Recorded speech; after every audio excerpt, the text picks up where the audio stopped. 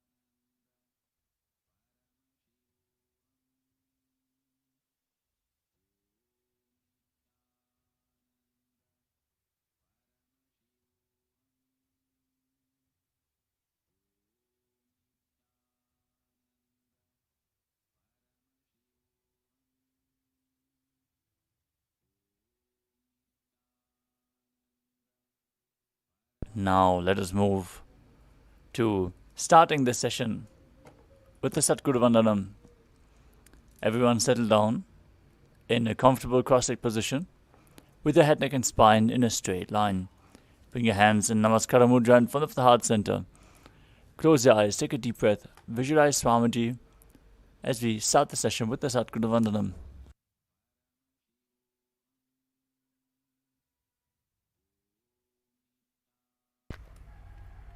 Nithyanandam Paramasukhadam Kevalam Jnanamurtim Dvandvatitam Gaganasadrisham Tattvamasyaadilaksham Ekam Nityam Vimalamachalam Sarvadhi Sakshi Bhutam Bhavatitam Trigunarahitam Sadgurum Tam Namami. Next we will chant the Shiva Mula Mantra. Om Ham Hum Shivaya Namaha 11 times internally. Om Ham Hum Shivaya Namaha. Om Ham Hum Shivaya Namaha. Om Ham Hum Shivaya Namaha.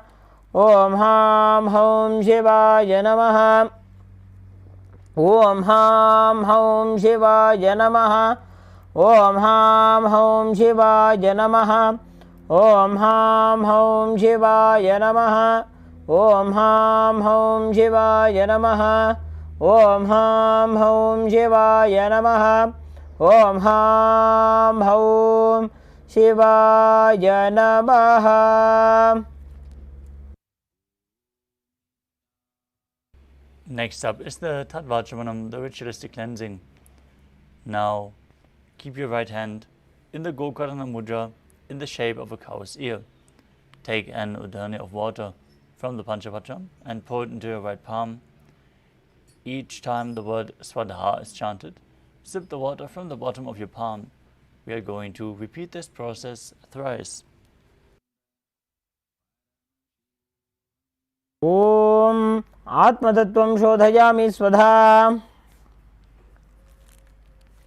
Om Vidyatattvam Shodhayami Swadha. Om Shivatattvam Shodhayami Swadha.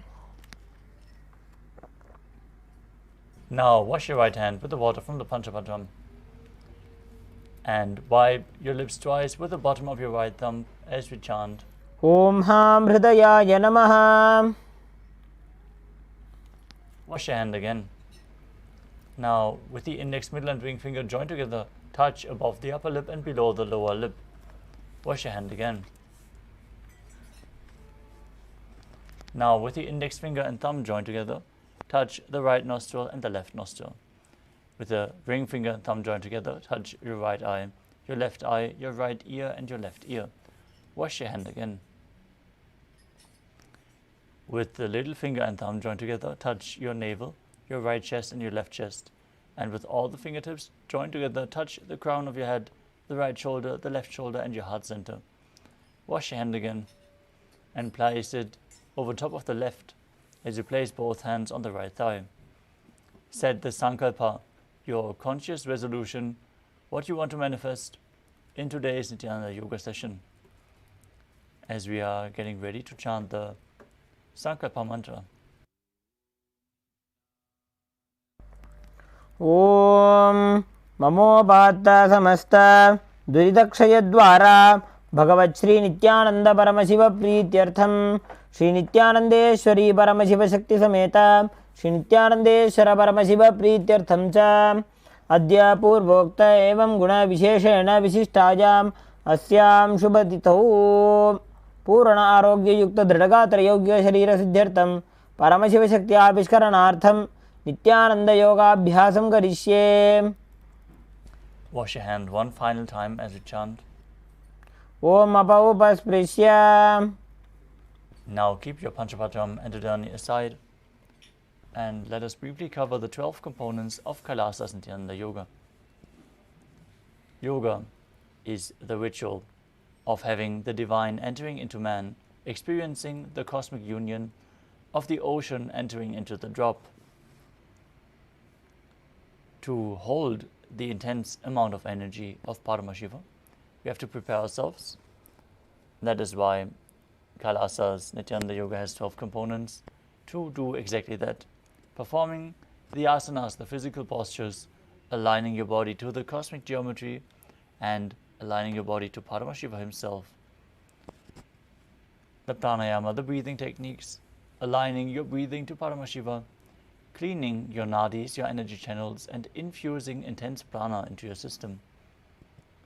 The mudras, the energy circuits performed by your hands, limbs, and other parts of the body, seal the prana into the system and align your intra-organs to Paramashiva, such as your chakras. The bandhas, the energy locks, pump the prana up within your system along the spine and prevent it from flowing down again, leading to intense Kundalini awakening.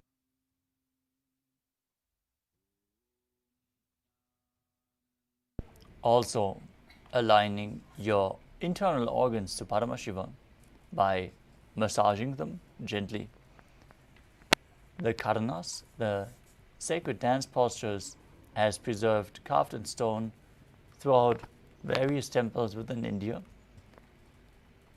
When you move your body gracefully in synchronicity, moving your limbs in a simultaneous motion, it leads to a subtle breath when you offer this to the divine Paramashiva. The visualization we are going to hold throughout all the asanas makes us experience the asanas on a deeper level, performing them with the right context as intended by the author. Also aligning your thinking to Paramashiva, activating Mano Shakti, the power of thought. Now, the next component is the japa, the internal repetition of mantras. We are going to project certain mantras on the screen and ask you to internally repeat them as you visualize the mantra rotating around your throat. This will activate your Vishuddhi chakra and intensely awaken Vak Shakti, the power of speech, as you align your speech to Paramashiva. The next component is chanting, the external chanting of mantras. The words of Paramashiva himself and the scriptural references of all the asanas is what our acharyas are going to perform, holding you in the highest possible energy space as your aura is open during the yoga practice, receptive to external influences. It is important to provide the highest possible space in this given time, and generally how your surrounding is kept. So make sure you're practicing yoga as a ritual in a clean space and in a comfortable ambience for yourself. Weightlifting. And Hinduism, weightlifting is one of the components of Nithyananda Yoga. Weightlifting has been part of yoga for a long time, but now it is revived in the right context to manifest Paramashiva himself within you. As you hold the weights throughout various asanas, you are intensifying the yoga practice and leading to intense Kundalini awakening. So take some weights and keep them at the side of your mat. Be ready.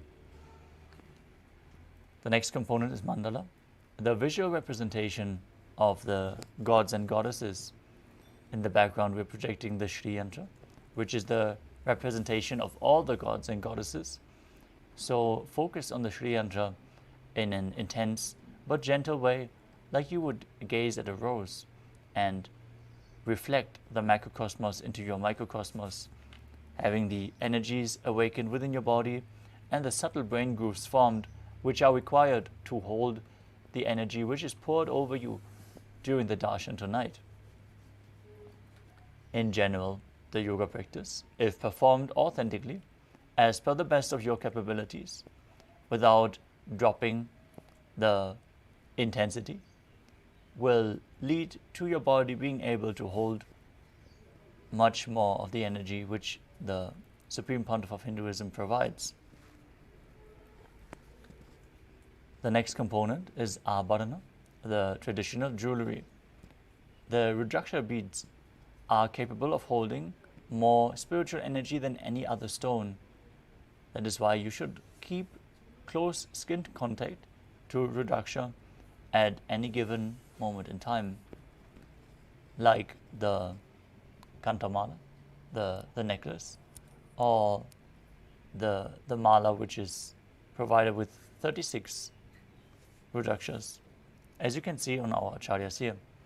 You can also wear armbands and wristbands or any other Rudraksha jewelry during the yoga practice. This will hold you in a high state of energy throughout the practice. Generally, it is recommended to wear Rudraksha throughout the whole day. Next up is Aushadam, the sacred alchemy science, the alchemy products which can be applied on your skin or ingested.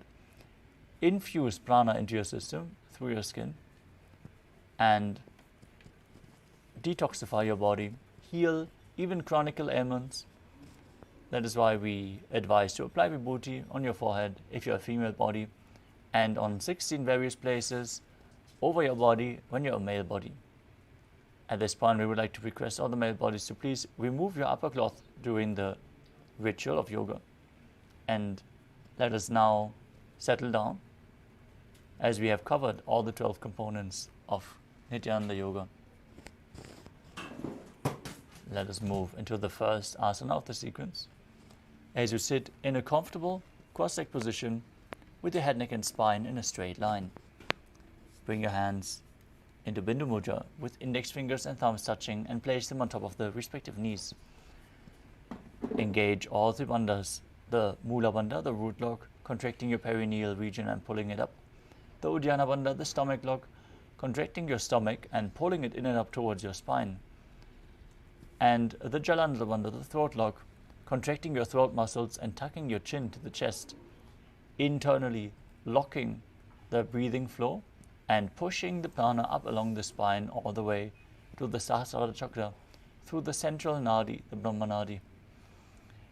As you visualize Lord Shiva in your inner space, perform the Samana Kumbhaka as you inhale deeply, hold the prana in your stomach region and focus on the flame being kindled in your navel.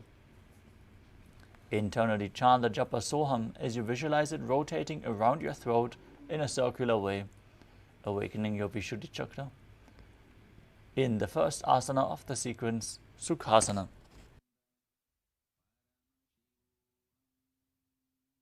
तत्सुखासनमित्युक्तमशक्तस्तत्समाचरेत्. Next up is Parvatasana. Now bring your legs into Padmasana by placing the feet on opposite thighs. Join your hands together in Anjali Mudra and raise them up above your head with the elbows straight as you engage all three bandhas, Mahamudra Bandha, and visualize yourself as Mount Kailash. अथ पक्षे Mahadev पर्वतासनमङ्गलम्. Next up is Halipavasana. Now bring the soles of the feet together in front. Hold the left hand by the right behind your back and place your forehead on the ground behind your heels. Gaze to your nose as you engage all three bandhas and visualize Swamiji in your inner space. पूर्व विधियाहु में जानो उभय पगदली संबुड ठानो. Next up is Nagi Pavasana. As you keep the soles of the feet together, extended in front, stretch your arms out, cup your palms and place them down as you place your forehead on the ground behind the heels. Engage all three bandhas as you gaze to your nose and visualize yourself as a snake.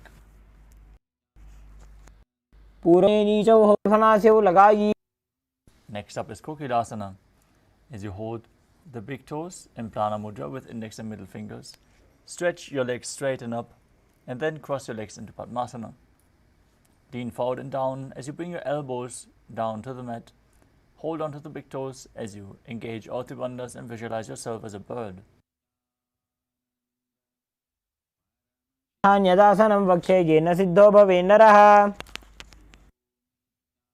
Next up is Nithyananda. Now stack your ankles and knees as you hold on to opposite elbows and start rotating your arms in a circle. Gaze to your nose, perform all three bandhas as you visualize Swamiji in your inner space. After some time, change the direction of the movement. घोड़ा बावा पादगी आशमाहिली सोज दक्ष चरण को वारलो तापरिकुल्भ समोज. The next asana is Gajasana. Now place your hands on the ground, shoulder width apart, and raise your hips up high. Then scoop your head and chest down again and again as you visualize yourself as an elephant and perform Uddiyana Bandha and Mula Bandha. निब्जं पादाग्रे भूमौ कृत्वा लम्बी भूया मस्तकाग्रे निधाय. The next asana is Rikshasana. From Gajasana, raise one heel up and push the other heel to the ground alternatingly. As you visualize yourself as a bear, perform Uddiyana Bandha and Mula Bandha.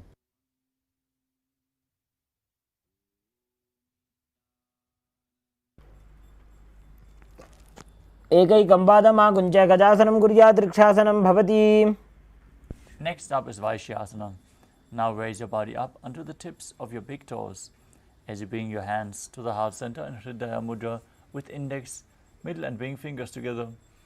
Visualize Swamiji in your inner space as you perform Uddiyana Bandha and Mula Bandha.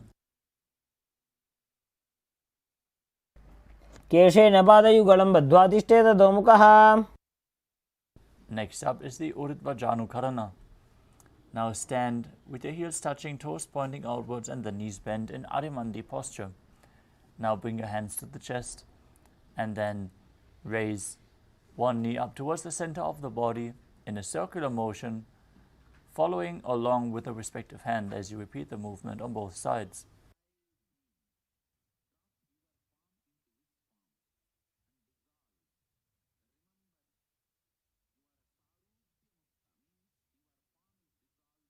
The next asana is Balalingasana. As you interlace your fingers from the outside in Sarvashankari Mudra, hold on to one knee and pull it up towards your chest. Visualize yourself holding a baby as you engage all three bandhas. एकं जानूरसियालिङ्ग्य स्थातव्यं बाललिङ्गनं भवति. Next up is Padapitanasana. Now pull the raised foot behind towards your buttocks and hold it with both hands. Keep your head, neck and spine in a straight line, the knees aligned as you engage all three bandhas and visualize Swamiji in your inner space. स्थित्वा एकस्मिन् पादतले कराभ्यां वेष्टयेत्तनुम्. The next asana is Natarajasana. Now hold the raised foot from the inside as you extend your leg back and the other arm forward, hand in Bindu Mudra. index and thumb together. Visualize yourself dancing as Lord Nataraja as you perform the Mula Bandha in Natarajasana. Napadam Kroncham cha Marichim Veerabhadrakam. Now repeat Balalingasana on the other side as you stand on the other foot, pulling the opposite leg towards the chest, visualizing yourself holding a baby. Ekam Janu Ursiyalingya Sthathavyam Balalinganam Bhavati. Now repeat Padapidanasana on the other side, pull the foot behind towards your buttocks and visualize Swamiji in your inner space. Sthitvaikasmin Padadale Karabhyam Veshtayetanum.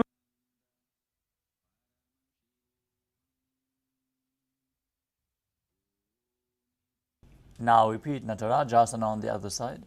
Hold the foot, lean forward, visualize yourself dancing as Lord Nataraja. Natarajam Trikonam cha Suptangushta Prasarane. Next up is Ardha Rechita Karana. From Arimandi position with the heels together, toes pointing outwards and the knees bent. Bring the right foot behind the left with the heel up, toes on the ground. Bring the left hand to the chest and swing the right arm back and forth in a pendulum motion.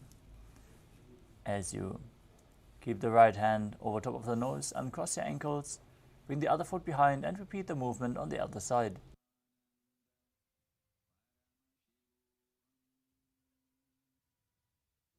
Next up is the skeleton dance. Visualize your skeleton as you shake your body intensely. Hold the visualization of being mere bones and dance wildly, bolting integrity into your very bone marrow.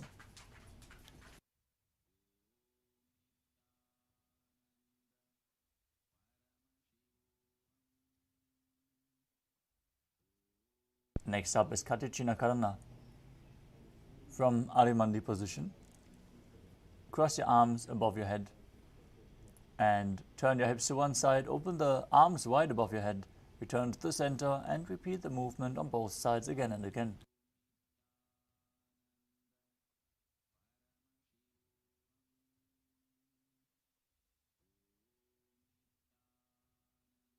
Next up is Tadasana. As you stand tall on the tips of your toes, raise your hands up above your head parallel.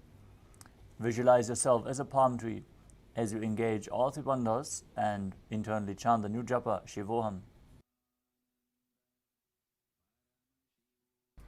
Mahamudra Kono Tadasana Vibhedakan.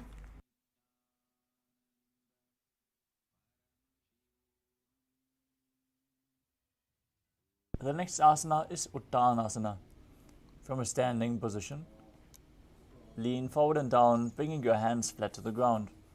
Engage all three bandhas as you bring your forehead towards the knees and visualize Swamiji in your inner space.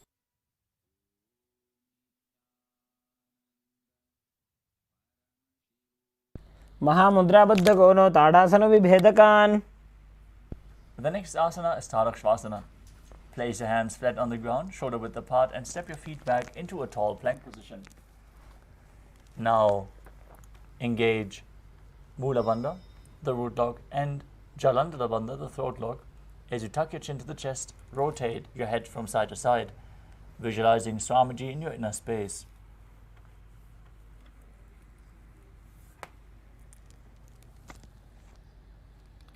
Gajasanavastitva Mastakam Varam Varam Dakshina Kukshim Savya Kukshim Lajet. Next up is Bhujangasana. As you lower your stomach down on the mat, keep the hands at the side of your chest and the toes pointing backwards. Now raise your head using the strength of your lower back. Open your mouth wide and inhale through the hollow of your throat in Bhujangani Mudra. Exhaling through your nose as you visualize yourself as a cobra. Angushtanabhiparyantam adhobhumo vininyaset. Now push your body up into Shashasana and alternate bringing the knee in towards your chest back and forth. Visualize Swamiji in your inner space as you calmly breathe through your nose in Sahajra Kumbhaka and perform the Mula Bandha. गजासनसंस्थितौ जानुद्वयमाकुञ्च वारं वारं कर्तव्यं शशासनं भवति.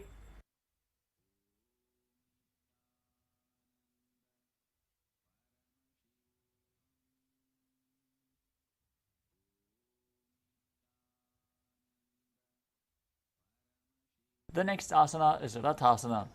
From the plank position, step one foot in between the two hands. Now jump the front foot back and bring the other one in between the hands. Repeat this again and again as you visualize yourself as a chariot. गजासनसंस्थितौ एकैकं पादं पुरोमार्गेण भ्रामयित्वा कर्तव्यं रथासनं भवति. The next asana is Viravatrasana. As you keep the front toes pointing forwards and the back toes facing sideways, keep the front knee at a 90-degree angle. Lower your hip down as you raise your arms up above your head, parallel. Gaze through your third eye. Visualize yourself as Lord Virabhadra as you perform Uddiyana Bandha and Mula Bandha in Virabhadrasana. वासिष्ठमदकौण्डिन्यमूर्धकुक्कुटमेव च.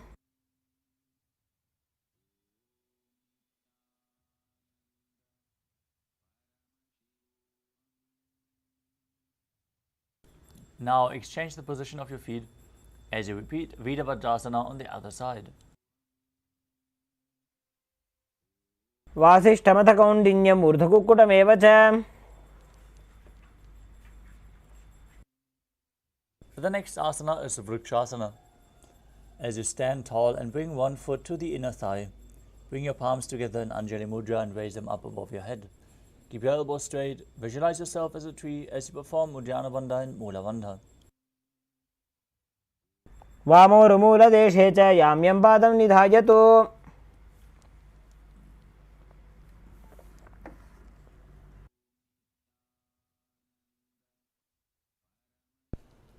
Next up is Garudasana. Now bring the raised foot on top of the opposite hip. As you join your hands in Namaskara Mudra in front of your heart center, visualize yourself as Lord Garuda with big wings on your back, performing the Mula Bandha. गरुडासनमावक्षे येन ध्यानं स्थिरं भवेत्. Next up is Vrikshasana on the other side. Raise the other foot, raise your arms up above your head and visualize yourself as a tree. वामोरुमूलदेशे च याम्यं पादं निधायतु. Now repeat Garudasana on the other side as you visualize yourself as Lord Garuda. गरुडासनमावक्षे येन ध्यानं स्थिरं भवेत्. Next up is Trikonasana. As you stand and step one leg forward and the other one far back, keep the front toes pointing forward and the back toes facing sideways. Visualize yourself as a triangle. As you keep your arms parallel to the ground, lean forward and down, extend one up and gaze upwards, performing the Mula Bandha. उत्तानपादं क्रौञ्चं च मरीचिं वीरभद्रकम्. Now exchange the position of your feet. Keep your arms parallel to the ground and lean forward and down as you repeat Trikonasana on the other side. नटराजं त्रिकोणं च सुप्ताङ्गुष्ठप्रसारणे. Next up is the Nikutaka Karana. From Arimandi position, heels together, toes pointing outwards and the knees bent. Bring your hands in front of the heart center with the palms facing each other. Then raise one heel off the ground, stomp it down and raise the other heel up as you exchange the position of your hands again and again.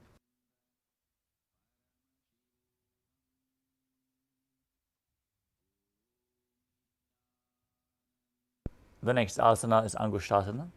As you lower your body down onto the tips of your toes, placing your perineum onto the back of your heels. Keep your knees off the ground, join together as you place your hands together in Namaskara Mudra in front of your heart center. Visualize Swamiji in your inner space as you buzz like a bee on the inhalation and exhalation in Brahmari Kumbhaka. Perform the Mula Bandha and internally chant the new japa Sadashivoham.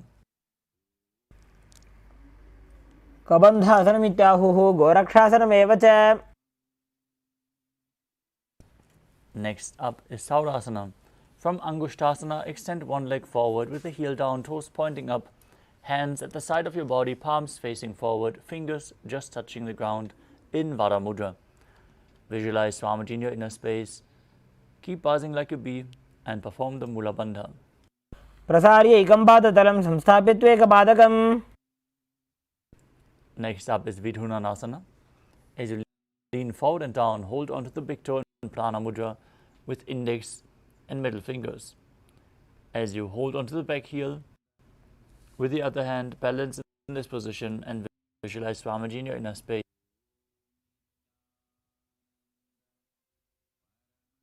गुल्फस्थितो पादमेकं प्रसार्य तत्पादाग्रं संश्रिय तत्करे.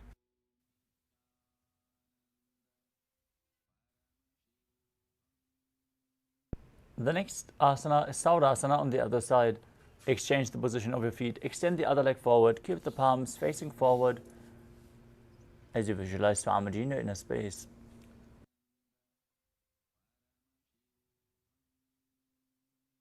प्रसार्य एकं पादतलं संस्थाप्य त्वेकपादकम्.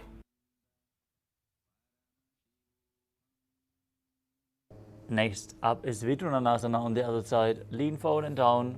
Hold onto the big toe in Prana Mudra and the back heel with the other hand.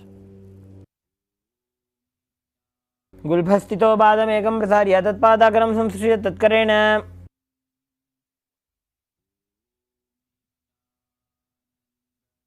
Next up is Brahma Jalankushasana.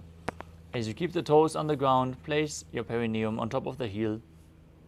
Keep a gap between your knees as you lift them off the ground and place the backs of your hands on top of the knees.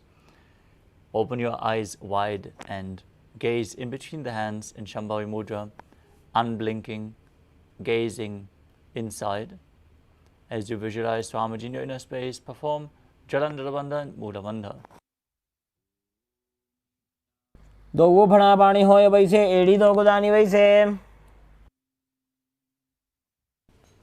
Next up is Kapilasana. Now place your knees onto the ground. Remain seated on the raised heels with your perineum. Gaze to the nose and visualize yourself as Sage Kapila Muni as you perform Uddiyana Bandha and Mula Bandha. वही पगदली समठहरावे तिनकी माहिली core मिलावे.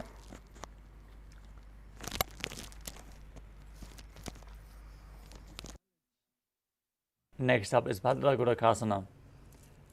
Now maintain the same posture, but shift your gaze to the third eye, your visualization to Swamiji and the Bandha to the Mula Bandha.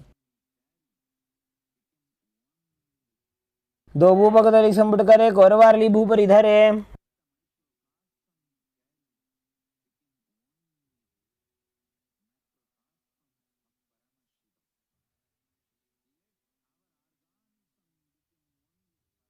The next asana is Suryasana.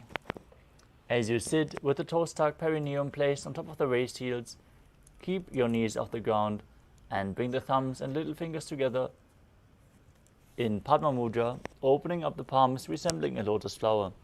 Raise your arms up above your head, gaze in between the gap of the palms as you visualize Lord Surya in your inner space. Perform Uddiyana Bandha. एड़ी दो गुदा तरियाने फना पानी बैठक वो निठाने.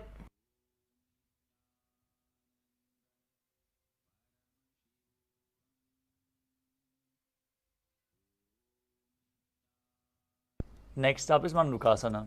As you sit with the toes flat, the perineum on the heels, keep your hands on top of the respective knees as you lift your tongue up against the roof of your mouth. As you visualize yourself as a frog, catching the nectar of Imodhasasana chakra with your tongue in Mudra.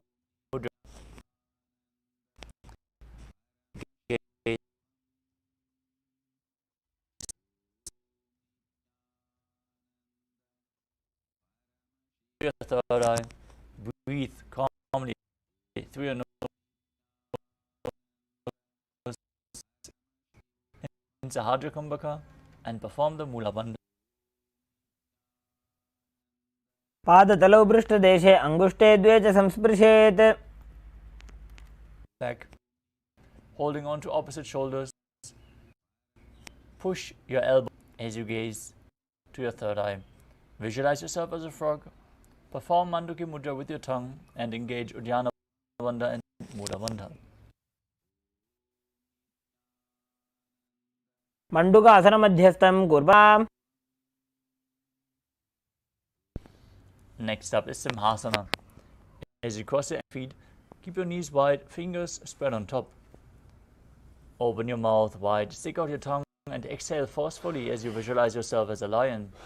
Gaze to your nose. Inhale through the nose in Sahadra Kumbhaka as you perform the Mula Bandha. दक्षिणं सव्यगुल्फेन दक्षिणेन तदेतरम्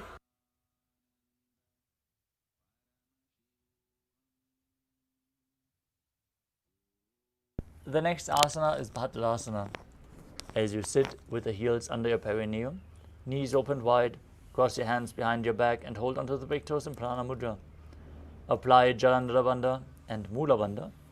As you gaze to your nose, visualize Swamiji in your inner space and return to buzzing like a bee in Brahmari Kumbhaka. गुल्फौ च वृषणस्याधो व्युत्क्रमेण समाहितः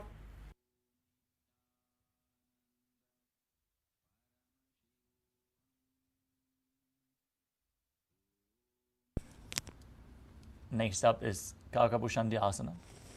The feet flat on the ground, open your knees wide. Bring your arms in and around the raised knees as you interlace your fingers behind your back in Parashumudra. Try to reach for the other hand behind your back. Push your body forward and open your hips as you gaze to the nose and visualize yourself as a crow. प्रथमे वेसकौकटठाने दोबुहातपगमी च आने. Next up is Kanipavasana. Now place your palms on the ground, shoulder width apart. Bring your knees onto the back of your arms towards your armpits. As you lean your chin forward and down, raise your feet off the mat and visualize Swamiji in your inner space. आसन को गुण आशी दुष्टा होई तो आछी होई. The next asana is Kapali Asana. We are setting up for the first inverted posture of the sequence. So if you have any upper back or neck injuries or high blood pressure, take it slow with any of the inverted postures. If you feel you need some support in this asana, set yourself up in front of a wall or get a partner to aid you in any of the inverted postures. Now place your hands flat on the ground, shoulder width apart. Bring the crown of your head onto the mat, forming a triangle between your head and your hands. Then bring your elbows on your knees on top of the elbows and your shoulders underneath the hips as you raise your legs up straight. Gaze through your nose. Visualize Swamiji in your inner space as you perform the Mula Bandha. शीशा धरती टेकी पकदो वो मिलिवा ऊंचा गुकरे.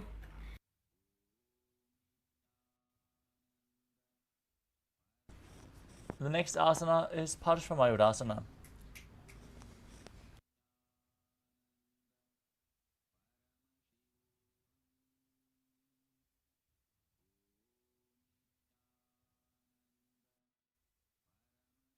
As you squat on your toes with the legs together, twist the body and place both hands to one side. Align your elbows with the knee and the hip as you lean onto your arms and balance, extending your legs out to the side.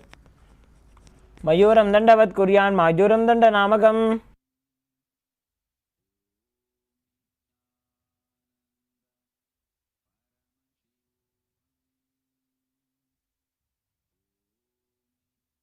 Now twist your body to the other side, extend your legs up, balance on your hand as you gaze to the third eye, visualize yourself as a peacock and exhale fully holding your breath in Rechaka Kumbhaka, repeating Parshvamayurasana on the other side.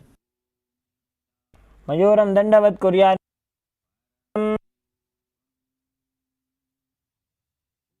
The next asana is Bhairaganathasana. As you place both hands on the ground, shoulder width apart, back straight into Talakshvasana, and then bring one foot outside the respective shoulder in between the two hands. Push your hips down as you gaze to your third eye. Visualize yourself as Lord Kala Bhairava, the Lord of Time, in Bhairaganathasana. आसन को गुण PT जाई. Now exchange the position of your feet. Bring the other foot outside the shoulder in between the hands.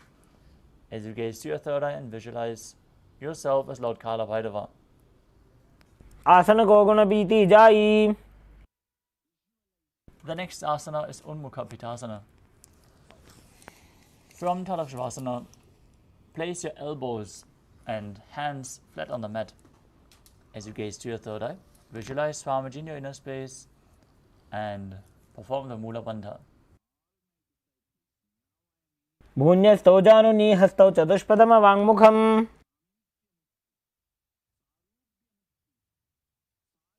The next asana, as you rotate your body onto one hand, extend the other hand up towards the sky. Keep your body stable and straight as you gaze up and visualize yourself as Sage Vashishta. ऊर्ध्वकुक्कुटवासिष्ठमरीचिहलमत्स्यकम्. Now rotate your body to the other side. Lift the other hand up, gaze up. Keep your core engaged as you visualize yourself as Sage Vashishta. ऊर्ध्वकुक्कुटवासिष्ठमरीचिहलमत्स्यकम्.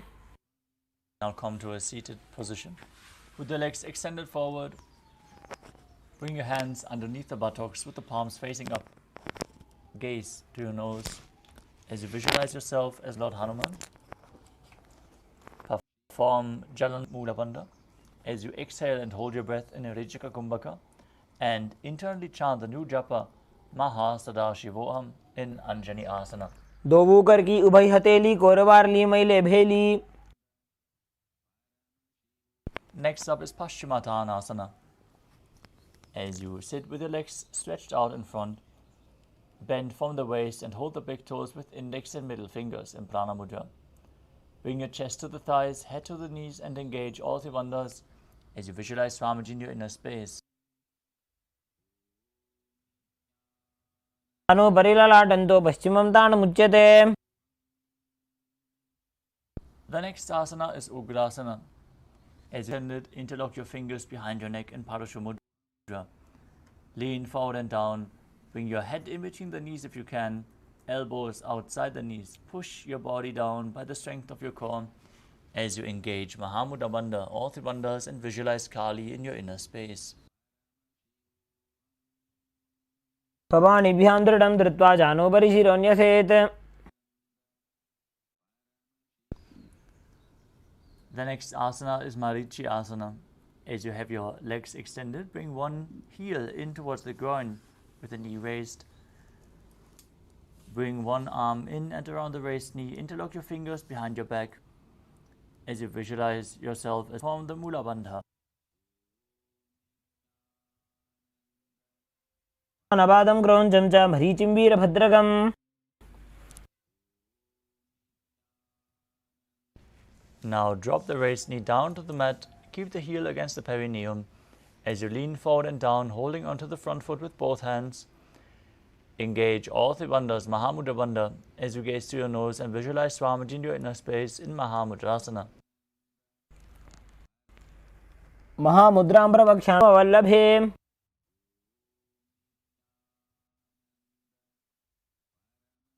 Now exchange the position of your feet. Stretch your legs out. Bring the other one with the knee raised as you lift the knee up and interlock your fingers behind your back, repeating Marichi Asana on the other side. उत्तानपादं क्रौञ्चं च मरीचिं वीरभद्रकम्.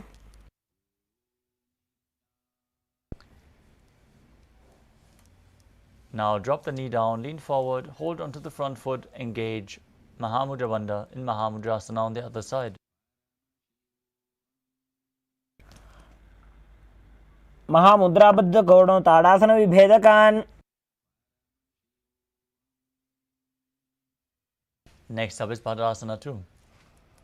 Now sit and bring the soles of the feet together in front with the heels close to the perineum. Keep your knees wide and hold your feet firmly with both hands as you maintain a straight spine. Gaze to your third eye and visualize Swamiji in your inner space. गुल्फौ तु वृषणस्यादः सीवन्त्याः पार्श्वयोः क्षिपेत्. Next up is Kvali Pavasana. From Bhadrasana, extend your feet away from the body. Place your hands on the knees. Gaze to your nose. Engage Jalandhara Bandha and Mula Bandha as you visualize Swamiji in your inner space.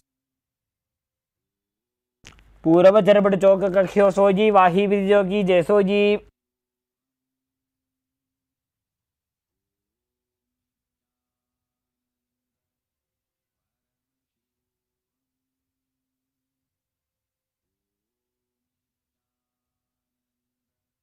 Next up is Joni. As you sit and keep the soles of the feet together with the heels clean.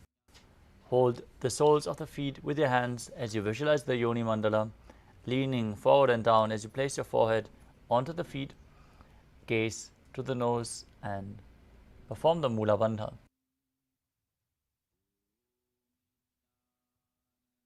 दोवों पगदली संपुट करे AD made के ढिंग धरे. Next up is Midaki Pavasana. As you sit and keep the heels together, toes apart, feet extended away from the body, extend your arms out to the side and lean forward and down, bringing your forehead onto the ground, the hands flat on the ground as well. Gaze to your nose, visualize Swamiji as you perform the Mula Bandha.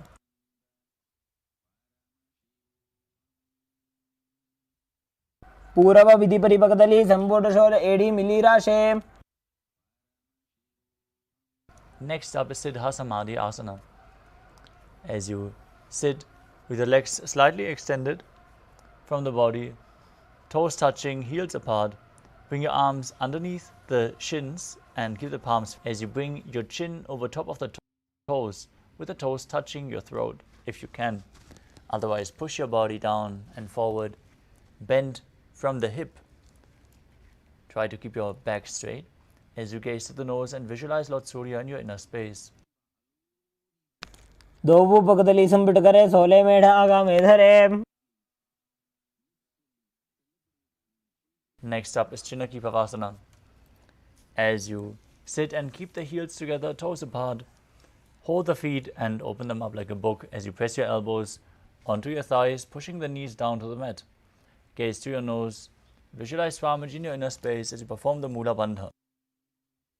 दो पगागी AD धरती मगेवा मेढ़ लगावे.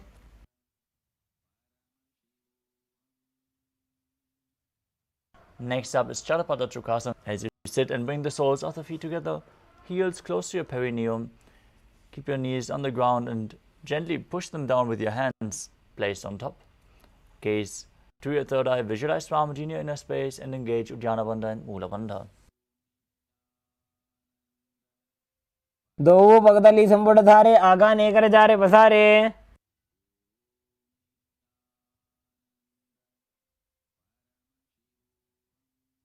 Next up is Bhairavasana. Now bring the soles of the feet together in front. Raise your heels up and bring the toes down as much as you can. Use the support of your hands if needed. Pull the heels up off the ground as you then place your hands on top of the respective knees in Bindu Mudra, pushing the knees to the ground. Gaze to your third eye. Visualize yourself as Lord Kala Bhairava, the fierce manifestation of the Lord of Time, as you perform Uddiyana Bandha and Mula Bandha. गुल्भो संपीड्य जान्योन्यं व्युत्क्रमेणोत्थितं शनैः. Next up is Samanasana. Now sit with one heel against your perineum as you lift and hold the other foot, pulling the sole of the foot towards your chest. Gaze to your third eye, visualize Swamiji in your inner space and perform the Mula Bandha. समानासनमावक्षे सिद्धमन्त्रादि साधनात्. Next up is Apanasana. Now bring one leg over top of the respective shoulder as you place both hands on the mat and extend the opposite leg straight. Gaze to your third eye and visualize Swamiji in your inner space. केवलं पादमेकं च स्कन्धे चारोप्य यत्नतः.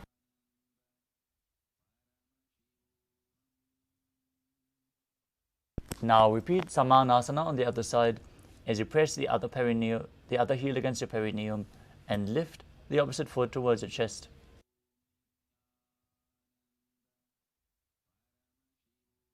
समानासनमावक्षे सिद्धमन्त्रादि साधनात्. Now repeat Apanasana on the other side, lifting the other leg over top of the shoulder, extending the opposite leg up as you merge your prana and apana in this asana. केवलं पादमेकं च स्कन्धे चारोप्य यत्नतः. Next up is Gomukhasana. As you sit and cross one leg over the other, aligning the knees at the center of your body. Bring the heels outside of the opposite hips. As you gaze to the nose, visualize the face of a cow. Perform Sitkari Kumbhaka as you press your tongue up against the palate of your mouth, without touching the teeth, hissing through your teeth while inhaling as you engage Mula Bandha and internally chant Om Nithyanandoham. सव्ये दक्षिणगुल्फं तु पृष्ठपार्श्वे नियोजयेत्. Next up is Anasuriyasana. From Gomukhasana position, hold onto the big toes in Prana Mudra. Gaze to the nose, engage your Dhyana Bandha and Mula Bandha as you visualize yourself as Rishika Anasuya. दक्षिण गोड़ नीचे उठाने, बावों के ऊपर आने. Next up is Anasuyasana 2. As you interlock your fingers behind your back in Parashva Mudra, lean forward and down, chin over the knee, nose to the ground as you gaze to your nose and visualize yourself as Rishika Anasuya. गोदा की संधि, उपरेड़ा वा गोड़ा की संधि. Next up is Garudasana 2.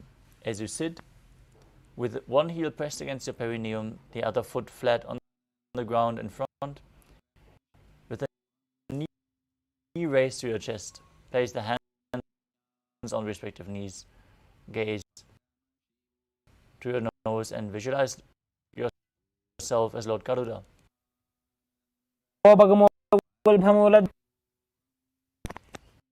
Next up is Narada. You sit and place your perineum on top of the heel. Put the heel of the other foot on top of the foot, which is interlock your fingers behind and twist your the raised knee. Gaze to your third eye. Visualize yourself as Sage Narada in Naradasana. इष्टिज वाम पगदली केरी भूपरिता हिलगामी. Next up is Matsya Pitakasana. As you place one foot on top of the opposite hip, opposite thigh, hold on to the shin with one hand and the big toe with the other hand in Prana Mudra. Gaze to the nose as you visualize Matsya, the fish avatar of Lord Vishnu.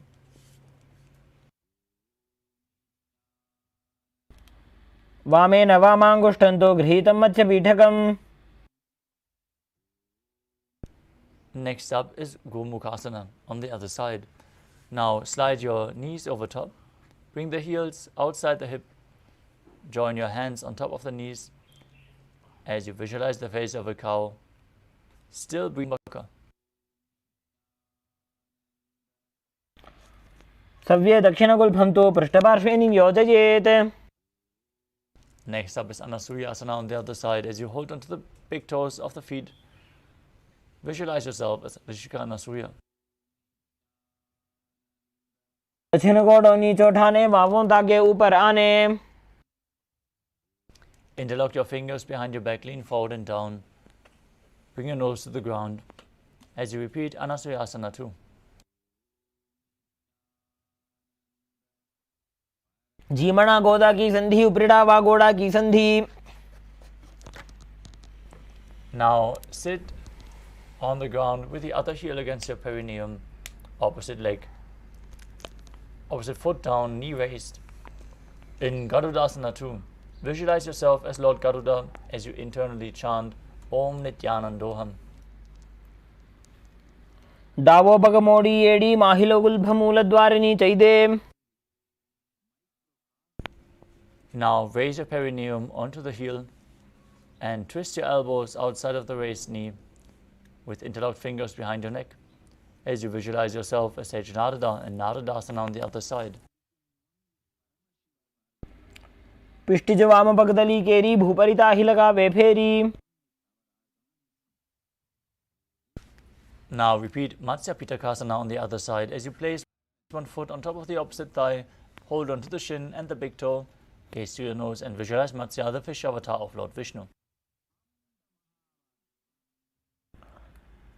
वामेन वामाङ्गुष्ठन्तो गृहीतं मत्स्यपीठकम्. Next up is Matsyendrasana. As you place one foot on top of the opposite thigh, place the other foot flat on the ground. Bring it over top of the knee if you can. And then twist one elbow outside of the raised knee with a hand by the neck, the other hand on the ground behind you. Gaze back and up towards your third eye and visualize Sage Matsyendranath, the master of Hatha Yoga. उदरं पश्चिमाभासं कृत्वा तिष्ठति यत्नतः.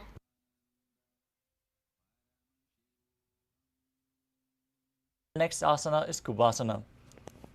From Matsyendrasana, twist and bring your elbow outside the knee, extend the arm down to the foot, hold Dana Mudra.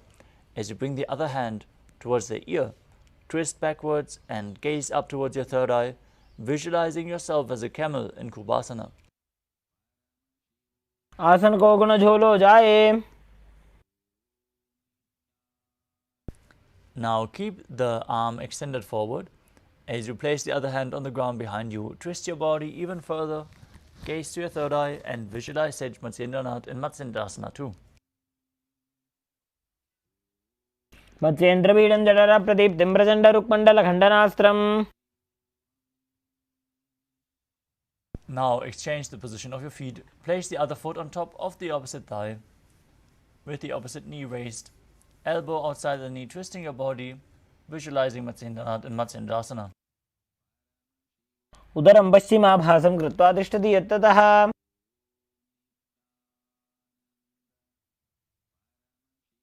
Now extend your front arm down to the foot, the other hand on the ear. Visualize yourself as a camel in Kubasana. आसन को गुण झोलो जाए. Hold on to the front foot, place the back hand down to the mat as you gaze up and visualize Sage Matsyendranath in Matsyendrasana too. मत्स्येन्द्रपीडं जठर प्रदीप्तिं Prachanda रुक्मण्डलखण्डनास्त्रम्. Now place your feet on top of the opposite thighs in Padmasana. Gaze to your nose. Engage all three bandhas, Mahamudra Bandha. As you keep your hands on top of the respective knees, visualize yourself as Lord Shiva and start breathing in Sitali Kumbhaka. Similar to the previous pranayama, you hiss through your teeth while inhaling, but this time you press your tongue against the back of your teeth. Exhale through your nose as you internally chant Om Nithyananda Paramashivam. आसनं द्विविधं प्रोक्तं पद्मं वज्रासनं तथा. Maintain Padmasana. Cross your arms in front of the body and hold onto the big toes in Prana Mudra. As you gaze to your nose, visualize yourself as Goddess Parvati, the sword of Lord Shiva.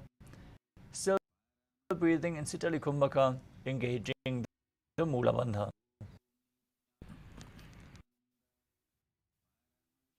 The next asana is Kukutasana. As you sit and place your feet on top of the opposite thighs, place your palms on the ground in between the legs. Place the palms and lift your body off the ground as you visualize yourself as a rooster. Perform the Mula. पद्मासनं सुसंस्थाप्य नान्वोरोरन्तरे करौ. Now from Padmasana, rise up onto your knees as you bring your hands onto the ground with the fingers pointing backwards. Lean onto your elbows as you lift your knees off the mat and balance. Visualize Swamiji in your inner space and breathe calmly through your nose in Sahadra Kumbhaka in Bandha Keki Asana. धरामोष्टभ्यकरद्वयेन तत्कोर्परि स्थापितानाभिपार्श्वः. Next up is Mayurasana. While on your knees, place your palms on the ground, fingers pointing towards your body. Then lean forward, bring your elbows to the navel. As you find balance, lift your legs off the mat and visualize yourself as a peacock in Mayurasana. भक्षे Mahadev मयूरासनमुत्तमम्.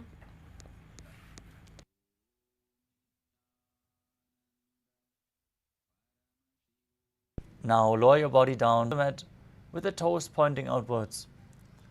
As you interlock your fingers behind your neck, visualize yourself as a crocodile and perform the Mula Bandha in Makarasana. अध्यासशेते हृदयं निधाय भूमौ च पादौ च प्रसार्यमानो. Next up is Shalabhasana. Laying on your stomach, place your hands next to your chest and raise your legs up off the mat, visualizing yourself as a locust. ध्यासशेते करयुग्मवक्षौ भूमिमौष्टभ्यकरयोस्तलाभ्याम्. The next asana is Ushtrasana. As you lay on your stomach, hold onto your feet and pull the feet outside the hip down towards the ground. Visualize yourself as a camel as you perform the Mula Bandha.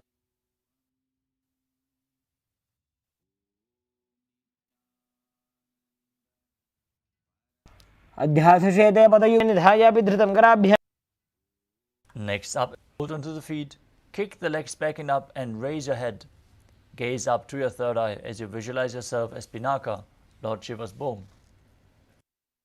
प्रसार्य पादौ भुजदण्डरूपौ करौ च पृष्ठे धृतपादयुग्मम्. Now raise up into a kneeling position. As you sit in between the heels with the toes touching behind your body, place your hands on top of the thighs, gaze to your third eye, visualize Swamiji in your inner space and internally chant the new japa Om Nithyananda Paramashivoham in Bhagasana. उल्टा मोड़ी पाव दो वैसे बहुरो जुगति करे एक ऐसे. We are setting up for another inverted posture. So align yourself with a wall or get a partner to aid you. As you sit on the knees, place your elbows on the ground shoulder width apart. Then interlock your fingers, place the crown of your head onto the mat as you hold it with your hands. Walk your feet forward, raise your hips, align your hips with the shoulders and then raise your legs off the ground. Pull your knees in towards your chest as close to the chin as possible. Try to touch your chin with the knees. As you gaze to your nose, visualize Swamiji in your inner space and perform the Mula Bandha in Gohi Asana. दो हाथ की कहुनी जोजी पुण्य कलाई जाने दोई.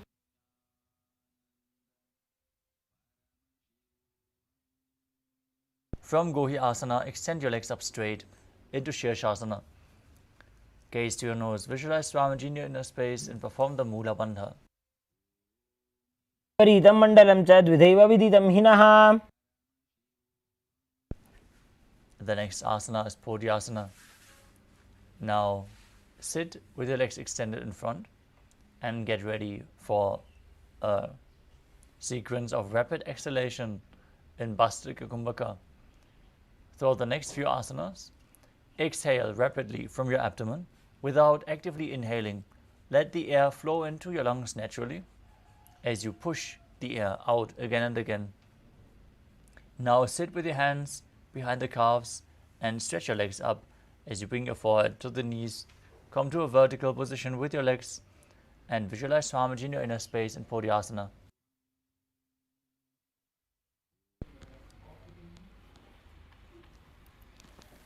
दो हाथ पग बाहर आने घोड़ा तरे काग सीठाने. Next up is Padakasana. With your legs extended forward and up at a 45-degree angle, bring your hands behind your back, hold on to opposite shoulders as you gaze to your third eye and visualize yourself as a mace. Breathe in Bhastrika Kumbhaka. उत्तानशयनं कृत्वा पादौ मिलित्वा प्रसार्य. Next up is Naukasana. As you sit and extend your legs out and up at a 45-degree angle, bring your arms extended to the front parallel to the ground or bring your elbows down if required. Gaze to your third eye and visualize yourself as a boat in Naukasana. उत्तानशयनं कूर्पराभ्यां भूमिमष्टभ्य. Next up is Rudrasana, where you pull your feet towards your chest with the hands scooped underneath, exhaling rapidly in Bhastrika Kumbhaka, visualizing yourself as Lord Rudra as you gaze to your nose. पगदली संपूर्ण करी हाथस्योपक उचाई. Now breathe normally as you lay down on your back with the knees raised, feet flat on the ground, palms placed on the ground behind the heels. Now push your hips up high as you contract the perineal region and tuck your chin to the chest in Jalandhara Bandha and Mula Bandha. Perform the Mudra Kumbhaka as you force the air out through the throat lock, leading to a state of swooning. Gaze to your nose and visualize Swamiji in your inner space in Unmukha Pitasana too.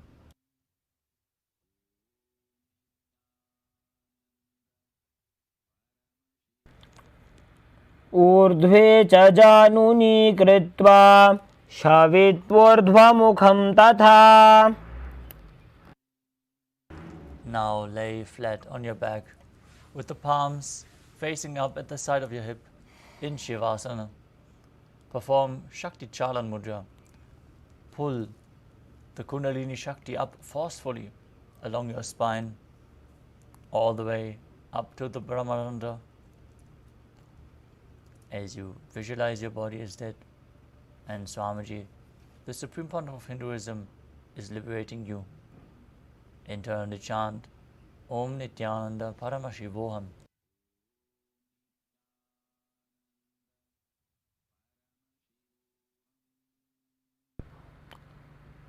उत्तानं शववद्भूमौ शयनं तु शवासनं शवासनं श्रान्तिहरं चित्तविश्रान्तिकारणम्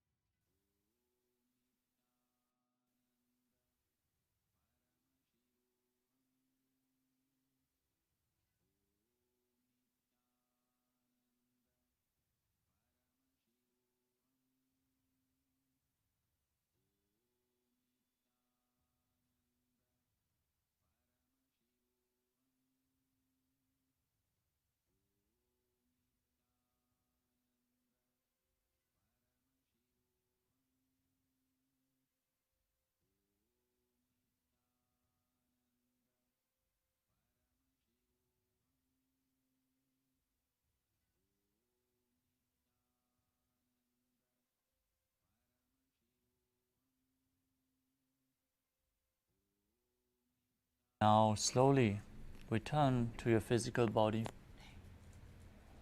Slowly start to wiggle your fingers and toes, your wrists and your ankles, your elbows and your knees. Lift your knees up towards your chest and rock your body from side to side. As you slowly return to a comfortable seated position.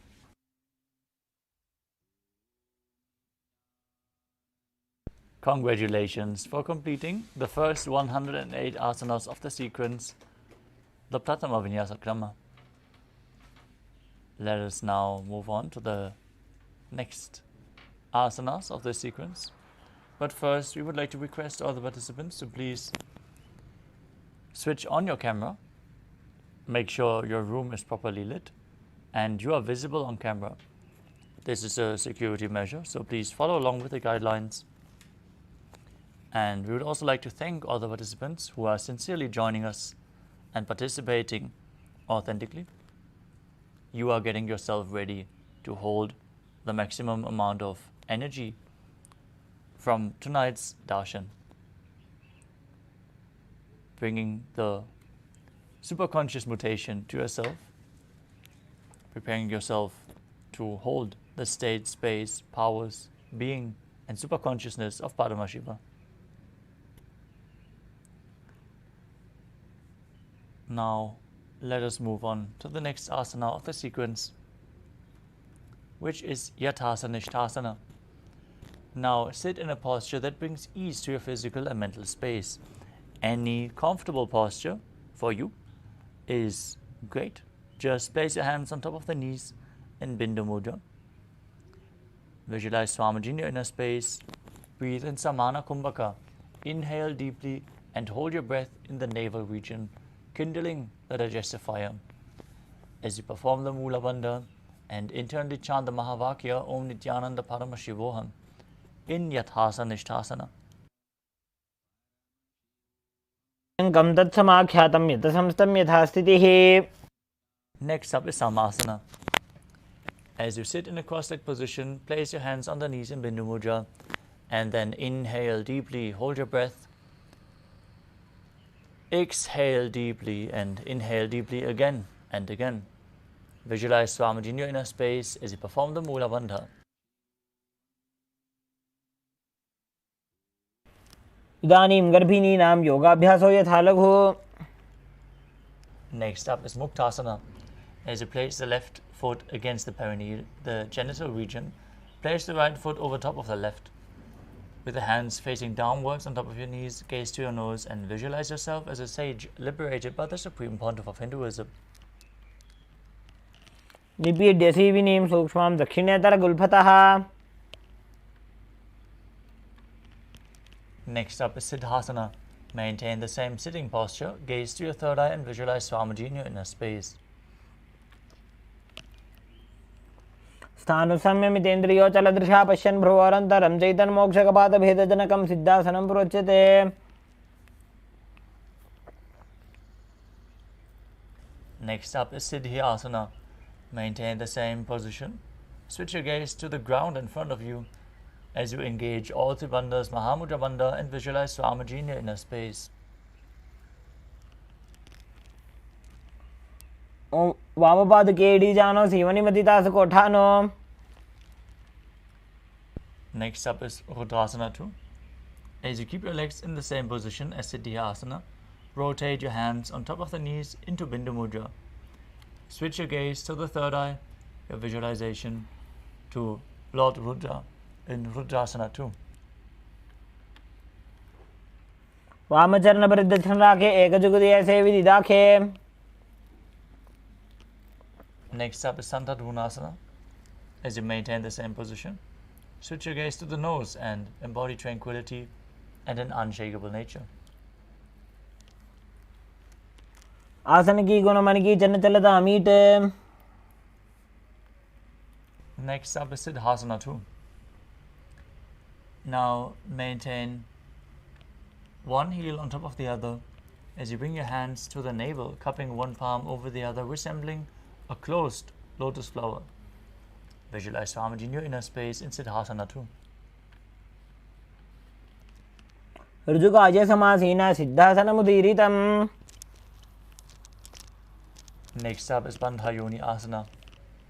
As you main one heel on top of the other, set the Sankalpa of manifesting through the womb of creation. Perform the Mula Bandha as you get ready to enter Shanmukhi Mudra, locking all your five senses with your hand. Now exhale deeply and hold your breath as you close your mouth with little and ring finger, the nostrils with the middle fingers, the eyes with the index fingers, and the ears with the thumbs.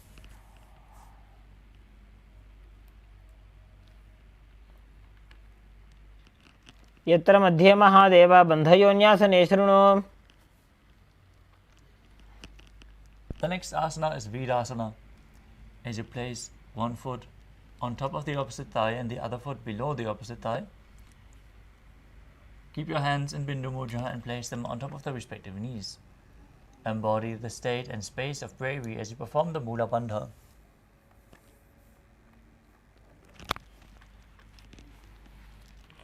एकं पादमथैकस्मिन् विन्यस्योरुणि संस्थितः.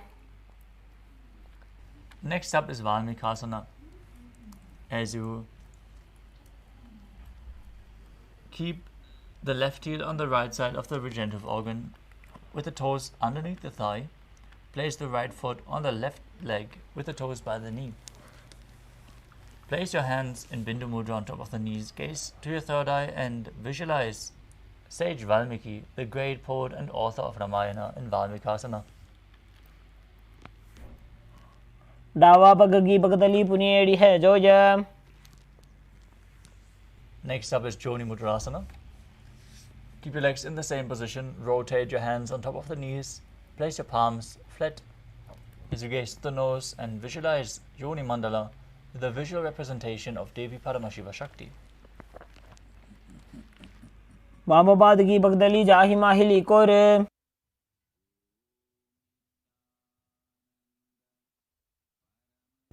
Next up is Yoni Asana. Maintain your body in the same position as you shift your gaze to the third eye, still visualizing Yoni Mandala.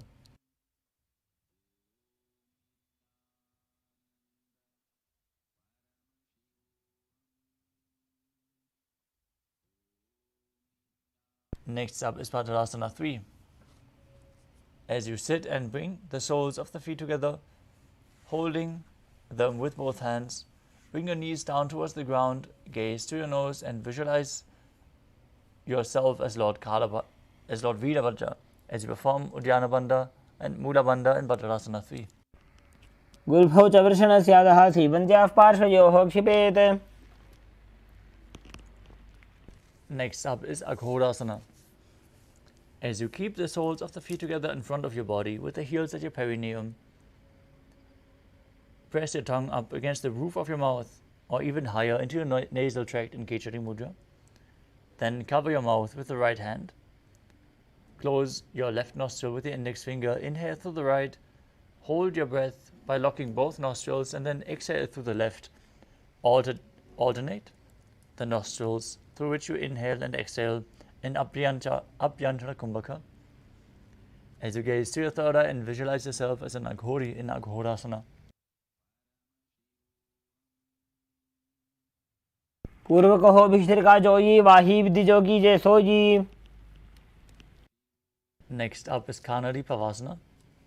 As you bring the feet together in front, the toes together and the heels apart, place your elbows on top of the heels, rest your chin on the palms, gaze to your nose and perform Uddiyana Bandha and Mula Bandha. As you exhale fully and hold your breath in Rijaka Kumbhaka, visualize yourself as a female elephant drinking water.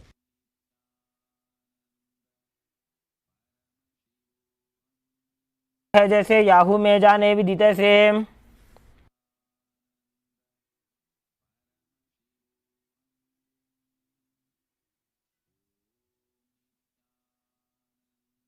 Next up is Padasana. Now sit with the knees raised, arms between the thighs and calves as you interlace your fingers in Parashu Mudra. Gaze to your nose and visualize Swamiji in your inner space. एतयेत् वायुं मृदुनिश्वास संयुतम्. The next asana is Gopi Chandasana. Interlace your fingers around the feet with the soles together, toes at the groove of your throat, with the heels touched to your chest.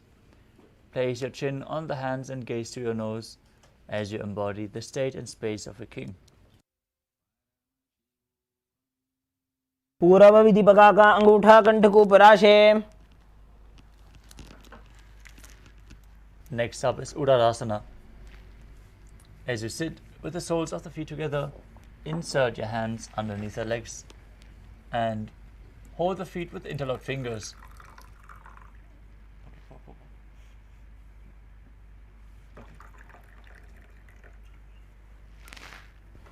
Now bring the feet up towards your chest.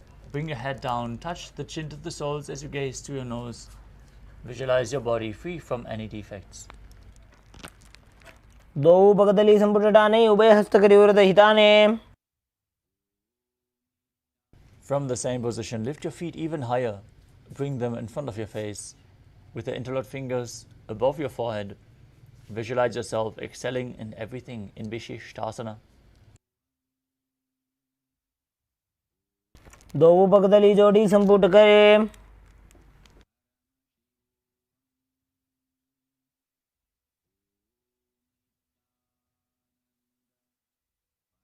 The next asana is Pujasana. From the seated position, lift both legs over top of the respective shoulders. Bring your arms underneath the legs and up, interlacing your fingers around the back of your neck. Visualize yourself as a cobra as you perform the Mula Bandha.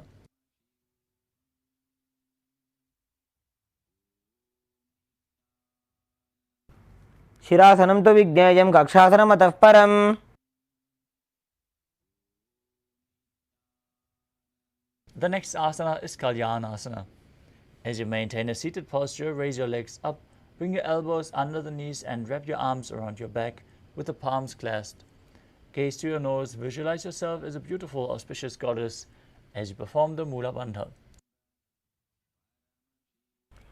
दो हाथ पगों बीच आने, तिनको गोड़ा नीचे ठाने. Next up is Sankatasana. As you sit with the left foot flat on top of the left heel, stack the other knee over top with the right heel against the left hip. Place your hands on top of opposite knees as you visualize yourself as an elegant swan, breathing in Ujjayi Pranayama, making an ocean-like sound with your mouth, performing the Mula Bandha. वामपादं चितेर्मूलं सन्न्यस्य धरणीतले. Gaze forward without focusing on any external objects. As you slide the left heel outside the hip, sit down on the ground, bring your hands on the top knee, visualize a cow in your inner space and perform Uddiyana Bandha and Mula Bandha in Dhenukasana. अनुषागी Nagar पंचडं वृषीलिंद कल्यम्नी.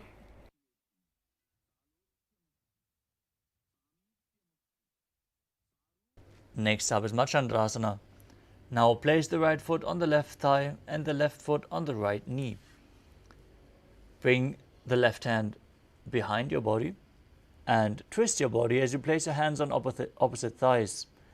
Gaze to your third eye, visualize Swamiji in your inner space and perform the Mula Bandha in Machandrasana. वामजंग प्रदक्षिणटाने वामहस्तविष्टि दिशाने. Untwist your body, maintain the feet in the same position as you hold onto the feet and lean forward and down, bringing the forehead onto the ground. Visualize Swamiji, engage all three bandhas in Machandrasana too. प्रथम जीवन चरण Joji वामजंग परिराखे sooji. Now raise back up, maintain your feet in the same position as you interlock your fingers and place them on the top knee. Engage Mahamudra Bandha as you visualize Swamiji, your Guru, in your inner space in Guru Asana. पूर्वमूले इतरपादस्य कनिष्ठिका प्रदेशगुल्फं संस्थाप्य.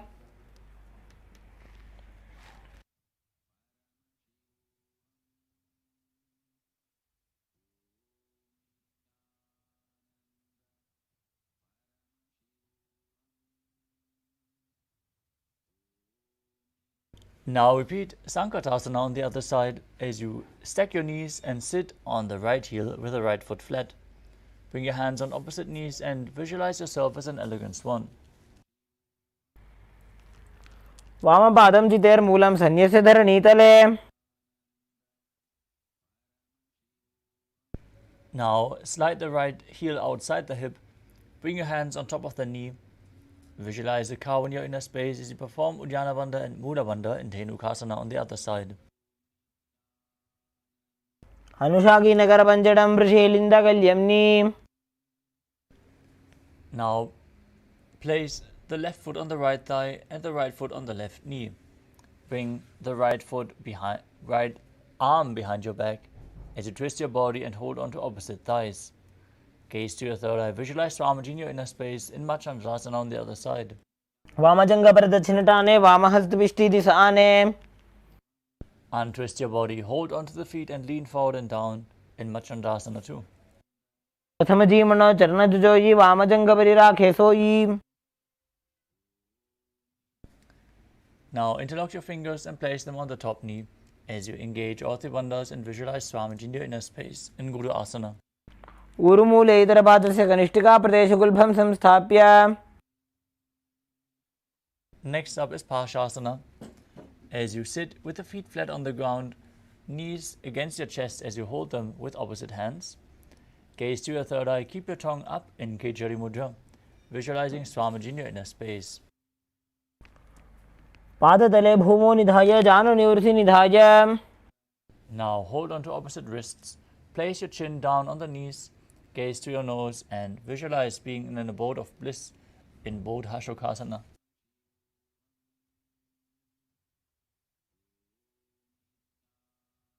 दो बगदली भूपरि धरे कोरमा हिलिए से करे. Next up is Kudakatasana. As you bring your arms underneath the knees, hold on to opposite elbows. Gaze to your nose, visualize Swamiji in your inner space and perform the Mula Bandha. दो हाथ bug बाहर ले आवे गोड़ा नीचे ले टहरावे.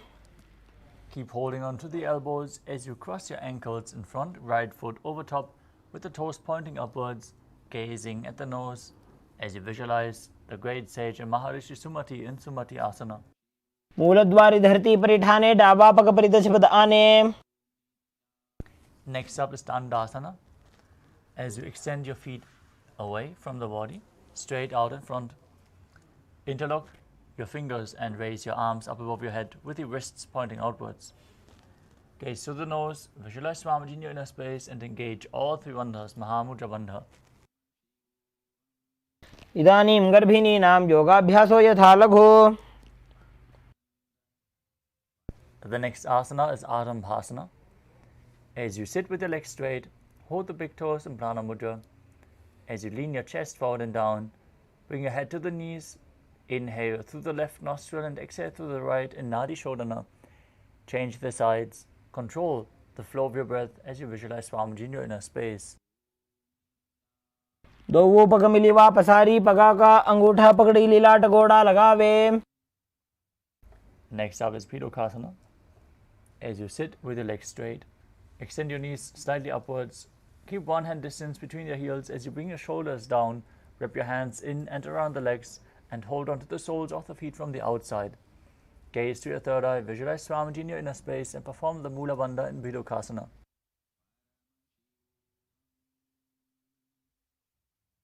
प्रथम बैसी दो पाव पसारी कछुक ऊर्ध को कुरडो डारे. Next up is Jalandhari Pavasana. As you extend both legs out with the heels together, place your chin on top of the heels. Insert your hands below the legs. Keep the elbows down with the palms facing upwards. Gaze to your nose. Visualize Swamiji in your inner space as you perform the Mula Bandha. दो एड़ी मेली के दीजिए हाथ पसारी. Next up is Urdhva Paschimottanasana. Sit and extend both legs out. Lift one foot behind the neck if you can. Otherwise, you can bring it over your shoulder or pull it towards your chest. As you lean forward and down as in Paschimottanasana, hold onto the foot with both hands and visualize Swamiji in your inner space as you perform Pratyahara Pranayama, where you focus on the 9 points along your body, the prana flowing up through those 9 points. The points are the soles of the feet, the regenerative organs, the navel, the heart, the throat, the uvula, the third eye, the top of your forehead, and the crown of your head, the Brahmarandha. Those are the points revealed by Mahadeva. As you perform the Mula Bandha, pushing the prana up, internally chant the Mahavakya Om Nithyananda Paramashivoham. पश्चिमतानवत् संस्थितिं कृत्वा एकं पादं ग्रीवायां धृत्वा तिष्ठेत्. Now from Urdhva Paschimottanasana, lean back and straighten your spine with the foot still behind your back. Hold onto the foot with the opposite hand.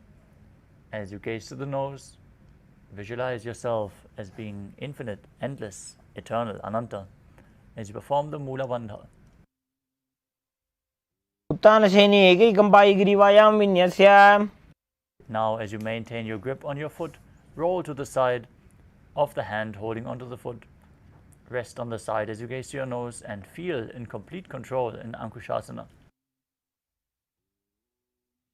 उत्तानशयित एकैकं पादं ग्रीवायां कुर्वन्. Next up is Drishasana. Now lay on your back and pull your knees to the chest as you rock your body from side to side, relaxing your spine after this intense stretch. Visualize Swamiji in your inner space as you visualize the prana flowing up along your body. उत्तानशयनं जानुनी हृदयवष्टम्भ.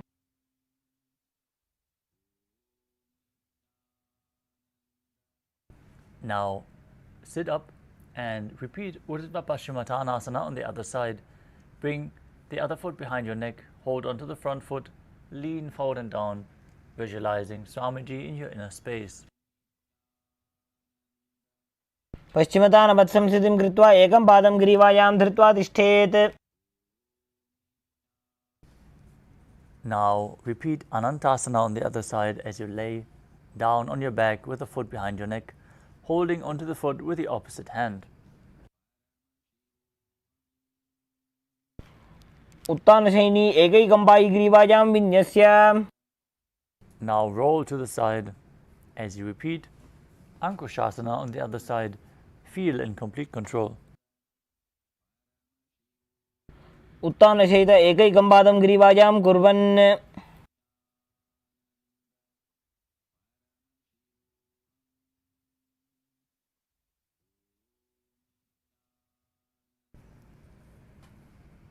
The next asana is Yoga Nidrasana. As you lay on your back, lift your legs one by one up behind your head. Hold your hands behind your back as you gaze to your nose and visualize Swamiji in your inner space, performing the Mula Bandha. पादाभ्यां वेष्टयेत् कण्ठं हस्ताभ्यां पृष्ठबन्धनम्. Next up is Atma Ramasana. While laying on your back, raise your legs towards your head, wrap your hands around your legs and interlace your fingers behind your neck. Gaze to your nose as you visualize Lord Vishnu blessing you from within. आत्मा राम आसन प्रथम सूधो सोवे.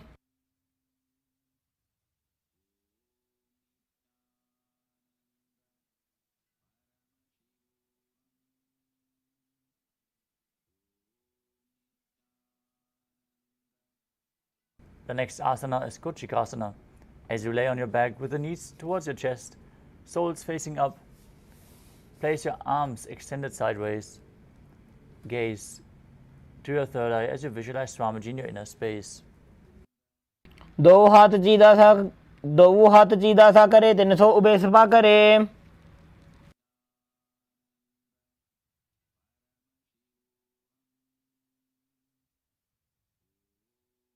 The next asana is Jathala Parivritti. This asana consists of 3 steps. We are going to perform all 3 steps and then repeat them on the other side as well. First, hold the visualization of Swamiji in your inner space. Perform the Pratyahara Kumbhaka as you engage the Mula Bandha and enter a neutral position. Pulling the knees up towards your chest with the arms extended at the sides. This is where we're going to return to after we perform all 3 steps. Now place one knee down to the mat and extend the opposite leg down. This is the first step. Then bring both knees bent to the side. Second step. Then extend both legs to the side, holding onto the feet and gazing away from the feet. Third step.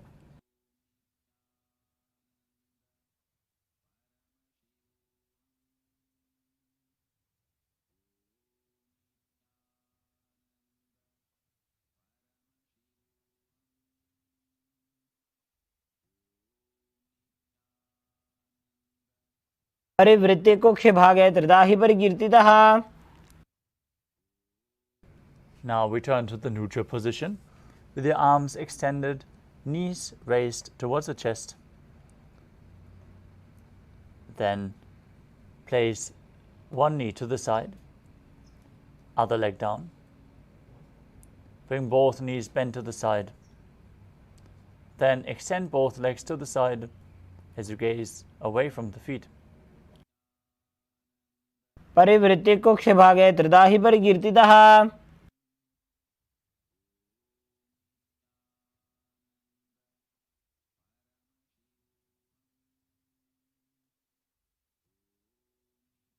Next up is the Dvipadapitam.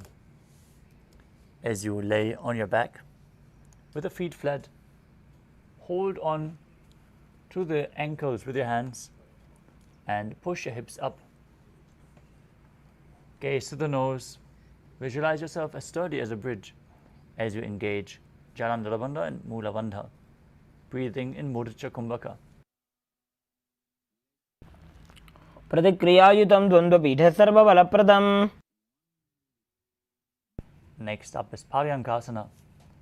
As you lay on your back, place your feet flat on the mat and bring your arms over your head as you place your hands flat on the mat as well. With the fingers pointing towards your feet, lift your entire body up off the ground, visualizing yourself as sturdy as stone furniture.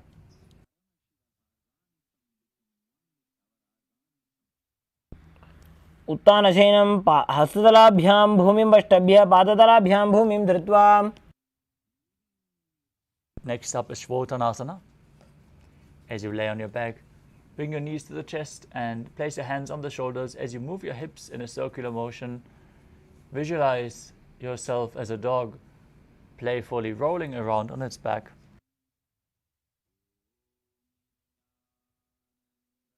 शरीरं संस्थाप्य जानुनी सम्मील्य नाभुवानीय.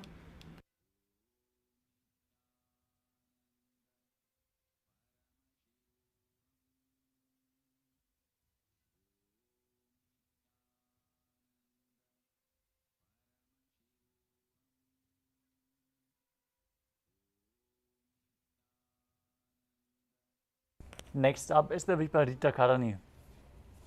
As you lay supine with your hips and legs raised straight, keep your hands flat on the mat. Balance in this position as you start rotating your hips in a circular motion. Move your feet above your body.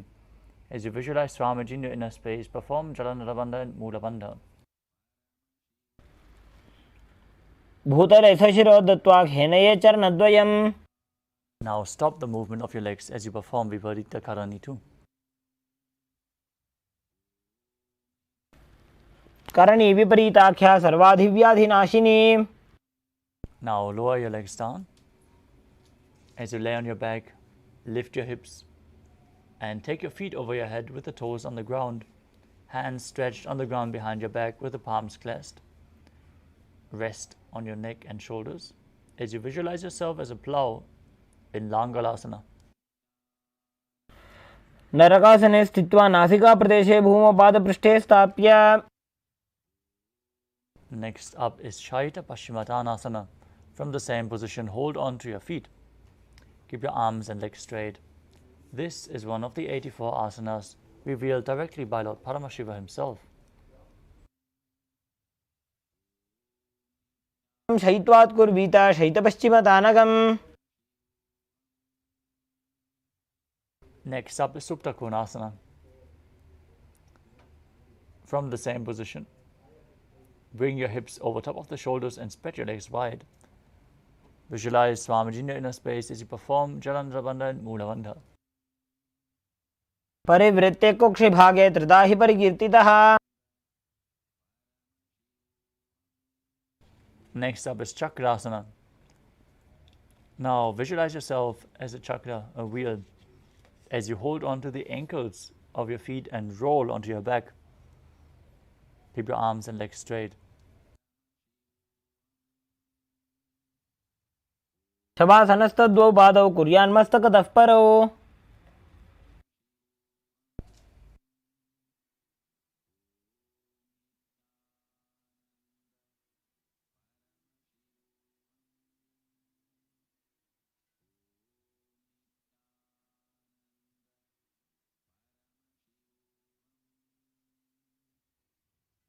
Next up is Supta Prasarita Parangushtasana. As you lay on your back, with your legs up vertical, hold onto the big toes in Prana Mudra, and then open your legs wide to the side as you visualize Swamiji in your inner space.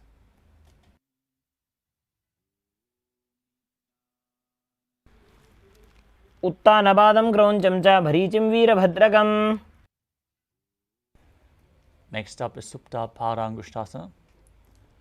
Holding onto the big toes, keep your legs vertical above your body, arms straight. Visualize Swamiji in your inner space and perform the Mula Bandha. उत्तानपादं क्रौञ्चं च भरीचिं वीरभद्रकम्. Next up is Matsyasana.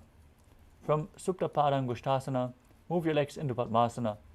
Lay on your back, hold onto the opposite elbows over the top of your head. Gaze to your nose and visualize Matsya, the fish avatar of Lord Vishnu. मुक्तपद्मासनं कृत्वा उत्तानशयनं चरेत्. Next up is Parasharamasana. As you lay on your back with your legs in Padmasana, place the backside of the right hand onto the left palm. Gaze to your nose and visualize Lord Rama in your inner space. प्रथमकरे पद्मासन आचे सूधो सोवे भूपरिपाचे. Next up is Sarvangasana. While laying on your back with your legs in Padmasana, lift your hips and legs up. With your hands supporting the hips, elbows on the floor, tuck your chin to the chest, gaze to your nose as you visualize Swamiji in your inner space. Perform Jalandhara Bandha and Mula Bandha. अथवा क्षेत्र संक्षेपात् सर्वांगासनम् उत्तमम्. Next up is Vrishchikasana.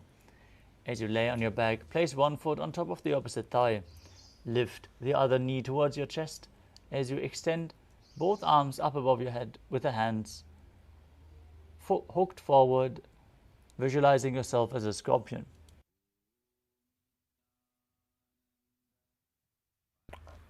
प्रथमशयन सूधो शीर्षकेशिकी संधि सुदाखे. Now exchange the position of your feet as you repeat Vrishchikasana on the other side. प्रथमशयन सूधो शीर्षकेशिकी संधि सुदाखे. The next asana is Vrishapada Kshipasana. As you lay on your back, interlace your fingers around your neck, lift both feet off the ground, extending one leg one by one, pulling the other knee towards the chest.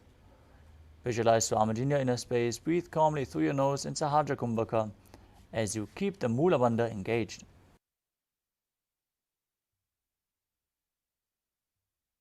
उत्तानशयनं कृत्वा अङ्गुलिभ्यः कन्दरां बद्ध्वा. Next up is Maruttanasana. As you lay on your back, lift your legs one by one, touching the ears with your knees as you keep your hands at the side of your body. Visualize Swamiji in your inner space and perform the Mula Bandha. श्रोतानवत् संस्थितिः कृत्वा जानुद्वयं पर्यायेन कर्णयोः संस्पृशेत्. The next asana is a Vrikasana. While laying on your back, place the soles of the feet flat on the ground. Stand up and sit back down while visualizing yourself as a wolf. उत्तानशयनं कृत्वा पादतलाभ्यां भूमिं धृत्वा. The next asana is Luthasana. As you lay on your back, quickly throw your legs above your head and completely roll over.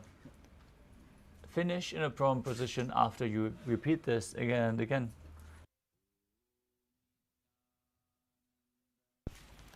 उत्तानशयनं पादौ शिरौ उल्लङ्घ्य. Now lay down flat on your stomach as you keep the hands flat by your shoulders. Contract your lips and make the sound of a flute whistling while inhaling. Visualize yourself as a chariot, carrying warriors into a battle for Dharma on your chariot back in Sarathasana. नुब्जशयनं कृत्वा नाभिं भूमौ निधाय. Next up is Dehalyulanganasana. As you place your palms on the mat in a plank position, jump your legs forward and back between your arms. Visualize yourself transcend body and mind as you perform the Mula Bandha. हस्तद्वयं बद्ध्वा तन्मध्यचरणद्वयम् उड्डानैव बहिरानीय. Next up is Chatyasana. From a standing position, bend forward and place your hands on the mat. Walk back and forth while visualizing yourself as a wise 60-year-old elephant.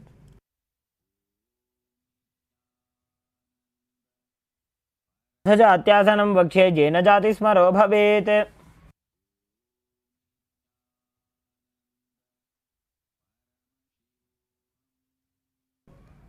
Next up is the Lolitika Karana. Stand with the knees bent, feet pointing outwards. As you bend your elbows and keep your hands at the chest level, rotating around your body. Open your chest as you lean backwards and rotate your head in all directions.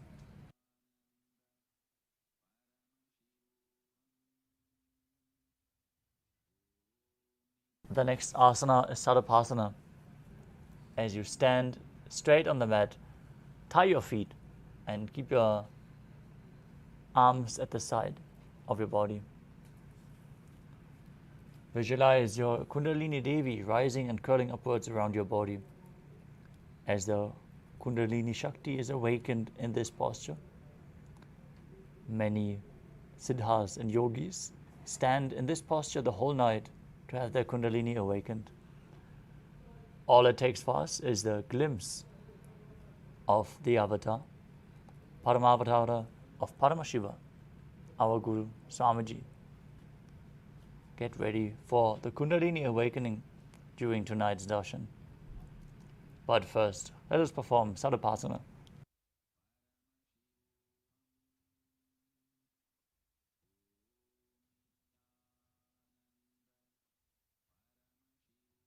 सर्पासनं वक्ष्ये वायुपाणाय केवलं शरीरं दण्डवत् तिष्ठेत् रज्जुबन्धस्तु पादयोः.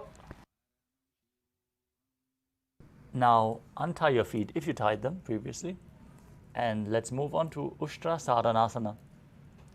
As you stand, place all fingers on the mat and then stand on your hands. Walk around on the mat while visualizing yourself as a camel.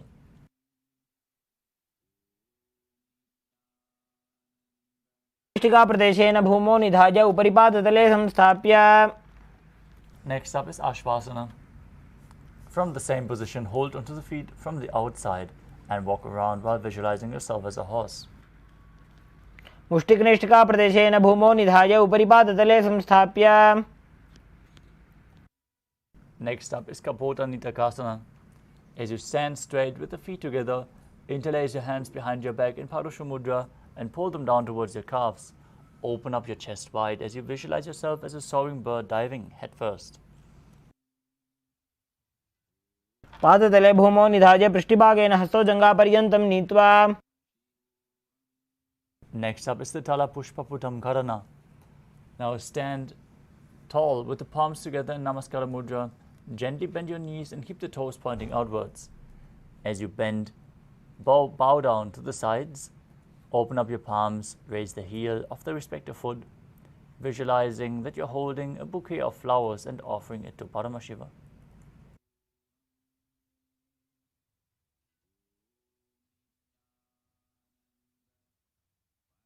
The next asana is Khadgasana.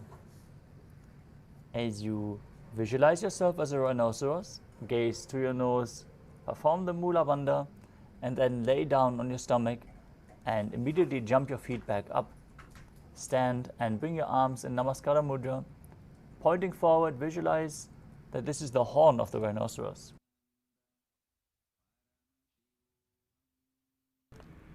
नुजसरतमासनं कृत्वा पादतलाभ्यां भूमिं धृत्वा.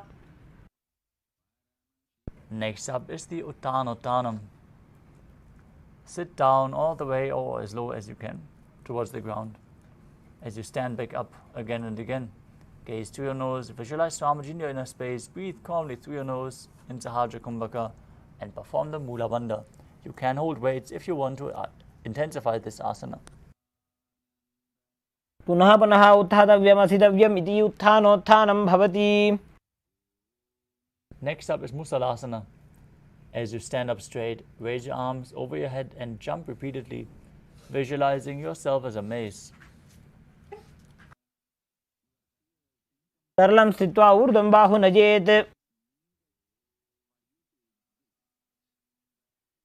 Next up is Uchir Shakasana. From a standing position, pull the sole of one foot towards your belly.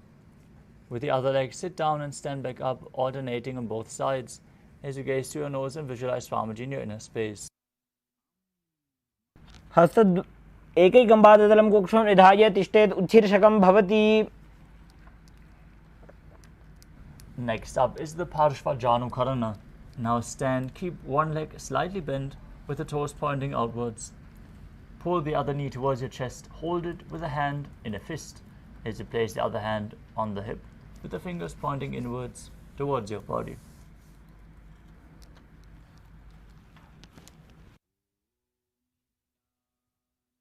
Next up is Tandavasana. You can hold weights to intensify this asana as you visualize yourself fiercely dancing as Lord Shiva. Extend your arms forward and lift one leg straight forward as you sit down and stand back up. Perform the Mula Bandha.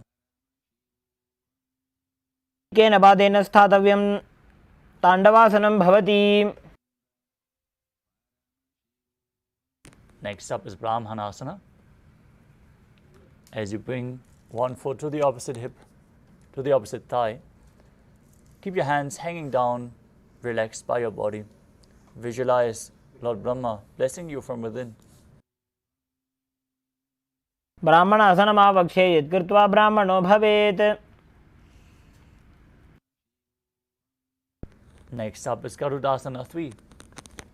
As you stand tall and wrap the left leg over the right knee, bring the toes underneath the leg, outside of the other side.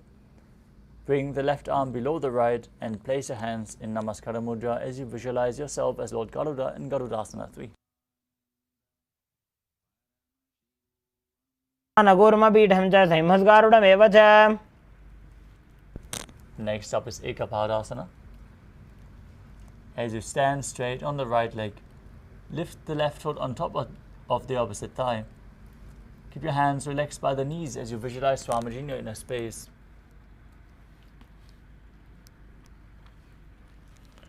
दक्षाङ्घ्रिं वामपादस्य जङ्घोपरि निधाय च. Next up is Dhruvasana, the pole star posture. Now stand on one leg and hold on to the opposite big toe. As you extend the leg out to the side, rotate your body on the standing leg, visualizing yourself as the North Pole Star.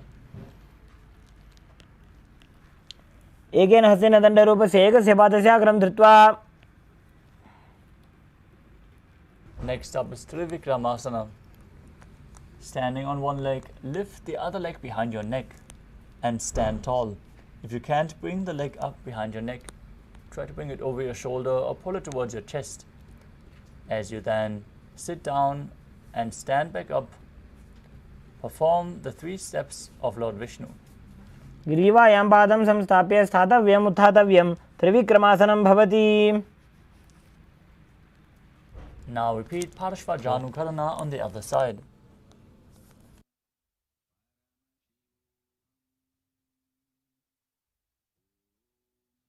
Now repeat Tandavasana on the other side. Hold weights if you want to intensify the asana as you visualize yourself fiercely dancing as Lord Shiva.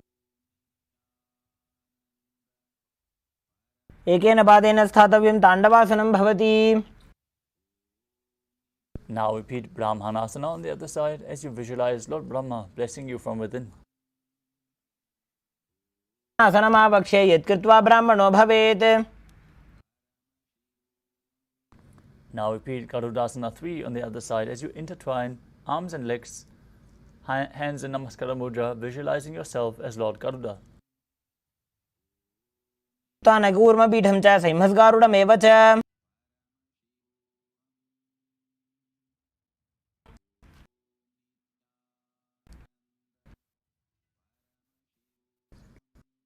Next up is Ekapadasana.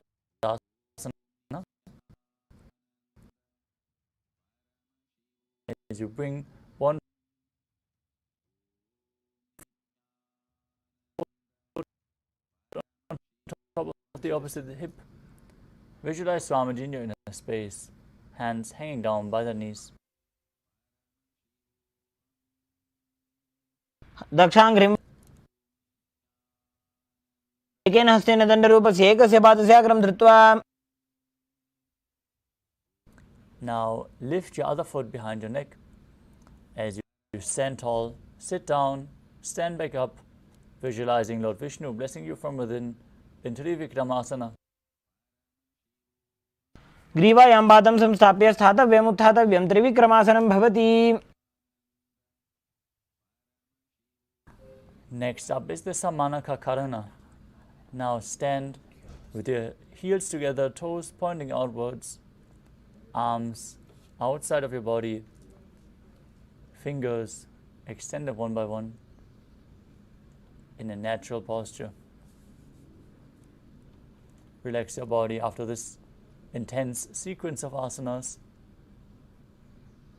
as we enter the final 100 asanas of this sequence. Starting with Gorak Anjali Asana. From a standing position, bend forward and bring both hands underneath the knees. Make a finger lock with your hands and sit in. As you let the finger lock touch your navel, visualize the great sage Goraknath, founder of the Natha Yoga Hindu Sampradaya. As you inhale deeply, hold your breath and push the prana up and down and through your limbs within your system forcefully in Jiva Chara Kumbhaka. प्रथमे बो होए बाहुरी नीच पुनि होवे. Next up is Kanchi Asana. Insert your hands between the thighs and calves and wrap them around behind your butt. Squat down, hold your hands behind in Parashva Mudra. As you keep your chest upright, visualize Swamiji in your inner space, perform the Jiva Chala Kumbhaka, engage Mula Bandha and internally chant Om Nithyananda Paramashivoham. ऊर्मध्यात् हस्तौ निवेश्य नितम्बं धृत्वा पादतलाभ्यां भूमिं वष्टभ्य तिष्ठेत् काञ्च्यासनं भवति. Next up is Bhairava Asana. As you bring your feet together, sit in a squatting posture with the heels touching your perineum. Hold your hands at the back in Parusha Mudra. Sit upright, gaze to the navel as you visualize Bhagavan Kala Bhairava, the Lord of Time.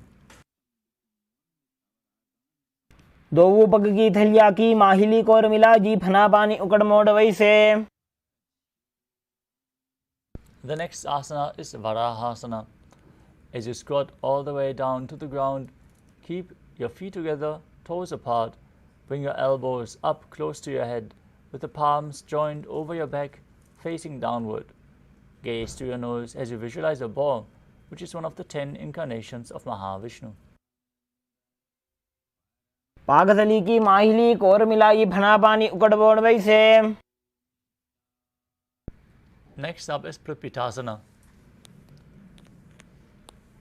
Now, with your heels touching, hold onto the big toes and bring your hips to the same level as your knees.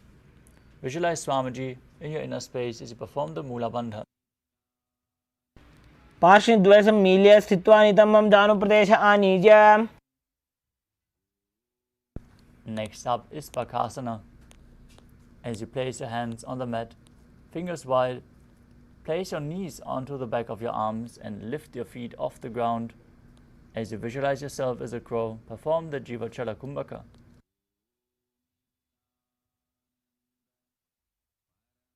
हस्ताभ्याम् अवनिमष्टभ्य जानुद्वयं नाभौ सम्मील्य. Next up is Sushtanga Kapali Asana. As you kneel down, place your head on the ground and spread your palms for support as you raise your body onto your head and cross your legs into Padmasana. Gaze to the nose, visualize Swamiji in your inner space as you perform the Mula Bandha. आसन गोगुण कपाल आछो होई. Gently lower your body back down. Come to a kneeling position. As you keep your toes touching behind your body and keep the heels outside of the hip. Hands on top of the thighs. Gaze to your nose and visualize you are sitting in the secret seat with Paramashiva and Guru in Guptasana. नोर्वरन्तरे पादौ कृत्वा पादौ च गोपयेत्. The next asana is Vrikshasana too. Now place your hands flat on the ground and walk your feet forward as you raise your body up into a handstand. You can use the support of a wall if needed, or have a partner by your side to aid you.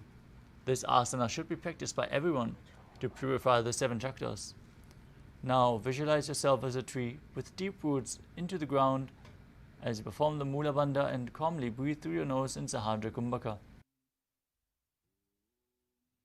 जानुर्भोरन्तरे पादौ उत्तानो व्यक्तसंस्थितौ. Next up is Shiva Asana. From the handstand position, join your hands and feet closer together. Gaze to your third eye as you visualize Tejas energy flowing to your third eye, rejuvenating your body and bringing the divine radiance to your being. दो पग जोड़ी माही Gulf मिलाए. Next up is Matsya Asana too. From the plank position, with your hands shoulder width apart, feet extended backward, lower your body down and push it back up again and again. As you visualize yourself as a fish, perform the Mula Bandha. शयनं कुर्पर पार्श्वभागाय मूर्धकृत्य. Next up is Sarvasana too. As you now lay down flat on your stomach with the toes pointing down towards the ground, place your hands on top of the hips and raise your chest to the left and right, visualizing and moving your body like a snake as you perform the Mula Bandha. निब्जशयनं कृत्वा हस्तौ नितम्बं संस्थाप्य.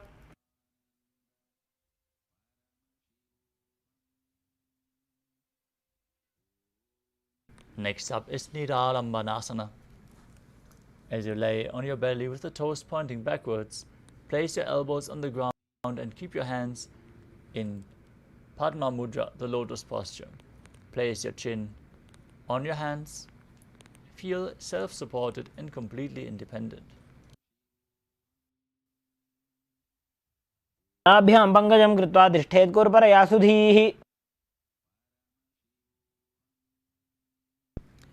Next up is, as you lie on your stomach, place your hands flat on the ground and extend your arms, lifting your chest up as you bend the knees and bring the feet up towards your upper back. Lift your chin, gaze up as you visualize yourself as an umbrella, protecting your Guru from the sun rays. स्थित्वा हस्ततलाभ्यां भूमिं वष्टभ्य.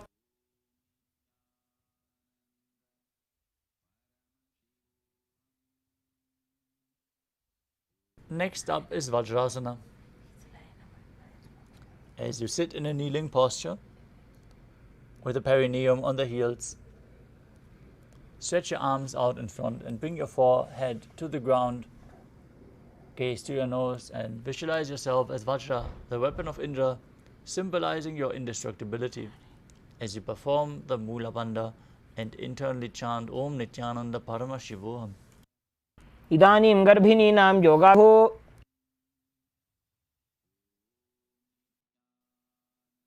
Next up is Meshasana. Now place your hands flat on the ground, shoulder width apart, and raise your hips up high. Alternate striking the ground with the one hand as you visualize yourself as powerful as a ram. गजासन संस्थितौ एकैकं बाहुं भूमौ ताडयेत्.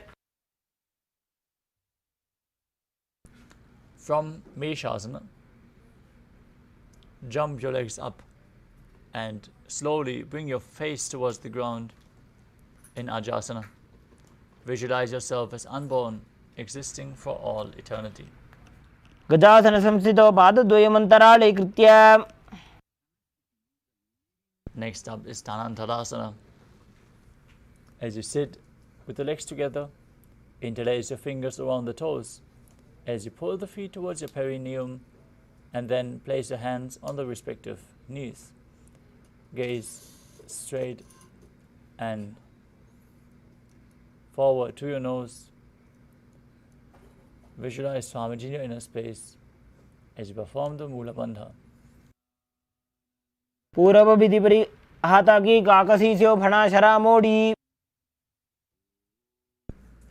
Now make an ocean-like sound with your mouth as you perform the Angamottanam.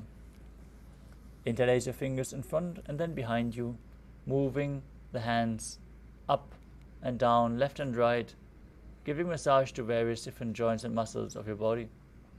Visualize Swamiji in your inner space, perform the Mula Bandha.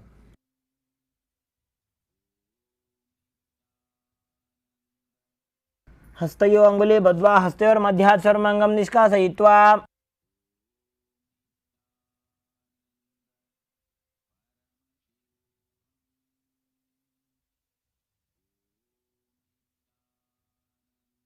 The next asana is Garudasana form. As you sit on the heels in Vajradasana, keep your feet turning out to the sides. As you keep your thighs and knees resting on the ground, your spine straight, hands on top of the knees. Visualize yourself as Lord Garuda, flying Lord Vishnu and Lakshmi on his back from the Mula Bandha. जंगोरुभ्यां धरां पीड्य स्थिरकायो द्विजानुना जानु परिकरद्वन्द्व गरुडासनमुच्यते. Next up is Ananda Mandirasana. As you sit with the legs folded back, toes pointing backwards, with the knees wide, hands holding onto the respective ankles, keep the front of your buttocks on the ground. Gaze to your third eye and visualize yourself residing in the blissful space of a temple. अथवक्षे वीरनाथ आनन्दमन्दिरासनं यत्कृत्वा अमरो धीरो भवत्येवेह साधकः.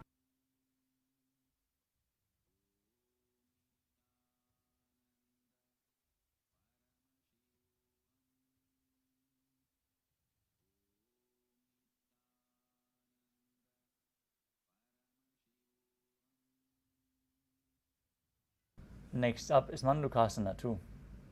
As you sit with your knees wide, feet overlapping on your ankles, place your hands under the knees and nose. Place your tongue up against the palate of your mouth in Manduki Mudra. As you visualize yourself as a frog, perform Uddiyana Bandha and Mula Bandha in Mandukasana 2. पृष्ठं सम्पीड्य गुल्फाभ्यां जान्वङ्गे सवलयाकृतिः हस्तौ पादतले क्षिप्तो मण्डूकं पाददोषहृत्. Next up is Narasimhasana. As you keep your toes on the mat, heels up and together, place your perineum on the heels. Place your palms on the ground, spread your fingers wide, keep your thumbs touching the base of your hand, touching the toes. Gaze to your nose, stick out your tongue and exhale forcefully as you visualize Narasimha, the lion man avatar.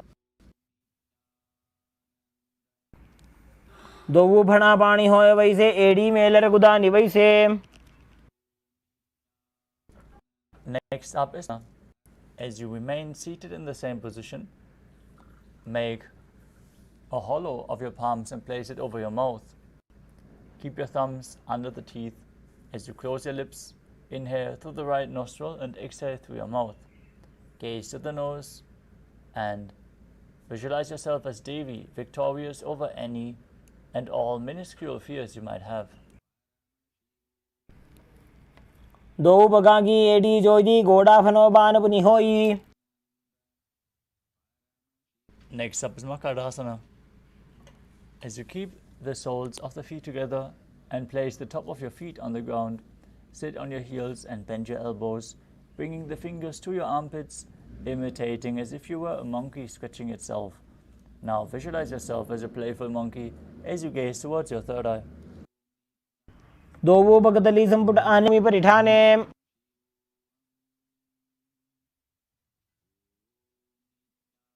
Next up is Vajrasanghasana. As you stand on your toes with the soles of the feet together, knees lifted off the ground, hold your elbows behind your back and gaze to your nose. Embody diamond-like strength for you and your Sangha, your spiritual community. प्रथम पणा पाणी होय वैसे दोवु AD गुदा निवैसे. Next up is Kanjanasana.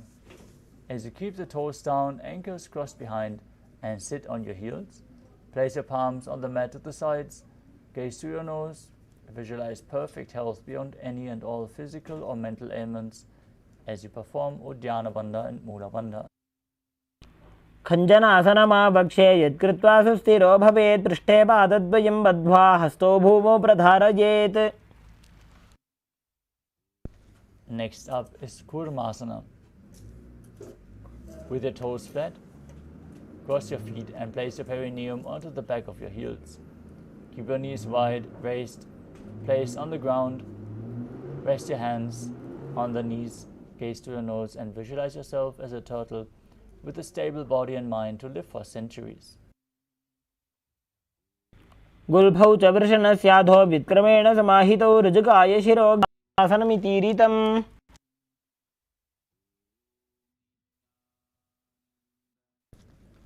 Next up is Yogasana.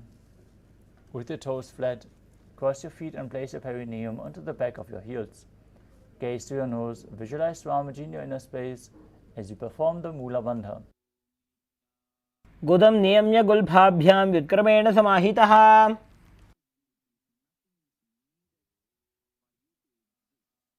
The next asana is Vijyogasana. As you stand on your knees, cross your ankles behind with the feet near the opposite knee. Hold your calves with your fingers inside and the thumbs outside as you gaze to your third eye and visualize a space of eternal oneness, Advaita, with your Guru.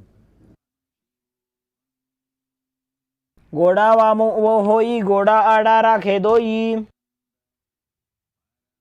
Next up is Ushtrasana 2. In a kneeling position, bend backwards and hold your ankles with your hands. As you keep your arms straight, push your hips forward as you tilt your head back. Visualize yourself as a camel as you perform the Mula Bandha. मेरुदण्डग्रन्थि दाढ्या संविपाद.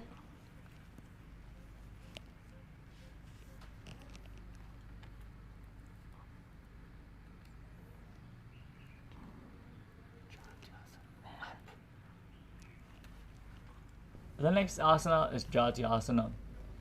With your heels together, hands on the soles of the feet, slowly lean back. Bring your elbows down to the mat, followed by the back of your head. Gaze to your nose as you experience yourself as a lotus blooming. दोऊ एडी संपुट करे 16 मूलद्वारित हृदरे. And next up is Virattasana. As you sit on the knees with the thighs and calves together, lean back and touch your back to the ground, then rise back up again and again. You can use the support of your hands if needed. As you gaze to the nose and visualize the healing and liberation of all causal subtle forms of your body. जंगा पृष्ठभूमौ निधाय जंगोदरयोः ऊर्णी संस्थाप्य. The next asana is Kapotasana. From Virattasana, raise your hips up higher. Place your forearms on the mat and hold the back of your heels. As you bring your head in between the feet, visualize yourself as a beautiful dove. मेरुदण्डग्रन्थि दाढ्या संविपादयिषु पुमान्. Next up is Vara. As you stand upright on your knees, with the toes tucked, hold your arms with opposite hands. Gaze to your nose as you enter the boon-fulfilling posture. Receive your boon from Paramashiva as you internally chant the Mahavakya Om Nithyananda Paramashivoham. जानुनी भूमौ संस्थाप्य हस्ताभ्यां बाहु परस्परं धृत्वा. Next up is Varahasana 2. As you keep your knees together and the toes tucked, lean forward and bring your elbows to the mat. As you hold your head with your hands, rest your head on your hands and place your butt on the heels as you visualize yourself as Varaha, the boar avatar of Lord Vishnu. सूर्यं चन्द्रं भेदनानि आसनानि निकथ्यते.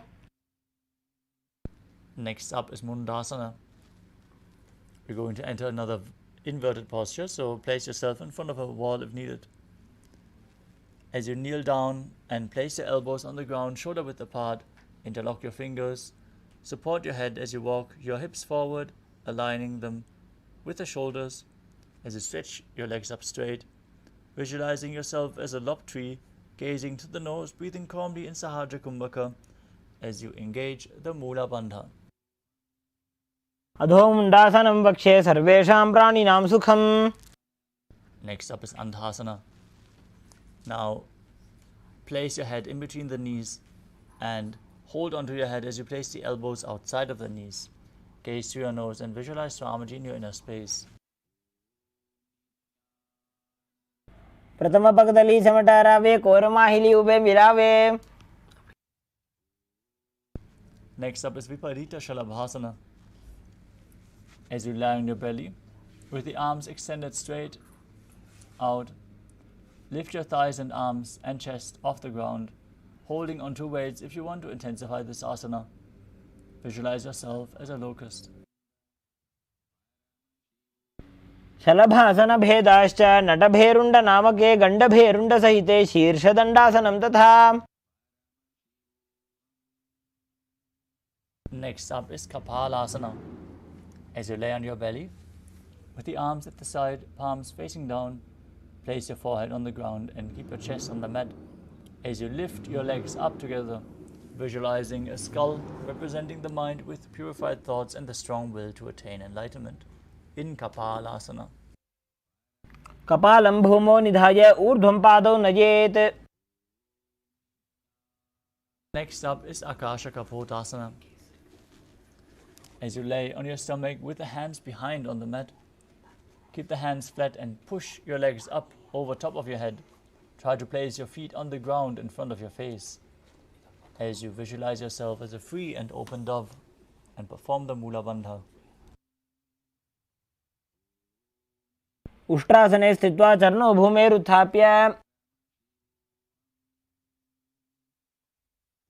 Next up is Chatakasana. As you sit on the knees, bring your chest down so your navel touches the knees. Hands flat on the mat in front, forearms on the ground. Be sturdy as you visualize yourself as a sparrow. कूर्पपर्यन्तौ हस्तौ धरामोष्टभ्याम्.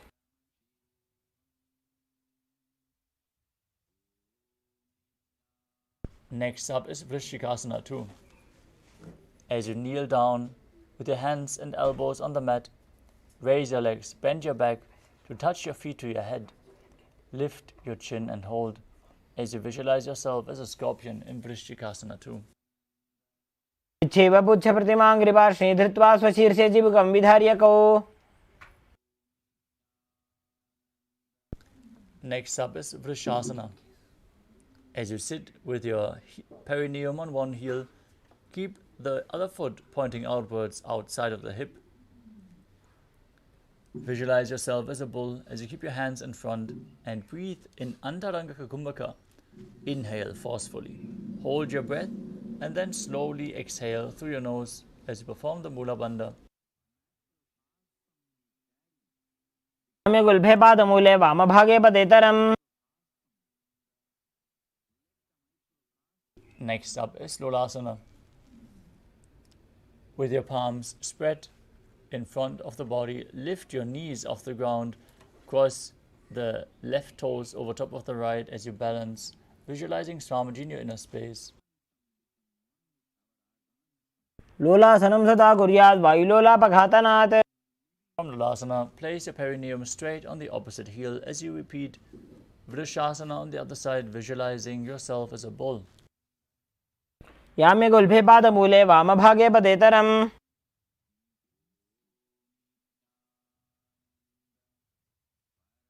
Next up is Bala Gunasana. Now place the toes of the left foot to the ground as you sit down on the left heel. Keep the right foot flat in front with the knee raised towards your chest, hands on the respective knees, spine straight. Visualize Bala Gunahai, which is one of the 84 asanas, 84 siddhas, and gaze forward in Vaishnavi Mudra without focusing on any of the external objects. Only focus on the object within.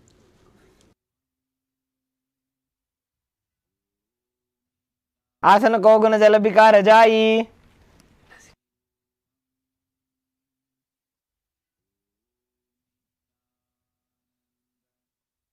Next up is Grahasana.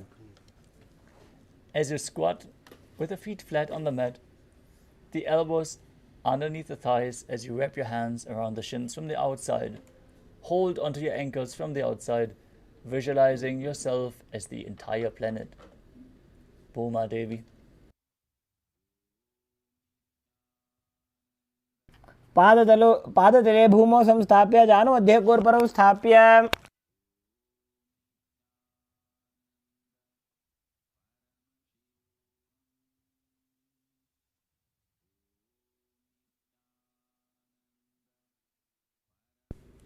Next, repeat Balagunasana on the other side. As you place the right toes down, sit down on the right heel. Keep the left foot flat with the knee raised towards your chest, hands on the knees, visualizing Balagunahai in your inner space. आसन को गुण जल विकार जाई. The next asana is Utkatasana. You can hold on to weights if you want to intensify this asana. As you sit, as you squat on your toes with the heels up, knees off the mat, perineum on the heels, hands on the respective knees. Keep your spine straight. Visualize Swamiji in your inner space as you perform the Mula Bandha. युजास्पिजोस्ति यत ऊर्वजानो यत्रासने पादतलद्वयोपरि. Next up is Vajra Sangharasana 2. As you sit on the toes with the perineum on the heels, the soles together, keep your knees wide and lift them off the ground. Hold onto the opposite elbows behind your bed as you visualize Swamiji in your inner space. प्रथम प्रणापाणी होए जैसे दो एड़ी गुदानी वैसे.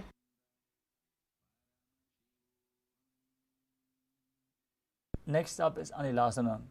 Now squat or sit with the feet hip width apart. Place your palms flat on the ground and step your heels onto your hands. Keep your arms straight.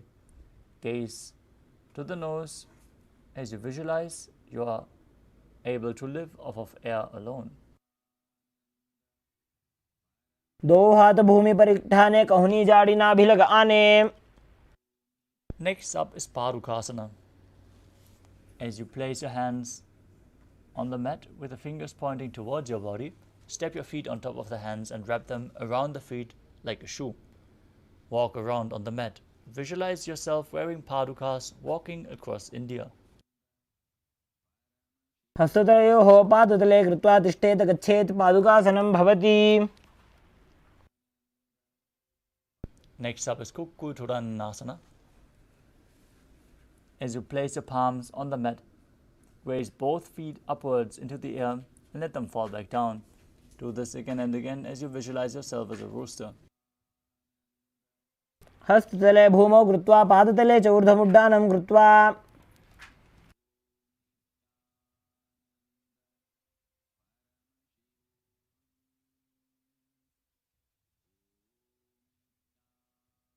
Next up is Viparita Nrityasana. As you place your hands on the mat, raise your legs upwards into a handstand and move around on two hands dancing. As you feel yourself become free of all inhibitions, breathe calmly through your nose in Sahadra Kumbhaka.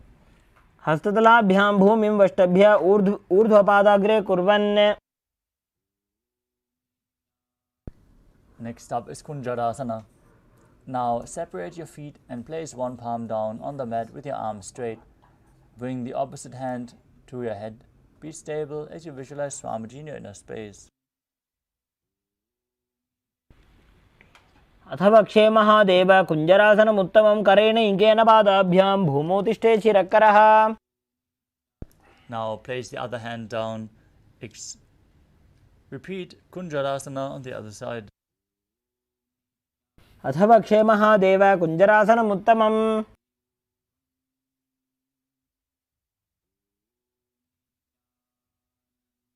Next up is Kadambasana. As you sit on the ground with your feet flat, heels close to your body, hold the opposite ankles with your hands as you lift your feet off the ground. Visualize yourself as a Kadamba tree, a pious tree that promotes a long life. पार्श्विभ्यां भूमिं वष्टभ्य हस्तद्वयेन गुल्फौ धृत्वा.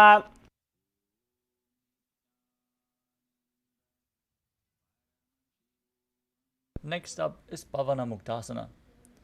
As you sit with your heels at the perineum, hold your knees with opposite hands and pull them close to your chest.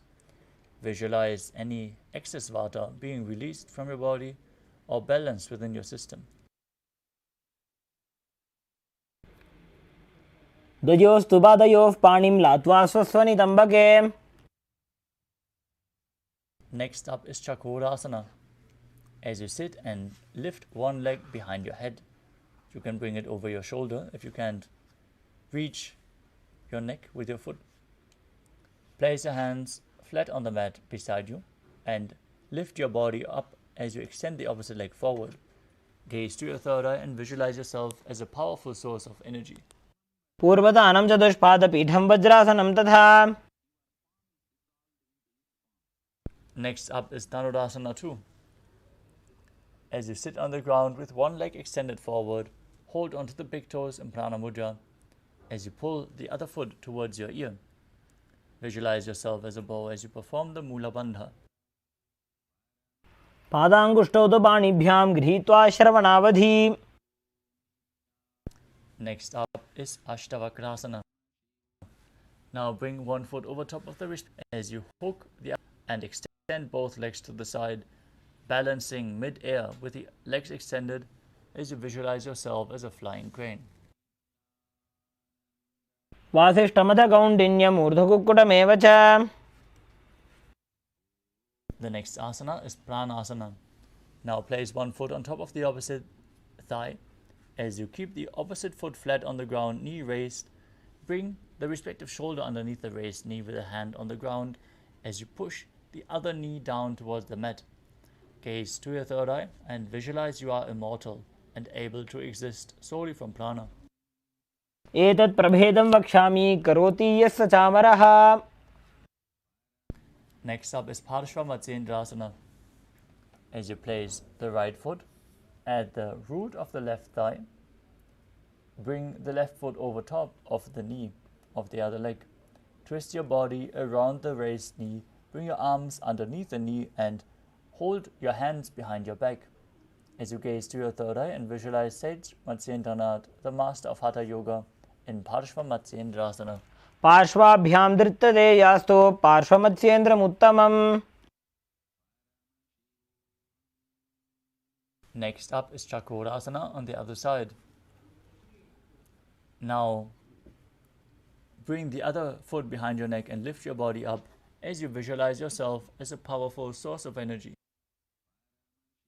पूर्वदानं चतुष्पादपीठं वज्रासनं तथा. Now repeat Dhanurasana 2 on the other side, pulling the other foot behind towards your ear, holding onto the big toes in Prana Mudra, visualizing yourself as a bow. पादाङ्गुष्ठौ तु पाणिभ्यां गृहीत्वा श्रवणावधि. Now repeat Ashtavakrasana on the other side as you bring the other foot over top of the respective shoulder, hooking the opposite foot over top, extending both legs to the side, balancing mid-air as you visualize yourself as a flying crane. वासिष्ठमथ कौण्डिन्यम् ऊर्ध्वकुक्कुटमेव च. Now repeat Pranasana on the other side as you bring the other foot over top of the opposite thigh, pushing the knee down, shoulder underneath the raised knee, as you visualize you're immortal and able to exist solely from prana. एतत् प्रभेदं वक्ष्यामि करोति यस्य चामरः. Next up is Parshvamatyendrasana on the other side. Bring your arm underneath the raised knee. As you twist your body, gaze to your third eye and visualize Sage Matsyendranath. पार्श्वाभ्यां धृत्यते यास्तु पार्श्वमत्स्येन्द्रमुत्तमम्. Next up is Ardha Paschimottanasana. Extend one leg forward as you bring the other heel against the perineum. Lean forward and down, hold onto the front foot as in Paschimottanasana. Visualize Swamiji in your inner space and perform the Jivachala Kumbhaka, moving the retained prana up and down within your system and throughout your limbs as you inhale and hold your breath. एकं पादं प्रसार्य एकं पादस्य पार्श्वनासीवनी सम्पीड्य. Next up is Kraunchasana. Now bring one foot outside of the respective hip as you hold onto the other foot and extend it up in front of your face, keeping the knees straight and visualizing yourself as a crane. उत्तानपादं क्रौञ्चं च मरीचिं वीरभद्रकम्. Now repeat Ardha Paschimottanasana on the other side as you press the other perineum, other heel against the perineum, and lean forward holding onto the foot. वासिष्ठमदकौण्डिन्यम् ऊर्ध्वकुक्कुटमेव च. Now repeat Kraunchasana on the other side, bringing the other foot outside of the hip and extending the opposite leg straight up in front of your face, visualizing yourself as a crane. उत्तानपादं क्रौञ्चं च मरीचिं वीरभद्रकम्. Next up is Swastikasana. Now sit with the soles of the feet in between the thighs and calves. Keep your spine straight, the palms resting on the knees as you gaze to your nose and embody peace, well-being, good fortune and prosperity, visualizing a swastika.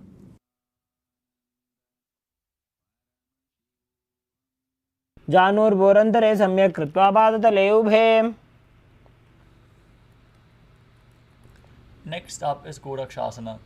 Maintain the same posture, but cover your heels with your hands as you gaze to the nose and visualize the great sage Goraknath, founder of the Natha Yoga Hindu Sampradaya, as you perform Jalandhara Bandha and Mula Bandha.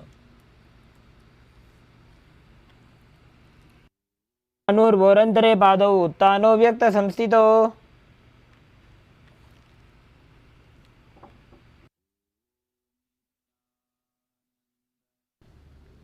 Next up is Bhagasana 2. As you sit with the left heel against the perineum and the right foot on the left thigh,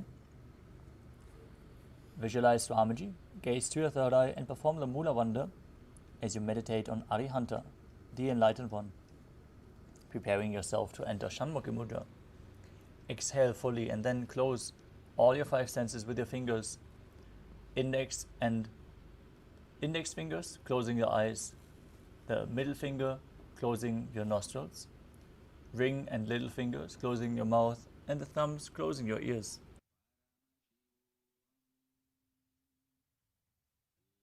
वामपार्श्वमुखं संस्थाप्य दक्षाङ्घ्रिवामजघने.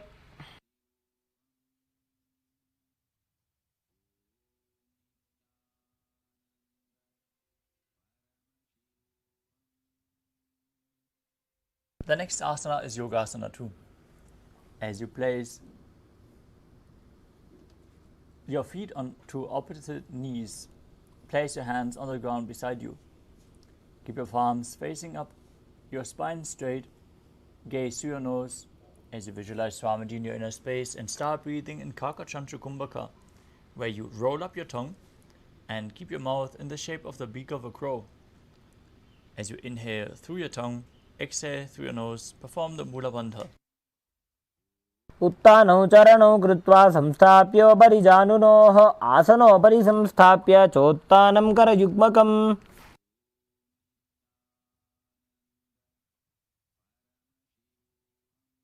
Next up is Urdhva Kukutasana. From Padmasana, place your palms flat on the mat and push your body up, balance above the mat as you visualize yourself as a rooster, engaging the Mula Bandha.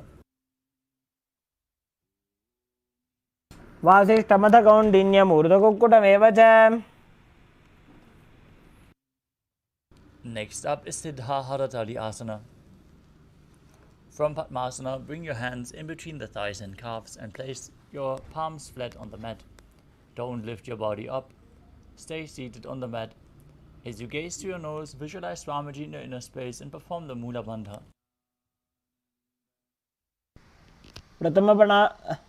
प्रथमपद्मासन कोकरे हस्तुदो भूगोडासन निधरे. Next up is Hamsasana. From the same position, push your body up off the mat as you gaze to your nose and visualize yourself as an elegant swan. Perform the Mula Bandha as you do so. कुक्कुटासनं स्थित्वा स्कन्दपर्यन्तं ऊरूनि नीत्वा.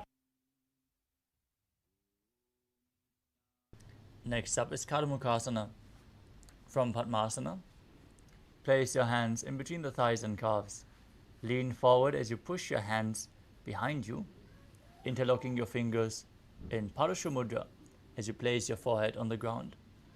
Visualize yourself as Pinaka, Lord Shiva's bow, as you perform the Mula Bandha.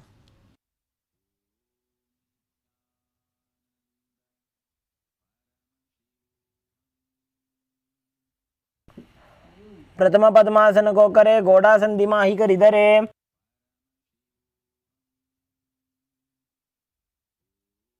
Next up is Kurmasana too. From Padmasana, insert both hands through the thighs and calves. Lift your knees, bend your elbows, and hold onto the respective shoulders with your hands. Visualize yourself as a turtle, having a stable body and mind to live for hundreds of years.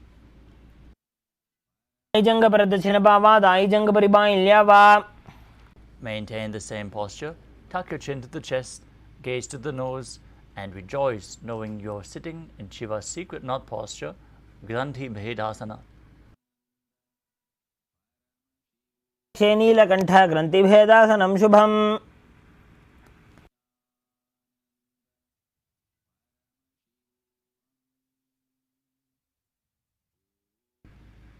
Next up is Uttana Kurmasana.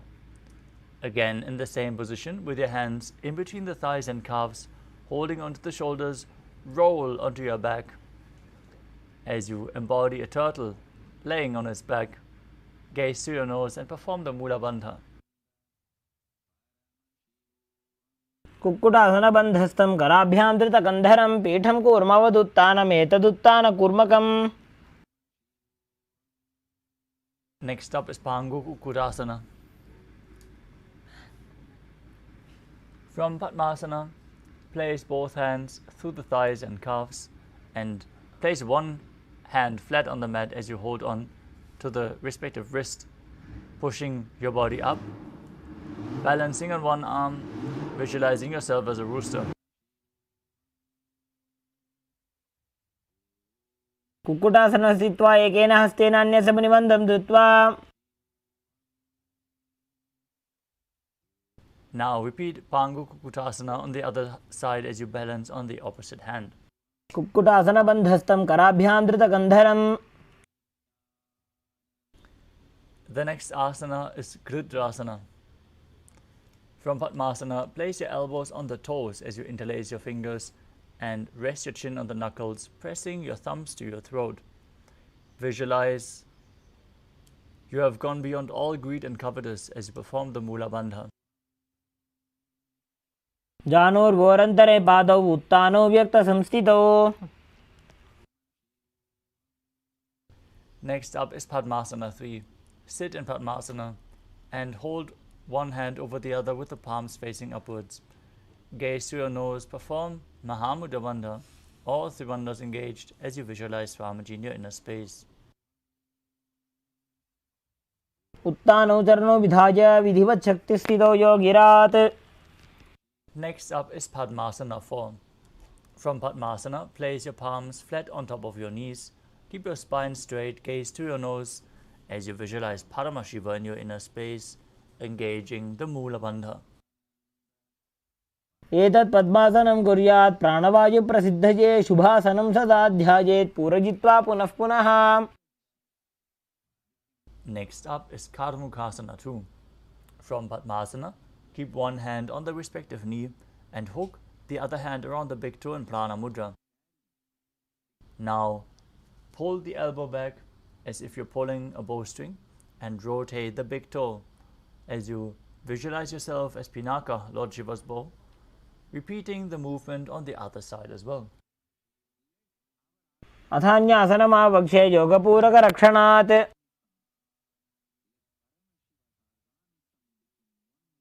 Next up is Karmukhasana 3. From Padmasana, cross your arms behind your back and hold on to the respective big toes. In Prana Mudra, gaze to your nose. Visualize yourself as Lord Shiva's bow. As you engage all three bandhas, keep breathing in Kakachantra Kumbhaka.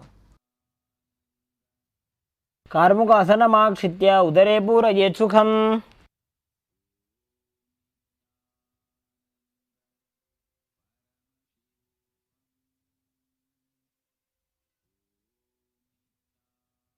Next up is Diridhasana. Maintain Karmukasana 3. Lift your chest up and gaze to your third eye. As you visualize yourself as the action of Paramashiva's third eye, destroying anything you come across. Perform the Mula Bandha. अमुपरि स्थाप्य पादयुग्मं प्रयत्नतः. Next up is Nagrasana. From Karmakasana 3, roll onto your back. Keep your arms crossed behind you and hold onto the big toes if you can. As you gaze to your nose and visualize yourself as a snake. Breathe calmly through your nose in Sahadra Kumbhaka as you do so. प्रथम पद्मासन कोठाने दो हाथ पाछाने आने. Next up is Kandukasana.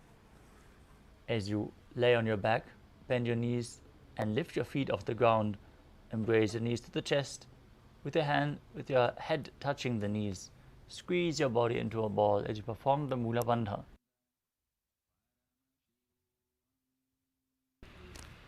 वेत्रासने स्थित्वा हस्तपादान् निष्कुष्य ऊर्ध्वं नयेत्. Next up is Urdhva Pavanasana. As you lay on your back, keep the feet flat, knees raised, hands interlocked underneath your neck. Gaze to your nose as you visualize Swamiji in your inner space. Breathe calmly through your nose in Sahadra Kumbhaka and perform the Mula Bandha. प्रथमे सूधो San करावे घोड़ा उभा राशि मिलावे. Next up is Malakata Pitasana. As you lie on your back, bend your knees and keep your feet flat on the mat as you place the upturned palms underneath the heels and raise your hips up. As you contract the perineal region, push your hips forward, tuck your chin to the chest, lock your throat as you exhale in Mudra Kumbhaka, keeping Jalandhara Bandha engaged. Visualize yourself as a powerful alpha ape. उत्तानशयनं पादतले उत्तानहस्तयोः स्थापयेत्. Next up is Uttana Shikhipitaka. As you lie supine and raise your hips up, support your hips with your hands, elbows placed on the mat, bearing the weight of your body. As you extend your legs straight, tuck your chin to the chest, contract the perineal region, gaze to your nose as you visualize Swamiji in your inner space. जङ्घोरुबलहीनश्चेत् उत्तानशिखिपीठकम्. Next up is Narakasana. As you lie on your back, raise your hips and legs up and keep the toes pointing up straight. As you keep your hands flat on the mat, visualize yourself blissfully traversing through Narakaloka unscathed. ग्रीवाकण्ठेन भूमिं विष्टम्भ पादाग्रद्वयमूर्धमुत्रजेत्. Next up is Tiryan Naukasana.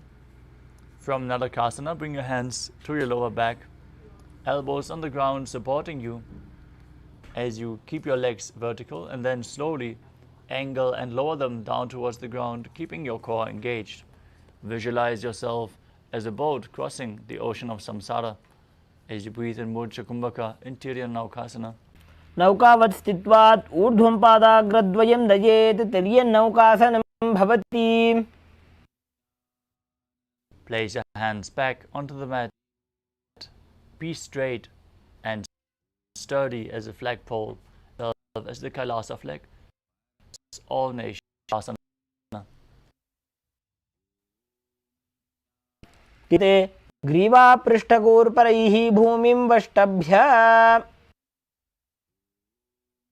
Now lay down on your back in the final asana of this sequence, Mritasana. Keep your hands at the side of your hips, palms facing up. As you perform the Shakti Chalan Mudra. push and pull the Kundalini Shakti upwards along your spine from Muladhara to Sahasrara Chakra. Unclutch from any micro movements of the body and mind. Be completely still as you visualize that your body is dead and Swamiji is liberating you. Internally chant the Mahavakyam, Om Nithyananda Paramashivoham. उत्तानं शववद्भूमौ शयनं तोषवासनं शवासनं श्रमहरं चित्तविश्रान्तिकारणम्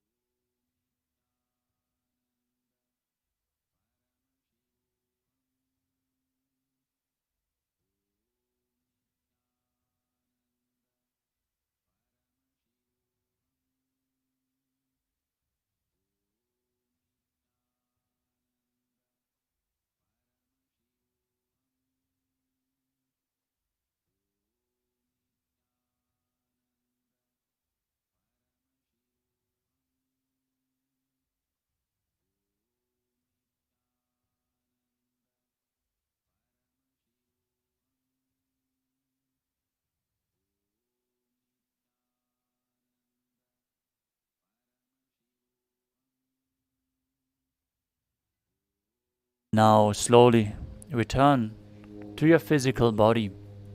Start to wiggle your fingers and toes, your wrists and your ankles, your elbows and your knees.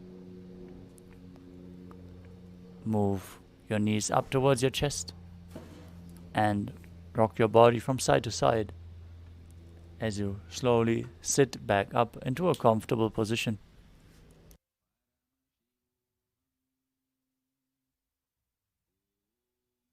Congratulations, you completed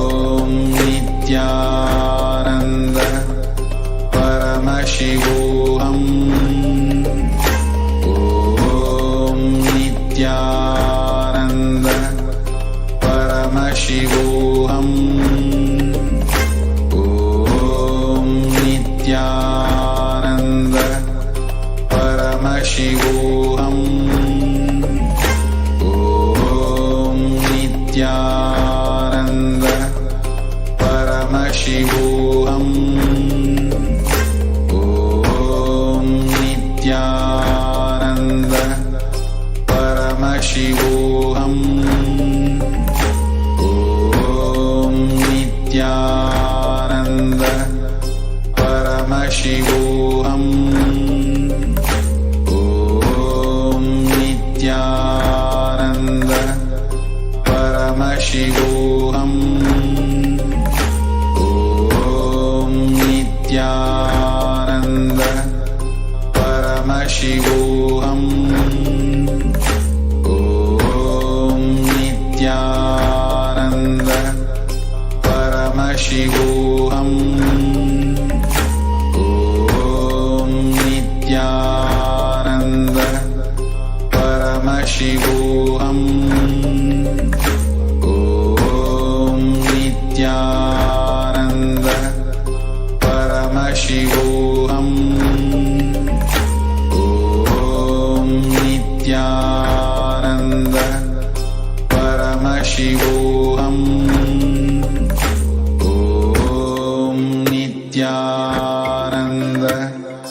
Paramashivoham. Om Nithyananda Paramashivoham. Om Nithyananda Paramashivoham. Om Nithyananda Paramashivoham. Om Nithyananda Paramashivoham. Om Nithyananda Paramashivoham. Om Nithyananda Paramashivoham. Om Nithyananda Paramashivoham. Om Nithyananda Paramashivoham. Om Nithyananda Paramashivoham. Om Nithyananda Paramashivoham.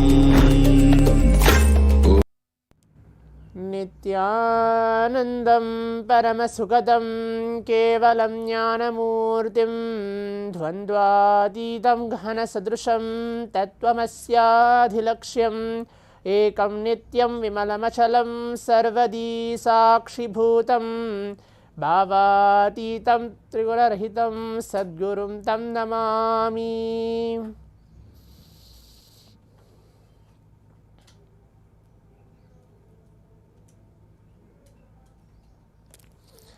Nithyanandam, I welcome all the Paramashivoham participants who are being seated with us across different Zoom rooms, watching us for this exciting 20 minutes of power manifestation right after the Nityananda Yoga, the performance of the 308 asanas blessed by the Supreme Pontiff of Hinduism. Now, we'll be entering to the 21 minutes of power manifestation. We're going to be looking into the power manifestation of third eye.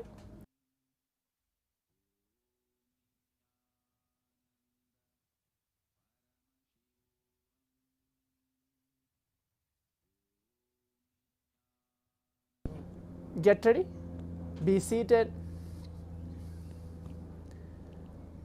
We're going to be manifesting the power of third eye awakening today, reading and seeing with our eyes completely blindfolded.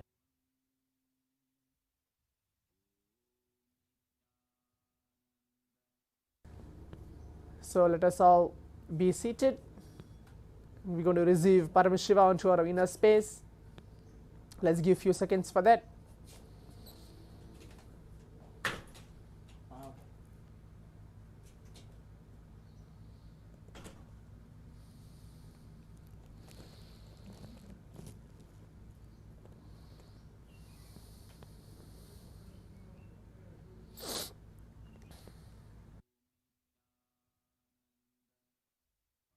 Please bring your eye bands, pen and paper, and please be seated. If you don't have an eye band, something to blindfold yourself as well. Please bring that and please be seated. we're going to be entering to the power manifestation.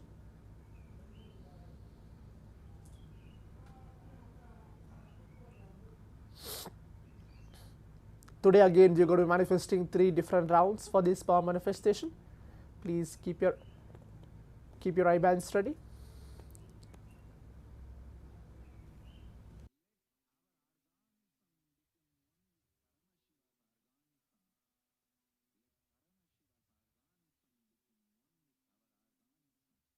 Today in the Shastra Pramana, I'm going to be reciting for this power manifestation of this power of third eye, and then we'll be entering to the direct power manifestation.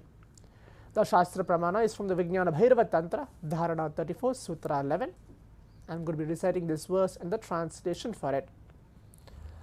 Kapalantarmano nyasya tishthanmilitalochanaha kramena manaso dhadyad lakshayed lakshamuttamam. The translation goes, by fixing the mind on inner space within the crown center and sitting stably without any movement, having your eyes closed in succession, by that stability of the mind and inner space, through the power of the third eye, one directly sees the ultimate goal, Lakshyam, by having vision beyond the sight that reveals any object or place, attaining the space of oneness with the source, Paramashiva himself.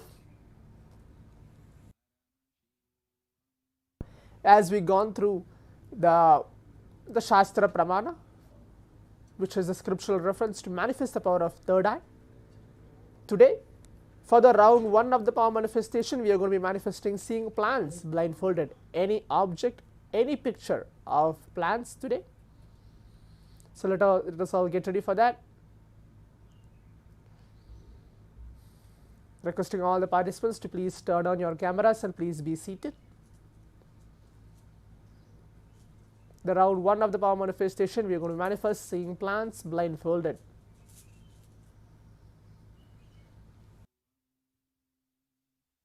Now please put on your eye bands. Visualize Paramashiva. Please wear your eye bands.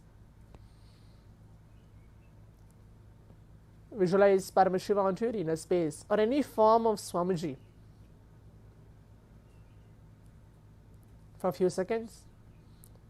Please close your eyes. We're going to be starting the round 1 of the power manifestation.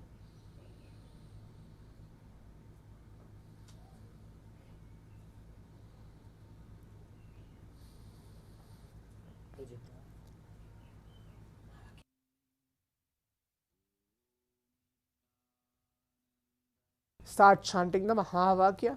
Om Nithyananda Paramashivoham. Om Nithyananda Paramashivoham. Om Nithyananda Paramashivoham. Keep your eyes closed. As now we are beginning the round 1 of the power manifestation, seeing plants blindfolded. Keep your eyes closed. We have 3 minutes for this round of power manifestation.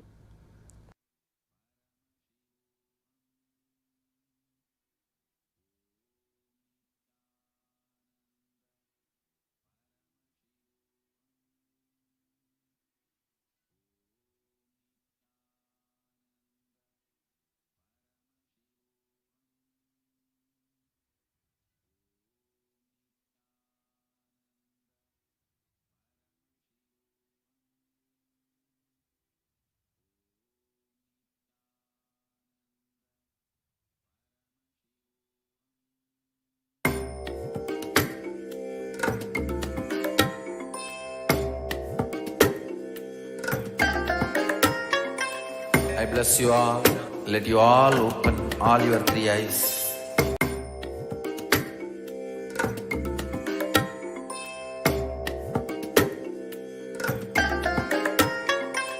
I bless you all. Let you all open all your 3 eyes and manifest the powers of Mahasadashiva. Om Nithyananda Paramashivoham. Om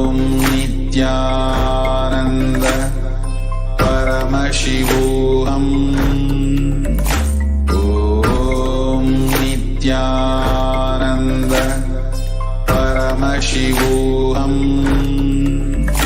Om Nithyananda Paramashivoham. Om Nithyananda Paramashivoham. Om Nithyananda Paramashivoham. Om Nithyananda Paramashivoham. Om Nithyananda Paramashivoham. Om Nithyananda Paramashivoham. Om Nithyananda Paramashivoham. Om Nithyananda. Yes. Now requesting all the participants, we can relax and take off your eyebands. Please open your eyes. Please open your eyes. Now let's take few minutes of our time going ahead and typing out our answers on the Zoom chat, telling what was revealed to you through your third eye. Please type out your answers as well. I can see many participants here. Daniel Bhatyar, Pawan K, and everybody else. Please type out your answers. What was revealed to you through your third eye for this round 1 of the power manifestation?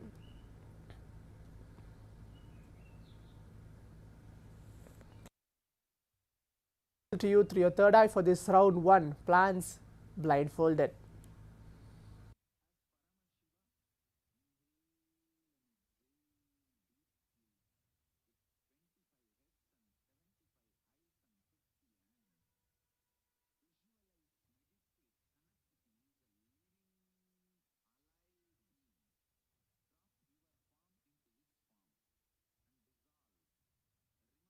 Please type out your answers on the Zoom chat, telling what was revealed to you through your third eye for this round 1.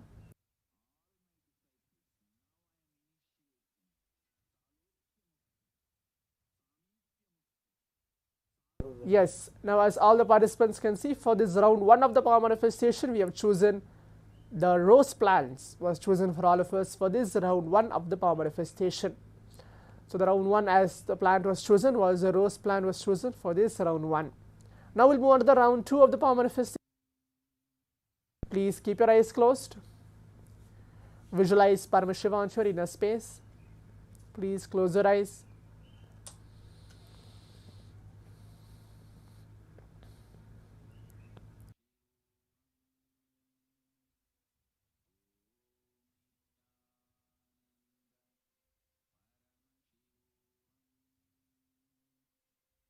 For the round 2 of the power manifestation, it's not going to be plants, it's going to be different altogether. It's going to be from the category of fruits for this round 2. So seeing what is a fruit which is getting revealed to all of us through our third eye. The round 2 of the power manifestation will be that. Please keep your eyes closed. Start chanting the Mahavakya.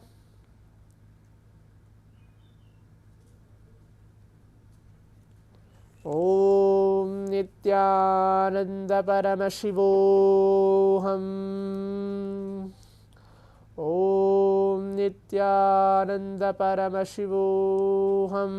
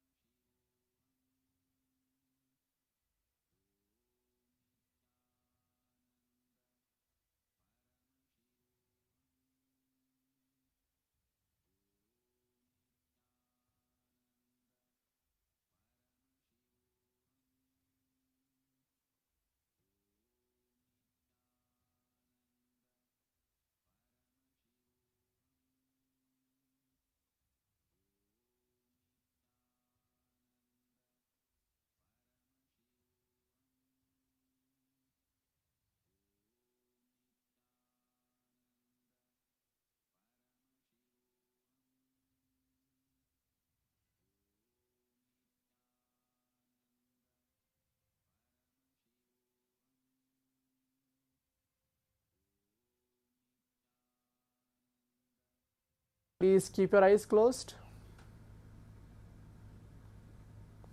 As we are seeing fruits blindfolded.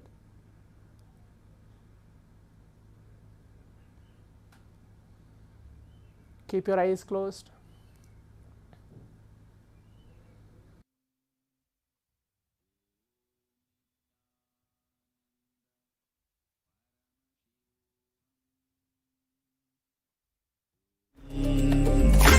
Om Nithyananda Paramashivoham. Om Nithyananda Paramashivoham. Om Nithyananda Paramashivoham. Om Nithyananda Paramashivoham.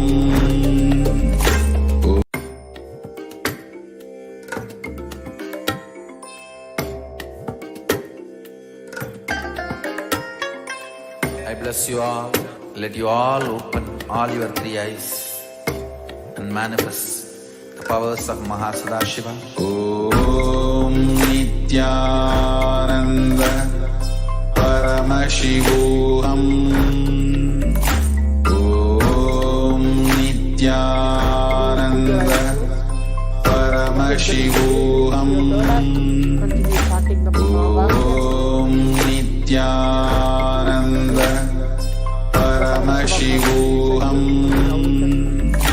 Om Nithyananda Paramashivoham. Om Nithyananda Paramashivoham. Om Nithyananda Paramashivoham. Om Nithyananda. Paramashivoham. Om Nithyananda Paramashivoham. Om Nithyananda Paramashivoham. Om Nithyananda Paramashivoham. Om Nithyananda Paramashivoham. Om Nithyananda Paramashivoham. Om Nithyananda Paramashivoham. Om Nithyananda Paramashivoham. Om Nithyananda. Now requesting all the participants, we can take a few minutes of our time. Please relax and take off your eye bands. Please open your eyes. Some of the participant is putting a message, the audio is not audible. If it's audible, you can leave a message telling yes, it's audible now. Requesting all the participants even for that. Sorry for the technical glitch. If my audio is audible for all the participants across different Zoom rooms, you can leave the message telling yes. Okay, now we'll move on to the next step of the power manifestation, is taking a few minutes of our time, leaving our answers on the Zoom chat, what was revealed to you through the third eye for this round 2 of the power manifestation. Please type out the answers as well. Zach Meadow, is it audible? My audio is audible. Please respond for that as well. Tirthurupaya Pavan K. Ayya, Danyar Batiria, please go ahead and put the message.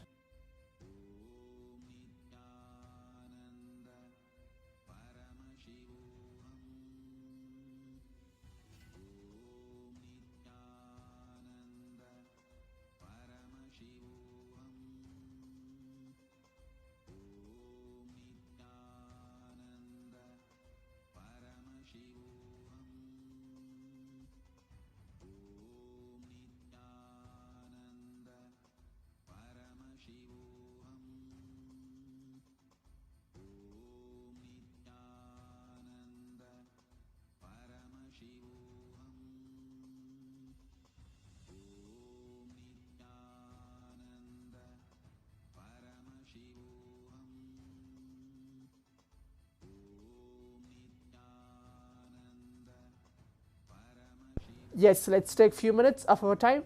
Please type out your answers on the Zoom chat, telling what was revealed to you for the round 2 of the power manifestation.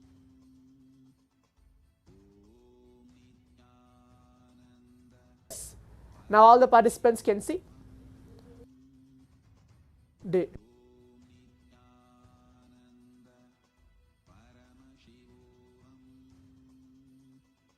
The round 2 of the power manifestation was chosen for all of us was apple for this round 2 of the power manifestation. Yes, all of us can see for this round 2 of the power manifestation is apple chosen for all of us.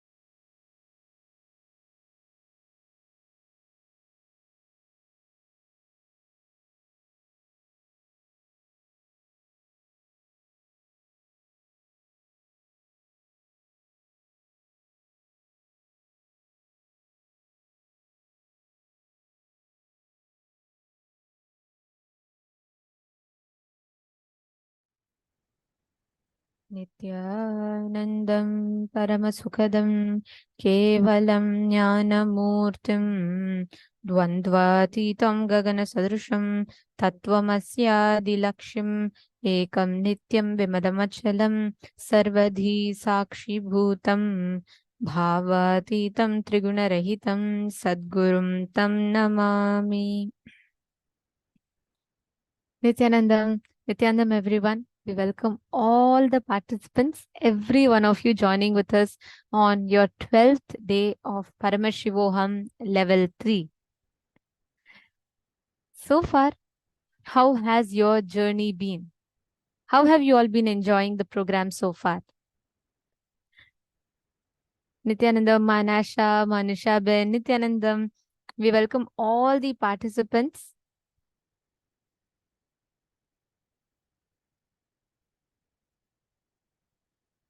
Nityanandam, Ma Hedi Shlak, Ma Geeta Devi, Ma Irene Lemos, Nityanandam.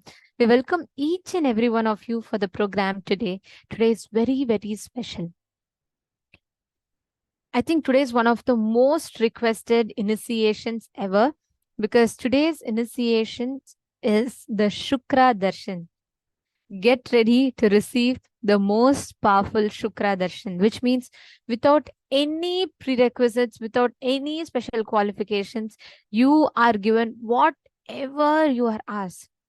You are showered for it. Today is one of the most favorite days, the most loved days, because it is today that we learn about Guru. We learn who Guru is. What does Guru represent? What does he stand for? How do we establish feeling connection with the Guru? And how can we experience that intense feeling connection with the Guru? And how do we benefit from that? How can we experience, offer gratitude for all that the Guru has done to us in our lives?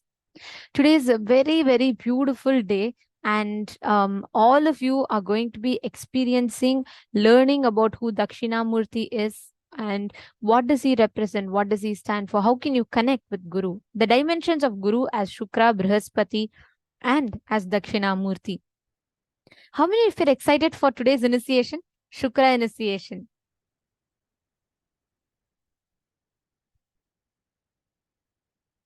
How many of you are excited about receiving the Shukra initiation?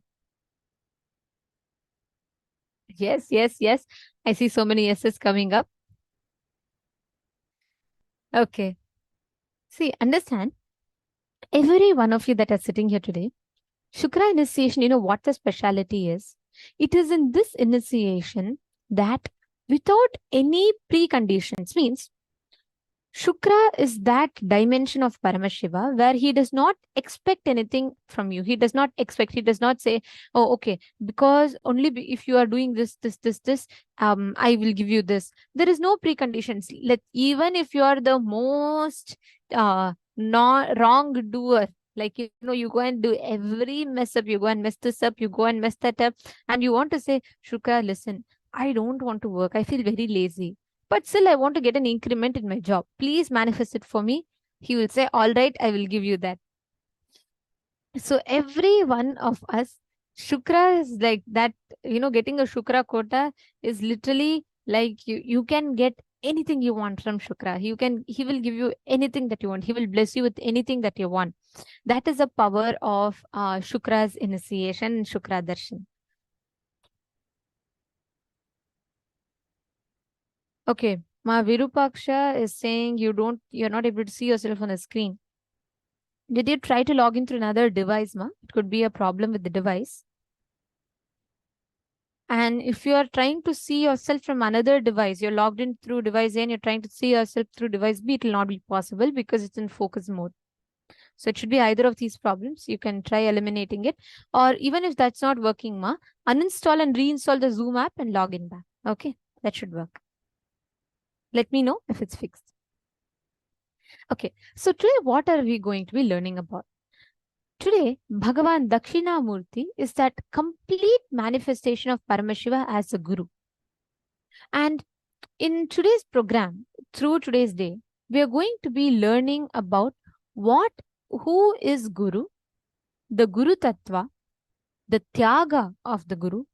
We're going to be learning about the God particle, We're going to be learning about who Dakshinamurti is. We're going to be learning about Janaloka. We're going to be learning about Sarvajñatva, Guru Tattva. We're going to be learning about all of these extraordinary aspects. So now, first thing, let us understand about what is Janaloka, the parallel universe of Janaloka.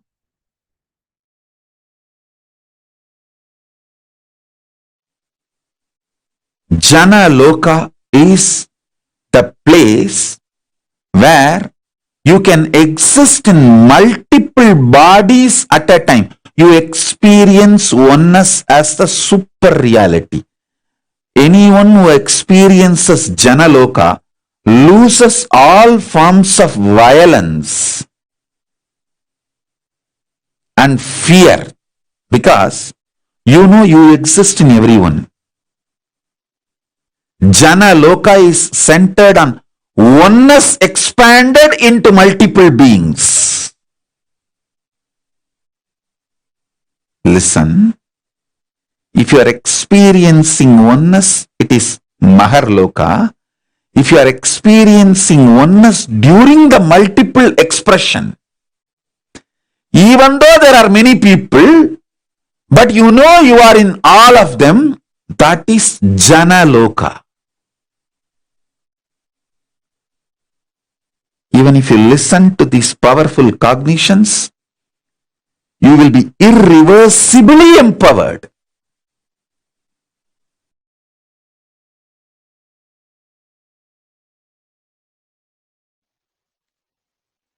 Oneness,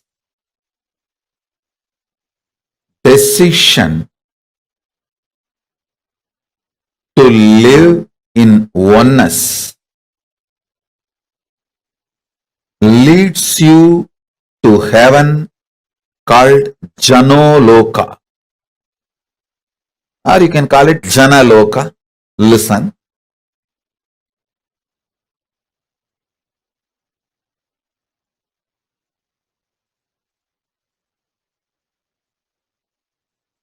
I'll give you this example. If you feel you should be given food with love, compassion, do same to others. If you feel, even if you feel like taking marijuana, cocaine, drugs, alcohol, people around you should be ferocious and not to give you that, protect you. Do the same to others. If you feel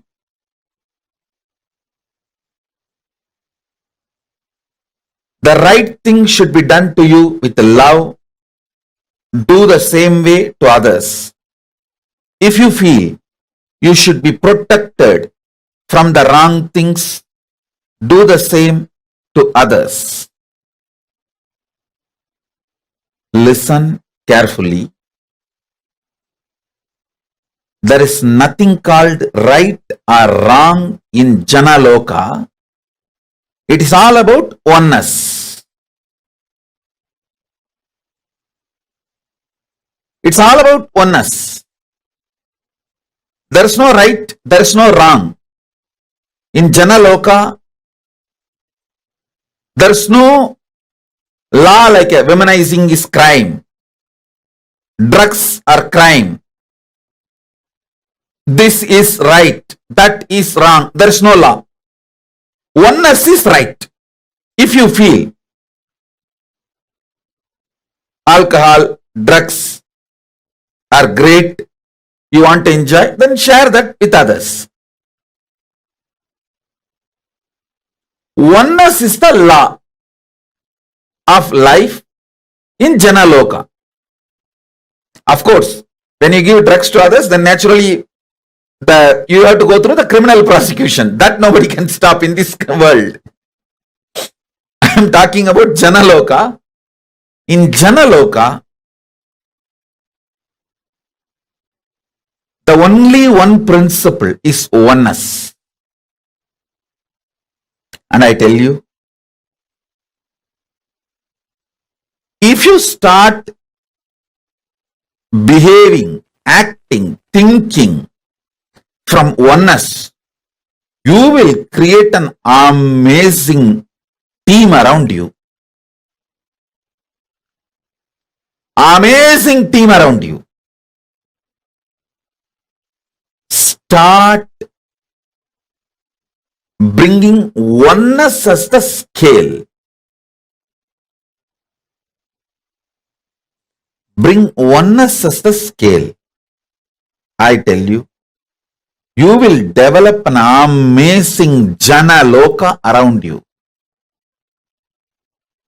Amazing Jana Loka around you.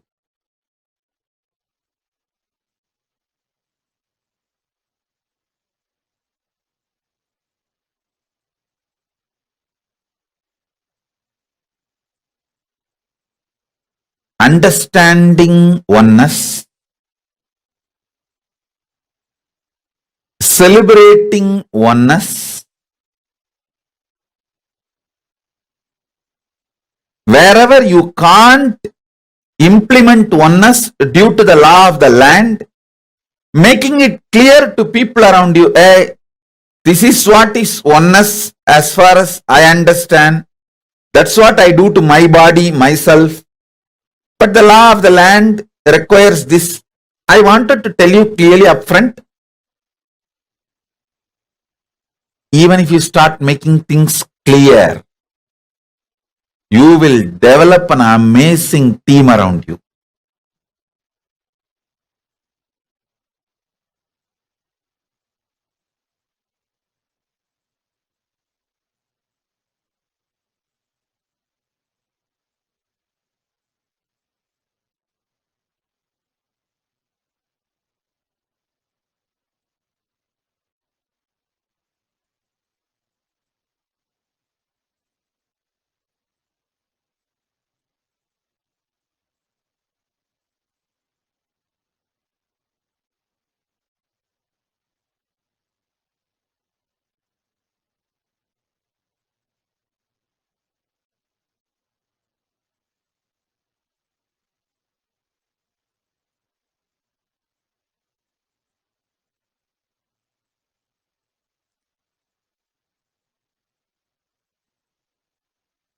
Implementing oneness as core strategy of your existence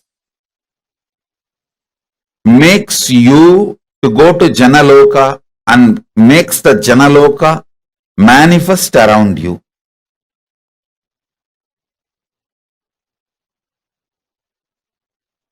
And next level about Janaloka, metaphysically,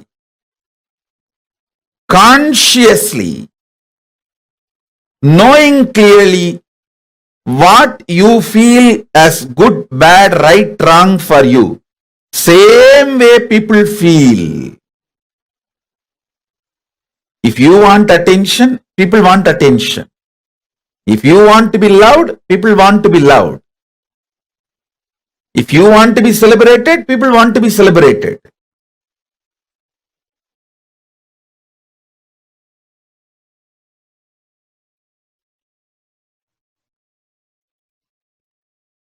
Janaloka means where billions of beings exist in complete sync. All of them are in the state of Advaita. All of them feel one with each other. Listen, Nithyananda of Janaloka experienced the oneness experience 360 degree at the age of 12. If you know what I experienced, what I describe as first enlightenment experience, the 360 degree, I felt I am alive. How much I am alive in the skin, the same level I am alive in the stone, plants, everything around me. After that, I could not even pluck a grass. Even for puja, I will only take the part of the grass leaving the grass to live, only one part I will take it and offer it for puja. I cannot uproot a grass.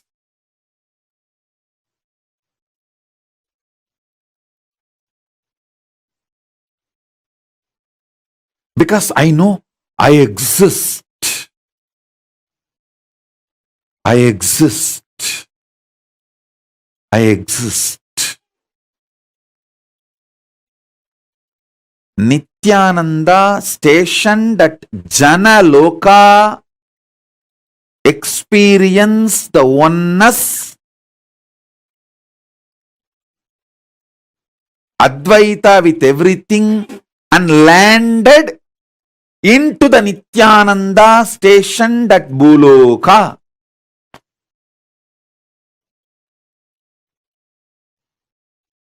Arunachala hill is connected to the whole, all 14 lokas. He is 14 loka. Embodiment of 14 loka, Paramashiva.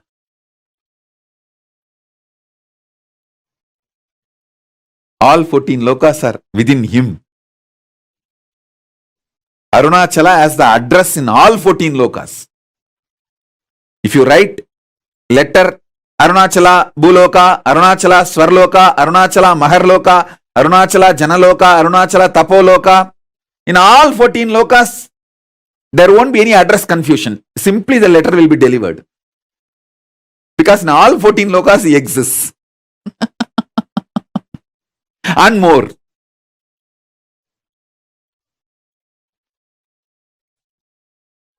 Because he is the linga.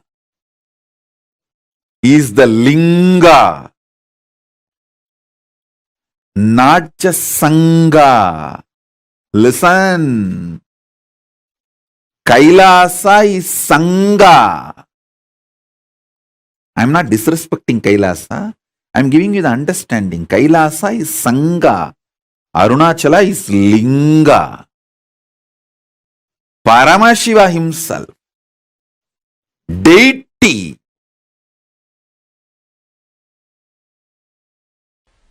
actually, to tell you honestly,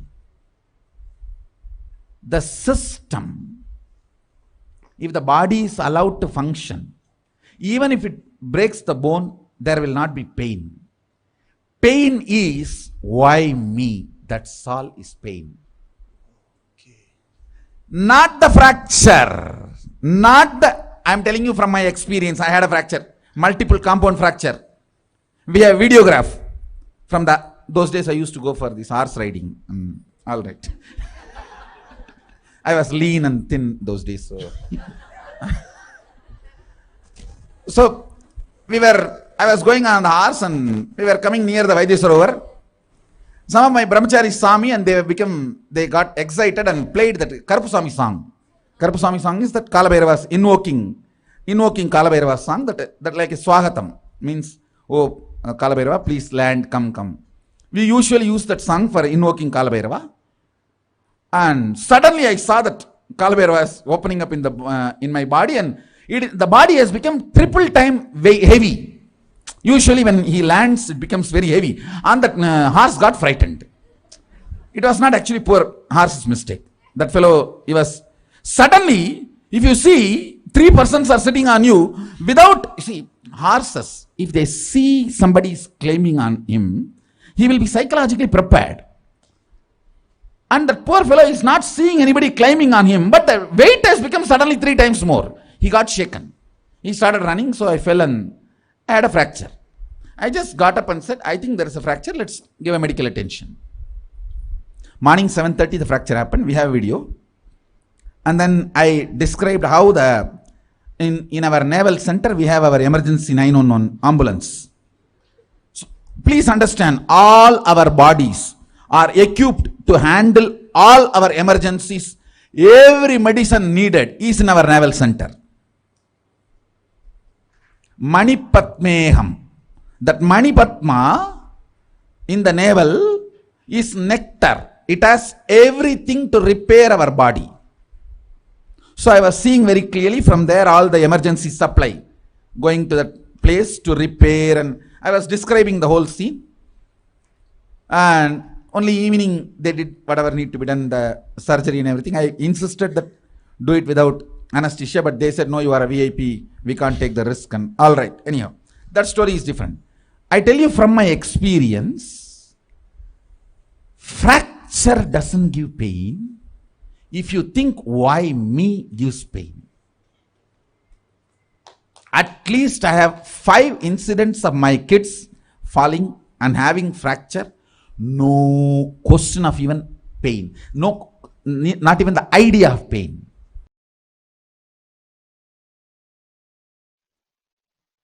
When I say, hey, you can have 25 independent, intelligent energies. You can make 25 independent power manifestations at a time. If you feel one with it, if you are vibrating with it, if you feel, yeah, when I can do third eye and make the Atmalinga stand erect, all these 2-3 things at a time, I can do 25 power manifestation at a time. If you vibrate with it, you are in oneness with me. We both are meeting in Jana Loka. The teleportation of Jana Loka is happening into Bhu Loka in you. If I say you can perform 25 intellectual acts at a time, like you can smell, you can hear, you can write, you can solve maths, all 25 actions at a time. If you feel connected, wow, yes, it is possible. Then from Swargaloka, teleportation is happening from Swargaloka of you to Bhuloka. If you understand, 25 powers can be manifested simultaneously at a time. Then from the Janaloka, the teleportation of you from the Janaloka is happening into the you in Bhuloka.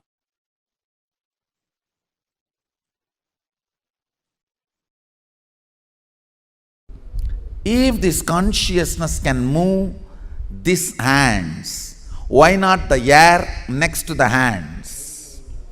Why not the stone next to the air? Why not the hill next to the stone? The powerful cognitions have started manifesting. And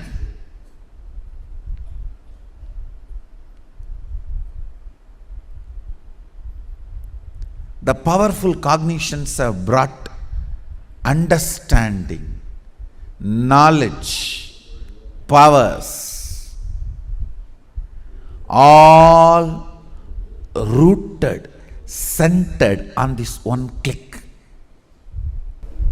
If there is something which is you, which can give a command to move this matter, and this matter moves, the ultimate is in you. It can tell, command, order any matter to move.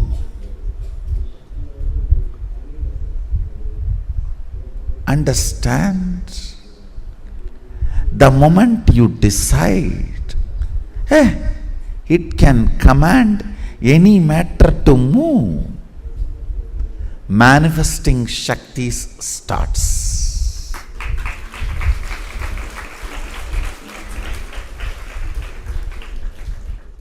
I am telling it is not moving is inauthenticity, powerless cognitions, the conclusions before even you try. Have you told this board to move and it did not move? If that is the case, you have not told to the board the way in which the board can listen. So change the method of telling. till the board listens, not doubt the technology of Advaita, which is the source.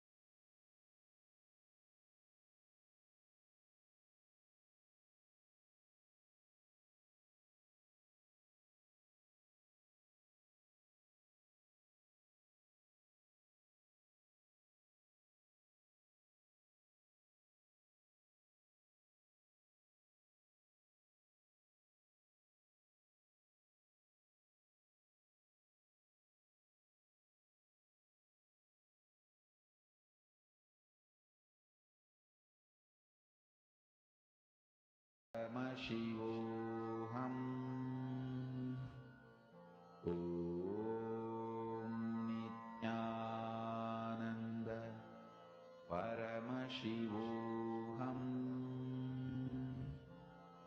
Om Nithyananda Paramashivoham.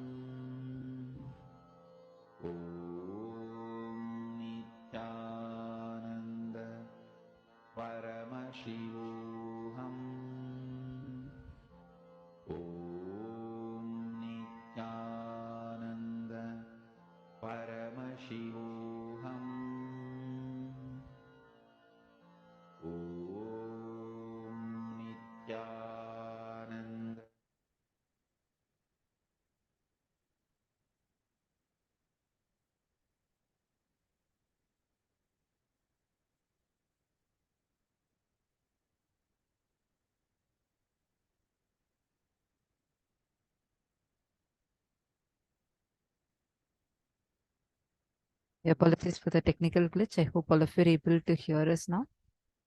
Yes. Janaloka, that's what we all were learning about. Janaloka is the place where at a time you can exist in multiple bodies. You experience oneness as your super reality. That is what is Janaloka.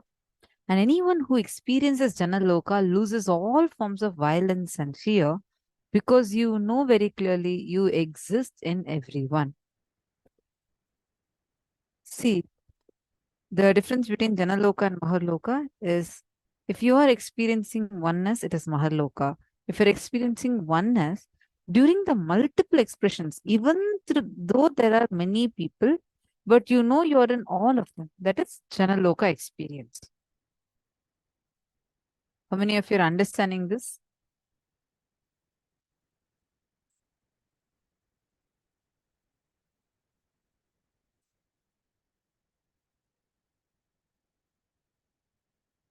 Janaloka is a space where absolutely no conflict, no protest, no fight.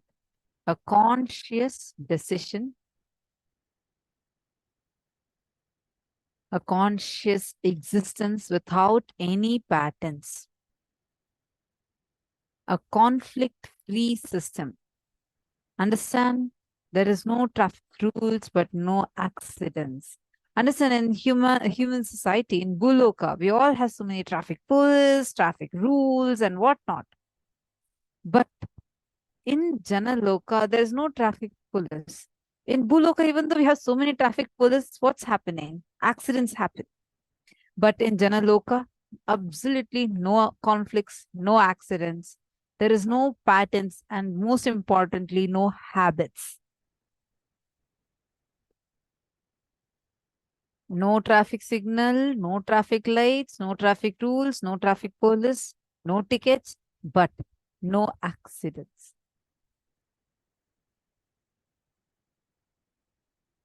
Can you imagine a workplace, a teamly, a family, such consciousness-centric lifestyle? That is literally Janaloka lifestyle.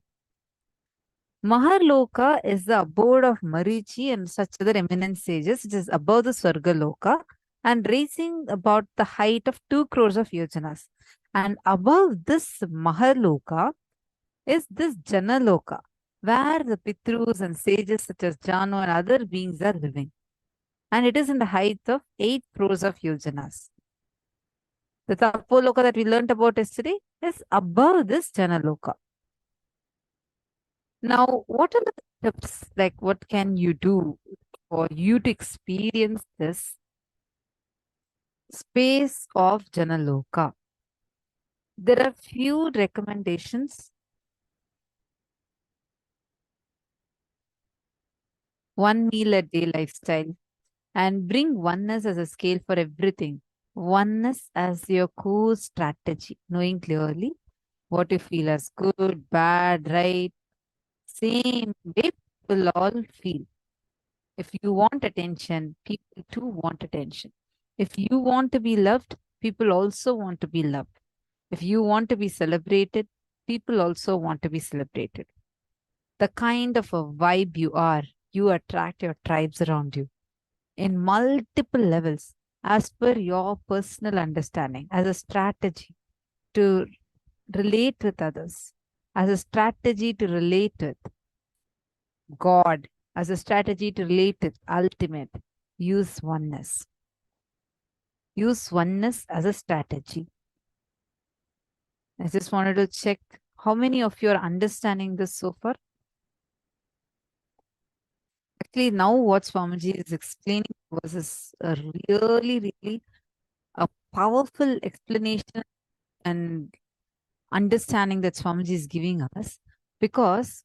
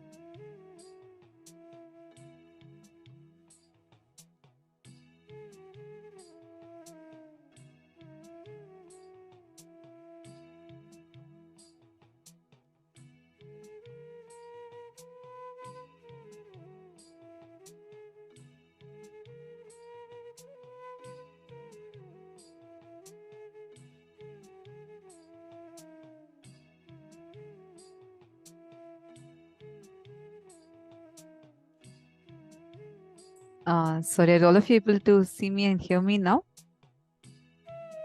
If you're able to see me and hear me now, please let me know. Okay, wonderful. Thank you. See, really beautiful session this was. One of the most important things is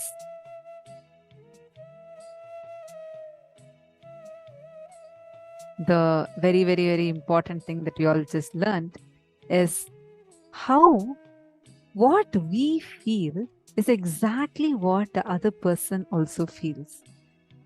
We might have heard about putting yourself in another person's shoes and seeing the situation, understanding the situation. That works to one level. But understanding the situation, seeing the situation, and simultaneously also cognizing inside of you that what you want in the situation is exactly what the other person wants. For example, if you are in a particular situation, you will want that person to actually just give you some attention. You don't even want that person to solve your problem. You actually are not looking for solution. You just want that person to give you some listening. Then be very clear that's exactly what the other person also wants.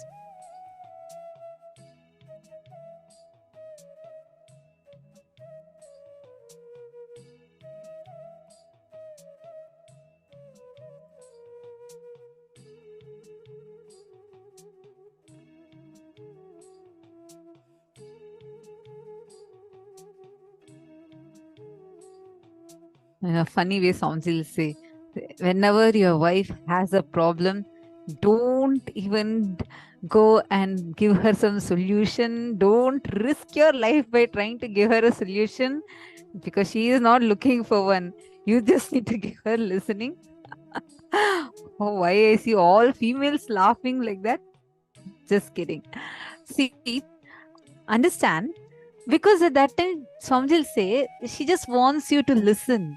When you listen, you will know in a few minutes, she herself will give solutions to all her problems. See, many times you try from what you want to tell the other person. You try to say, okay, why this person is like this? Why that person is like that? This is how we talk. But Swamiji is giving us a phenomenal tip over here, like a powerful click, tip, cognition, suggestion, whatever we want to call it as. Swamiji is saying that just understand in every situation what you want is what the other person also wants. This will change the way you relate with life. This will bring tremendous oneness in your life. Because usually we say, okay, I'll give you a simple example. Your kid is not at all listening to you. And he's just jumping and saying, Mom, I want this candy right now. You're trying to tell him, no, listen, be obedient. I'm your mother, I'm telling you.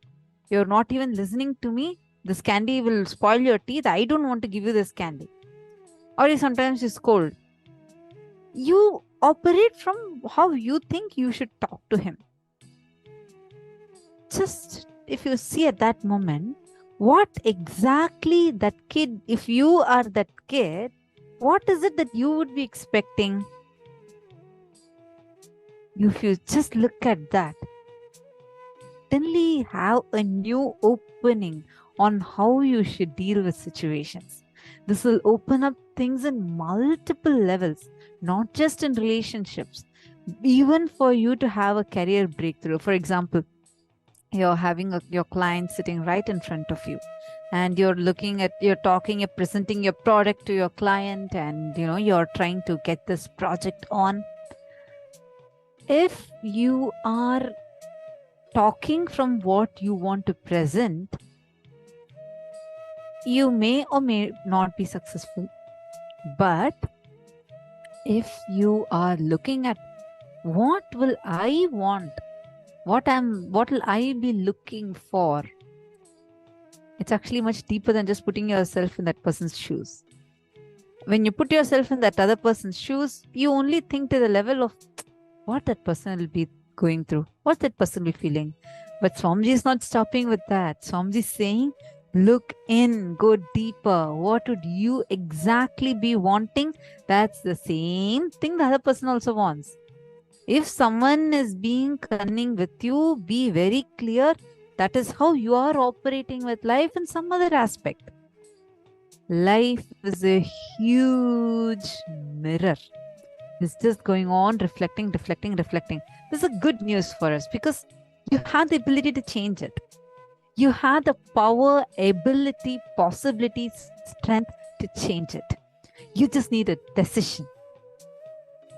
If you just understand, you will take this as an opportunity to be able to look in. Why? Why am I reflecting something like this in my life? What is it? Why am I having this reflecting? You would look in. You would start seeing inside of you, why are you manifesting life in a certain manner, in a certain fashion? How many of you are clicking with this so far? Are all of you understanding? And all the male participants, if any of you have any questions, I request all of you to share that, like post that on the Facebook, and we will see your posts on the Facebook and be able to answer your questions.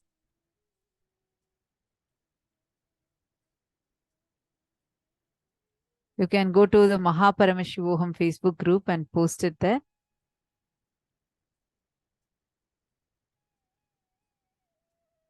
All the male participants, please take a few minutes.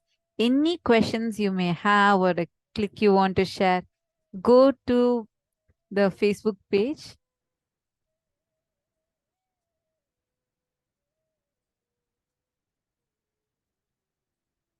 The Paramashivoham Facebook group that is there, and you can post it there. I'm just seeing, waiting for all of you to post your questions.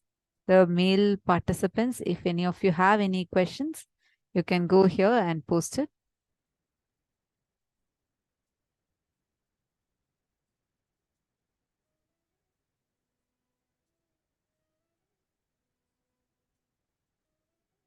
Yes. So now, I hope all of us have understood so far. Whatever we had discussed, all the participants, do you all understand?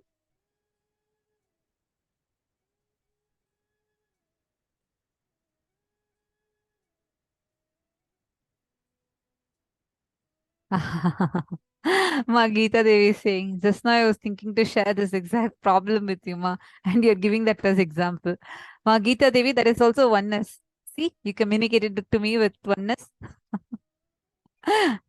See, in every situation, everywhere, we are, if we just look at it from this one perspective, look just from this one cognition, you'll have tremendous powerfulness in you.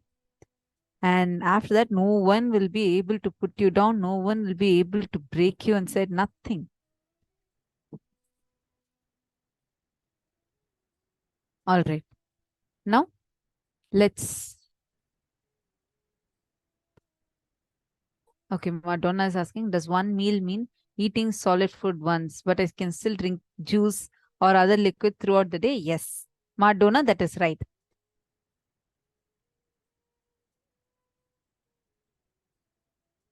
Carol Mawine. Nithyanandam, lovely to have you here. You're saying this is the first time you're here. Could you please come on camera? Carol, I am sorry. I hope I got your name right. I apologize if I did not pronounce it rightly. Can I request you to please come on camera? Carol. Where are you from?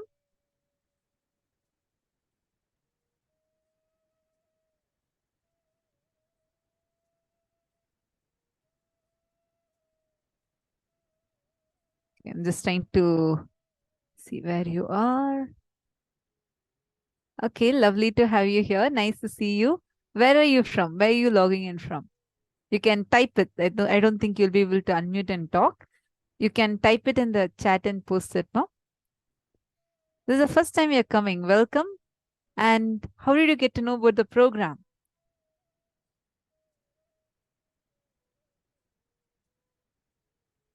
Pennsylvania, USA. Great. Lovely to have you here. And from now, you just start listening. If you have any questions, feel free to ask. Now we just finished our first session before this yoga got over, and we just finished our very first session of the day. Going forward, whatever sessions are there, you could sit and listen to that. And once done tonight, you will be receiving an email. Someone from Simon from Facebook sent me messages and sent me to the group. That's lovely and really lovely to have you here. You would have a wonderful, great day ahead. And my name is Ma Tattvapriya. And I'm also one of the acharyas who would be conducting in the program. And we are going to be having the videos of Swamiji that will be playing, where we are going to touch every single subject. Actually, today is a very exciting day. So lovely to have you here. We are going to be having a very special darshan, where Swamiji is going to be gracing us as Bhagavan Shukra, where whatever boons you want, you can ask and receive things for it.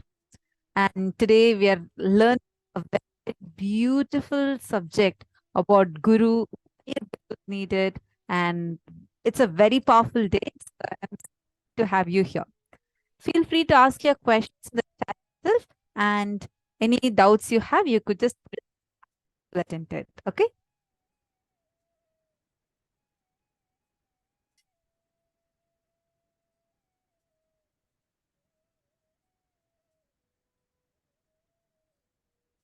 Ma Kalyan is asking the reflection. How do we complete a past incident, and how do we? Nityananda, Ma Kalyani, nice to see you here. Ma Kalyani, see, understand, I'll give you a simple example. See, what you are carrying in you is what is as life outside of you. In multiple situations, you just need to analyze it, you will be able to catch it. How many times have you seen the same type situations keep getting repeated again and again and again? Like you will see, there's like a certain type of situation keeps the same problem. You find the same solution and you're stuck with the same problem. How many times are you able to relate with what I'm saying? Have you seen this happening? Like this is, you may try attending to once, like for example, let's say that you all that time somehow you really want to avoid conflicts, but you keep getting into conflict with your friend. And then you said, okay, come on, I'm good. Now it was in your college, and then you moved on to your, you got married, and then you thought, okay, now I'm no more with that friend. Probably I won't get into conflict. But then you're seeing the same your husband, and you feel the insight. What might be different, but it's the same. And you're wondering, hey, why is it repeating again and again? The reason is because what is inside, if I have a wound on my, and if my forehead is bleeding, I of the mirror.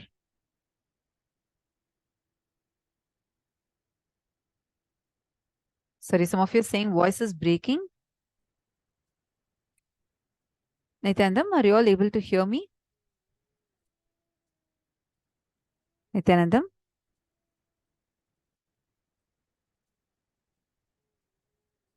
Sir, is this better?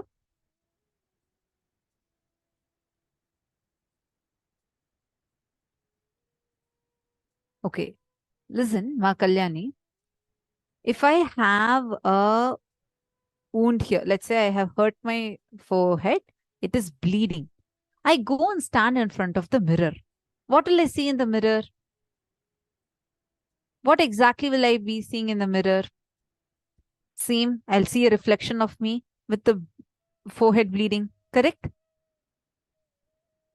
Now, can I say that, okay, I see that my forehead is bleeding in the mirror, so I'm going to go and put Band-Aid on top of the mirror. Do you think that is going to fix my bleeding?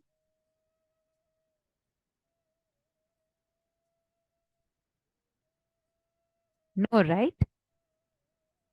Because putting the Band-Aid on the reflex is not going to solve the problem. I need to attend. Where do I need to put Band-Aid? Here. Your problems are also like this. I'm trying to attend it on the mirror. You need to look in. It is getting reflected. You're asking, then how do I do completion?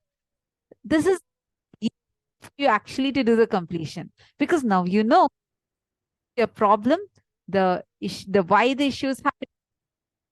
If my kid is not listening, Kalyani is having some issue inside her. Why to me? Not because, yeah, she is not listening. It's reflecting from within me. That is why she's not listening in. Actually, now what's from? Apply that. Just put yourself in your kid's situation. My daughter, somehow this at all you keep thinking. But then now change it. What exactly will I be expecting if I am? What exactly will I want? Wants. So how you dealt with you, a kid, or whatever when you wanted the same thing? This is the best strategy. This is being a strategy of your existence.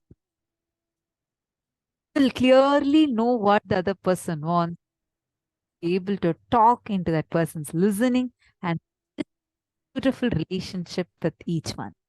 Yeah.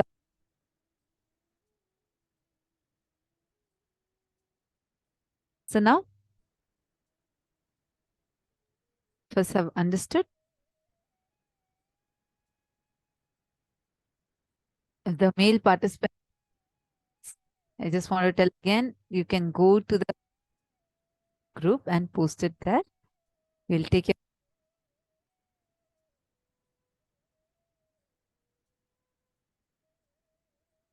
as a gift.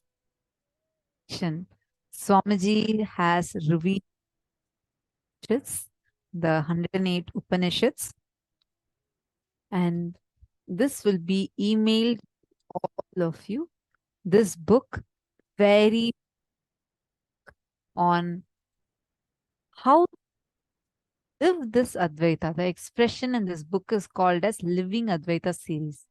It is not an interpretation. It is an inception of conversation of rishis as they happen and presented to all of us by the Avatar, the Supreme Pontiff of Hinduism. So make sure to check out on your gifts today and definitely have a look at this book. It's just so wonderful. And Swamiji is gifting this to us.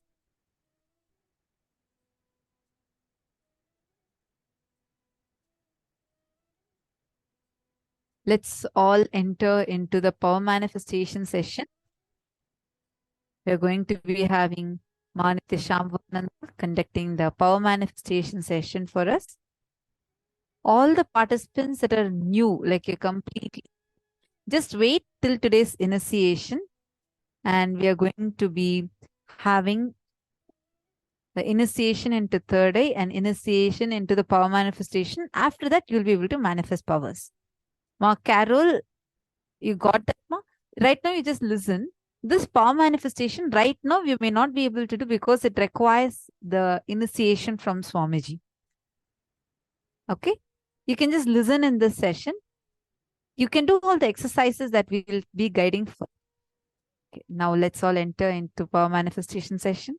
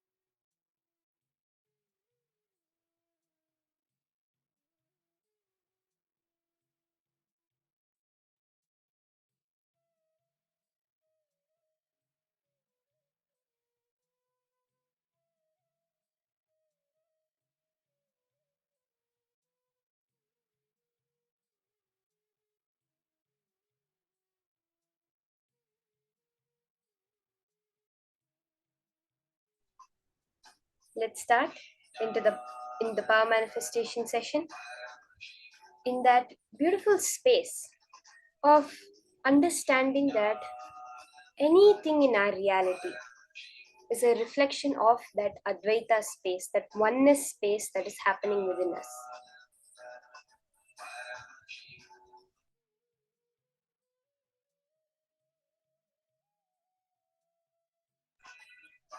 What this exactly means is Swamiji says Advaita, oneness is a Satya, it's a truth. It's not dependent on your cognition or anything.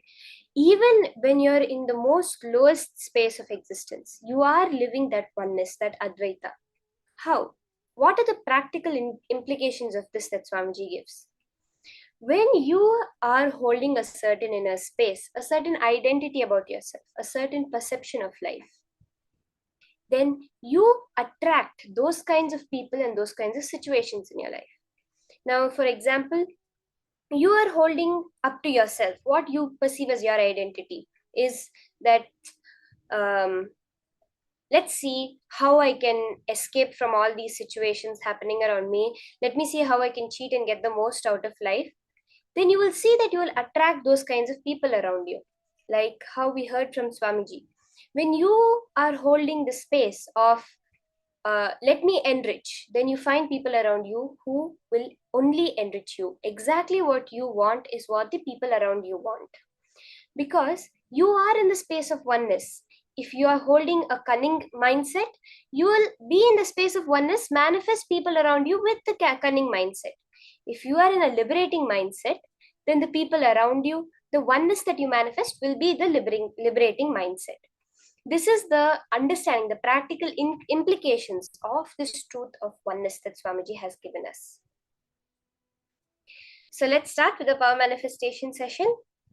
When you are holding the space that I am Paramashiva, everything in life will respond to you as Paramashiva. That way, when you just keep in your inner space that I am Paramashiva, I am Swamiji, there's nothing else existing in this universe. How? When we take all our sensory perception, see whatever we are experiencing as life, we're experiencing it right now only through the 5 senses and the 6th sense of the mind. So we have our brain. How does it happen? Let's take the example of sight, through which is one of the most main senses. You have the light which enters the eyes. It passes through the optic nerve to the back of the brain and creates an image. Electrical signals are given to that part of the brain, which you are able to perceive it as an image. Same as with touch, with smell, with hearing, with every sense of your body. It is the same thing. It is only electrical signals in your brain. So you have no direct contact with the real world. There is no way that you are actually being able to relate with the world. There is only your brain's interpretation of certain electrical signals that you can see as your world. But then, what is experiencing? Is the brain experiencing? But then if you see it that way, even the brain is matter. If you take your brain and keep it in front of you, you're only going to be seeing your brain or touching your brain, or else perceiving the brain through the mind. So it still remains as not real. But what is it that's experiencing? The only thing that's real, that is the existential reality, existential experience, is your Atma, your soul, the Paramashivatva within you. That who is it that is seeing? That is the most fundamental question. When you look at that, then you're able to very clearly understand why is it that this world is not real.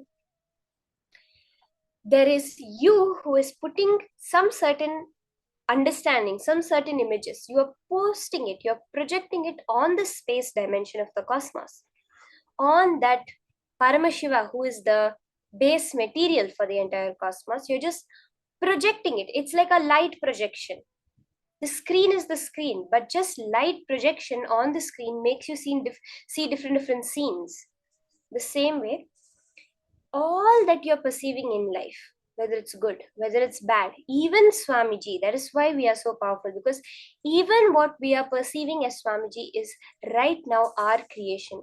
When Swamiji comes in your dream, what is happening? How you've created a dream, you're able to create that space of Swamiji who is within you. Now, when we understand that who we are seeing, more of us, which we are seeing outside, then we understand that we are all powerful, that whatever we attribute to God, to Swamiji, the omniscience, omnipresence, omnipotence is actually us. So today's power is exactly that, omniscience. We're going to experience the power of sarvajñatva, the power of knowing, being able to know anything in this cosmos. How is it possible? Because you have projected the cosmos out there. Let's start, where we'll start with the Shastra Pramana, the various pramanas. There's references from the Hindu scriptures, from the lives of the various rishis, munis, and from Swamiji's own life for this power of sarvajñatva.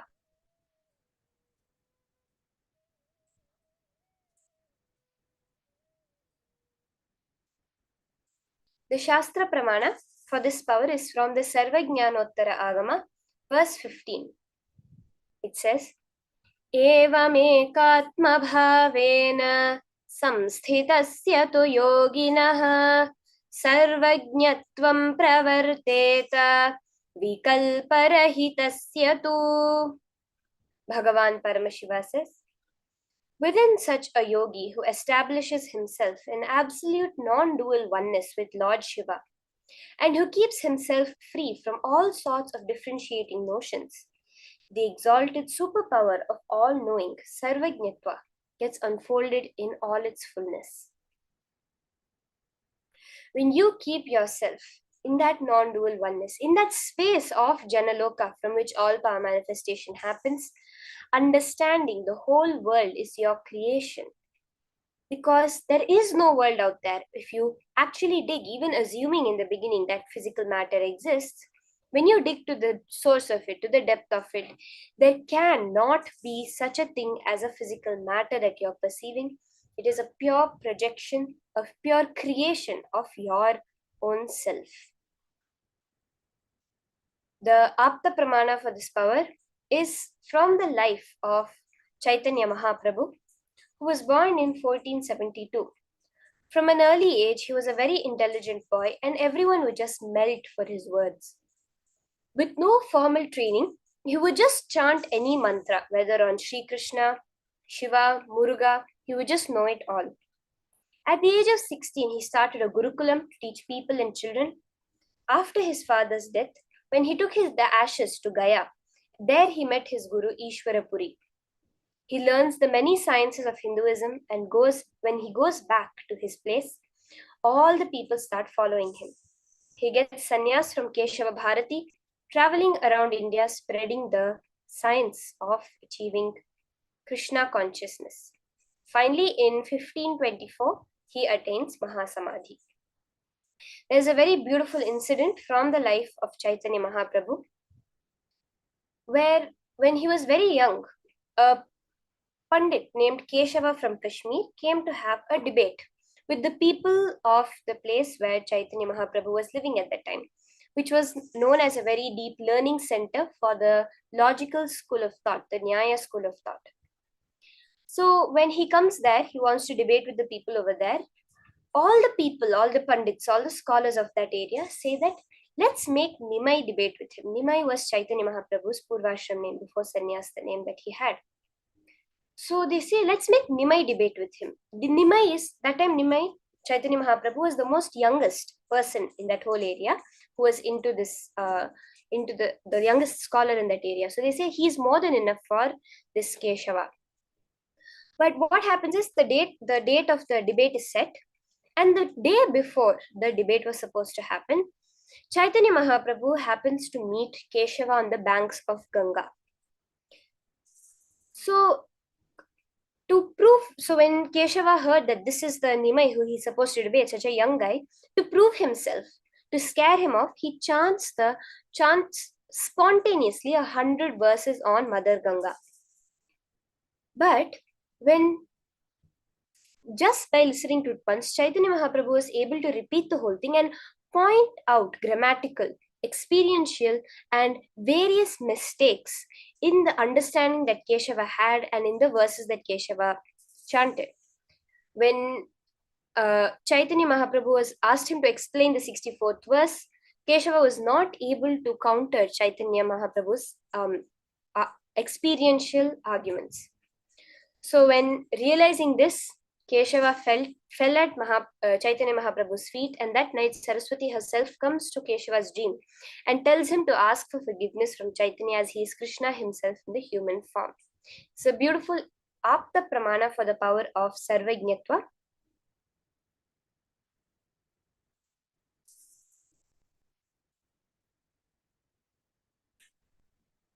Swamiji himself very beautifully shares in many places how he experienced this power of Sarvajñatva. He demonstrated as a Leela the power of Sarvajñatva to his devotees, to his family, even as a very young child, when he was asked a question by his friends, something that nobody knew. He was asked the question about what the main shrine, the main deity of a certain temple was by the son of the priest of that temple. So that temple was very famous for its Muruga shrine, for its Muruga temple, and for all the Muruga festivals, people would go there.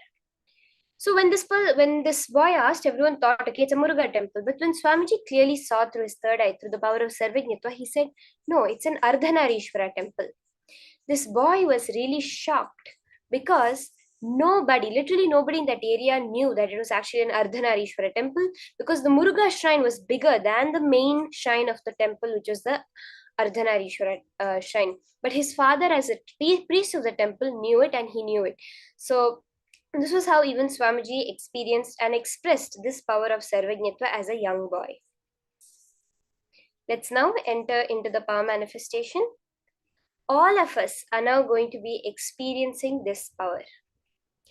Any information that exists is because you already know it. There can be nothing in the universe that does not already exist.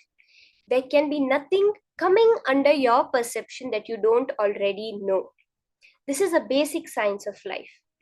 Scientific studies have very clearly proven that your brain knows what is going to happen 5 to 7 seconds before it actually happens. They have done very precise experiments on people, very precise studies, which very clearly prove that your brain knows what is going to happen 5 to 7 seconds in advance. Understanding that, so when if a question has come in front of you to which you don't know the answer, which you think you don't know the answer, that is not possible. You know the answer, and therefore you have projected the answer to the question outside you. So let's do this power manifestation. Understand you are Swamiji. When you are seeing Swamiji in your outer world, it means you have brought that component of you, that intense seeking of you that's constantly raising yourself to the higher level, has brought Swamiji over there. There was a very great master, Nisargadatta, who within just a few months from being a common beedi seller on the streets became an enlightened master.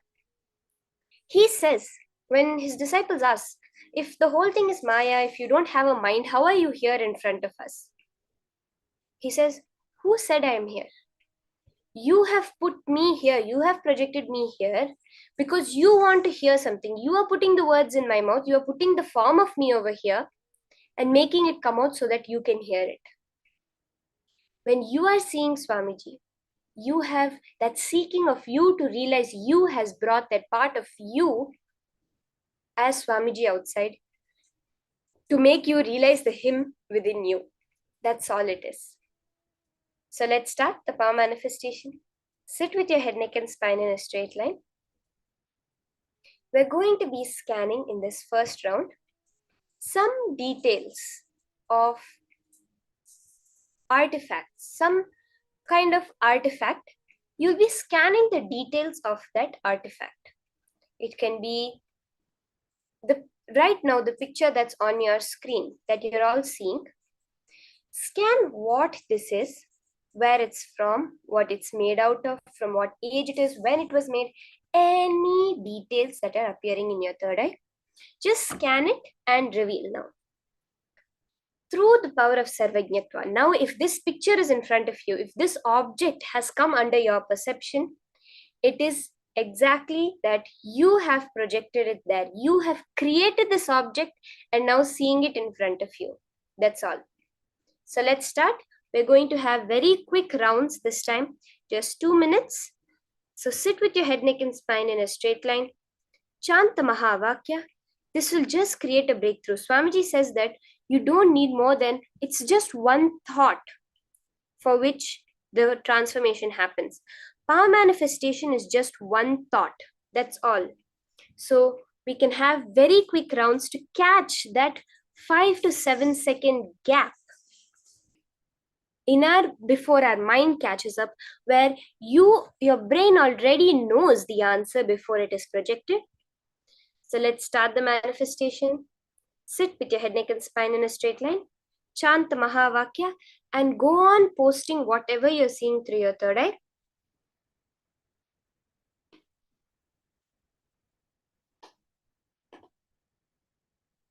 Time starts now.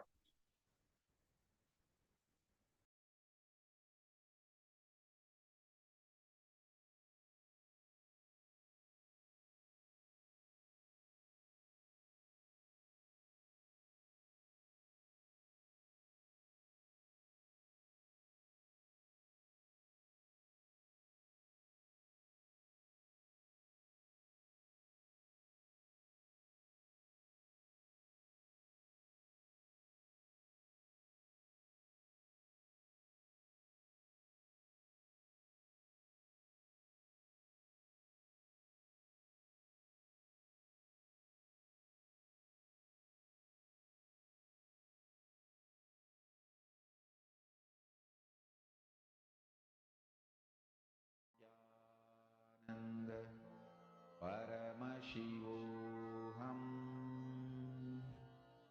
Om Nithyananda Paramashivoham. Om Nithyananda Paramashivoham. Om Nithyananda Paramashivoham. Om Nithyananda Paramashivoham. Om Nithyananda Paramashivoham. Om Nithyananda Paramashivoham. Om Nithyananda Paramashivoham. Om Nithyananda Paramashivoham. Om Nithyananda Paramashivoham.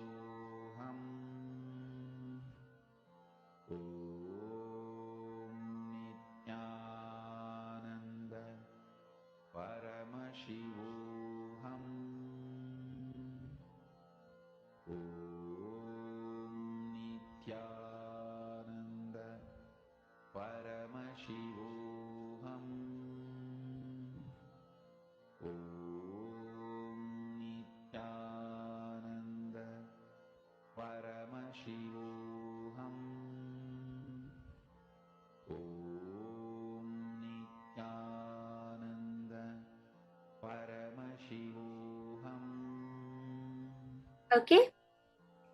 You can post your answers in the chat. Post it on Facebook. I request all the participants, you can go to the Facebook group, facebook.com/groups/Mahaparamashivaham, and post your answers, whatever you're able to see through your third eye. It's preferable that you go to the Facebook group and post so that we don't miss any of the various posts that are coming up, any of the answers that anyone has to post.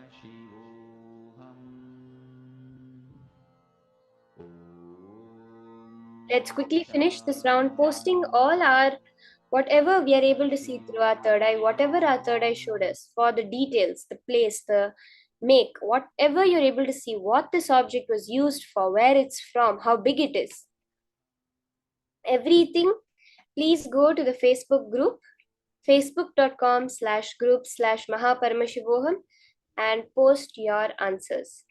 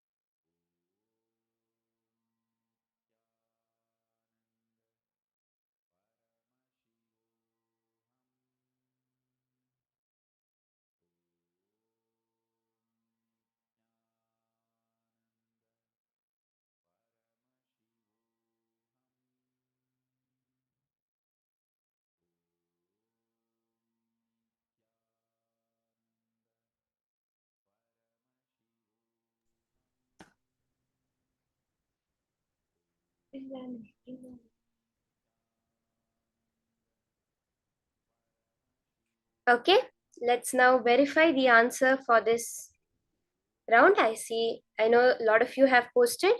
Let's see what the answer is. This is called a Roman dodecahedron. Roman dodecahedrons is what it's called. Since the first of these mysterious dodecahedrons was discovered in England around 300 years ago, almost 100 have been found in various locations across Europe. So far, scientists and archaeologists are baffled as to what these 12-sided objects were used for. While some believe that they were made as toys for children, others think they were weapons used by the Roman army to conquer their foes. This is some object that they found. The first one was discovered 300 years ago, and totally around 100 have been found until now across Europe. And no scientists nor archaeologists are able to understand what this is made out of. It's called a dodecahedron. It has 12 sides. They're not able to find out what it was used for.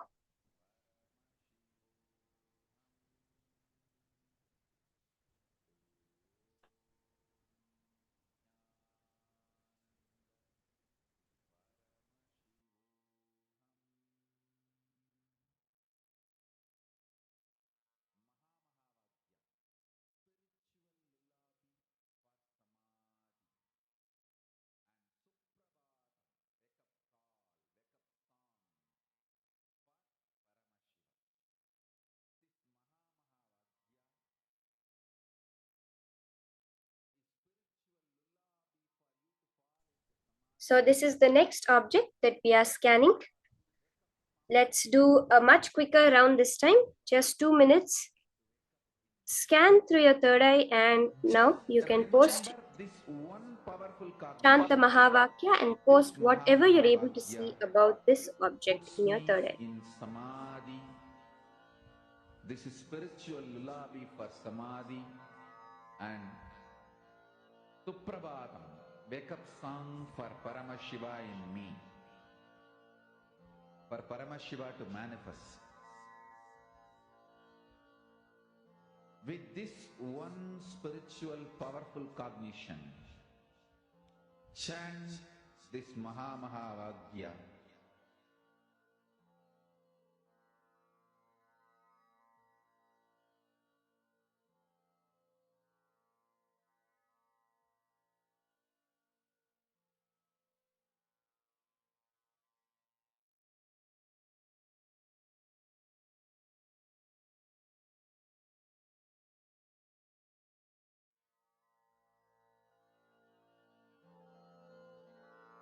Mahavagya, spiritual lullaby for Samadhi, and Suprabhatam, wake up call, wake up song for Paramashiva, for Paramashiva to manifest. With this one spiritual powerful cognition, chant this Mahamahava. As you're scanning, you can immediately post your answers in the chat.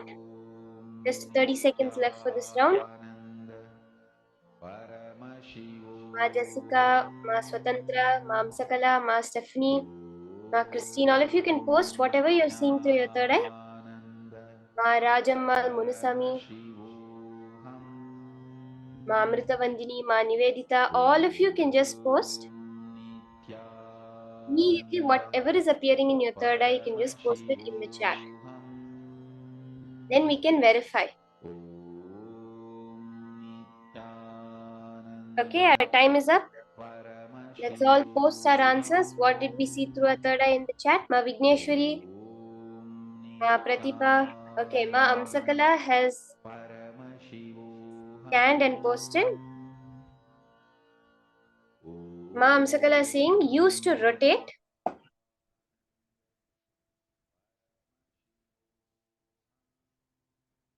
And moving some object. It has iron content in it. Okay. And Ma Geeta Devi saying some metal that found in water. Okay, we have 2 answers. Anyone else that scanned, please post it in the chat.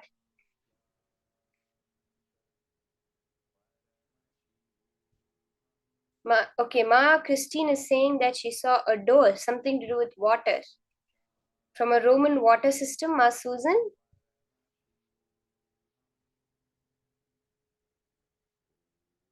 Ma Sonia, Ma Jayamohan, all of you also can post.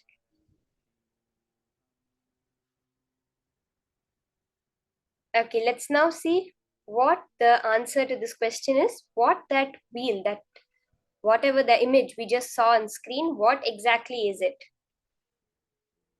Let's see the answer now.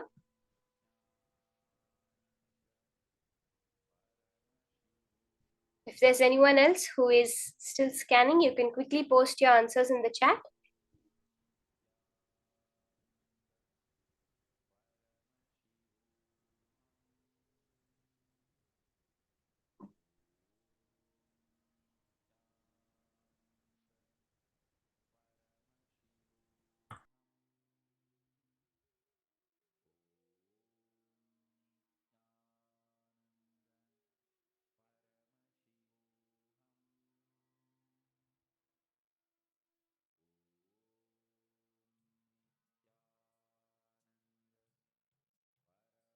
Ma Mui Fan Ang is saying something sink in the sea. Okay.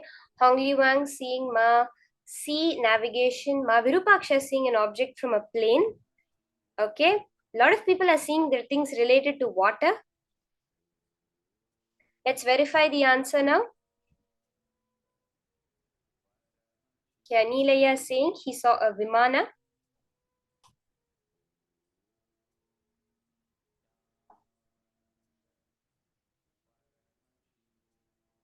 You can see the answer. What was this object that was just now projected?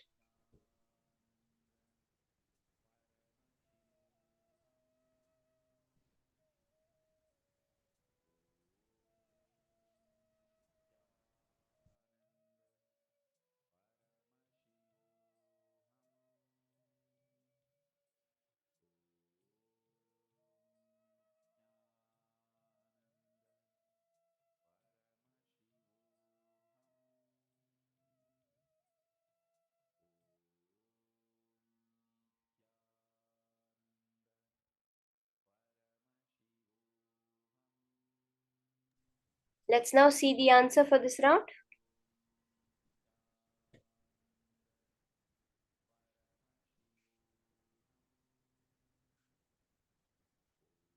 So this is a Antikythera mechanism in the Archaeological Museum of Athens. It's an ancient analog computer. It was recovered in the 1900s from the wreck of a Roman cargo ship. So many of you saw from which sea navigation, something sunk in the sea. So many people have seen this. That's beautiful. It was recovered from the wreck of a Roman cargo ship that sank near the Greek island of Antikythera. And the Antikythera mechanism might possibly be the world's earliest known analog computer, estimated to have been built in the late 2nd century BCE. It was probably used to track the paths of the sun, moon, and planets. However, because some key parts are missing, we may never know what its exact function was. This is what they think to be as the oldest analog computer in the world. So beautiful. So many people saw water. That's awesome. Ma Mui Fan Ang, you saw something sunk in the sea. That's exactly what it is. It is an ancient analog computer that was found sunk in the sea.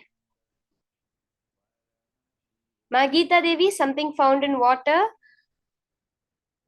Ma Christine Jones also saw water. So many people were able to see water, which is like exactly where this was recovered from. That's beautiful. Okay, let's have another round. Let's take 2 more minutes. And we have another picture that we're going to be scanning now.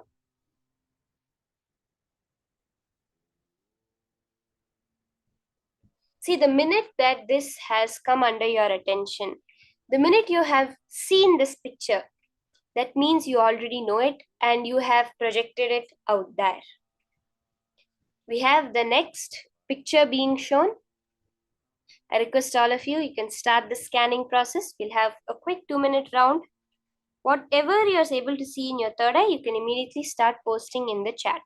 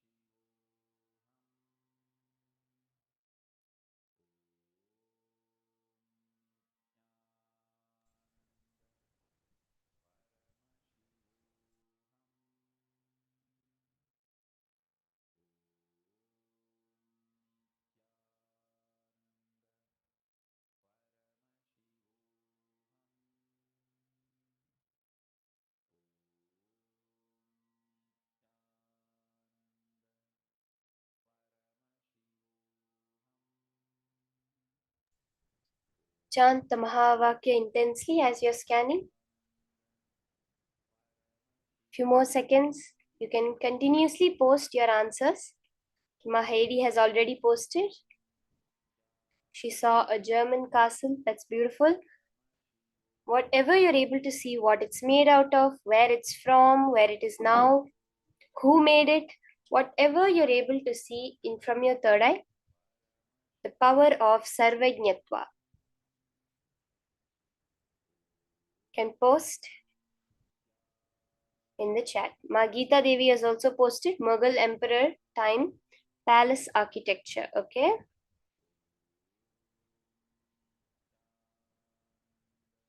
Okay.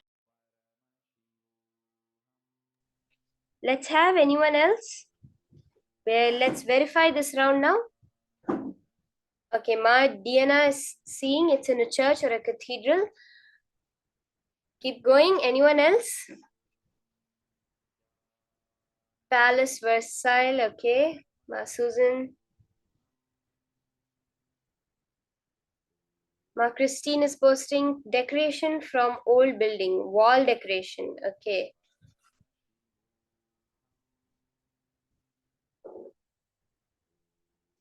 Anyone else? What else did you see? Okay, Ma Rajamal is saying palace.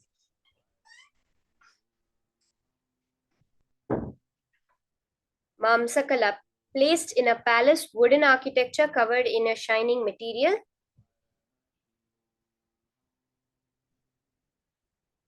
Last few seconds before we verify the answer. Anyone is left to post? You can post your answers.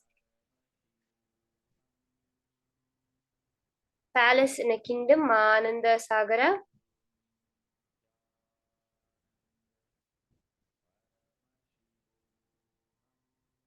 Okay, let's now see the answer. What is this particular image that's being shown? This is, okay, Anilaya has posted architecture in Egypt.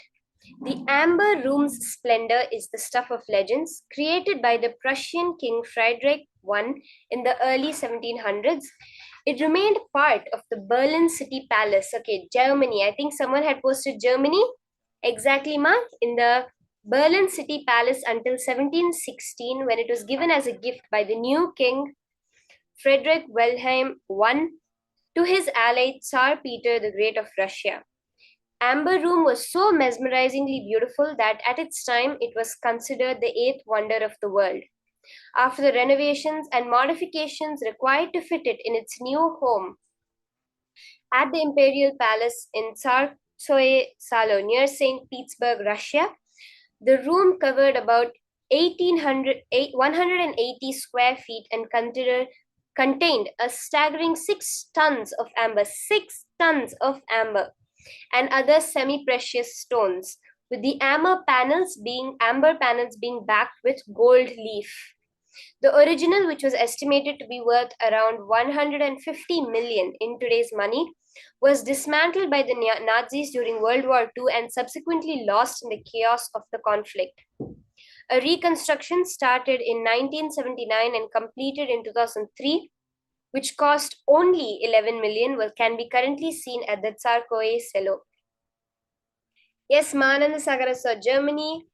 So beautiful. Many people were able to see some people saw it was in a palace, which is exactly, it was part of the Berlin City Palace where it was first created. Shining material, amber, it's fully made out of amber. It's called the Amber Room, which contains 6 tons of amber and other semi-precious stones. Also, it has gold. It's backed by gold leaf.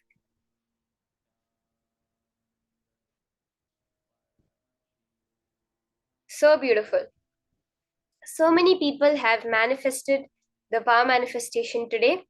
And further going, you will see how that space, that group space that we're all holding for the manifestation to happen, will make the manifestation just exponentially increase in all of us. So are we ready for this? The grace of the Guru, Dakshinamurti, which is showering on all of us today. That is why we have Swamiji in our life. And that, who is this Dakshinamurti? What does he represent? And how blessed are we really to have the Guru in our life? Let's now learn about Bhagavan Dakshinamurti from Swamiji himself.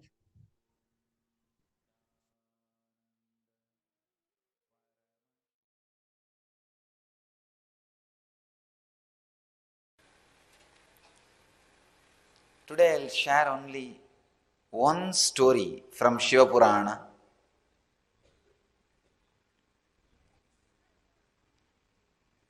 Story of Dakshinamurti.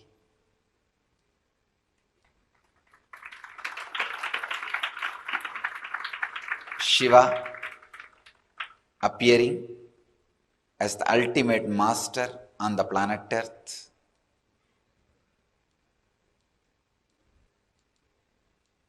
Long, long ago, once upon a time, when humanity was soaked in ignorance, as it is still now,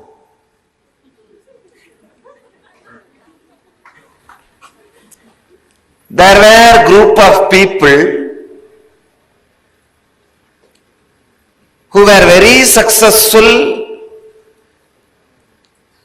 in whatever they want to do through different powers. They had almost all powers. Anything they want, they can make it happen. These group of great intellectuals in Chennai,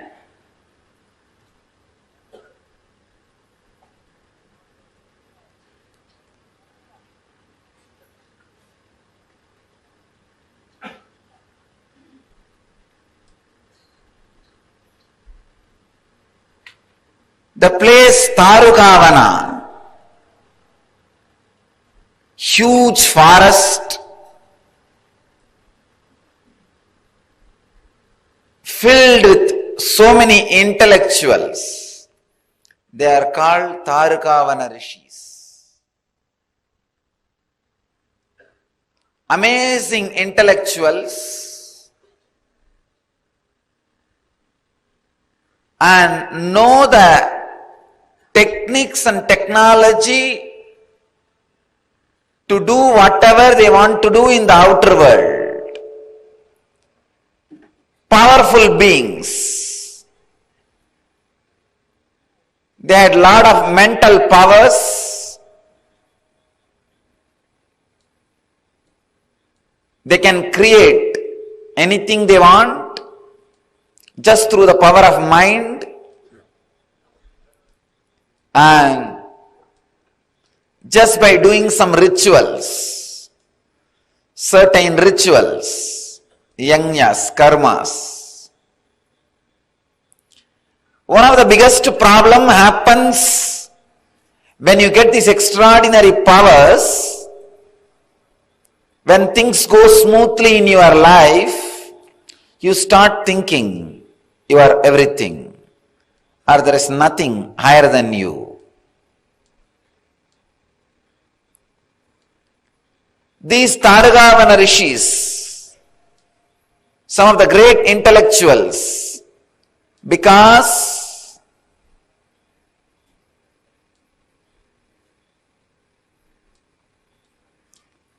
they felt they can do anything they want through the power of yajnas, yahas. They started experiencing or feeling the subtlest problem of life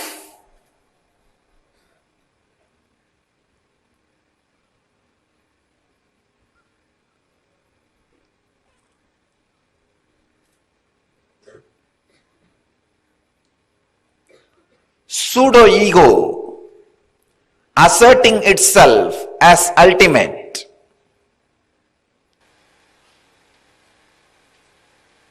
The foolishness of the intellect or arrogance of this atheism has gone to the extreme, and they started becoming arrogant and a threat to the society. Usually, when atheism settles in you, when you are not ready to respect anything higher than you, your intellect, you are a threat to society.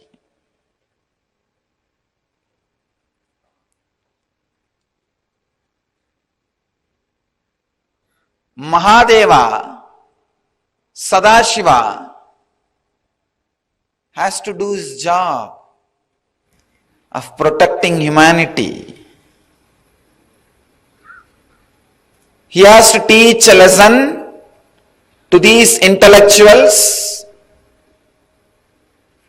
and protect the humanity from them and protect them also from themselves. So, silently, Shiva lands in the Targavana as a handsome young man.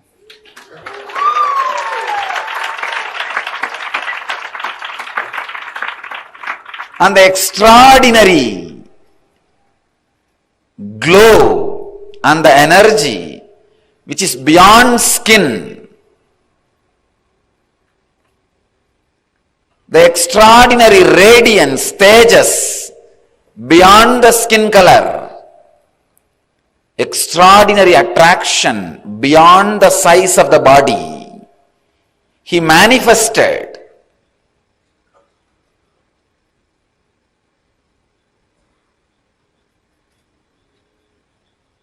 as this young man filled the whole Tarugavana. And he went round the Tarugavana in the name of begging to collect food. His Parivrajaka Yatra.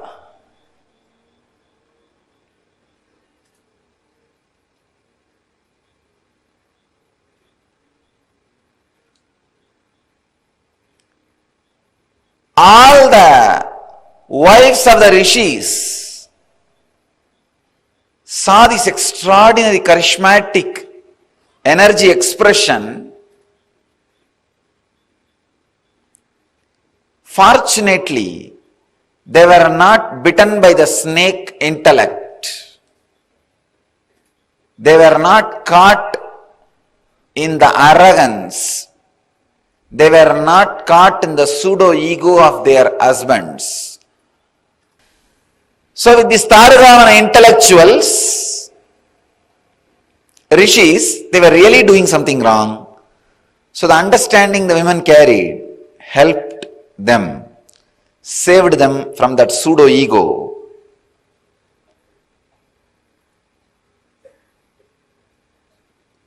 They saw this young man, ascetic, a sadhu, walking in the streets, asking for alms. Not only they gave food, they just lost themselves in his presence and glory.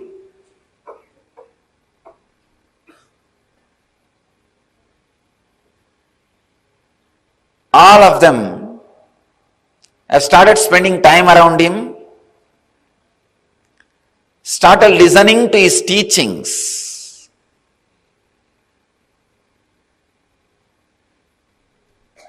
Imbibing those ideas. Just within a few days, problems started in the house.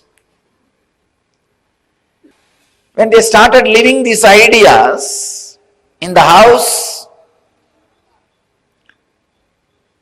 the ego of these intellectuals was really hurt. What? We are leaders of the society. Everybody respects us. They don't understand. Everybody fears them, not respect them.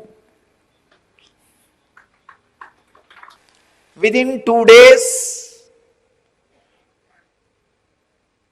there was a meeting of all the intellectuals, big discussion, how to stop this young sadhu going around and begging and giving lessons and teachings and taking classes. Something immediately need to be done, otherwise we will not have anybody in our house. We will be left all by ourselves. Everybody has started following them. They created a violent plan. We need to destroy him, finish him off. So they gathered.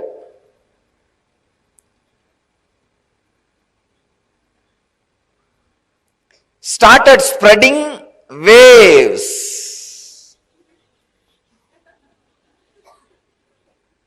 Those days, yajna. Those days, yajna means what? Creating certain kind of waves and sending all over the world. They organized a huge yajna and started chanting different mantras, started creating negativity and sending it towards him. The young boy, after going around and taking classes, was just relaxing in samadhi under a banyan tree.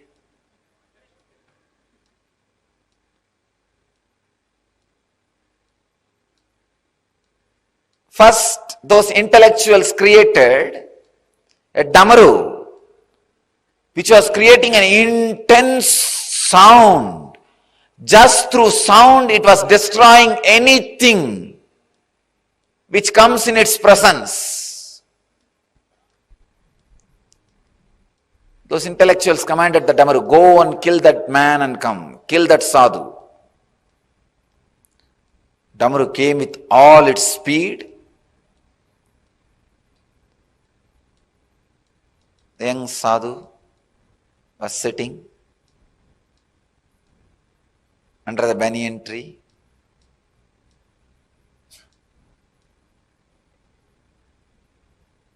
The light smile, opened his eyes and saw what is coming. The damaru with all the vigor and power was trying to come near to destroy. All the young sadhu did, he just caught it and kept in his hand to play whenever he wants.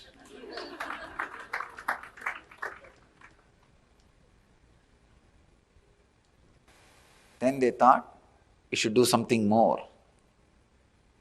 They created a deer and said, go and destroy this young sadhu. The deer came. Again, Mahadeva just smiled at the deer and caught the deer in the left hand, said, you just be with me to play whenever I want. Still he is having it in his left hand. He's playing with it. Then they created another huge weapon. It's called Maru. They sent that weapon. All right, at least you go and destroy him and come back. Neither Damaru nor deer did the job. You go. When that came again, he did not even move. Just picked up that Maru and kept it in his right hand. Be with me. You may be useful whenever I want.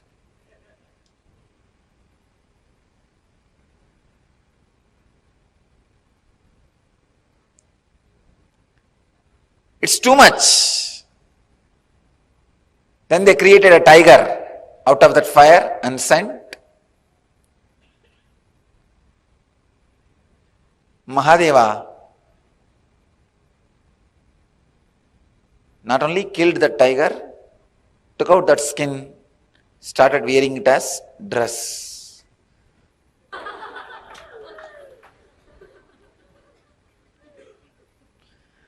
So he started wearing it as dress.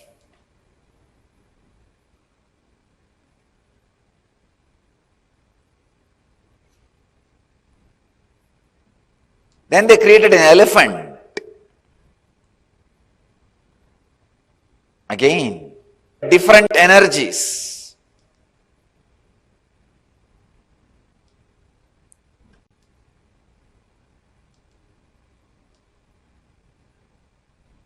Finally created a asura, dark,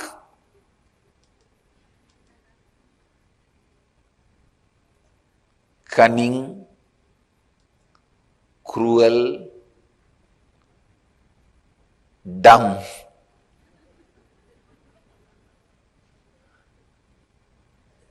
Muyalaka. They said, you go and do some conspiracy, create some problem, destroy this young sadhu. Shiva did not even bother. He just picked him up and put him at the feet. He was dead. But these asuras are dangerous. Even if they are dead, you have to always keep 1 foot on them so that they don't come back. He puts his feet.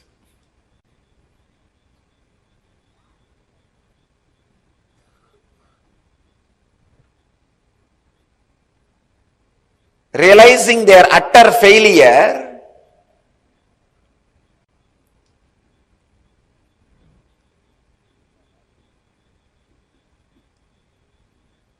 they tried to do all possible things.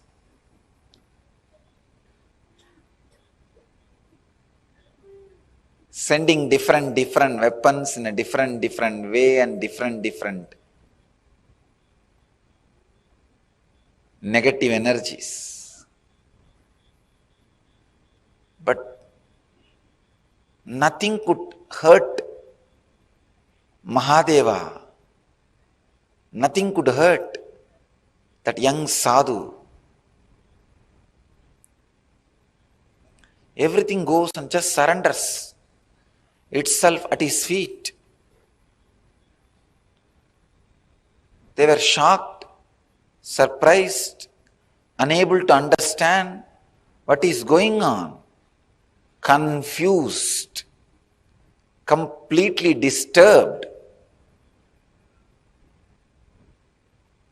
Mahadeva feels the deep compassion, it is time to teach lesson to these fellows.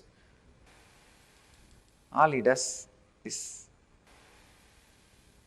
sits in his intense silence.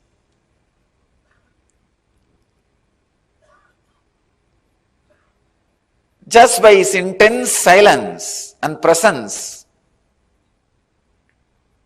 those rishis forgot all the extraordinary techniques and powers they had, the technology to create new weapons and new negative energies. So they decided, before we lose everything, let us do our final try.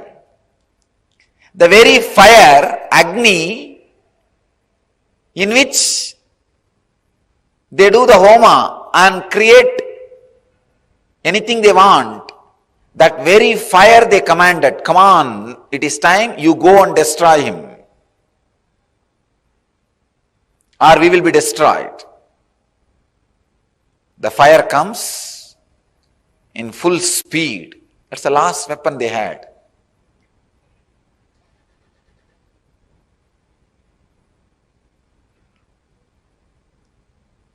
Shiva did not even move his body, just opened his eyes, picked up that fire in the left hand, still he is holding in the left hand. You can see as Dakshinamurti, he will be holding it in the left hand. That is the fire. Now, these rishis lost practically everything, nothing is left.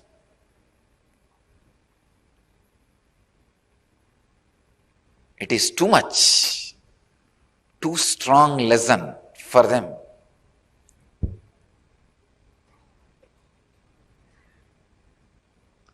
But even though they were thinking about this young sadhu to destroy him, but continuous thinking about him has brought some good things to them.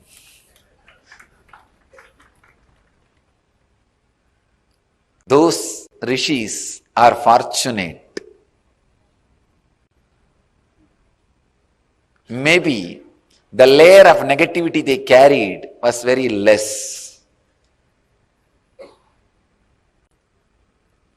Just because they were constantly thinking about him, they finally decided, if there is somebody who can stand all the negative things we can do and still be calm, composed and continue what he wants to do, then he must be extraordinary power. They had little intelligence also along with their intellect. Fortunately, they went and surrendered at the feet of Mahadeva. Because they surrendered, Shiva gave knowledge to them also. Not only he saved humanity from these atheistic intellectuals, because they also surrendered, he saved them also from themselves. Understand this story.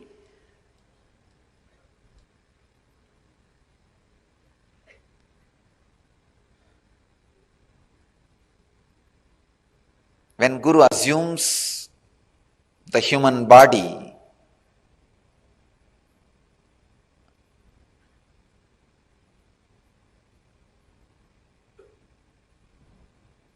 when he comes down to the human frequency to save humanity from atheistic intellectuals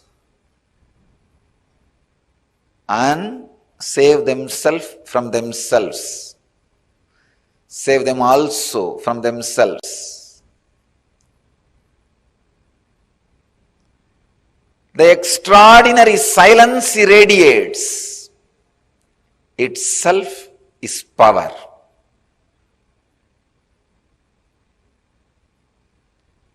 In this whole story, Shiva did not fight even once.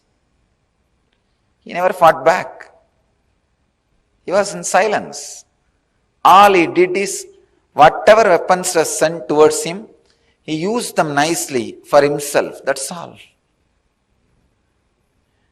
Kept the fire as a heater. Had the damaru for playing.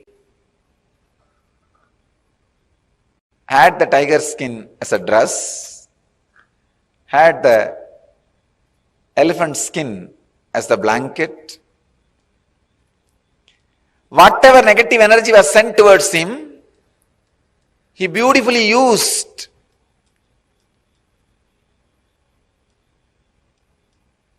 For his life. He knows how to use any negativity, turn it into positive and use it for his life.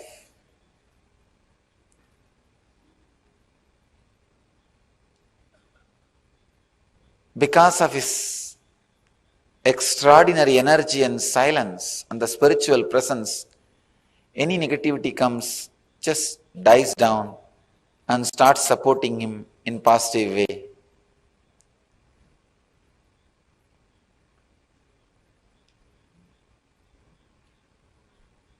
After all that, after all this attack, still he is sitting silently in the banyan tree, radiating his presence.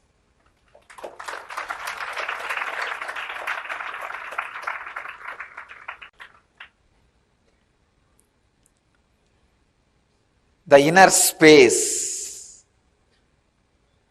continues to radiate the extraordinary silence. An intense presence goes on inspiring everybody to transform themselves. First, he destroys all the negativity thrown towards him and turns them into positive energy. Then he transforms the very people who are trying to throw negativity towards him.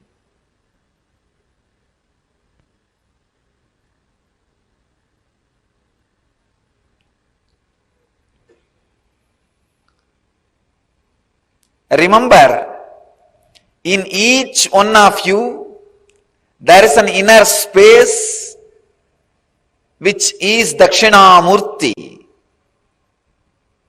Shiva happening in human body. Atma Guru, who goes on transforming any negativity thrown at you as positive. Any incident happening, life throws at you, understand, bring it to that space. It will turn that into positive. If life is throwing fire at you, bring it to the Dakshinamurti. He will turn that into positive. Anything brought to him turns positive.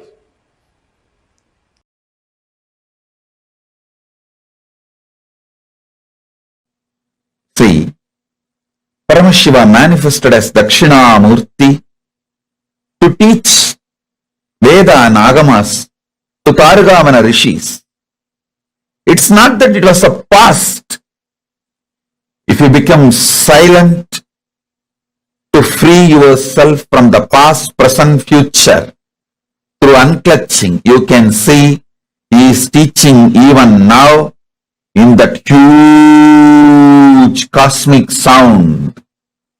Om, even recorded by NASA. That soundless sound, Anahata Dhvani. Om. Om. If you can hear it through the deep unclutching, you can see Dakshinamurti teaching you now.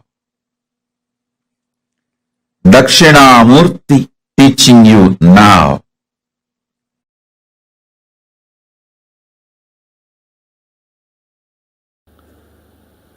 Then Mahadeva withdraws Adi Shakti into himself. He sits as Sadashiva and Adi Shakti together. That is what is Dakshinamurti form. That is why in all Rajeshwari temples there will not be Shiva. In all Dakshinamurti temples there will not be Devi.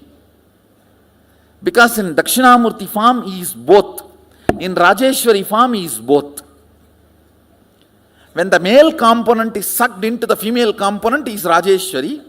When the female component is sucked into the male component, he is Dakshinamurti. In no Dakshinamurti temple, there will be Devi.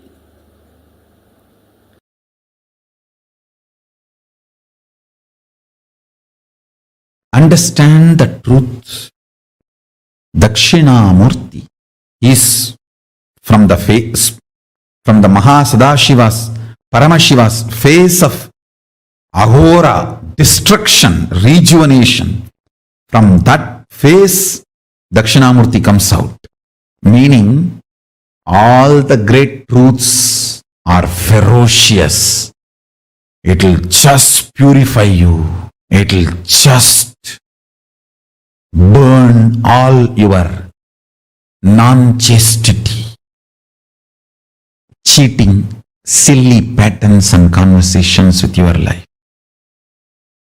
It looks very paradoxical. Embodiment of peace, Dakshinamurti, silence, comes out of the face of Paramashiva's agora, which is supposed to be perceived intense violence, ferociousness. Teacher is the ultimate rejuvenator. Guru is the ultimate rejuvenator. He removes everything you know as you and he manifests everything is real you. The real you swallowing everything you know as you is chastity. Allow the chastity to Paramashiva manifest in you. Wake up when Dakshinamurti teaches. Don't wait for Kalabhairava to come and wake you up.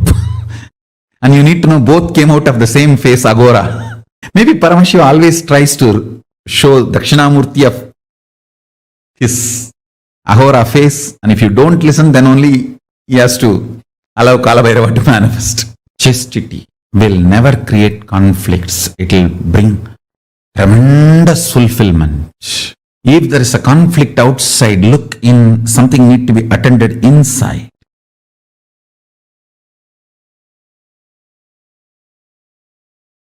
Ferociousness is a straight, intimate, raw,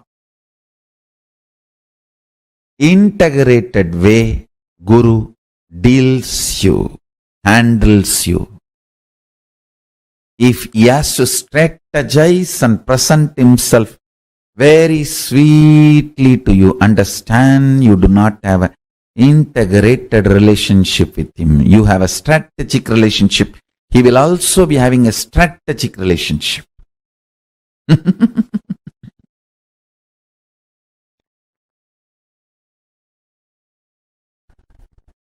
Ferociousness is Paramashiva dealing you with his own hands. With his empty hands, bare hands, he will never kill you. He will only hug you. Anything you see other than ferociousness, all forms of sweetness, is handling you through a strategy. Means some weapon. The weapon may be looking very comfortable.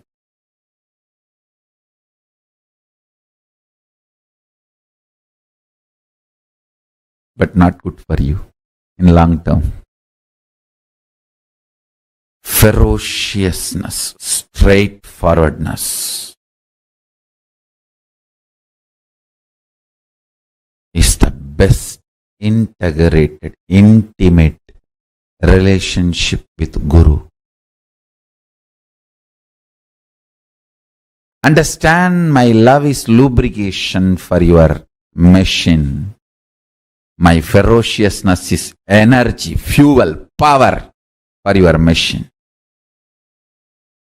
Any machine can run without lubrication, but it cannot run without power, energy. My ferociousness is as important as power is needed for the machine to run. My love is lubrication, optional, which is not compulsion. Don't even expect lubrication.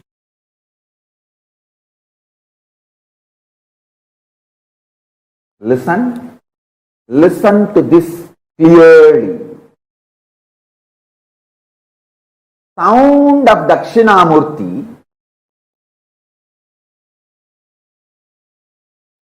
and silence of Dakshinamurti need to be understood in reality. See, the silence of Dakshinamurti is not the soundlessness. Any sound you can only hear in certain decibel.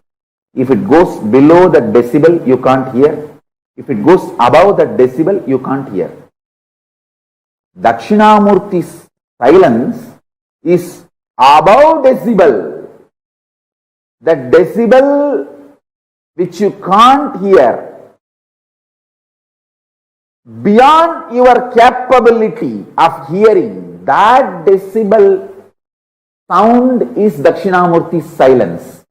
So Dakshinamurti's silence is not soundlessness. It is beyond the sound you can hear. Same way, listen carefully.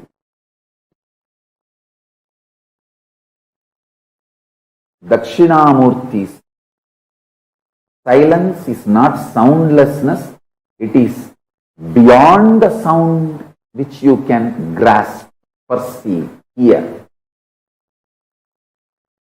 The human here has a dynamic range of the threshold of 120 to 130 decibel. You can neither hear below 120 decibel nor you can hear above 120 decibel. Sorry, 0 to 120 to 130. I can say 0 to 130 decibel. Listen carefully. Human here has a dynamic range of 0 decibel to 130 decibel. If something is below the 0 decibel, you can't hear. Something is above the 130 decibel, you can't hear. Dakshinamurti's silence is above the 130 decibel. It is not soundlessness. It is the sound which is beyond your capability to perceive, beyond your range. Same way, Dakshinamurti's visual silence. See, Dakshinamurti's verbal silence is the sound which is beyond your perception. Same way, Dakshinamurti's visual silence is not darkness where nothing exists. No, it is supernal effulgence where all your ability to visualize disappears into a supernal effulgence, like 7 colors of the rainbow disappear into the sun's bright shining.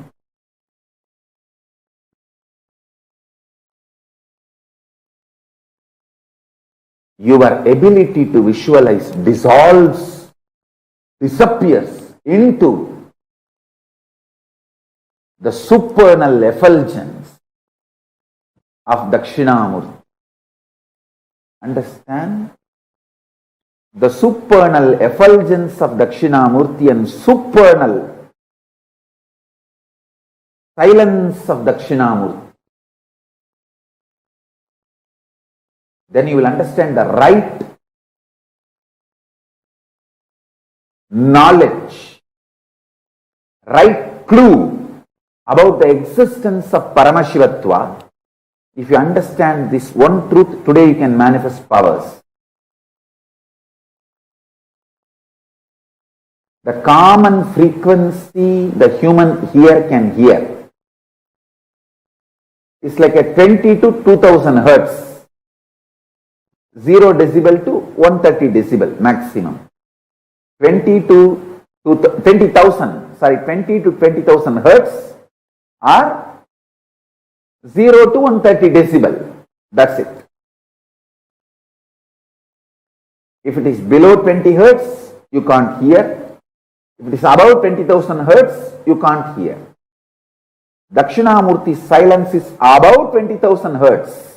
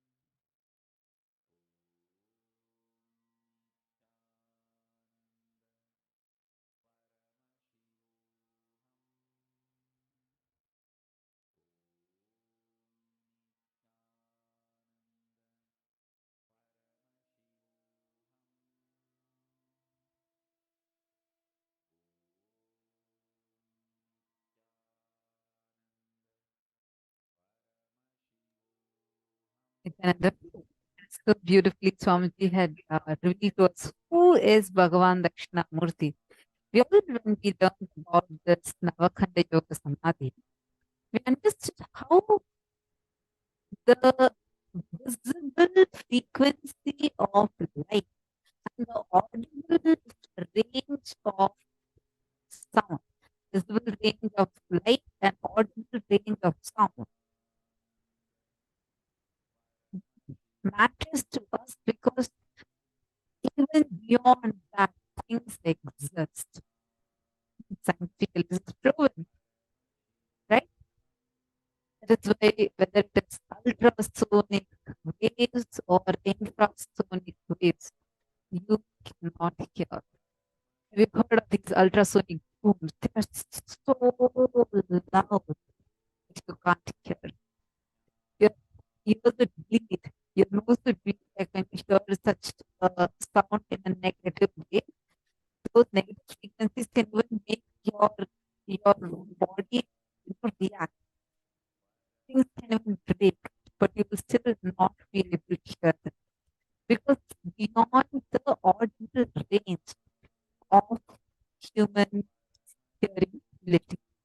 And these are the sound waves, like for these ultrasonic sound waves are the sound waves which is beyond the 20 kilohertz, right? And these sound waves, you even like all these sound waves, we can't hear it. For examples, we have these ultrasonic cutters, polishers, right, which is like so loud that we'll not be able to hear it. And we also have these, for example, bats. Bats are having ultrasonic sound waves. Another example of this is the ultrasonic scans that we have. When the child is in the stomach, the mother goes through a scan, right? It is also using the sound waves, which is so high in frequency that we cannot hear. And another example of it is dolphin or fish finders. All of these are having the ultrasonic sounds which we cannot hear. And we will not be able to hear that frequency, and we will have the impact of it, but we can't hear it. That's why they say blue whales and dolphins make such loud noise, which actually is so loud. It is so loud that we can't hear it. So that is a definition of an ultrasonic sound wave. You're understanding? Okay. So Dakshinamurti, the frequency that Dakshinamurti exists, is in this frequency. He is in silence, but his silence is so deep that human beings cannot hear that silence. You can only experience it. That is the power of Dakshinamurti. He sits. When he sits, right, it will just be that, like, he's just completely quiet. There's no sound. But in that silence, he transmits petabytes and petabytes of information to us. Now, how many of you want to experience what does it mean to hear those ultrasonic sounds? What does it mean to hear those sounds? See, there are some ultrasonic sounds which are good in nature. Like, for example, the sounds of certain frequencies that is in the temple, that vibrates in the temple. These sounds are so good for us because the patterns of these sounds creates the right effect in our inner space. The sounds have an impact in the matter.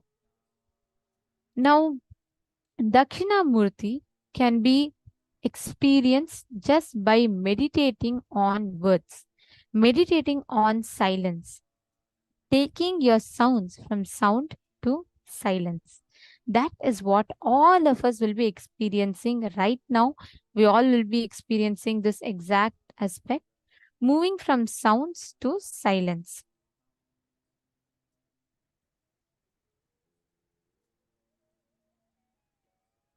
Now, there's this meditation technique where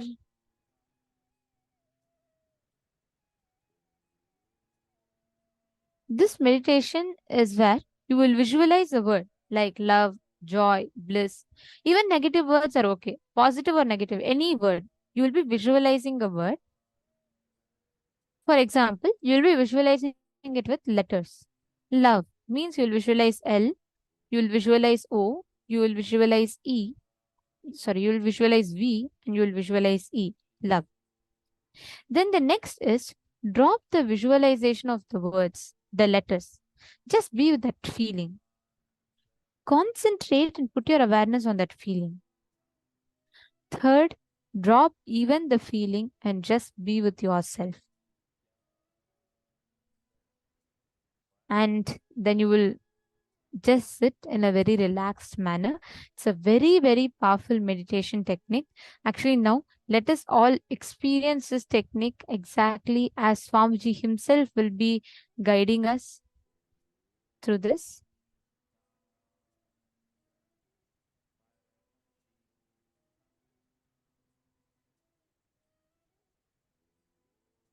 I request everyone to please sit straight. Sit with your head, neck, and spine in a straight line.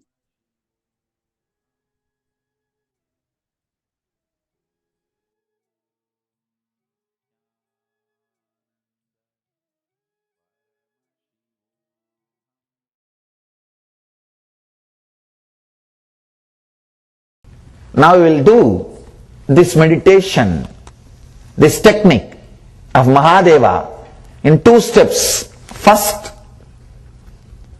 let you look into yourself for 5 minutes and try to pen down, not for anybody else's sake, just for your sake.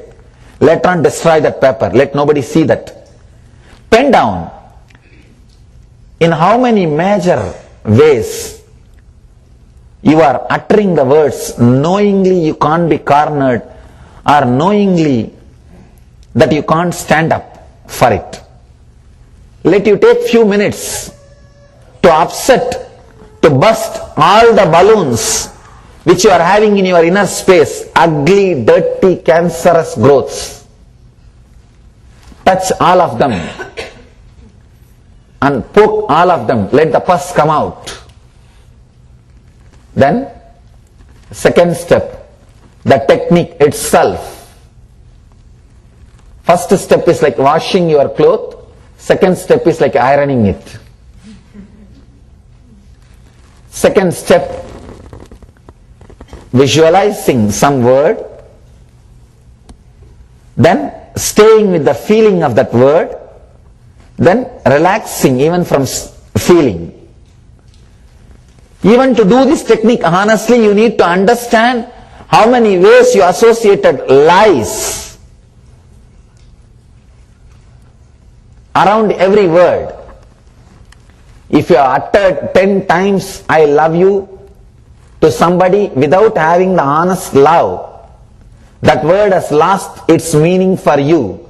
Afterwards, even you try to love somebody, that word will not have meaning or feeling. You have lost the great dimension or the feeling of loving somebody. That very possibility is dead in you. That's the worst thing can happen to you. People come and tell me, I know I should be devoted, I don't know how to bring devotion. Means what? At least 100 times you would have uttered the word devotion. I am devoted, I am devoted, I am devoted, knowingly that you don't have that. Then, mind has lost that very aspect of giving meaning to that word devotion or feeling the experience devotion. You become dry. Do not utter the word knowingly you can't stand behind it. If you utter, you lost that dimension in your life. You are done with it. You are done with it.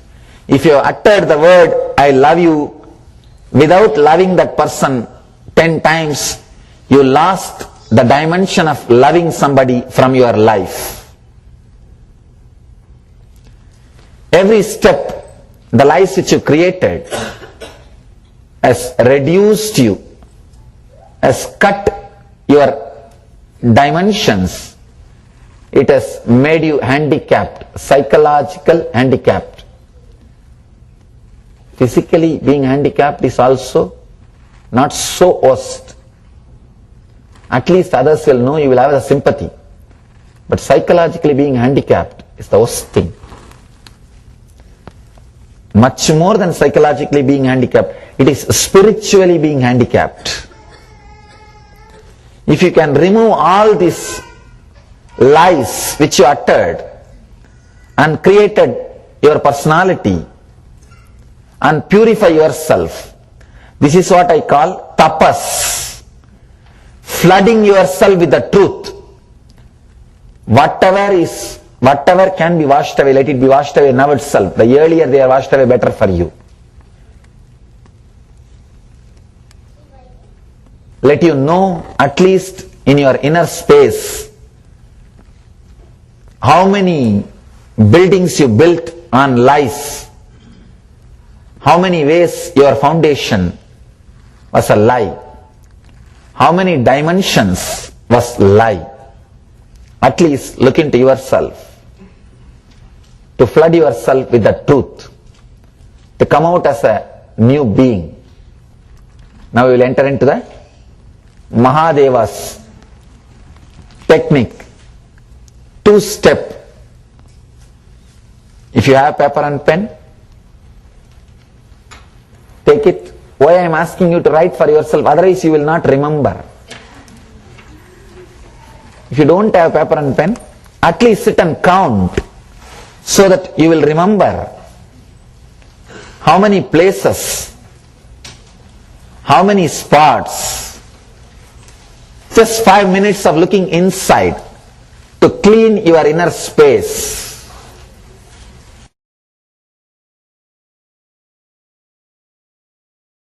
Then we will enter into the meditation. You can sit with closed eyes and look into yourself. Please close your eyes and first search and seek, identify in every step how many places you built yourself with lies, on lies, uttered the words knowingly. You are not that. You are not going to stand for it. You are not fulfilling it. Just close your eyes and look into yourself.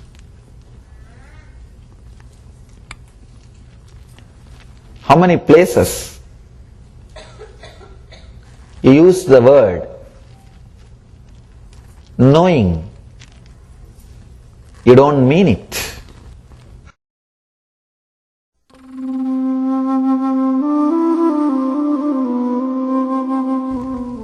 It may be painful, it may be little suffering, it's okay, go through. See the truth, at least let you know.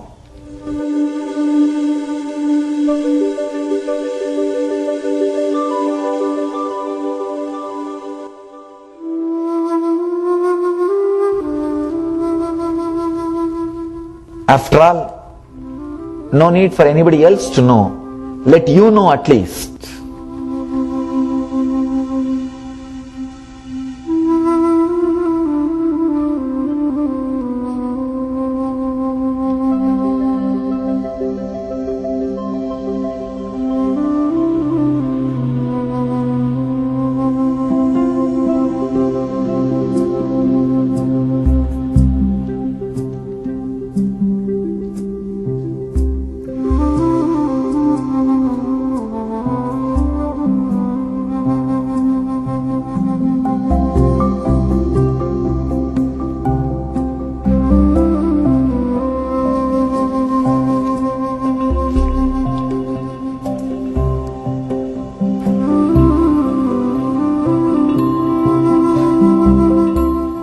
Even if it was painful, it is painful.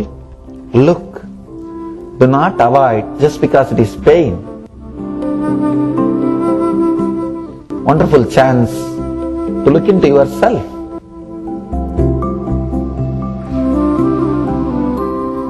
At least know in how many places you built your life, your identity based on lies.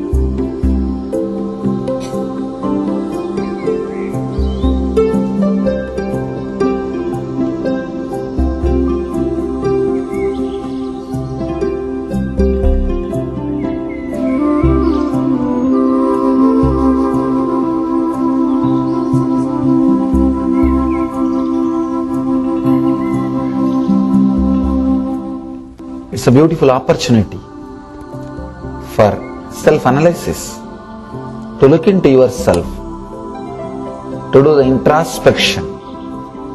Look, don't miss this opportunity.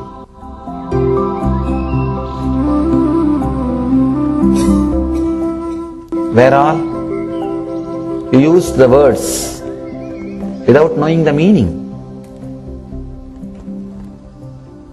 without meaning it.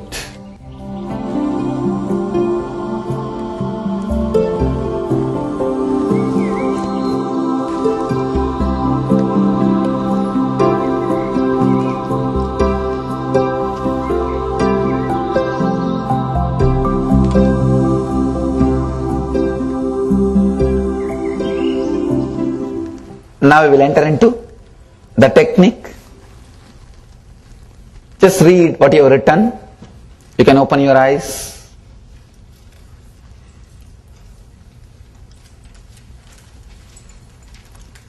Just wanted to give you a few minutes to look into yourself. Try for next 21 days not to use any word which you do not mean. Do not use any word knowingly that you can't stand for it. Knowingly, just because nobody can pin you down, nobody can corner you. Never use the words. Then this technique will work on you. Now we will do this technique just to learn. But this technique won't work on you now unless you clear your inner space. Learn so that you can start doing it after 21 days. Let me teach you the exact technique. Visualize a word like love, or joy, or bliss. Even the negative words are okay, whether positive or negative, any word. Visualize a word. First visualize it with a letter. Love means L-O-V-E. Then next, drop the visualization of the words, letters. Just be with that feeling. Concentrate, put your awareness on feeling.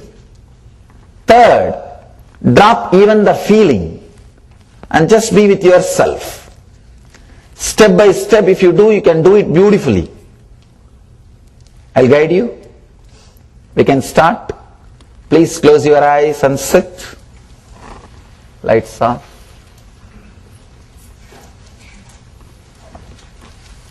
Sit in a very relaxed way.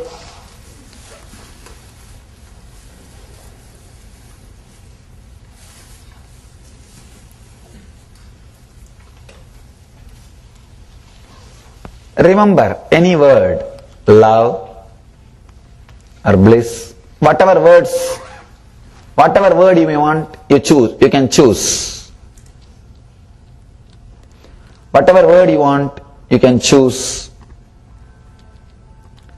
Visualize that word as letters. Be with that visualization of letters.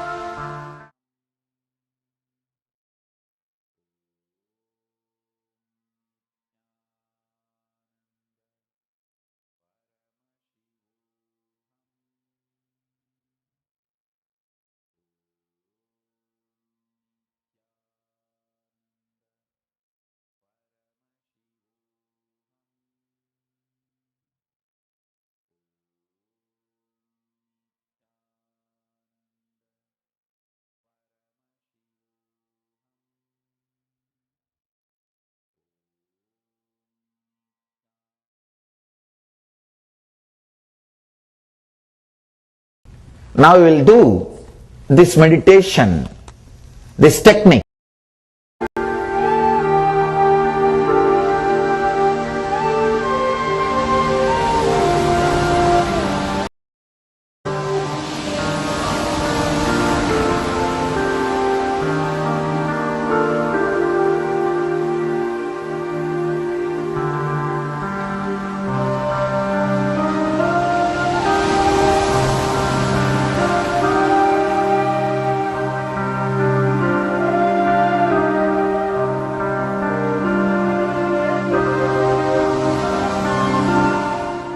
Now,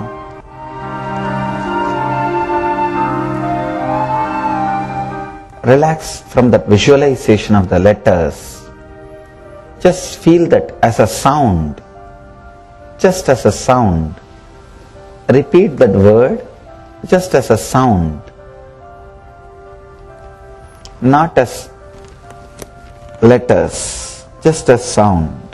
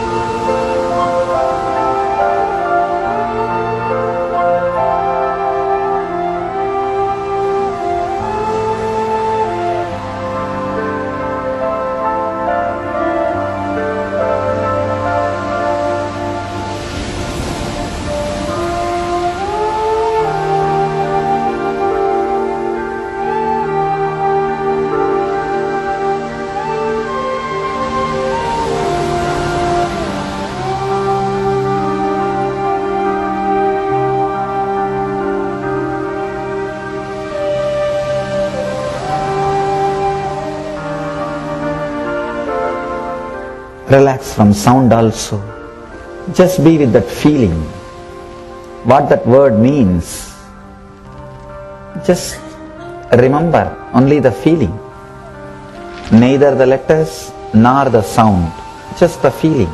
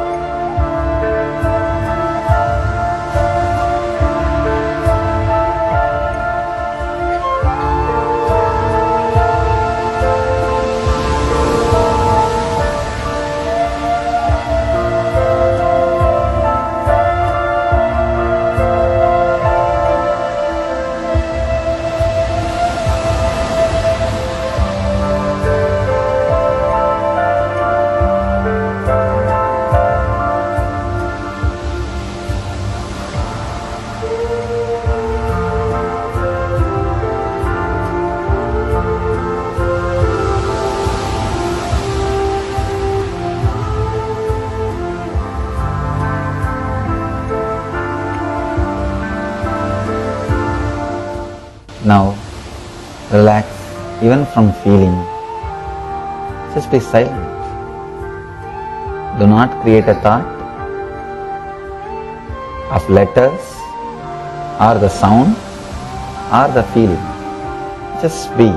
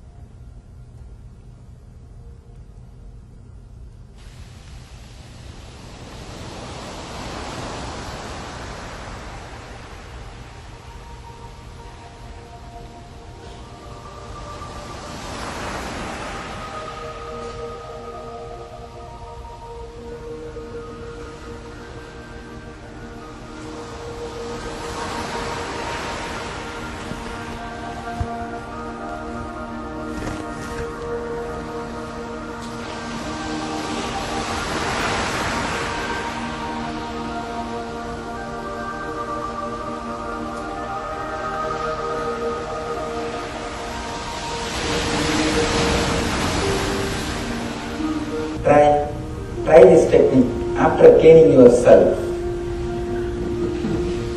At least for 21 days, live with the truth, and after you clean yourself, try with this technique. Such a powerful technique, it can straight away transform you and put you in silence and bliss.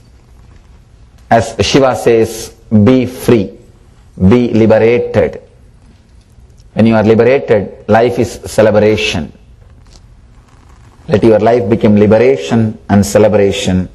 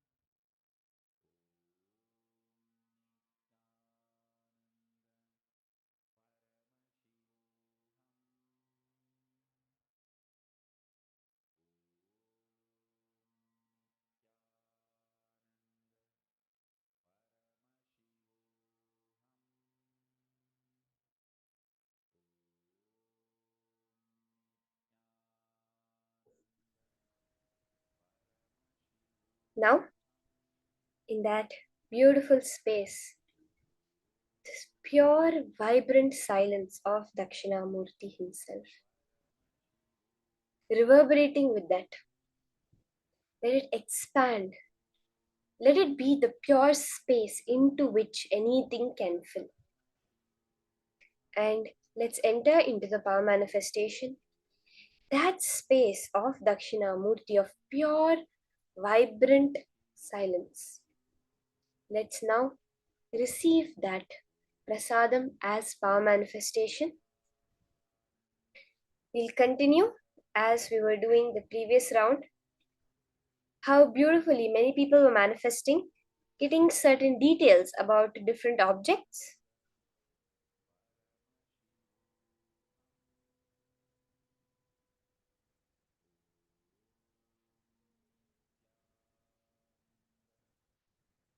Now, right now you have another object that has been put on screen for you. You can start scanning through your third eye. We'll have very quick rounds. Just let your pure silence, that pure soundlessness be your inner space. Because then you are in the space dimension. You are in your original form as Swamiji. And from that space, there can be no information of the world that is hidden from you. Start chanting the Mahavakya, and very beautifully, you will see the shift now in your power manifestation. How beautifully all the information about this object will get clearly revealed to you.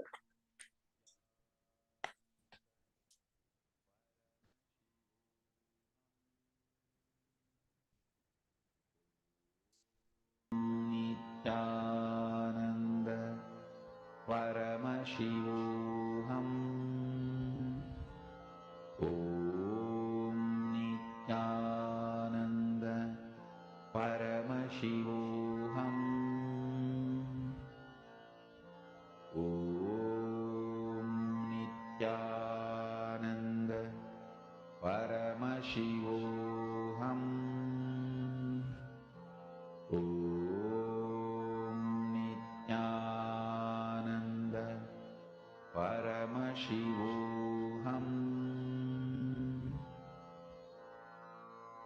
Mahamahavagya, spiritual lullaby for samadhi, and Suprabhatam, wake up call, wake up song for Paramashiva.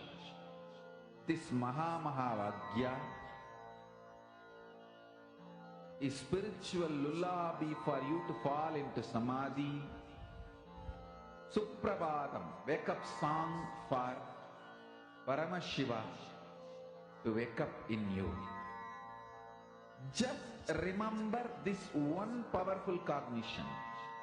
This Mahamahavagya puts me in samadhi. This is spiritual lullaby for samadhi, and Suprabhatam, wake up song for Paramashiva in me. For Paramashiva to manifest. With this one spiritual powerful cognition, chant this Mahamahavagya.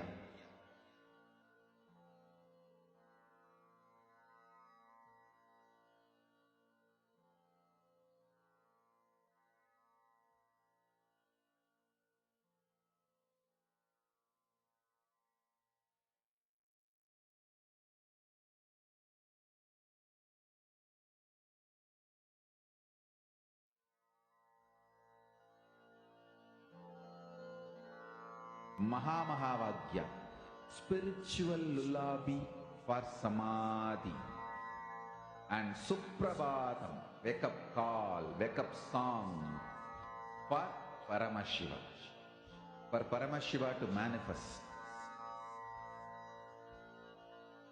With this one spiritual powerful cognition, chant this Mahamahavagya. Om Nithyananda Paramashivoham.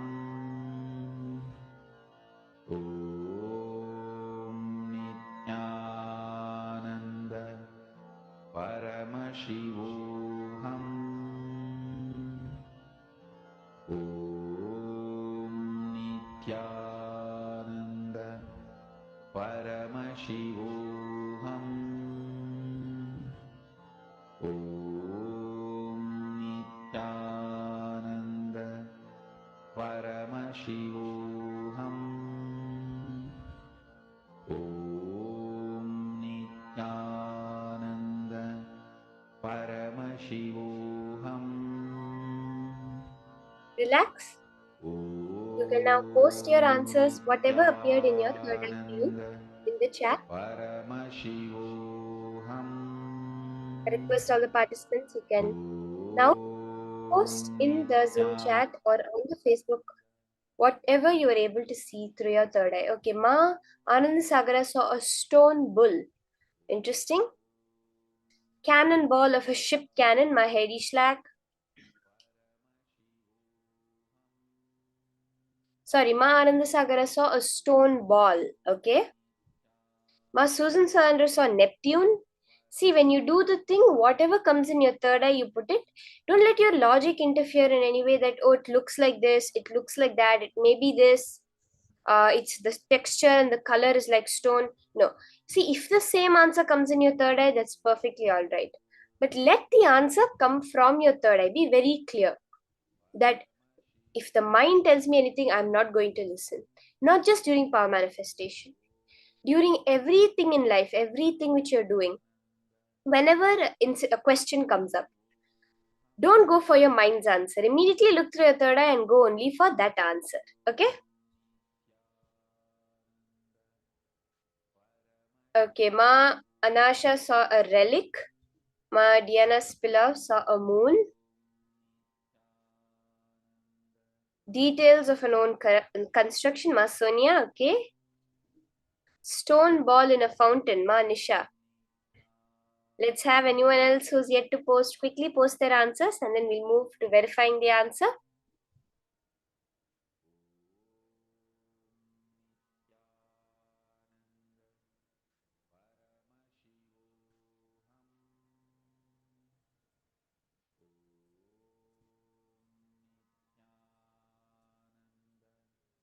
Okay, Ma Gurmeet is seeing a seed. Interesting. So now we have the answer on screen. It's called Decrease Spheres in the National Museum of San Jose. These beautiful but mysterious objects were uncovered in Costa Rica when the United Fruit Company began clearing the land. Thought to date back between 700 CE and 15,030 CE, experts have no idea what these perfect stone spheres were for or why they were made. Many people saw stone. In the further rounds, remember to put the dates, the timing of the place, the what dating of the object is and where it was found. Okay, so beautiful. Many people manifested. You saw stone balls, spheres. They don't know why it is. So, Ma Sonia, you may be seeing something. Ma Nisha, you also could be seeing something that is not yet known to the people that it was used in the ancient time in a fountain in some ancient construction. But right now, modern day experts are not able to figure out what this object was used for. Okay, let's move on to the next round. We'll have another quick round of 2 minutes. Your object is being seen on screen by you now. Just scan. Remember, don't just put what the object is. Put some details of the place that you're able to see. You can always ask your third eye. See, when you get one answer, you can ask your third eye. Give me what the place that this object was found is. What's the timing of this object? Why is it special? What do scientists say about it? So you can always ask your third eye all these questions and it will reveal the answer to you. Let's start. 2 minutes starts now. The next round of the power of Sarvajñatva.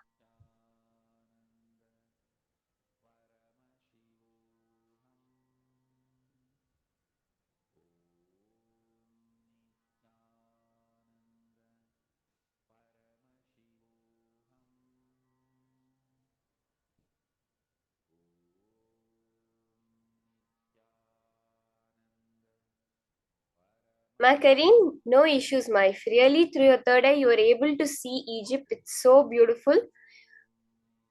That means you're able to see, Ma, understand all of us when we're doing the power manifestation. Never feel like the answers are coming wrong. Celebrate that Paramashiva is showing you. See, never feel the answers are wrong. Whatever Paramashiva shows can never be wrong. Somehow we are not tuning into the right answer. That's all. Somehow we are not able to see how the answer is correct. So just pray to Paramashiva. Paramashiva, please let me go beyond the mind and let me see the truth about how my answer is correct. That's all. Because see, what these artifacts are many things that modern sciences do not have any answers for. So very much possible that what you are seeing is the truth about those objects. Like Marguerite is saying that she was in Egypt for some reason. You never know, these could have been made in Egypt and then transferred to San Francisco. There are so many things that are possible. So never doubt yourself, always understand that it is Swamiji's manifestation. Okay, let's start posting. Whatever you are able to see through your third eye, post it in the chat. You do not need time for this power manifestation. Don't feel like there's very little bit time. Even one thought gap is enough for Swamiji to manifest through you. You're just tuning into the vibration of the cosmos that carries all that information and bringing it down to this level and telling it. Okay, I see Ma Anand Sagara. Ancient Hindu or Egypt or Roman door used in battles to protect a castle from enemies entering. Manasha seeing a meteorite. Okay. I request all the others. Okay. Keep seeing a train. Ma Christine. Interesting.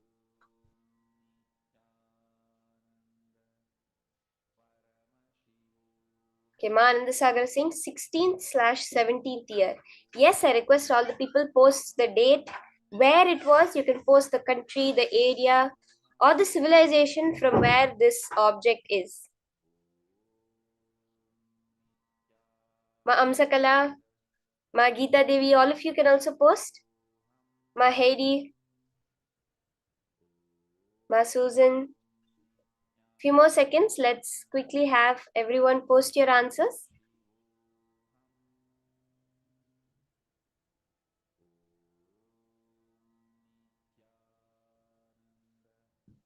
Okay, Ma Diana is saying she saw a rock that attaches to something to make it work.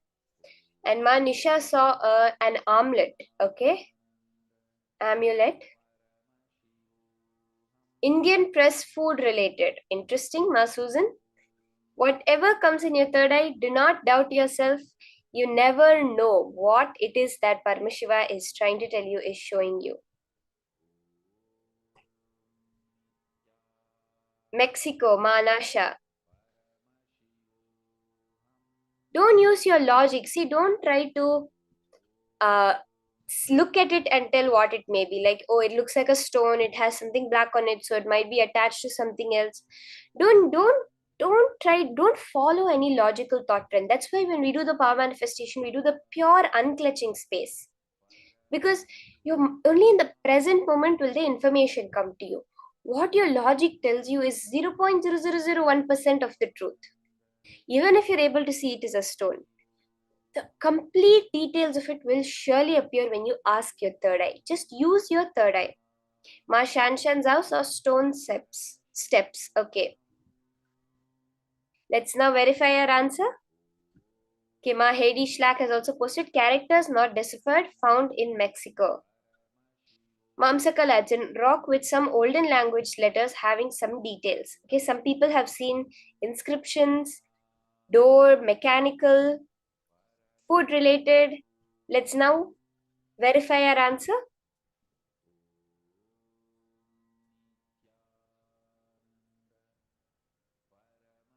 Okay, so now we have the answer on screen.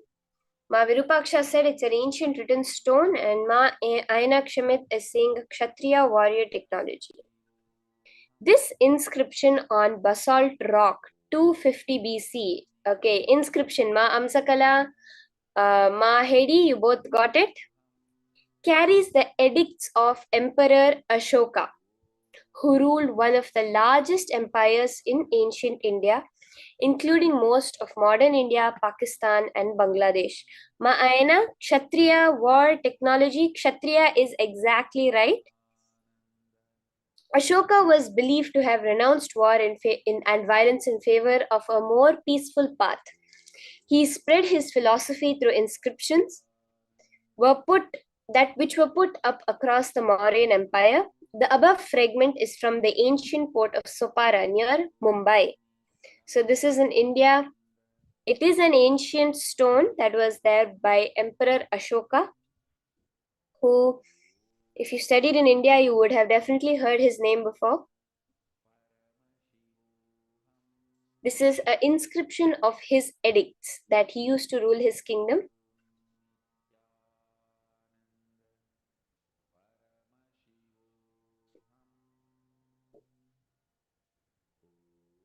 So beautiful.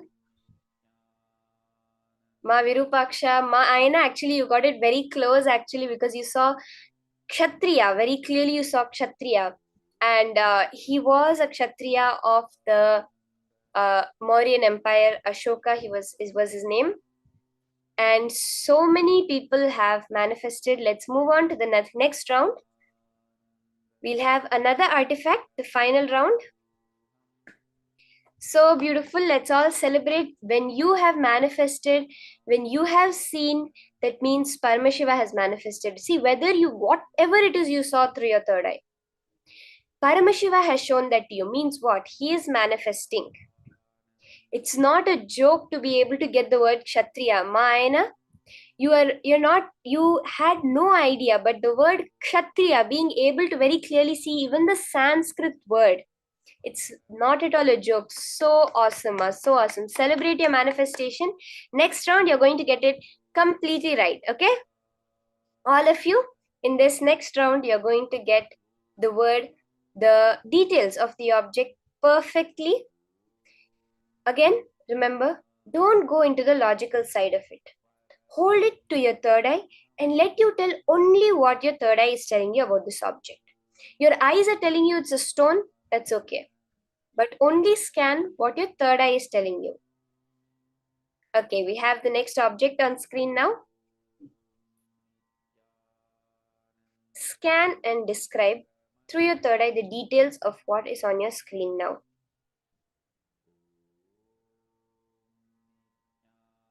Scan the history of this object. What's the story behind this object? So in this round, we're going to do it a little more detailed. So we can all see, we know it's some kind of jewelry, it has a gemstone. Don't put these things, which your mind can also tell you. Whatever you're able to see through your third eye, what's the history behind it?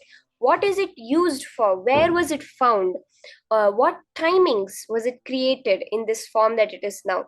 All these small details we're going to scan, okay?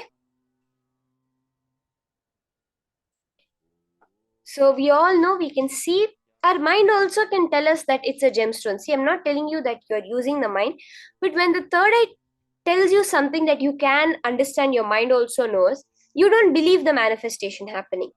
You're not able to say, no, it might have been my logic, it's not my manifestation. So because of that, in this round, don't post things like jewelry, gem, scan where it was made, why it was made, its whole history in detail, all the hands it passed through, all the places it went, what are the different happenings associated with this object, okay? Let's start. 2 minutes. Chant the Mahavakya. Sit with your head, neck, and spine in a straight line. Connect to Swamiji and let the manifestation happen.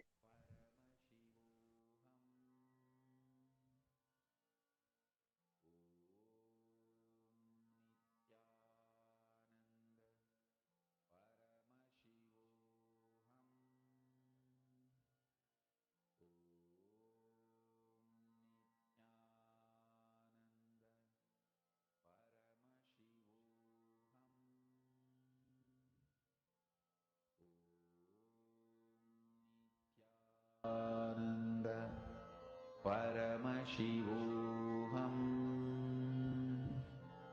Om Nityananda Paramashivoham.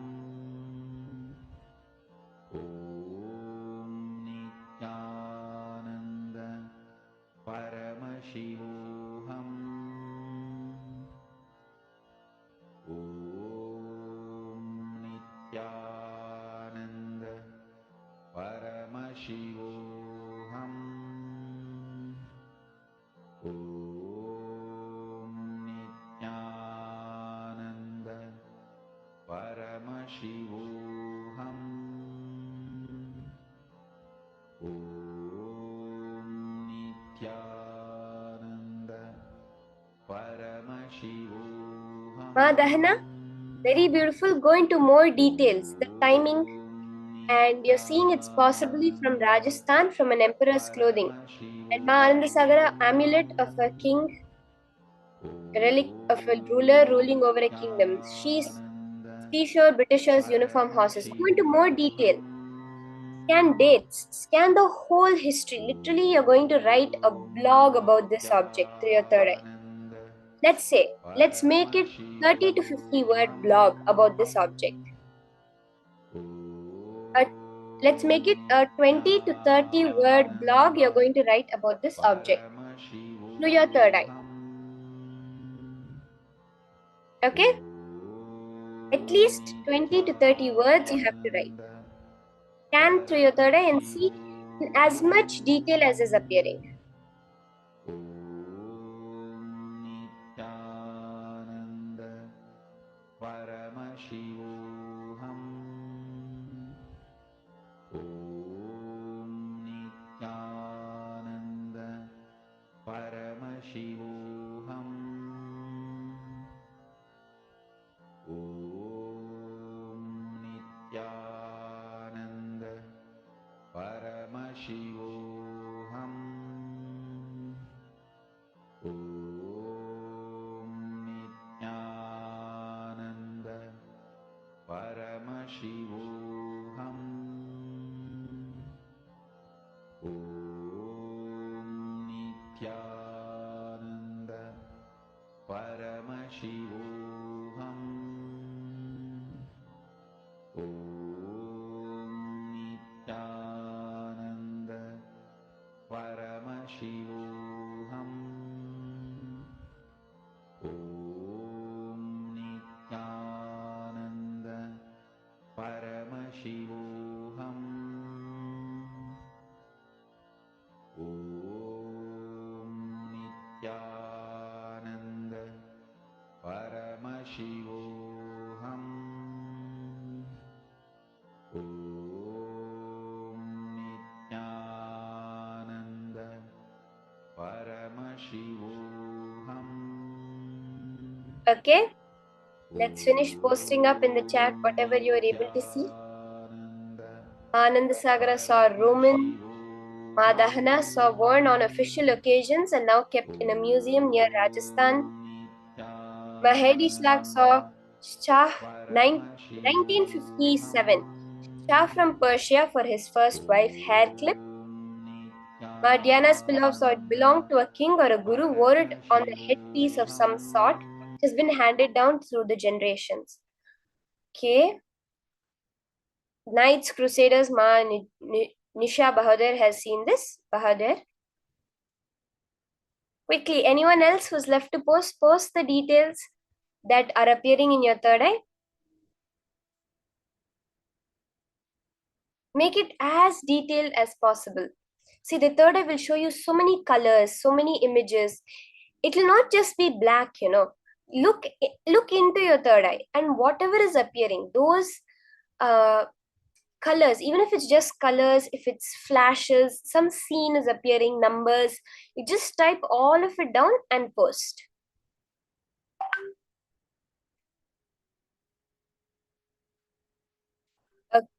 Okay, Ma Susan Salander has said, worn by Mughal king, coat of arms. Okay, let's now verify the answers. Many people saw various things across a range of things. Let's see. Okay, Ma Aina Singh, England Queen, medals for special military officers for victory. Ma Amsakala, Roman Empire king used this. Most of the king fight with them to achieve this. Ma Gurmeet Panesar is saying precious object got lost in water and was found again. Let's verify the answers now. Let us see what the history, the detail of this particular beautiful object that was just the beautiful artifact that was just projected. Let's see the history and details of it.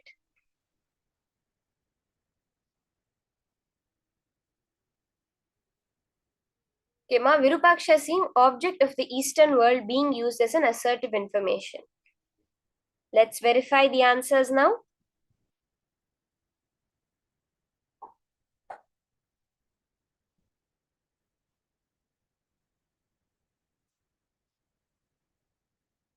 Okay. In January 1944, I saw one of the Mas had posted 1900s. That's beautiful. A beautiful but spooky amethyst mounted on a ring in the form of a snake was donated to the Natural History Museum of London by the daughter of a man named Edward Heron Allen. With it was a letter explaining the strange and alarming tale of the gem. It was looted from an Indian temple in 1855 and subsequently brought to England, where it was given to Edward Heron Allen. And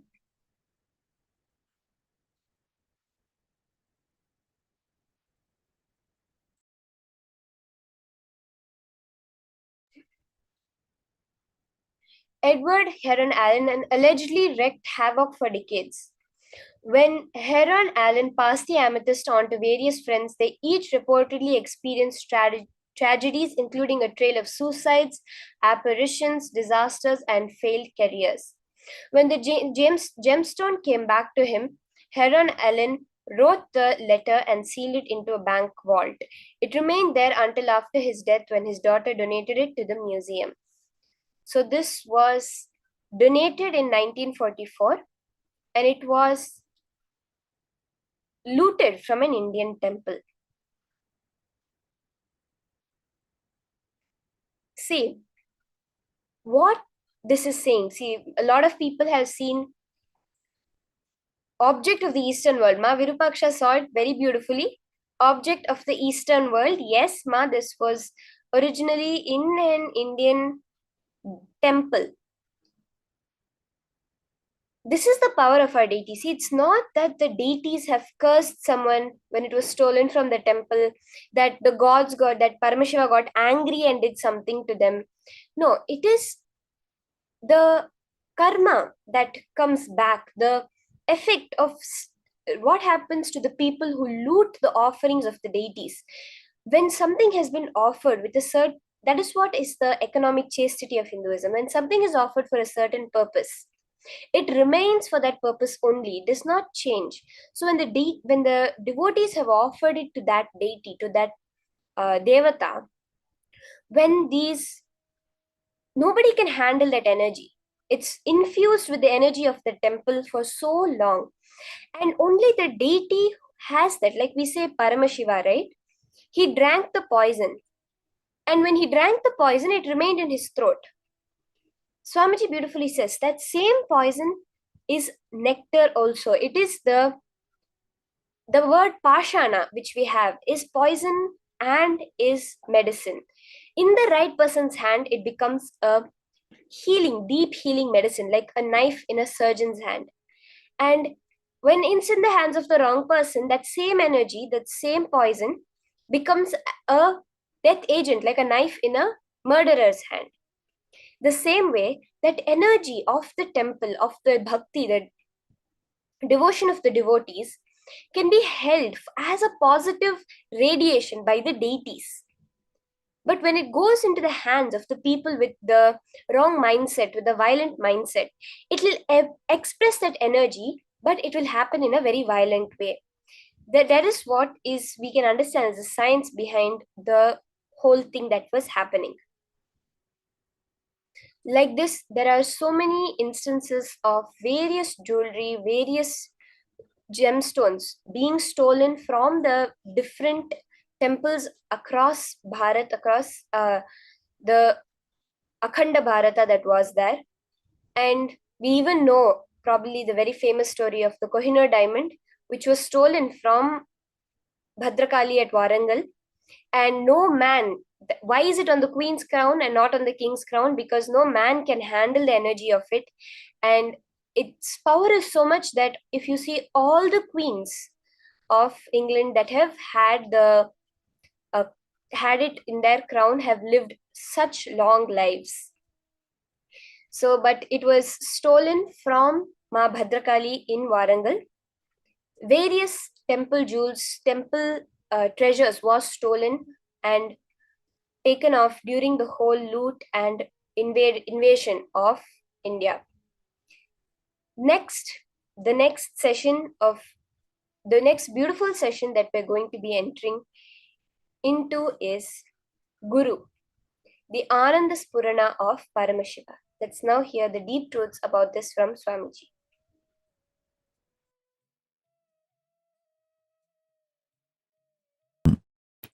Sukra does not morally judge you. Sukra actually never.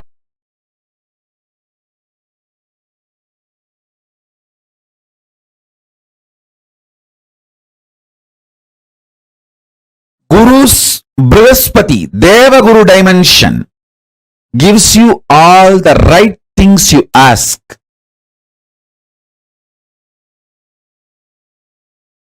Guru's Brihaspati, Asura Guru dimension, Sukracharya dimension gives all the left things you ask.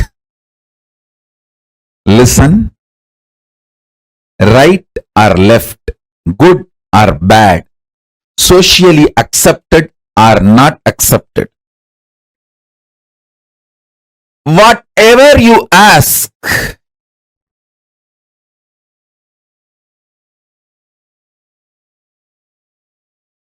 Sukra blesses. Don't take these words lightly. Sukra really manifested yesterday. It is actually lottery. You see, Sukra manifests like a lottery. He is not logical. He is like a lottery, literally lottery.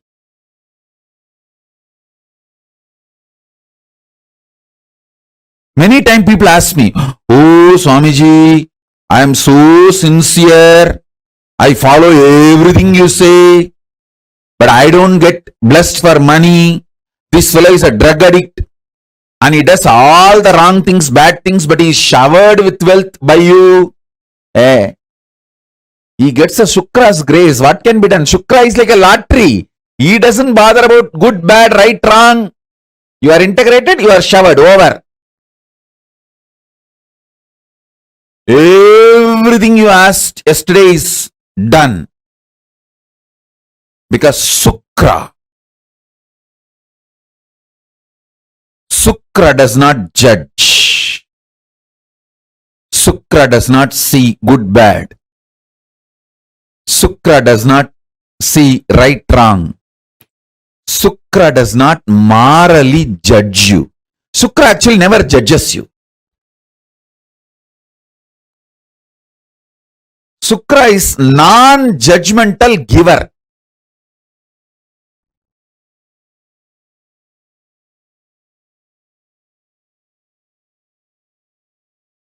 If you go to Brihaspati saying that you are addicted to alcohol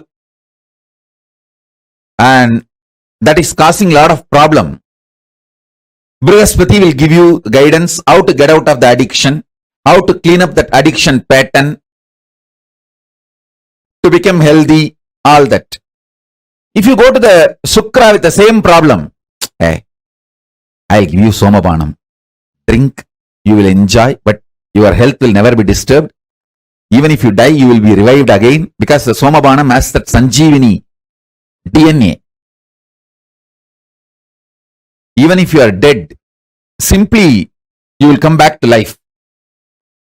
The Sanjeevani DNA does not let your body without life more than 3 seconds. You will be back. So the way Sukra deals things are totally different. Even if you die due to overdosage, in 3 seconds you will be back to life. Sukra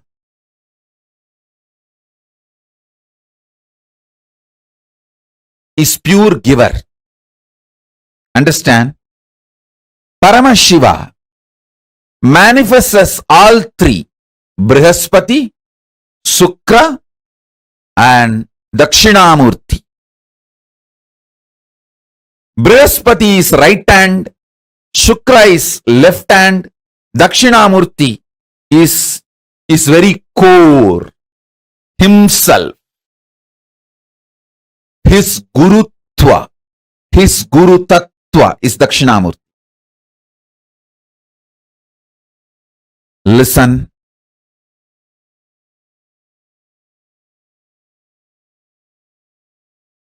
Don't take Shukra lightly.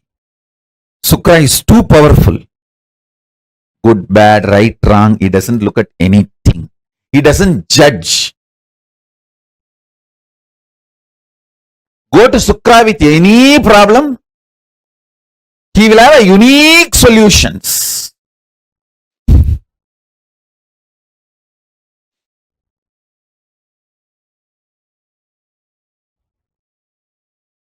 Brihaspati, he sails the socially accepted path, which is for the devatas, like organized living. Shukra is like a path breaker. He always finds path by breaking paths.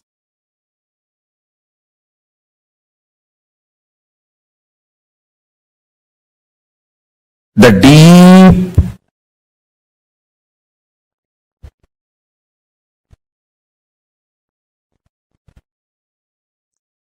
Ananda Spurana of Paramashiva means his ecstatic inhaling and exhaling,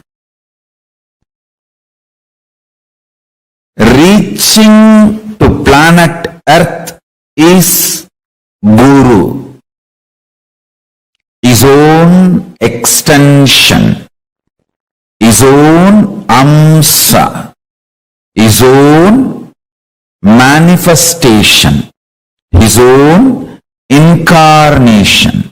Understand? Ananda Spurana of Paramashiva is inhaling and exhaling his prana pana vyanodana samana movements, his breathing space reaching out to the whole humanity is Guru, is his incarnation happening on planet Earth. His very space manifesting here on the planet Earth is Sri Kailasa.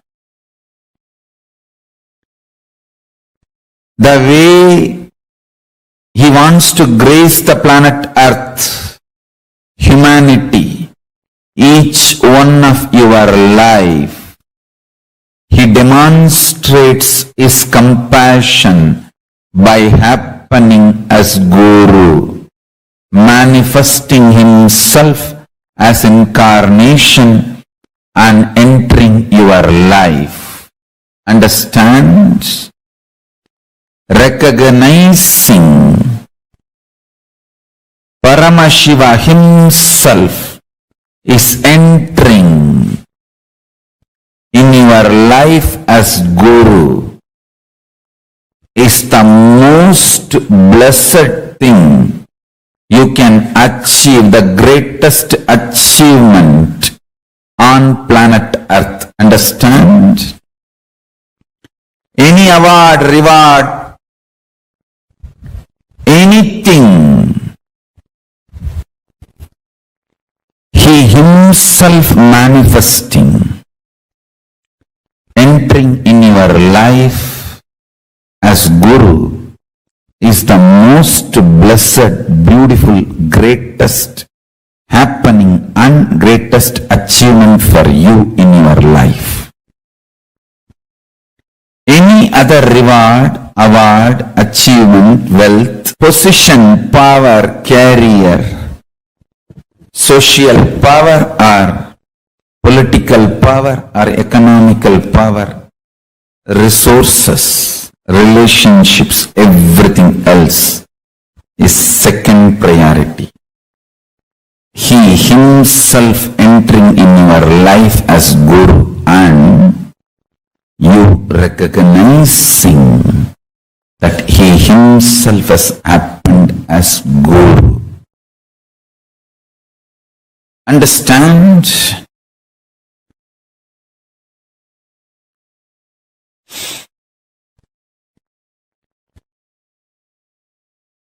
Power, enlightenment, knowledge,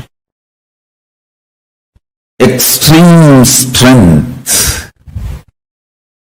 Power, enlightenment, knowledge, extreme strength.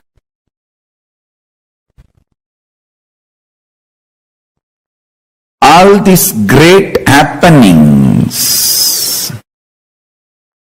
all these ultimate happenings,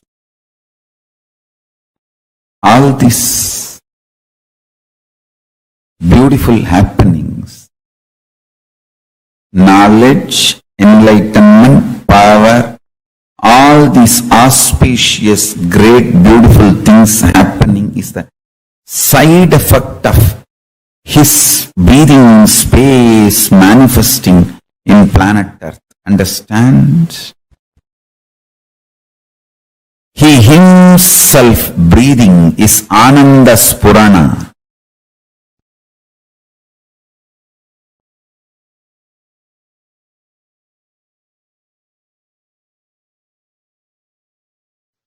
Paramashiva's two dimension. Devaguru Brihaspati, Asura Guru Shukracharya.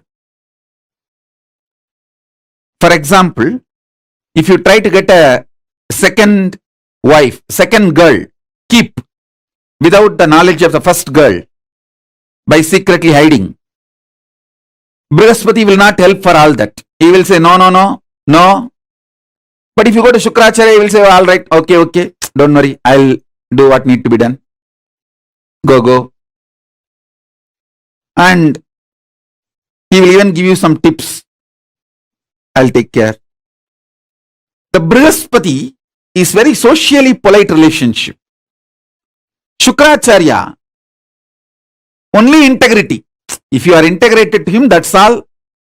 The social norms, rules, regulations, being organized, all that does not matter. If you go to Brihaspati, he will bless you for the wealth for which you need to work through the society, social form and achieve. But Shukracharya will simply give lottery. Everything I say, if you understand, you will understand the whole astrology. When you have the Brihaspati Guru Dasa, how the life goes, when Shukra is in your, is gracing you, how the life goes, you can see very clearly. With Shukra, if you are just integrated to him, that's all. He will do anything you want. He'll say, all right, come on. You just go and tell him, I'm planning for a third girl.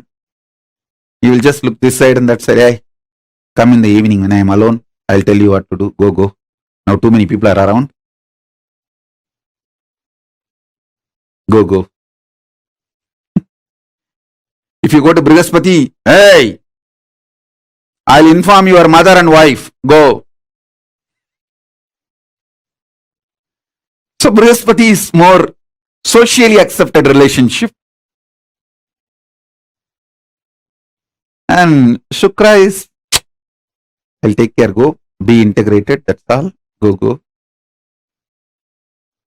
If you maintain the integrity with Shukra, that's enough. He will grant you everything you want. And it's like he doesn't judge. Of course, Cosmos needs all types of people and all types. That is why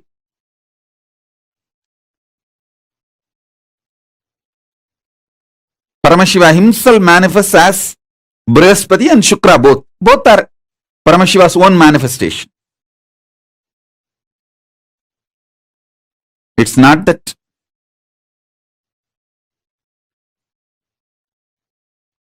Shukra is less Paramashiva or Brihaspati is more Paramashiva. No. Brihaspati is more for the people who are organized, socially polite. Shukra is more for the people who are very raw. And that is the way people are. And he accepts everyone. And he will even give Sanjeevani Vidya. Even for the playboys, he will give Sanjeevani Vidya and how to make Somarasa, all this knowledge. If you are just integrated to him, that's enough.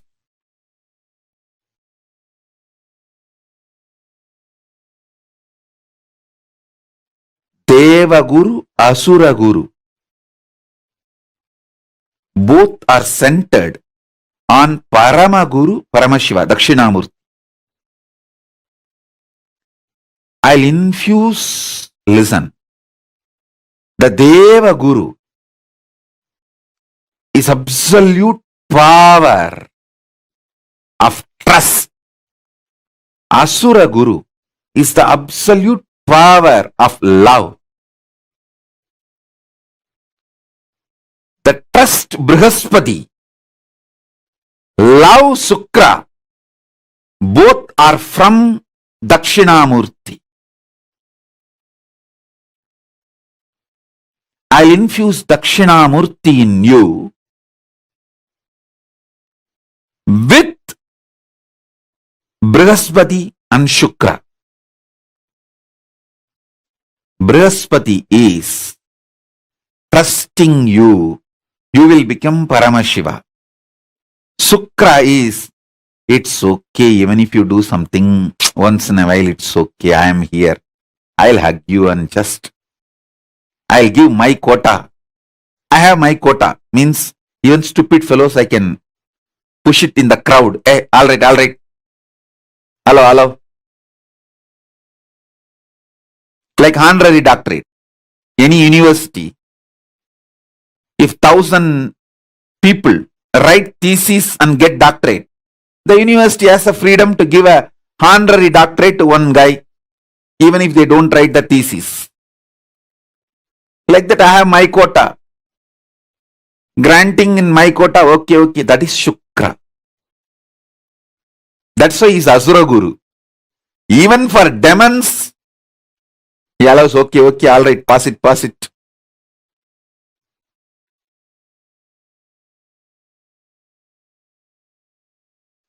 Shukra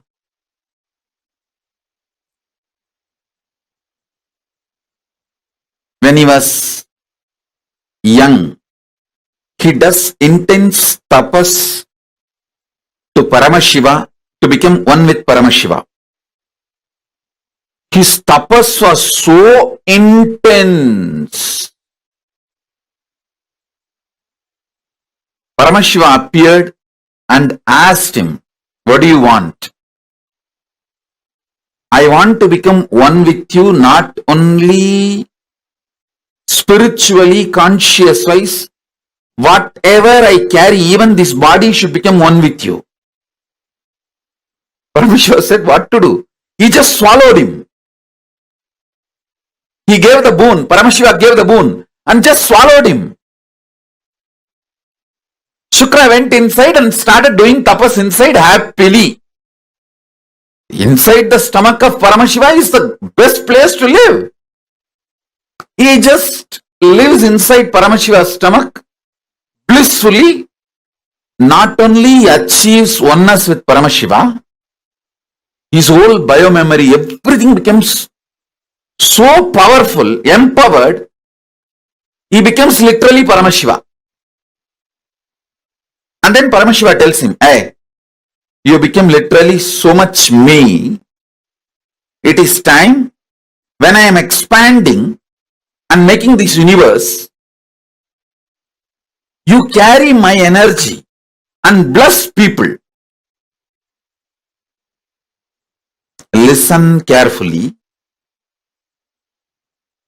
In India, we have temples for each of these planets. all of you should know,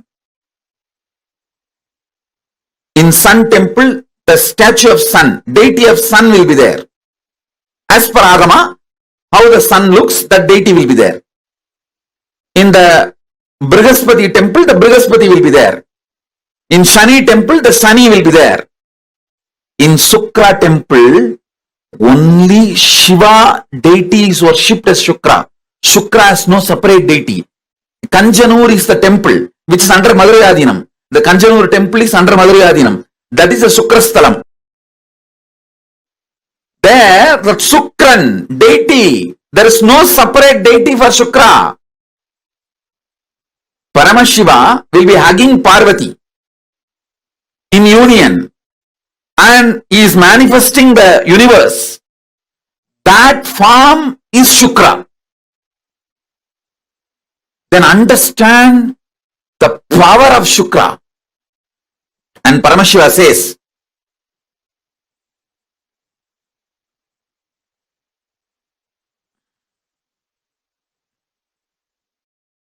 listen carefully. Paramashiva says very clearly,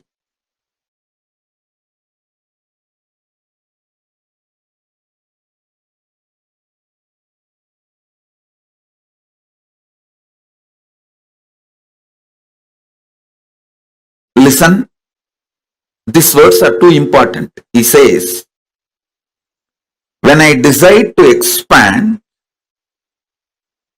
my passion to give, when you are in high peak, how you give. Paramashiva, if he is in high, that's the time he manifests this universe. So he doesn't see logic, he just gives. This is the Shukra. You can see very clearly, it is Shiva and Parvati. Shiva and Parvati, Shiva actually keeps his hand on the hip of the Parvati. This form is called Anaittandanadar. This is the Shukra deity.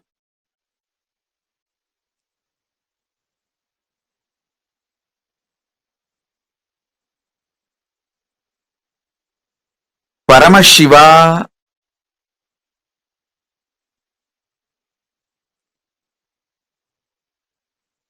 when he just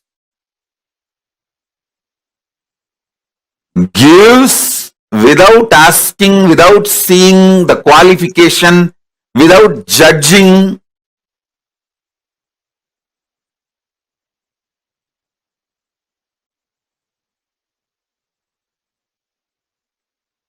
that energy of Paramashiva is Shukra. Shukla means in Sanskrit semen.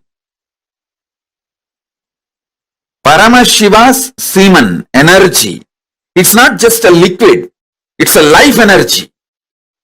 Paramashiva's life energy is Shukra. He tells Shukra from inside his body, come on, you come out and represent me, my passionate giving. You represent my passionate giving. See, Paramashiva's ferociousness is represented by the Kalabhairava. Paramashiva's knowledge is represented by Dakshinamurti. Paramashiva's ecstatic cosmic dance is represented by Nataraja. So Paramashiva's various energies are represented by various forms. His Shukla, the semen energy, which creates this universe, is represented by Shukra. So through the Paramashiva's Shukra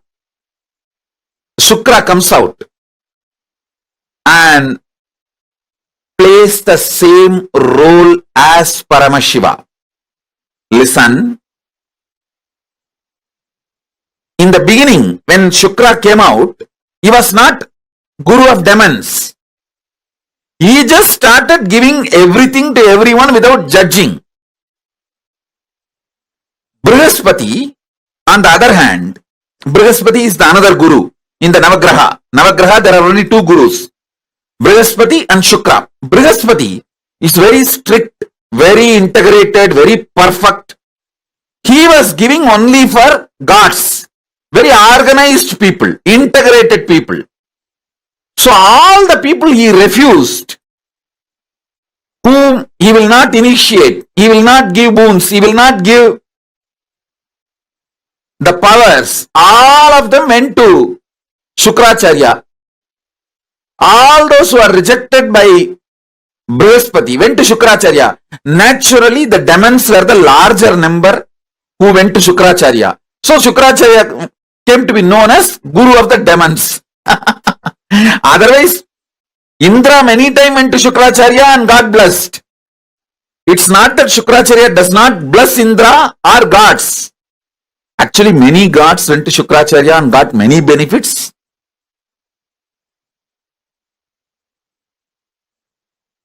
Even Skanda said to be received some boons and weapons from Shukracharya.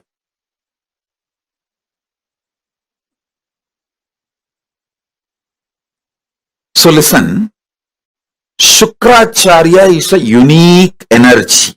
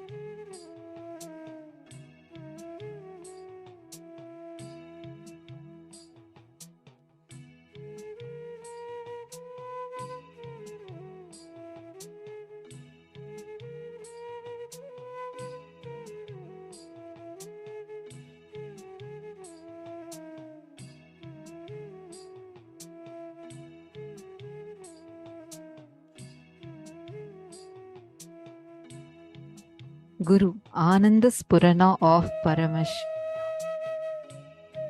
Wow, what a powerful cognition Swamiji had given to us.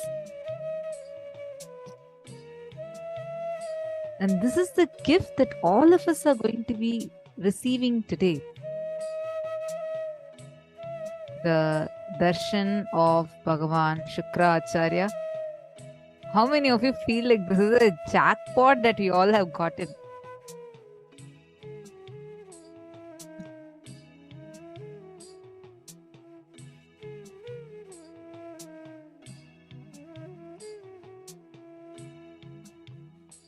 Paramashiva, Parameshwara does 5 actions: creation, sustenance, rejuvenation, putting in delusion, and liberation. First, for creation, he does it by sitting in Brahmaloka as Brahma and manifests and creates. Second, maintenance, sustenance. He does it by lying down in Paramapada as Parandama. And rejuvenation, he does it as Maharudra, fourth, in Kailasa, putting in delusion. He always comes down to the planet Earth. He assumes the human form. The form he assumes for liberation is Guru. Keeping liberation as a predominant activity, the form he assumes is Guru. You realizing the oneness with Sadashivatva, you realizing the ultimate, that is the success of Guru-disciple relationship. That is the purpose. The fundamental primary secret, Raja Vidya Raja Guhyam, the royal knowledge and royal secret is to make Guru-disciple relationship successful is realizing by his state he is compassionate, all-encompassing, all-committed and non-demanding. No one can raise your consciousness other than your integrity to Guru, your integrity to Paramashivam. When the Shukra is in high energy in your life, if you gamble, buy lottery, you will actually win everything. You will get socially accepted or unaccepted, right, wrong, anything you try, you'll be showered. He doesn't call something as good, something as bad. He doesn't tell, oh, this is good, something is right, something is wrong, nothing. This is like a jackpot that we all have gotten in this session.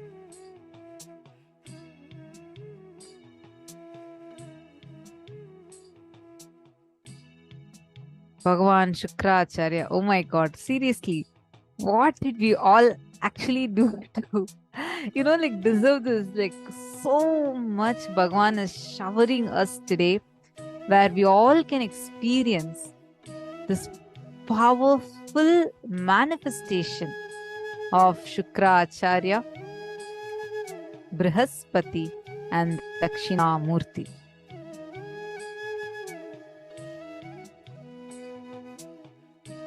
The participants, take a few minutes, write your understanding from this session, and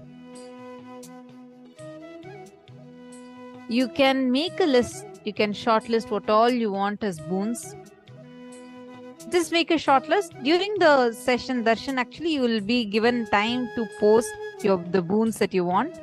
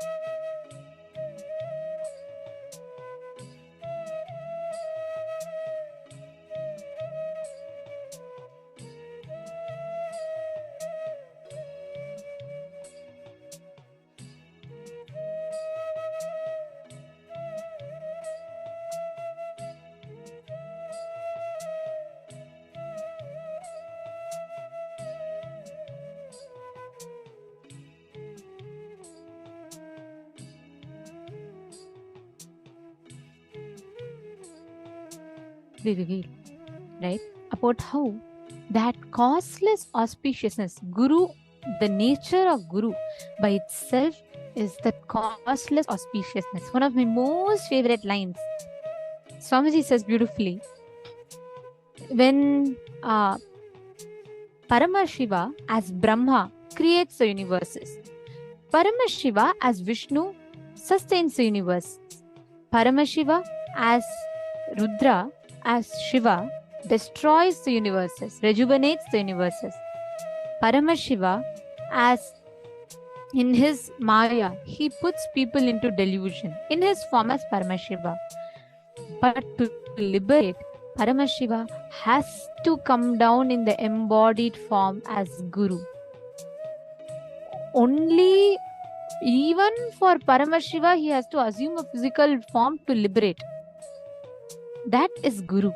And that is the ultimate happening. The most compassionate action of Paramashiva is Guru.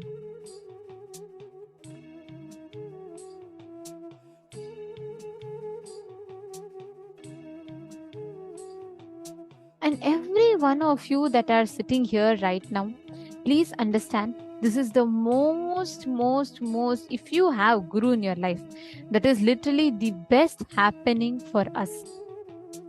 Because Paramashiva, in his embodied form as Guru, he takes care continuously to give humanity, to gift us all liberation. Right? Now, every one of you that are sitting here, the Ananda Spurana of Paramashiva is Guru. Now, every one of us here, today during the darshan, like Swamiji said, Shukra Kota, Shukracharya is the form of Paramashiva.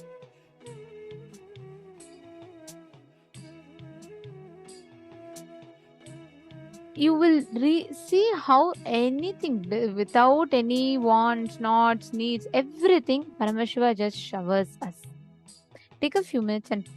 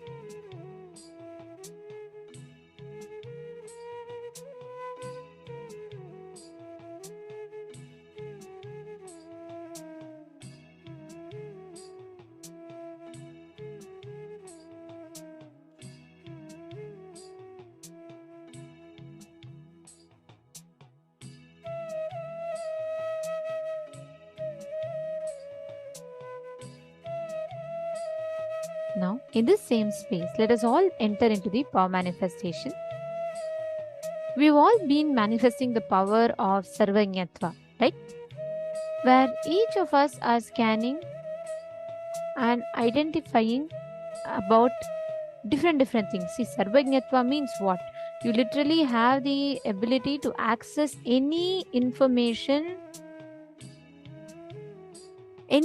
this thing that you want to know, you can scan and access it. So now, what we are going to be doing is, in this round of power manifestation, the power of Sarvanyatva, we are going to be manifesting the power to scan and identify the speciality of any place. Just by looking at the picture of a place, we are going to be able to scan and identify what place that is and what it is, why is it special. Shall we all start? Are we all ready? Okay, let's all do one thing. Okay, now I request all the participants, every one of you, as you see this place that I'm going to project to you all now, I request each of you to share with me what exactly are you seeing as the place, the details of that place. Okay, shall we all get started? All right. So I request all the participants, every one of you, to get ready. And I'm going to be projecting the question to all of you. You're all going to be scanning the question and sharing with me what exactly you see as the answer. Connect to Swamiji, chant the Mahavakya and identify what is special about this place. Nithyananda Paramashivoham. Om Nithyananda Paramashivoham. Om Nithyananda Paramashivoham. Om Nithyananda Paramashivoham. Om Nithyananda Paramashivoham. Om Nithyananda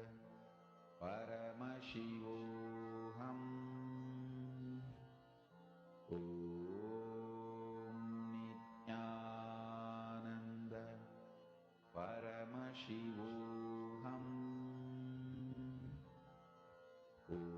Om Nithyananda Paramashivoham. Om Nithyananda Paramashivoham. Om Nithyananda Paramashivoham. Om Nithyananda Paramashivoham. Om Nithyananda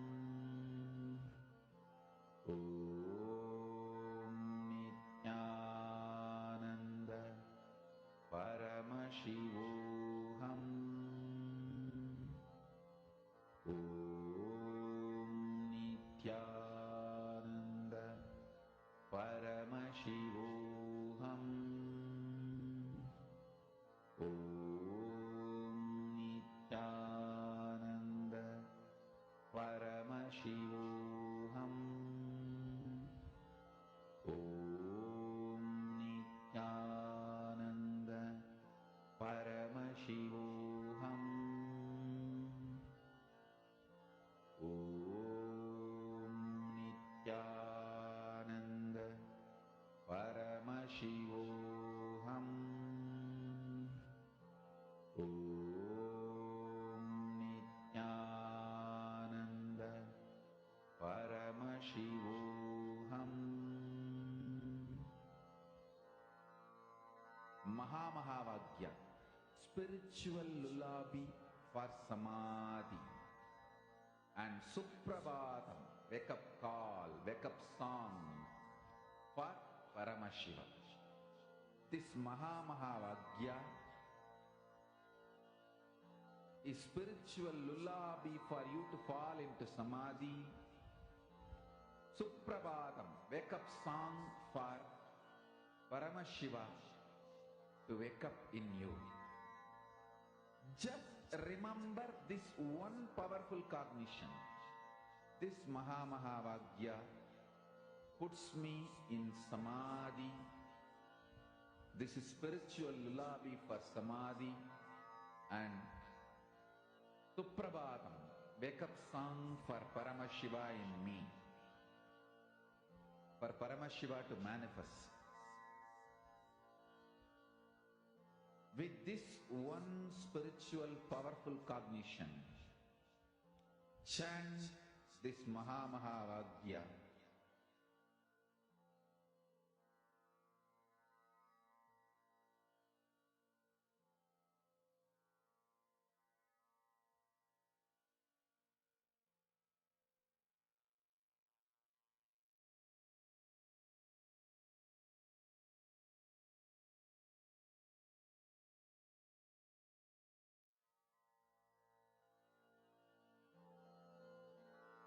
Mahamahavagya, spiritual lullaby for samadhi, and Suprabhatam, wake up call, wake up song for Paramashiva, for Paramashiva to manifest. With this one spiritual powerful cognition, chant this Mahamahavagya. Om Nithyananda Paramashivoham. Om Nithyananda Paramashivoham. Om Nithyananda Paramashivoham. Om Nithyananda Paramashivoham. Om Nithyananda Paramashivoham. Om Nithyananda Paramashivoham.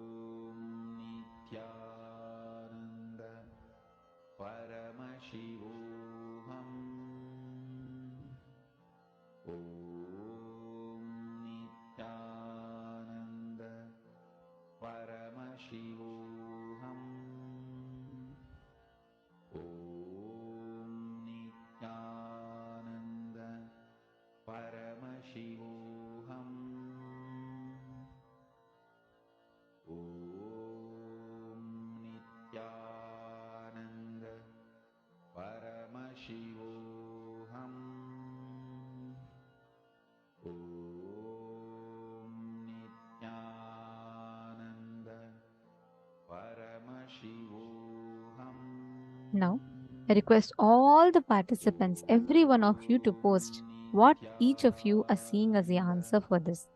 See, post anything, whether you are seeing it as just a picture, or sometimes you're seeing is particular numbers, whatever you're seeing, just go ahead and post it. Nityananda Paramashivoham. Om Nityananda Paramashivoham. Om Nityananda Paramashivoham. Om Nityananda Paramashivoham. We request all the participants to post whatever you saw, and we will now be verifying the answer. Om Nityananda Paramashivoham.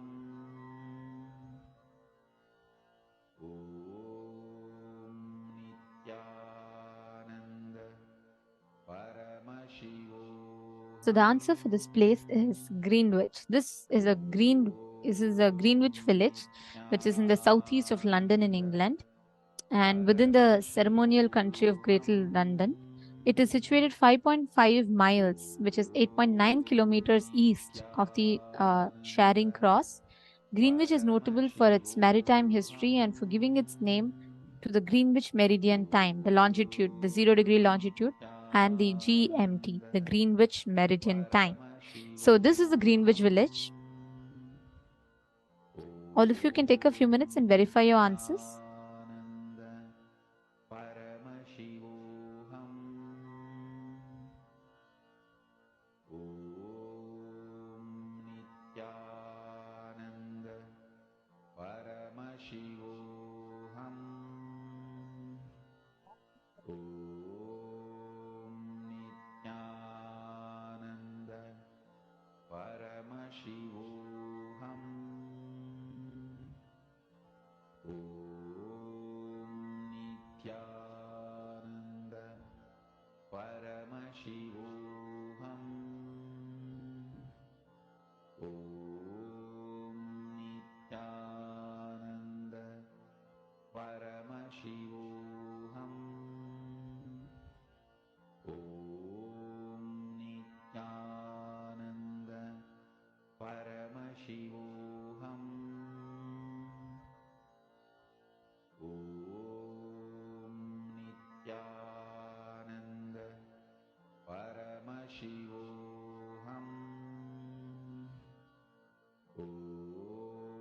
Om Nityananda Paramashivoham. Om Nityananda Paramashivoham. Om Nityananda Paramashivoham. Om Nityananda Paramashivoham. Om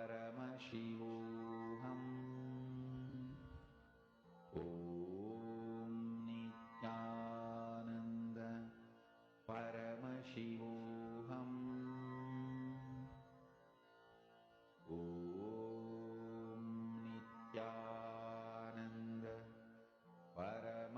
Paramashivoham.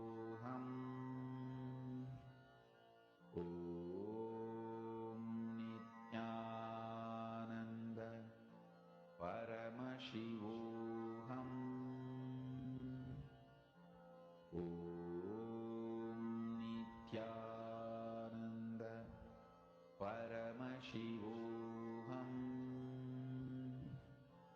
Om Nityananda Paramashivoham.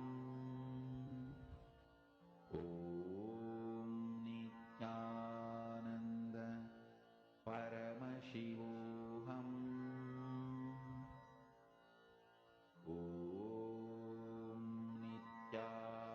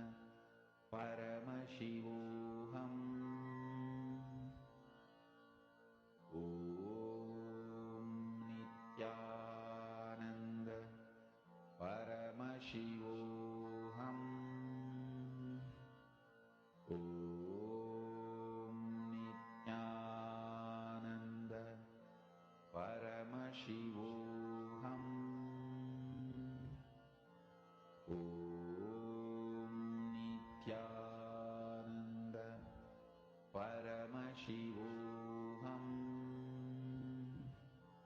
Om Nithyananda Paramashivoham. Om Nithyananda Paramashivoham.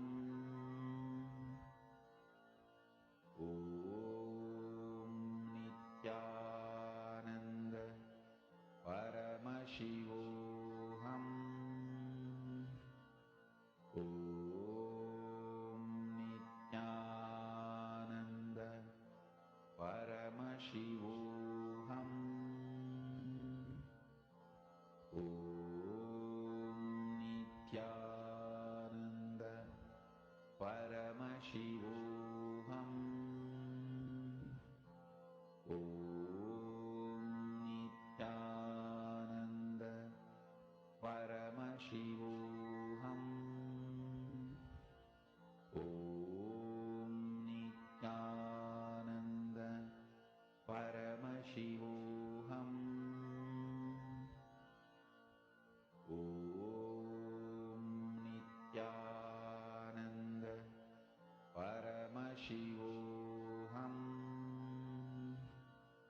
Om Nithyananda Paramashivoham.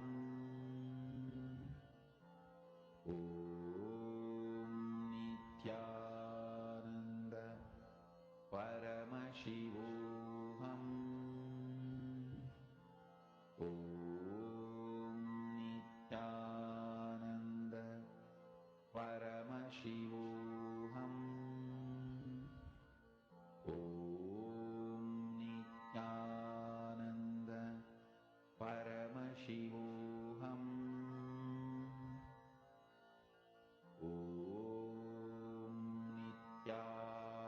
Now, in this same space, let us all enter into the next session where we will be understanding about Shakti, the God part. Listen, working on your muscle memory awakens your possibilities, not powers. Please understand.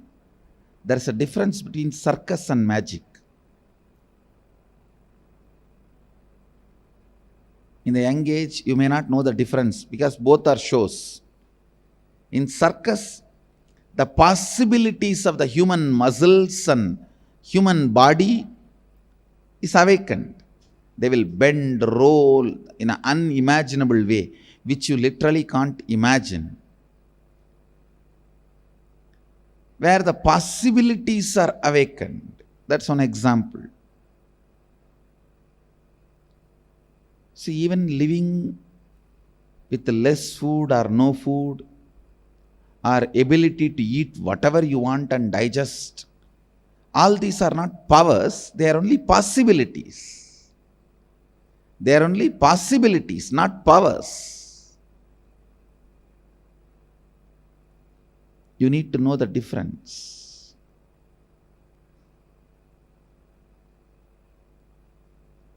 Physical possibilities, physiological possibilities.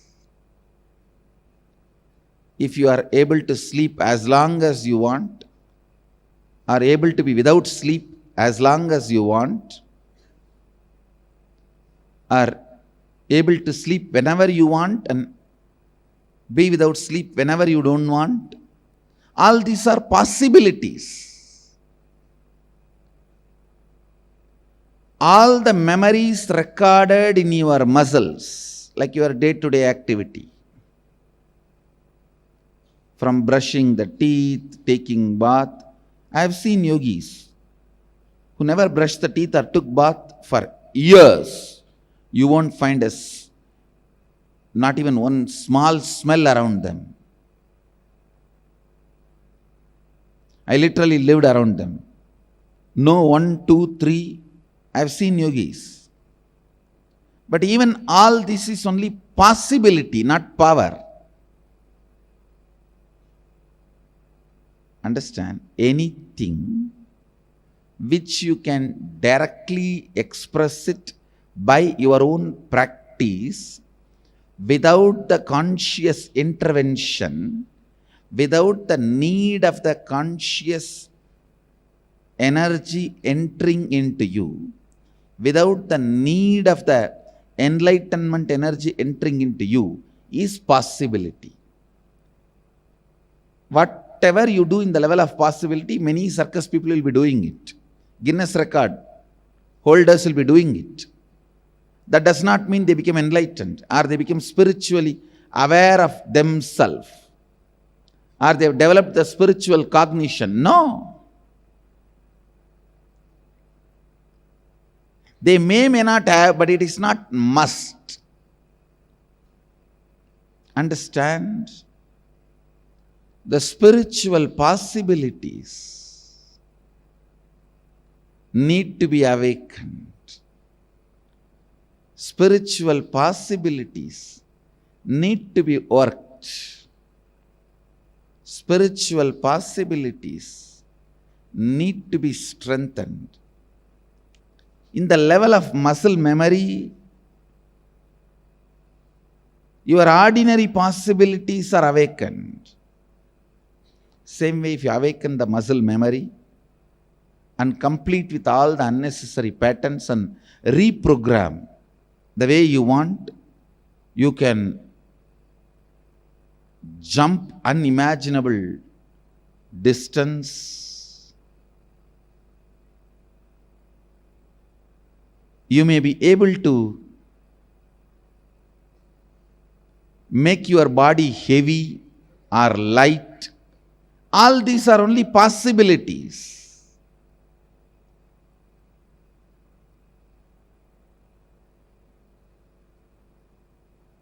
You can be without tiredness and boredom about life. All these are possibilities. But that does not require a spiritual energy. Understand?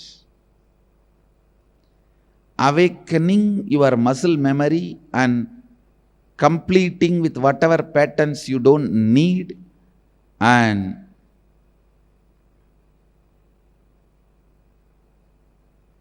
reprogramming the way you want awakens the multiple possibilities, because all your day-to-day activities get recorded in your muscle memory.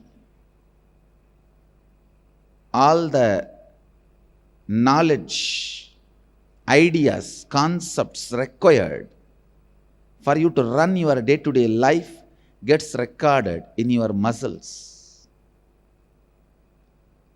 And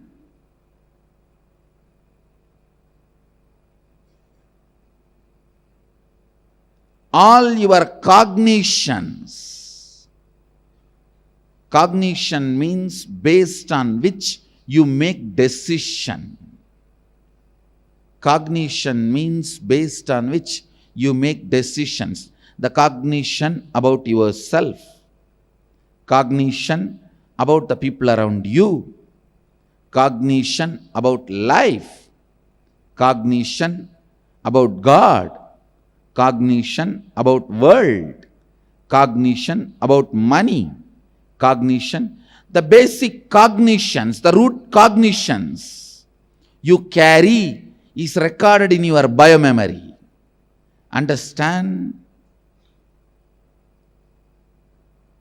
If you carry the root cognition, whole world is out there to cheat. Everyone will look like a cheat. And you can always perceive anybody as a cheat. Even if Krishna comes down, you can call him as chore. Of course, he waits, just like he waited for Shishubala. That does not mean what you said is right. Understand? He waits, counts, just like how he waited and counted for Shishubala. See, 101st abusal only, Shishubala received the punishment. That does not mean all the other 100 are accepted are right. He waited for his own reasons.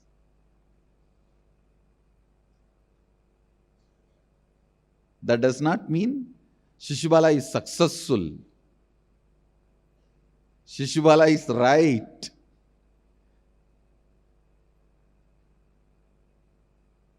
Anyhow, listen, when you think everyone is out there to cheat, you can perceive anybody as cheat. When you think everybody out there only to support, you can perceive anybody as a great support.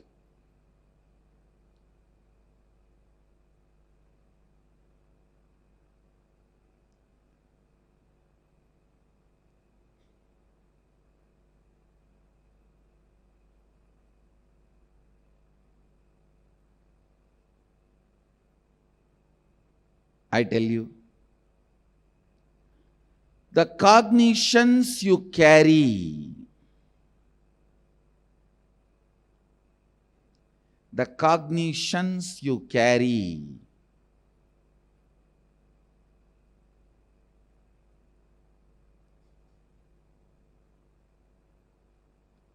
about yourself, about world, about others, about life, about God, about nature, about world. When those cognitions are completed, the limiting cognitions, which are called incompletions, when they are completed and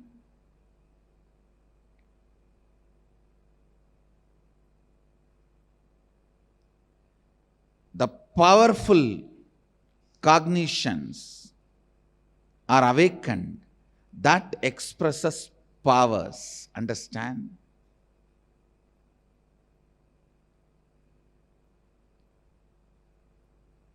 In the muscle memory, if your incompletions are completed, your possibilities are awakened. In the biomemory, if your cognitions are completed, your powers are awakened. Understand, when your small inner image, the inner image which was built accidentally, is completed, right visions about you can be implanted. Please understand, always 99% of the time, your thought about your future will be just the fear of failure.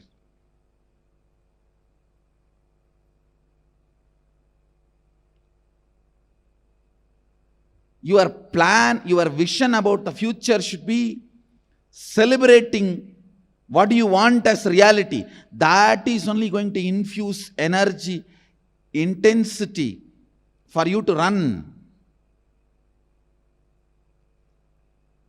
I'm going to be doing this. I'm going to be doing that. Understand? Possibilities. Possibilities are different, the powers are different.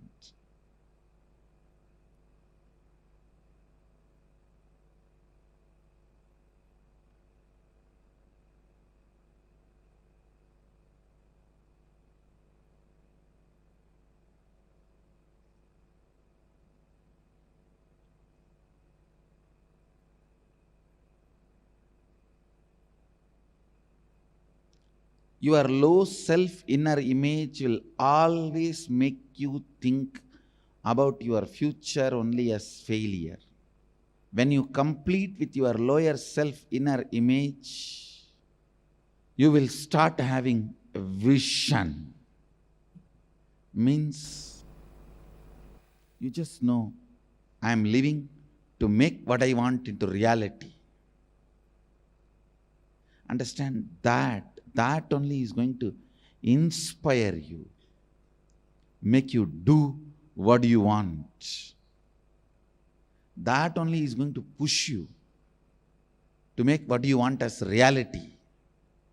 The moment you complete with your lower self, lower inner image, suddenly you will see not just so many possibilities alone, but powers will start expressing, because in the biomemory level, any completion is done, consciousness is directly opened up. For example, in the muscle memory level, if you stop eating, that does not mean your consciousness will be awakened. Of course, in the Nirahara Samyama, I use awakening your consciousness for your Nirahara. That is different. Don't compare Nirahara Samyama. Any man ordinarily, there are many people in the platforms, because of poverty, they master the art, the body automatically masters. Only once a day they eat, but they survive. And whatever they get in the roadside, they eat, but they digest. That does not mean they are spiritually awakened. The possibility in muscle memory is awakened. And I have seen people sleeping in the platforms, railway platforms, and the city area platforms. It's not that they are spiritually awakened, but their possibility of muscle memory is awakened. Listen, when your biomemory is completed, naturally, directly, it works on consciousness. Multiple powers are expressed. Actually, you just need to complete with the cognition given to you in the young age accidentally that you can't read through third eye. Just you need to complete with that cognition. You will simply open your third eye and start reading. You will simply start doing it. So many powers will start expressing the moment your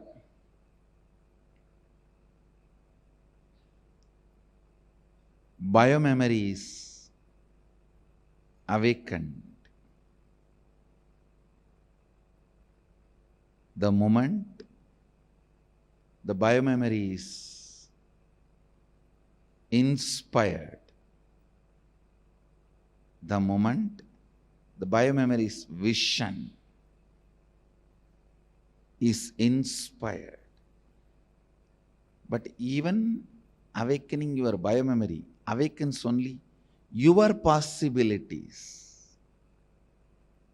But awakening your bioenergy awakens the God particle in you.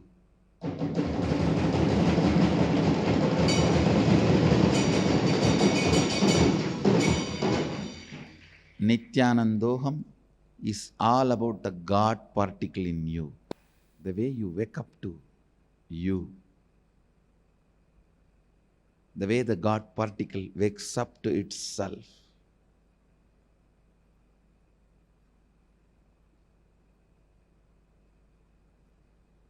The way Sadashiva just remembers himself and his own existence. So it's just like you had a nightmare, you saw somebody chasing you, 10 tigers, 5 elephants, 2, 3 snakes, and you wake up and you remember this identity. Wow, you are not in danger, you are safe. That identity was false. The way you wake up and remember, exactly the same way. When you wake up, how you feel relieved, exactly the same way you will wake up to your God particle.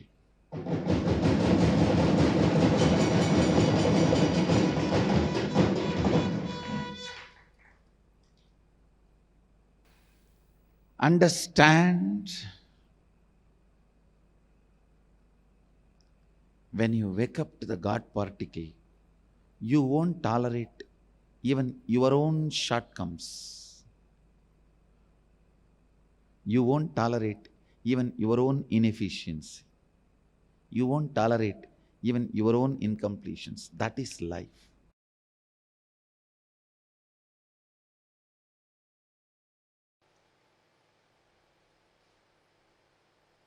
The biggest problem with incomplete mind is whenever it develops wings, it tries to destroy the root, go against the root. That is why sometimes you even believe if you go against the root, that is what is developing wings. Just say no to your parents, you have grown up. Many of the kids just to establish, hey, now I am a big boy, let me say no to father, whatever he says. By the time you understand whatever your father says is right, you have a son who says whatever you say is wrong. By the time you have a father, by the time you understand whatever your father is saying is right, you have a son who says whatever you say is wrong.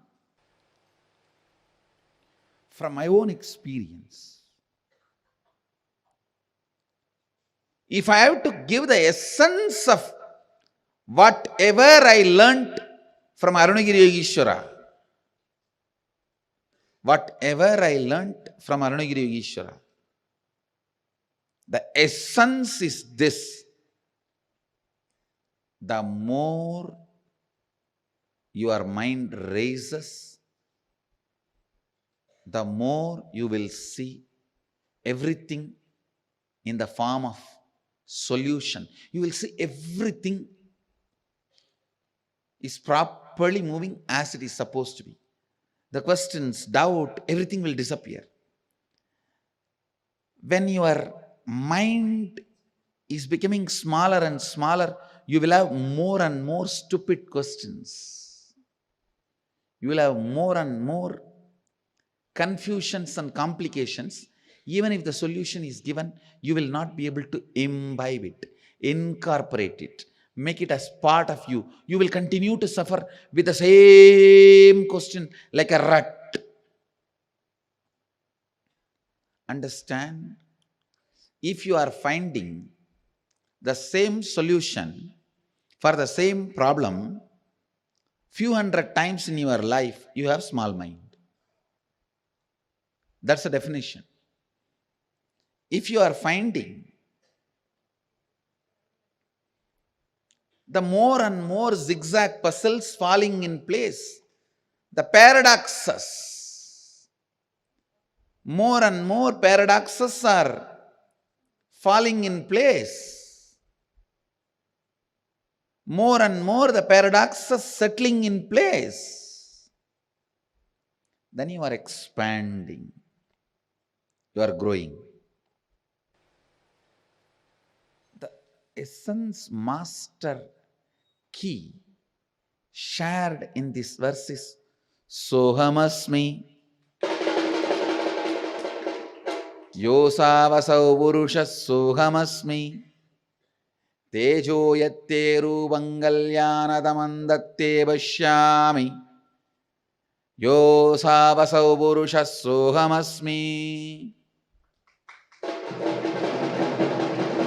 Even when I am relating with you, I am you.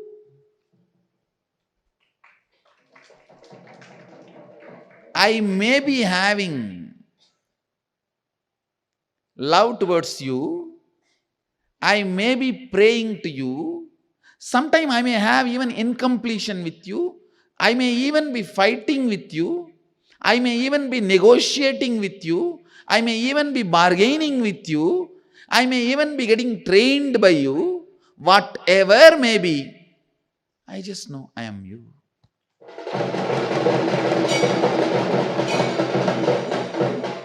Sohamasmi.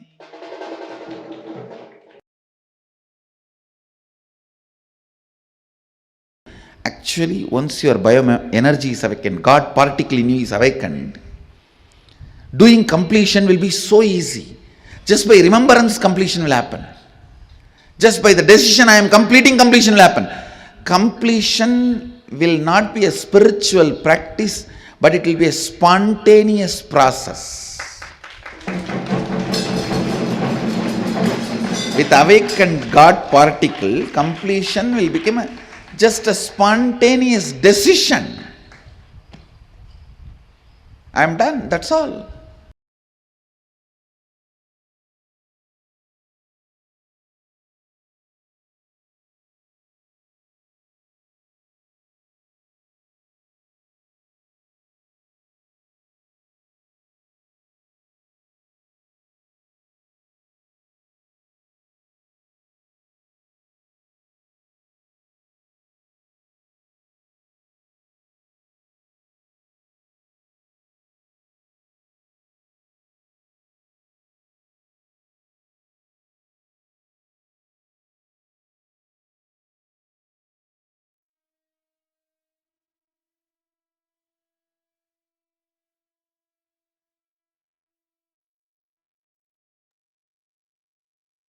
Shakti, the fundamental principle that governs the universe. Swamiji so beautifully revealed about how the cognition of what governs the universe, even though it is particle, but it is God. The God particle in us, something that is there, the Paramanu, that is more subtler than the most subtlest of atoms, and that's most powerful.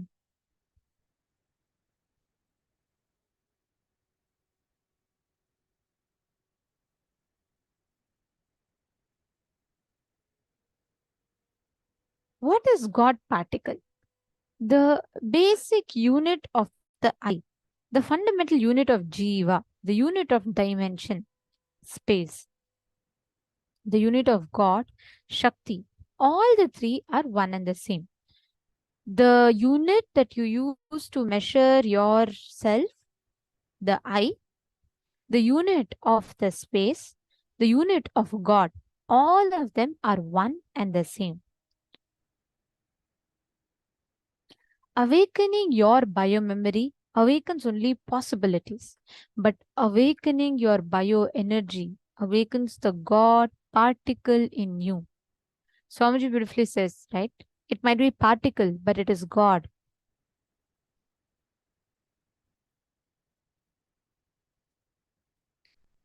Awakening the God particle means reminding the God particle that it is God. Reminding the God particle that it is God. Maybe particle, but it is God. See, actually, every one of us carry this. How many of you understood about God particle?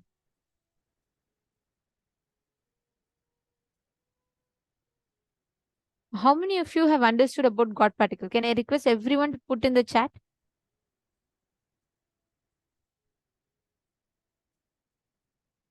Okay, Malusi has some questions. Malusi, I'll answer your question. Just give in a few minutes, right after this exercise.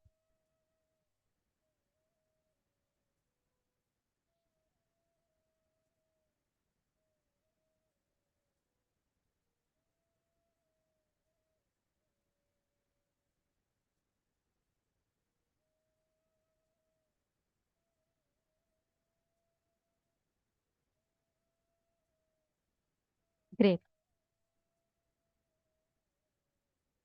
Wonderful. So many of you have posted. Now, this God particle, every one of us carry a God particle inside of us. Right now, we associate only ourselves as a particle. Means we just think, okay, I'm just another normal person. I'm a matter. But we forget that we are consciousness. We are God. the God particles that exist in us. It might be a particle, but it is God. All of us carry this God particle inside of us. Whether we understand or not, believe it or not, everything around me, including the worst conflicts and problems, life killings, even if it is life destroying problems, we are the source. Swamiji tells this is the exact psychology of the God particle. If you catch it, you will master it. Just one powerful cognition, a powerful decision and declaration that you are the source. Second, every action and thought should be aligned to that one truth, functioning and thinking out and acting out that one truth. See, you are the source. If you just understand all the physiological, psychological, neurological ups and downs are just to remind you your original state, the Sadashivoham. You will see continuously how all the ups and downs that you carry inside of you,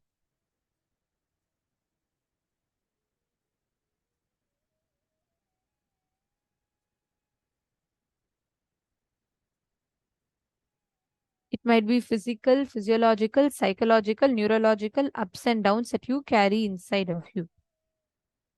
All of them only happen in you to remind you that you are Paramashiva. Swamiji tells very beautifully, it's one of my most favorite lines of Swamiji. Swamiji says, you are your intention to be. All the physiological, psychological, neurological ups and downs are not you. But just take a few minutes and pen down. Why are they being perceived by you?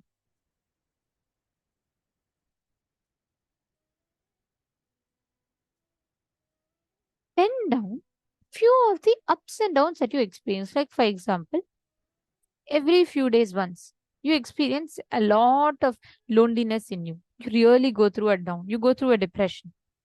And you don't know how to even overcome that. Pen down. Pen down all the ups and downs you go through in life. Take a few minutes. I request everyone to pen down some ups and downs. It can be anything. It can be in relationships, wealth, health, business, job, any aspect it can be. Just pen down.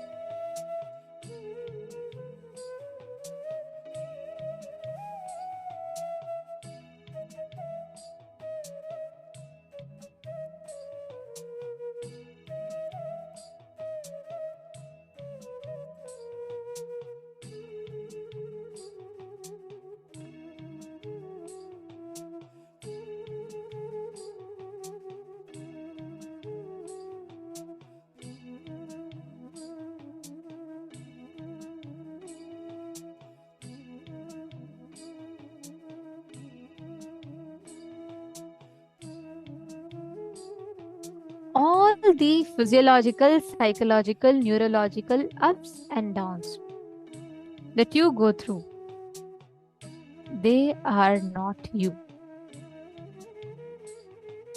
You are just your intention to be.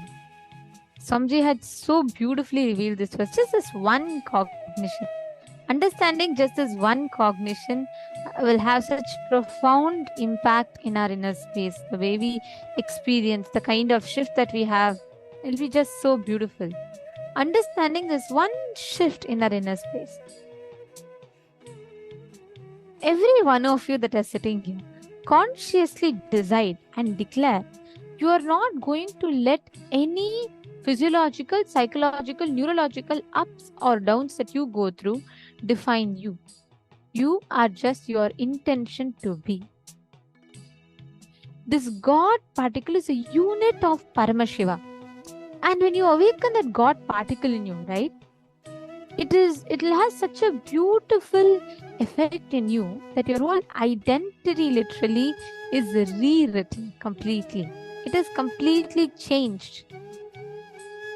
That is the power of the experience. It's the power of the whole space that Swamiji gives us. Understanding?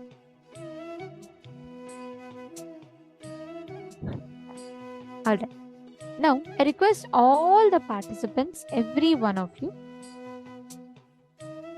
please take a few minutes and consciously declare inside you, inside your inner space, to not let any of the ups and downs affect you.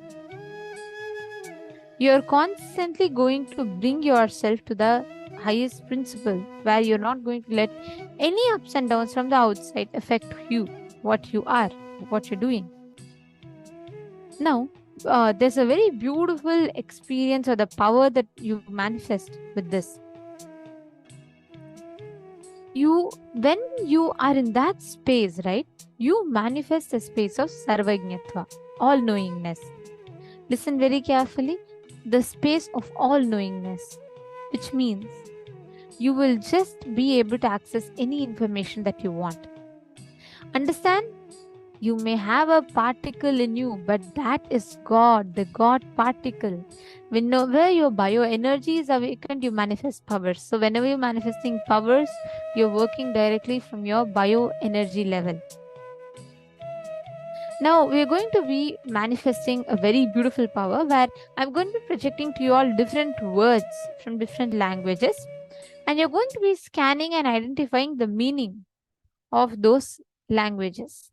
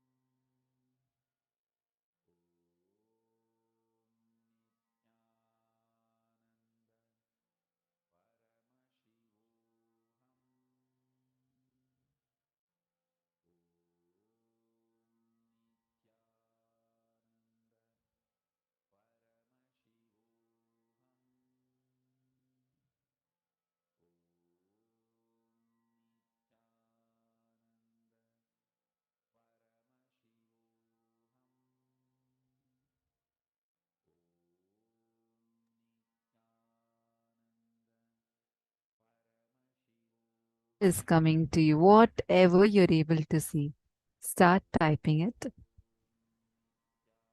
See, understand. Today's day is one of the sweetest days. Just today and tomorrow, it is literally you're learning about the most sweet, loving, ultimate relationship that your very consciousness can have. The guru-disciple relationship. Just connect with Swamiji. You will see so beautifully how he manifests for you.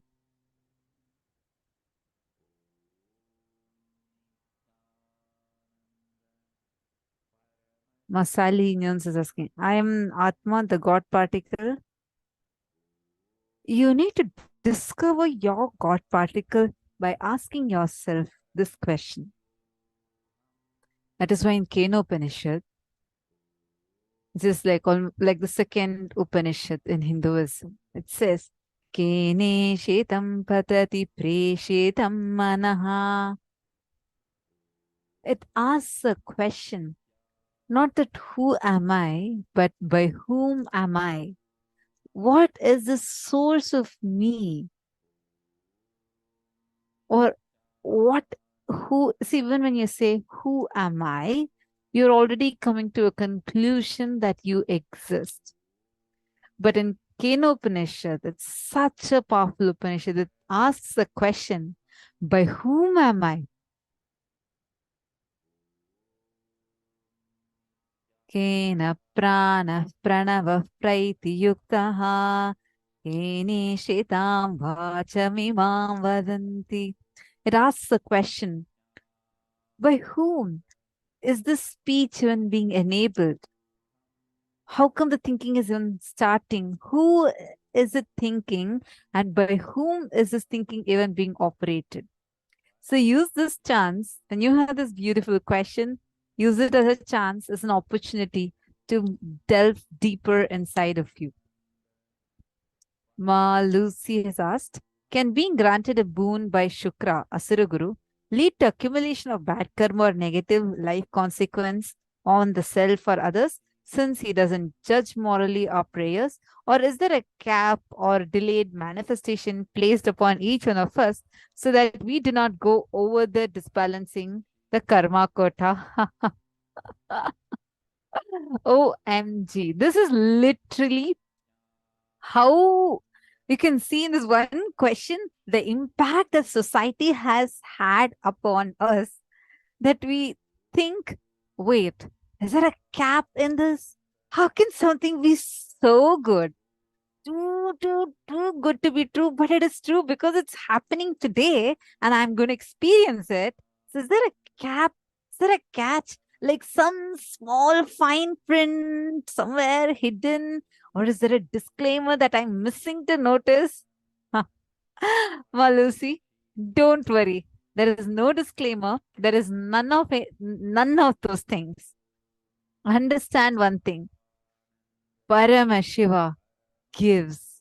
Shukracharya is a giver. He gives and gives. When Paramashiva is in the Ananda Spurana, when he's in that ultimate Samadhi state, the semen energy of Paramashiva manifests as Shukracharya. Understand? He is the ultimate giver. He just gives. He just doesn't judge people. Literally, Swamiji. Really, if you see Swamiji, if you've lived around Swamiji, no matter what kind of a situation it would be, no matter how much of a mess or things you would have done, he will know your entire past, not just from this birth, from all the births together. He will not judge you, not give up on you. And see, there's this concept, right? Like you fail in the outer world. If you fail in something, let's say even 2 or 3 times, your manager is not going to trust you. I'm just giving in a very corporate environment. Even once you fail, you're sometimes even kicked out of the project. You're fired, and you're there to go looking for another job, or probably you're demoted. This exists in the human society. But at Swamiji, how many ever times people might fail, Swamiji has never given up. Never. Like, you would not understand the way Swamiji functions. You'd be like, God, like, why? Why? Is it like what question you're having right now? Like, is there a cap to this? Because you would see, he would not judge you, not give up on you, not hold even a slightest grudge against you.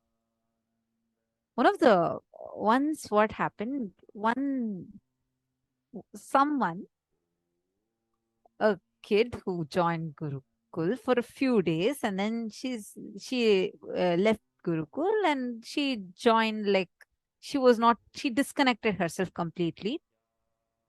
And when that person, even though that person had just disconnected everything, we were thinking, okay, if she again wants to come back, why would she be allowed inside? Swamiji is saying, no, you guys don't know. Even if that person has given up on me or disconnected from me, I have not given up on her. I will never give up on anyone. Once they have come to my breathing space, no matter who it is, I have never ever given up on anyone, and I will never give up on anyone. You're like, why, Swamiji? Like, someone has even left and gone, disconnected, and they have sometimes even, like, they're completely disconnected from you.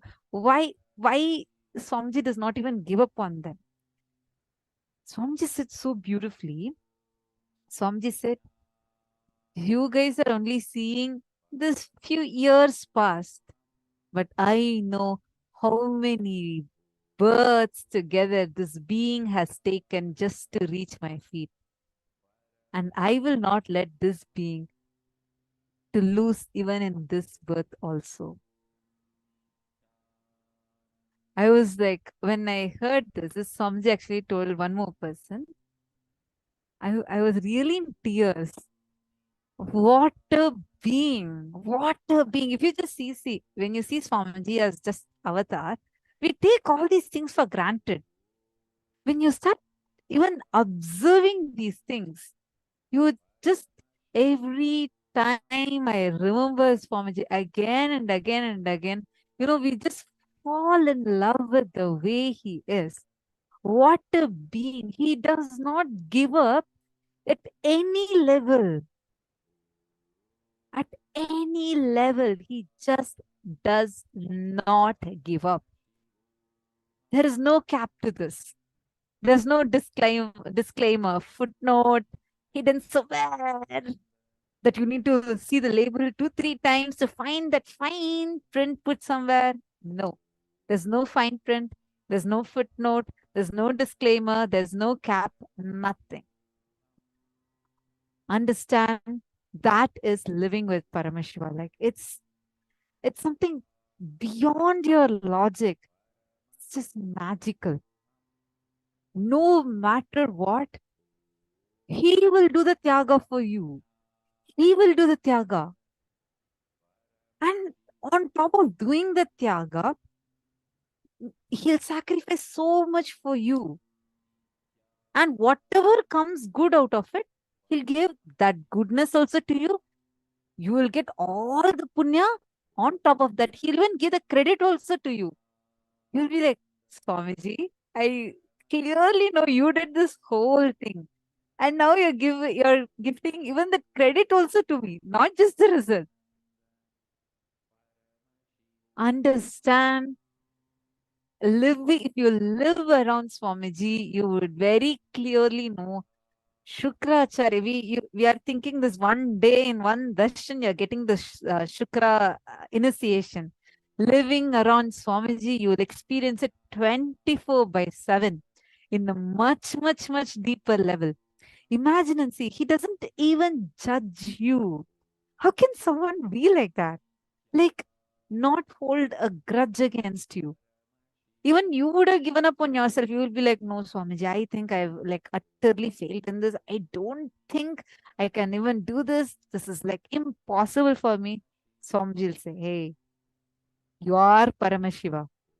It's just a decision. Till now, even 100 times you have failed does not matter. If you give up, now is the thing you're doing, you're declaring yourself as a failure. Stand up, do it. You can do it. Like, even see, really, logically, if you analyze, last almost 23 years, 27 years, whatever number of years, in this last 27 years, if Swamiji had spent this time, energy, everything into the media agency, advertising agencies, or like all the professionals doing it with the marketing companies, all of this. By now, every media would have like literally glorified Swamiji. They all would have been like glorifying it, glorifying Swamiji, and that's how it would have been. Even not even needed like all the 27 years of his energy. Even let's say even last 2-3 years, even that much small amount of energy, money, time, his life that he's pouring on each one of us, by now it would have been like such a strong empire in the media. But Swamiji does not spend that on any of those. He does not bother even about his own brand, his identity, nothing. Even if the people, even if the disciples were sitting and doing are failing hundreds of times in the same project again and again and again, he still does not give up. Because Swamiji will say, I can give money to the other agencies or anything. They will do the work. But only those companies will get the enlightenment. I am here for enlightening you. You're not a number for me. You're a being for me. He just does not give up. Not just not give up. He does not even let a chance be missed for you, for your enlightenment to get missed. Even if you say, no, I can't do all of these, just leave this spirituality. This doesn't work for me. He'll still like, okay, I'll wait. I will still wait patiently without giving up on you. I will wait so that when you come back, again, I'll start from the scratch and enlighten you. This quality of Swamiji, something that everybody agrees, unshakable qualities. Swamiji does not give up on anyone. And most importantly, even before, see, Swamiji beautifully tells, even if you give up on you, I will not give up on you. Even if you give up on life, I will not give up on you. Even if you give up on me, I will still not give up on you. And that is what a guru embodies. That's the exact truth that a guru embodies. That complete non-giving up.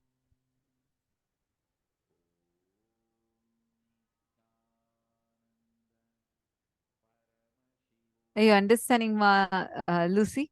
See, just cognize this. So beautiful, Ma. Thank you so much for sharing. I truly appreciate your answer. I understand now. Amazing, Ma. What a grand blessing this is. Thank you, beloved Swamiji. Absolutely. That's actually, Ma Lucy, the way intensely you're sitting, I really suggest you don't even delay. Just jump up and take up sannyas. That would be the best for you. If you have a chance, just make the decision. You would enjoy. Now, how we are sitting and sharing. We are like just teeny tiny part of the huge number of people who are experiencing the same like what we are sharing. It is just life around Swamiji is like delicious.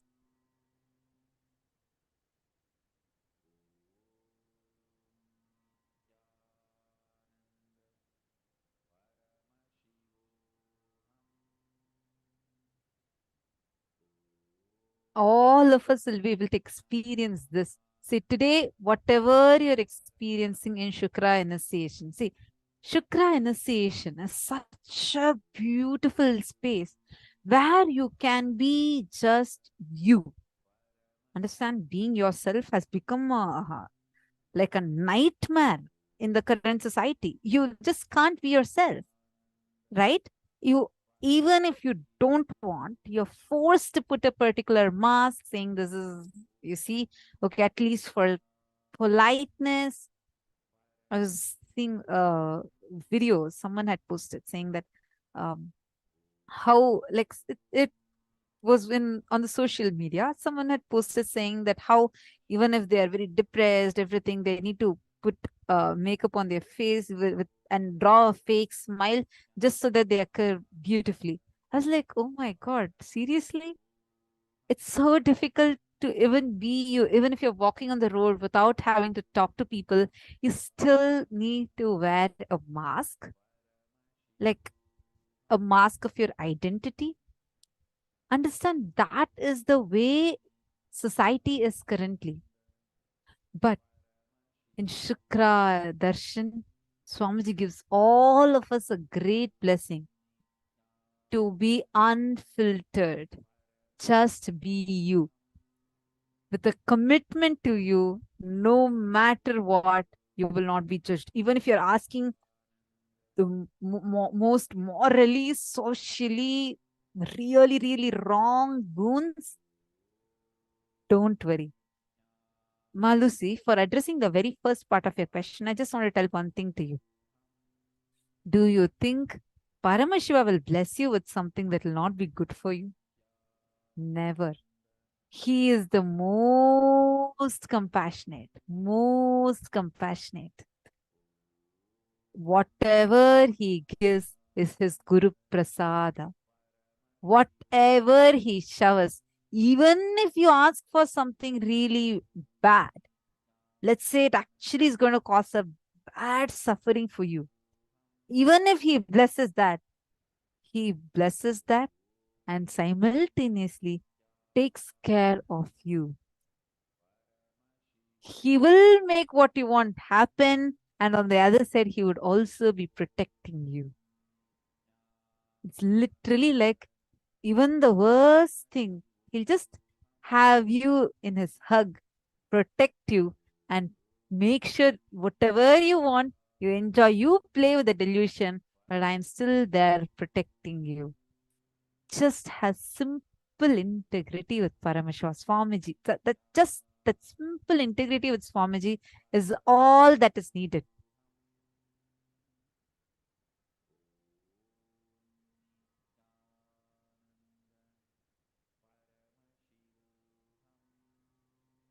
How many of you are clicking with this? Just cherish this cognition in you. Just go on enjoying. Today's days to just relax from all the things you have and say, enjoy.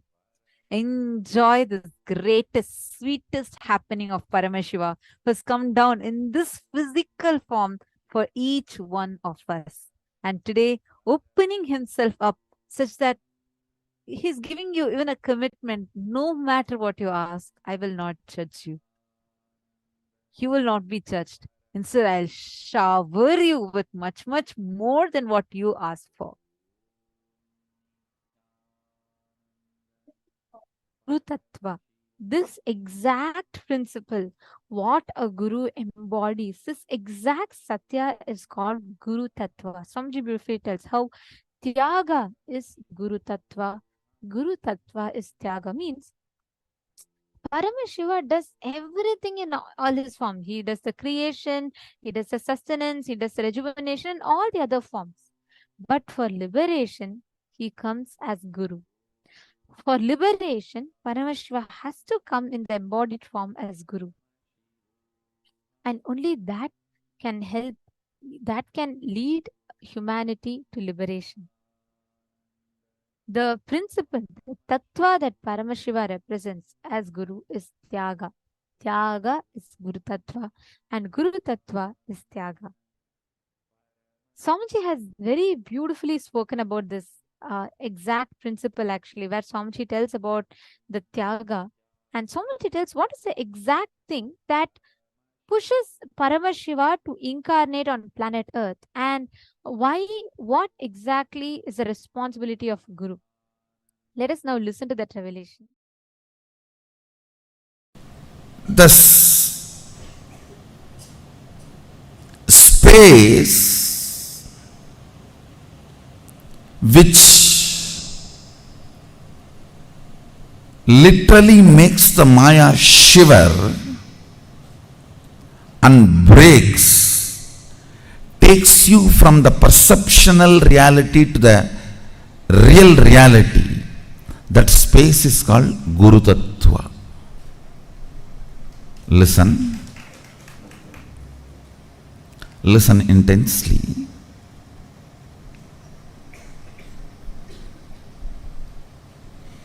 Reality as it is Sadashiva, because Karana and Karya can never be separated. Me and my actions can never be separated. You and your actions can never be separated. But you and your reactions can never be together.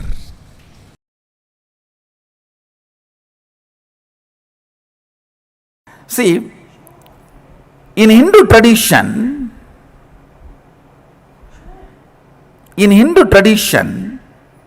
Guru Tattva is worshipped, not the individual.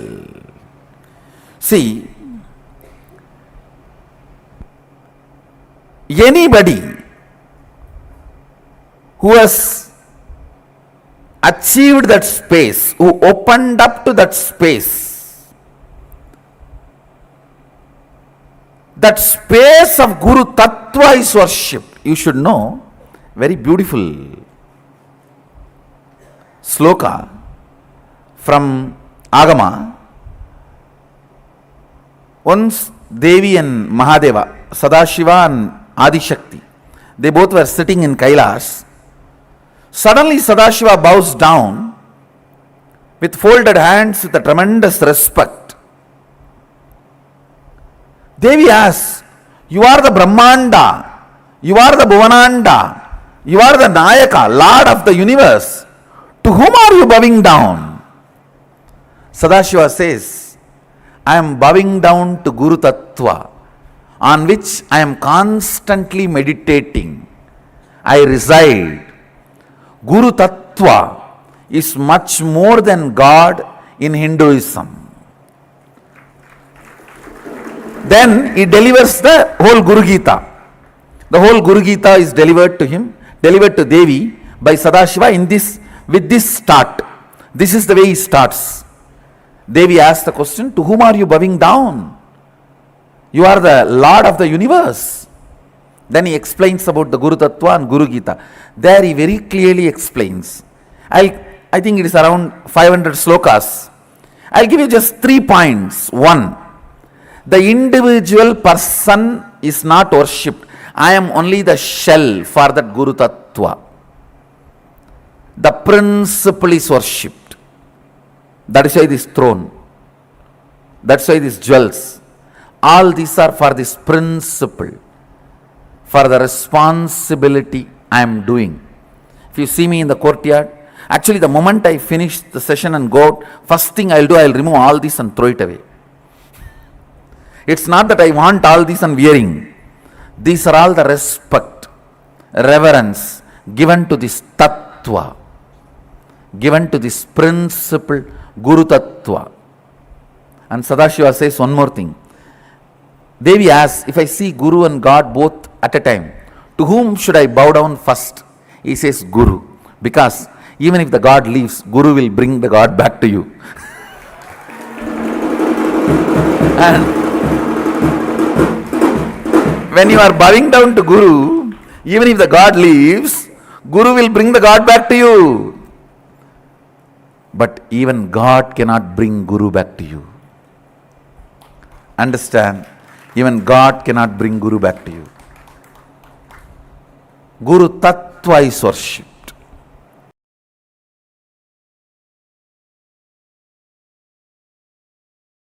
I'll start with one incident happened between me and Arunagiri Yogeshwara. Once, Arunagiri Yogeshwara,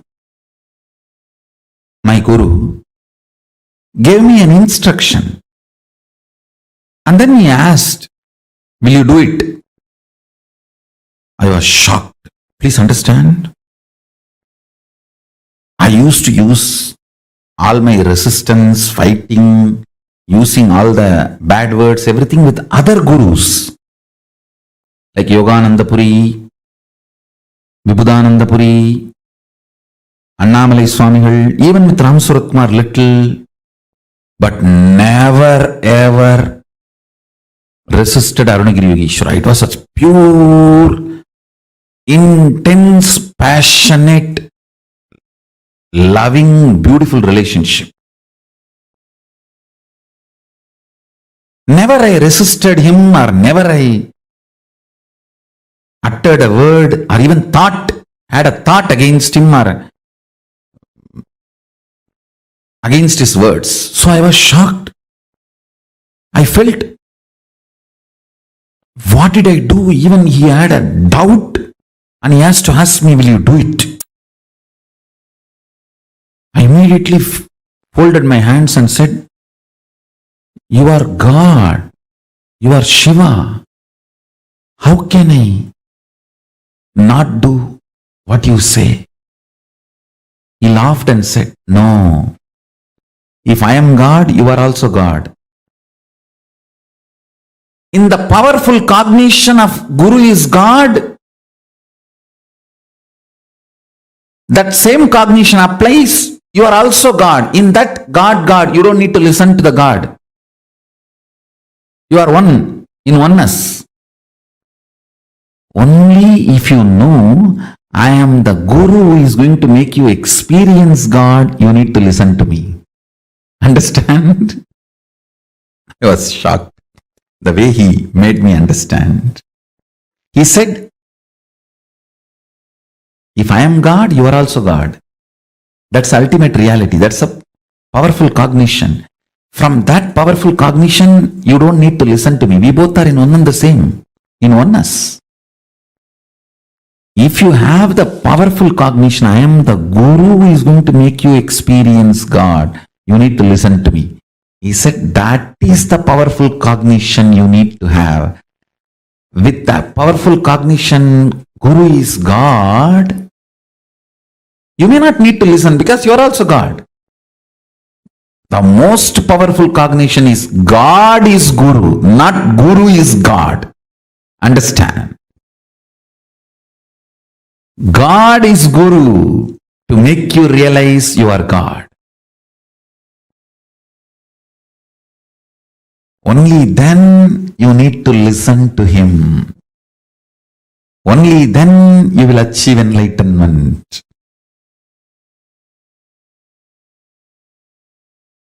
Surely it was a completely different altogether. Huh? Yes. Yes.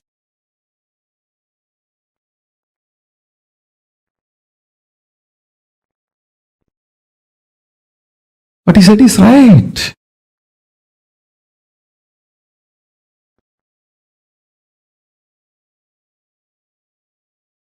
Not that God is Guru, Guru is God. The cognition I was having is Guru is God. But he shifted it to God is Guru. Listen carefully.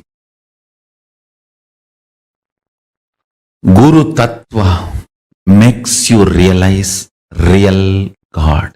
Till then, you will not even have the right cognition about God. See, all the incarnations of Vishnu gives a breakthrough in DNA level. Like your DNA's natural selection process is pushed to the next level. Like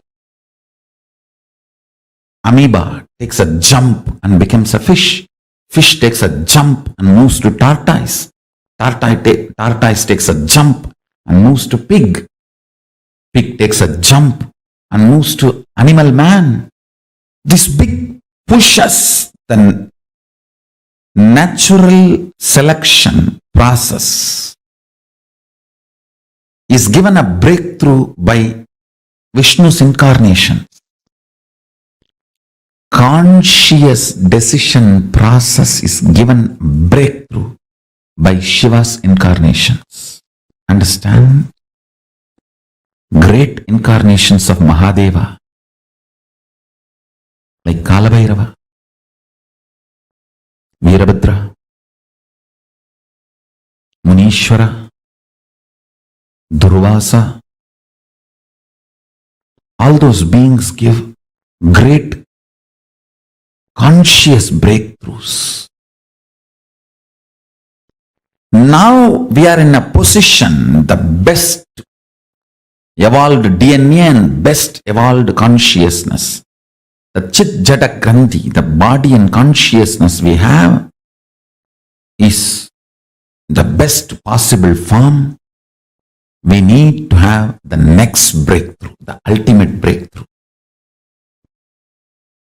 That is the purpose of my happening. Understand? Vishnu's incarnation gives breakthrough in the DNA.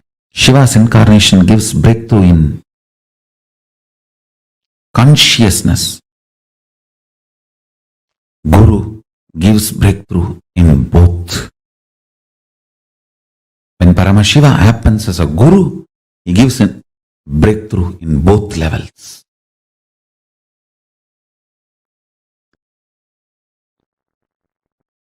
Guru Tattva is respected and revered in Sanatana Hindu Dharma far more than any idea of God. The highest idea of God is given the seat of third eye, but Sahasrara, the crown center, is given to Guru Tattva. In Sanatana Hindu Dharma, the highest God you can experience is given third eye, means Anya Chakra. But the Guru Tattva is given Sahasrara.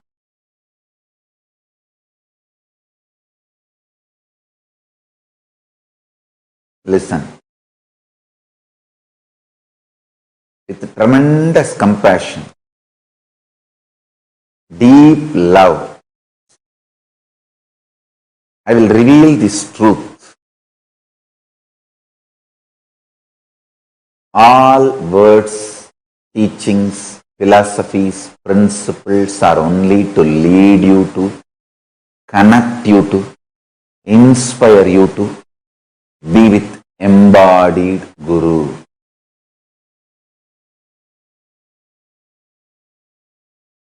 Once you find the embodied Guru, Guru Vak is your Shastra, Guru Vak is your scripture, Guru Vak is your principle, Guru Vak is your philosophy, Guru Vak is your Veda Vak.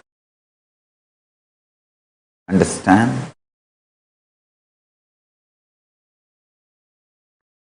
Your mind is so cunning. It uses all the strategies you used against others, against you.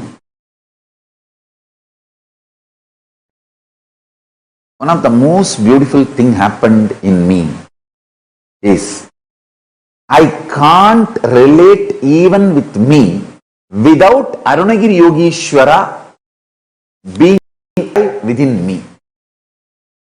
Understand? When I walk, I can see very clearly my inner space when it gives command.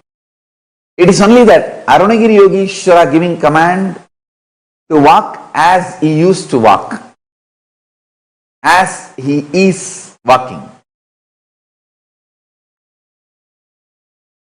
To the idea of right, to the idea of wrong, to the idea of good, to the idea of bad, to the idea of sin, to the idea of merit, to the idea of beauty, to the idea of ugly, to the idea of duality, to the idea of oneness.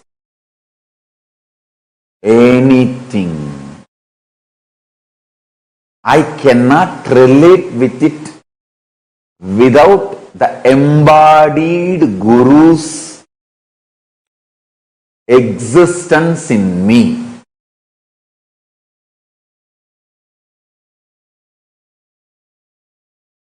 It is just embodied Guru's existence made my mind irrelevant to my existence.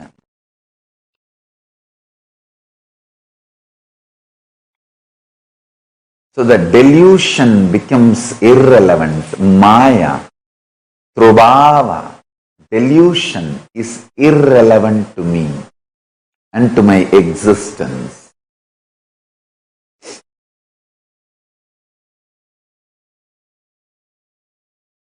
My Atma Tattva is fully Guru Tattva, embodied Guru, ensures your consciousness manifests Paramashiva, ultimate. There's a beautiful line by Ramana Maharshi. O Arunachala, when these five senses enter into my conscious principle as robbers, were you not there? Inside. How did you allow? Why did you allow? Understand? Understand the meaning of this whole thing. A guru-less seeker will not even know when the delusion starts. Embodied Guru protects you and makes you manifest Paramashivatva completely. That protection only, due to your delusion, you start feeling as suffocation. I tell you,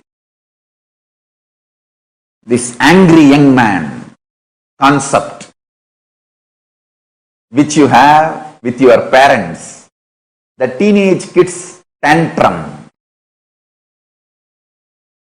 the tantrum you throw when you are 14 with your parents, thinking their protection is suffocation, misinterpreting their protection as suffocation, and the tantrum you throw, you continue the same even when you are 40 with your Guru.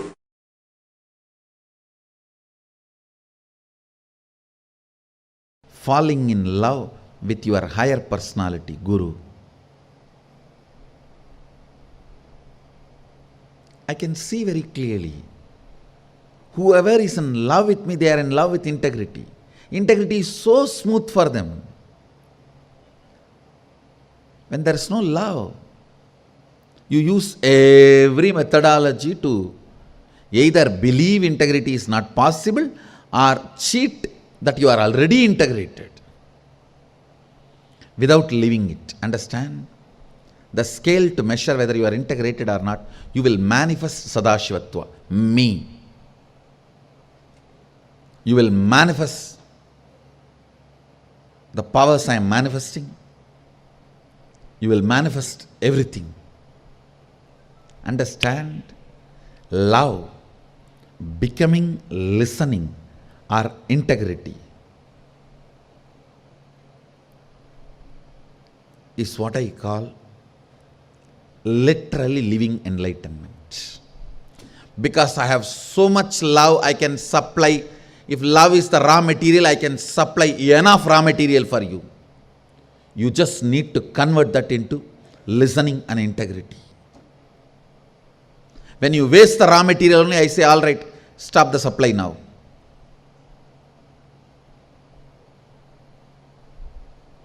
If you convert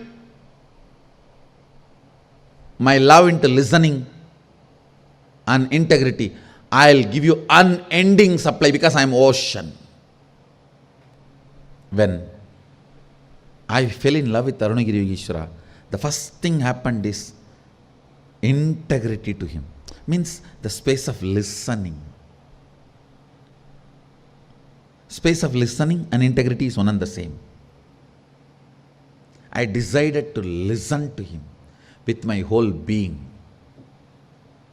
I decided to be integrated to him with my whole being.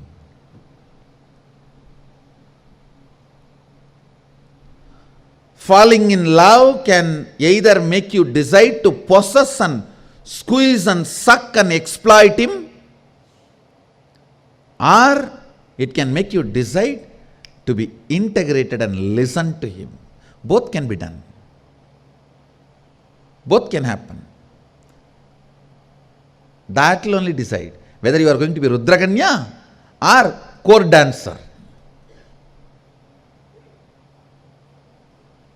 Whether you are going to be a chaste woman or a prostitute.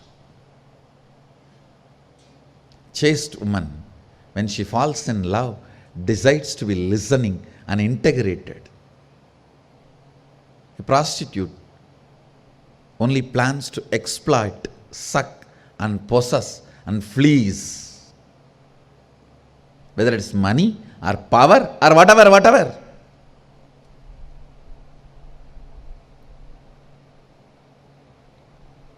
Same thing for man and woman both. It is not gender based, it's gender neutral.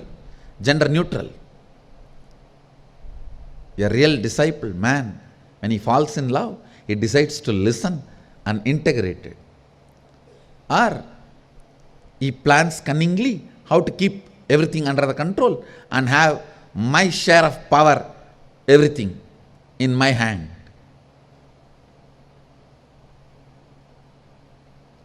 When I fell in love with Arunagiri Yogeshwara, I decided to listen and be integrated. How to prove I am in love with him? He is not missing anything that I can add. The only way I can prove that I am in love with him is my integrity to him. That's the only way I can prove I am in love with him. What he does not have, I can give and show that I am in love with him. He brings 9 planets and puts it in front of me and he is teaching. I asked him, what are you doing? If people look up, the sun will not be there. He said, don't worry. Till you finish your session, class, படிடா, நீ படிக்கிற வரைக்கும் எவனும் மேலே பார்க்க மாட்டான்டா. Means learn, till you finish learning, nobody will look up, look here. Why are you bothered about all that? A being who can bring the planets and teach me astrology,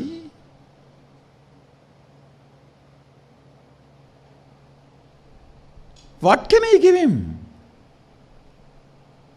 My integrity is the only gift, or my integrity is the only way I can say I love you. The only way I can tell him I am in love with you is just being integrated to him. When you fall in love, the first thing should happen to you is deciding to be listening, integrated. If you hit the bottom, oh, how much I can sacrifice? You hit the rock bottom, water is not going to come in this borewell. Borewell failure. If you don't know, integrity is the only way I can tell him I am in love with him. Then you are Ganga. You are Ganga. You are Ganga. Ganga can change her very biomemory quality of flowing downward and break that and can go upward just to touch the feet of Vishwanatha in Kashi.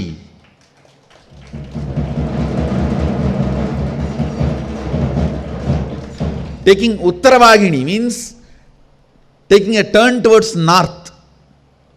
She is just showing I am in love with you and ready to lose my very quality of flowing downward.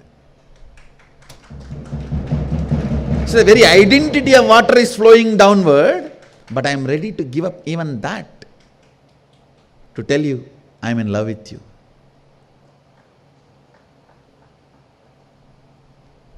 That is the integrity.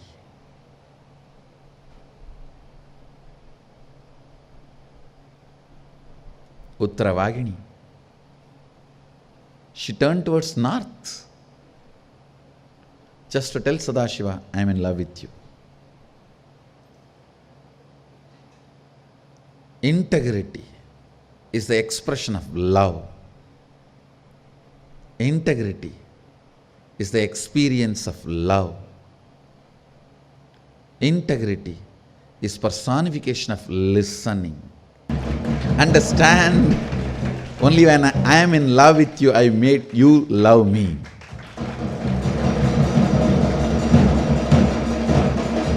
The biggest gift you can receive from the Master is Guru Bhakti.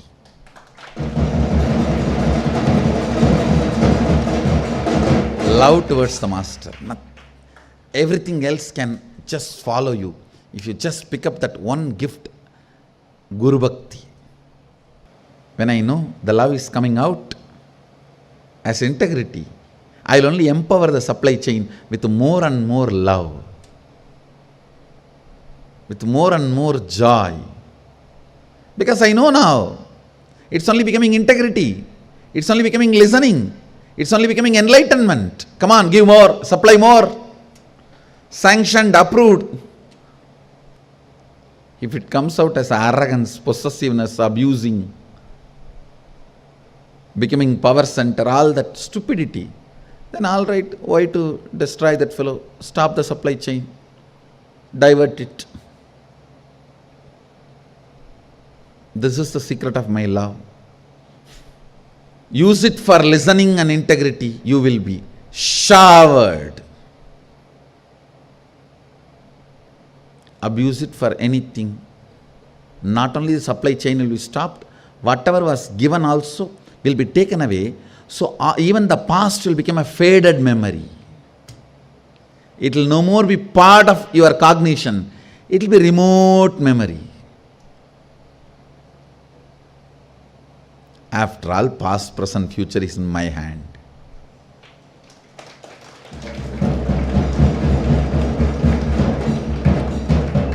Not out of arrogance. I am neither arrogant nor humble. I am straight.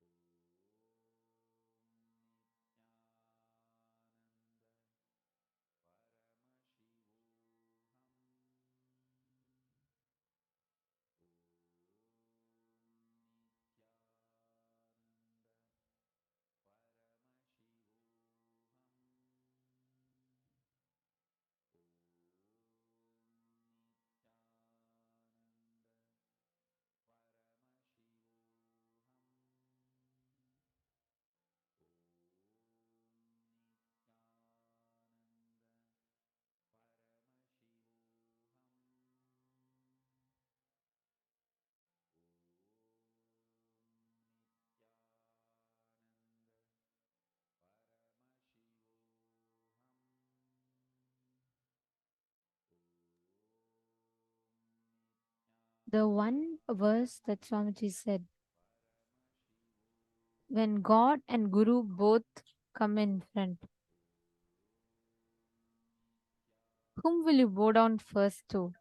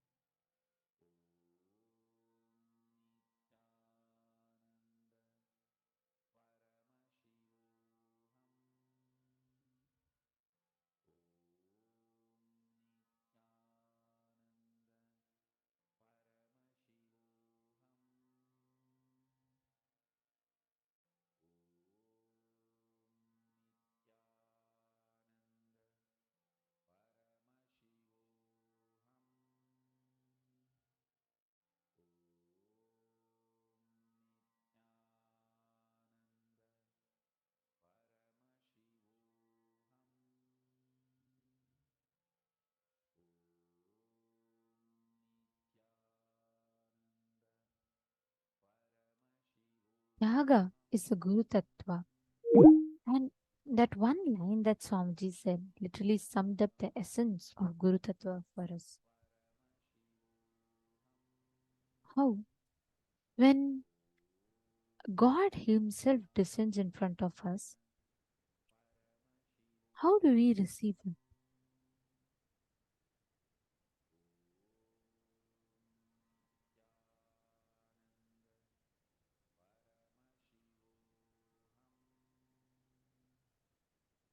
How do we receive that God?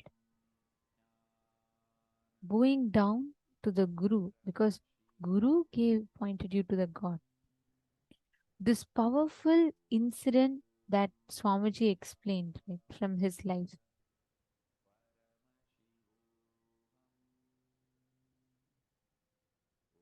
That one principle, understanding that one principle gives us the essence of a guru-disciple relationship.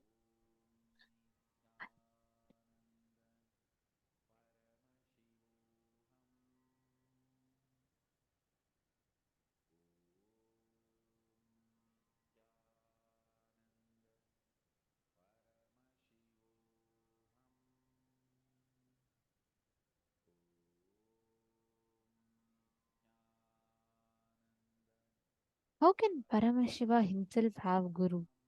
Devi asks Paramashiva, and Paramashiva beautifully explains. His manifest component is meditating on his unmanifest component.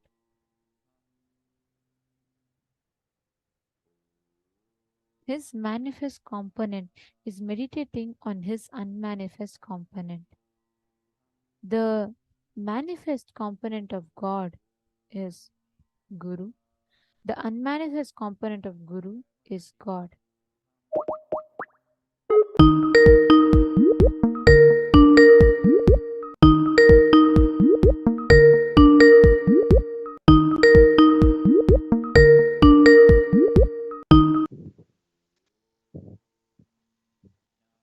And the avyakta of the cosmos is Guru Tattva, manifest as Paramashiva to help all of us, lead us into oneness with the whole universe, the whole cosmos, the ultimate. It is such an important understanding that all of us need to have.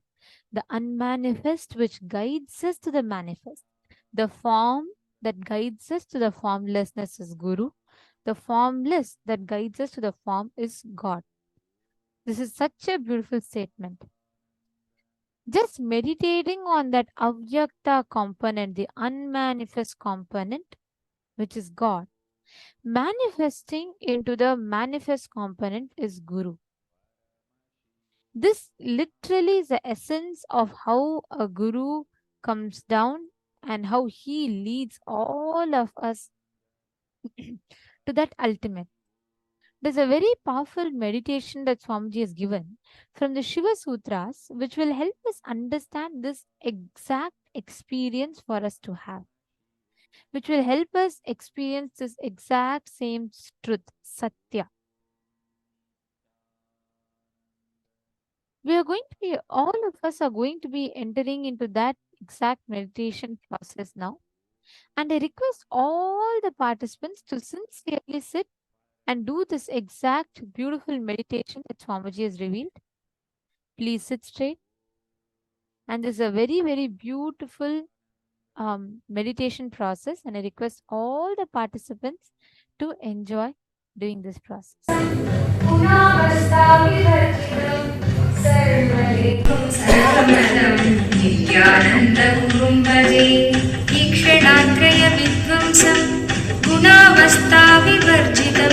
सर्वदेवं सर्वमतं नित्यानन्दगुरुं भजे ईक्षणात्रयविध्वंसं गुणावस्थाविवर्जितं सर्वदेवं सर्वमतं नित्यानन्दगुरुं भजे सर्वकर्तृत्व भोक्तृत्व नियन्तृत्व विवर्जित.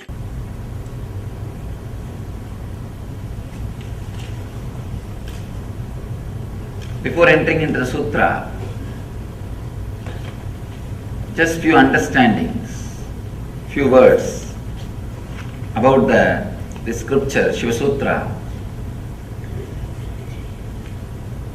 This book is not even just a manual for enlightenment. It is a manual to create spiritual traditions. The technique which we are going to enter today is the base of whole Buddhist tradition. Each technique each meditation technique which is described in this book is a base for one religious tradition, one spiritual philosophy. Out of this one meditation technique, whole Buddhist tradition is born. Fortunately, this book is older. That is why we are able to say from this book it started.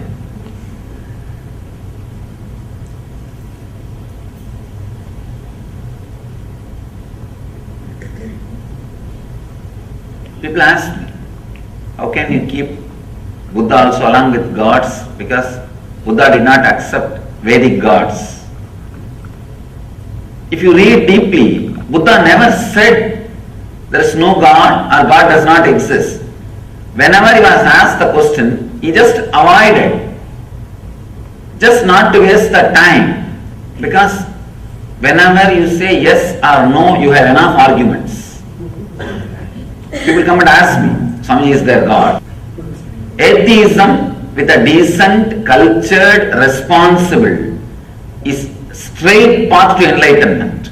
There are many masters who led people to enlightenment through atheism. Very rational, logical, responsible. There are many masters who never accepted God but led people towards godliness. People ask me, is there God? I tell them God is not the thing to argue by saying yes or no. The moment I say yes, I'll have 1,000 more questions. The moment I say no, again 1,000 more questions. Both are not going to help you. Neither yes nor no is going to help you. Just give a technique through which he will realize. He himself will achieve the truth. Buddha did the same job. He never said yes, never said no. He just gave the method. He just gave the technique and led people to achieve the enlightenment, achieve the truth. In a very beautiful way, without accepting the authority of the Veda, he contributed to Vedic tradition.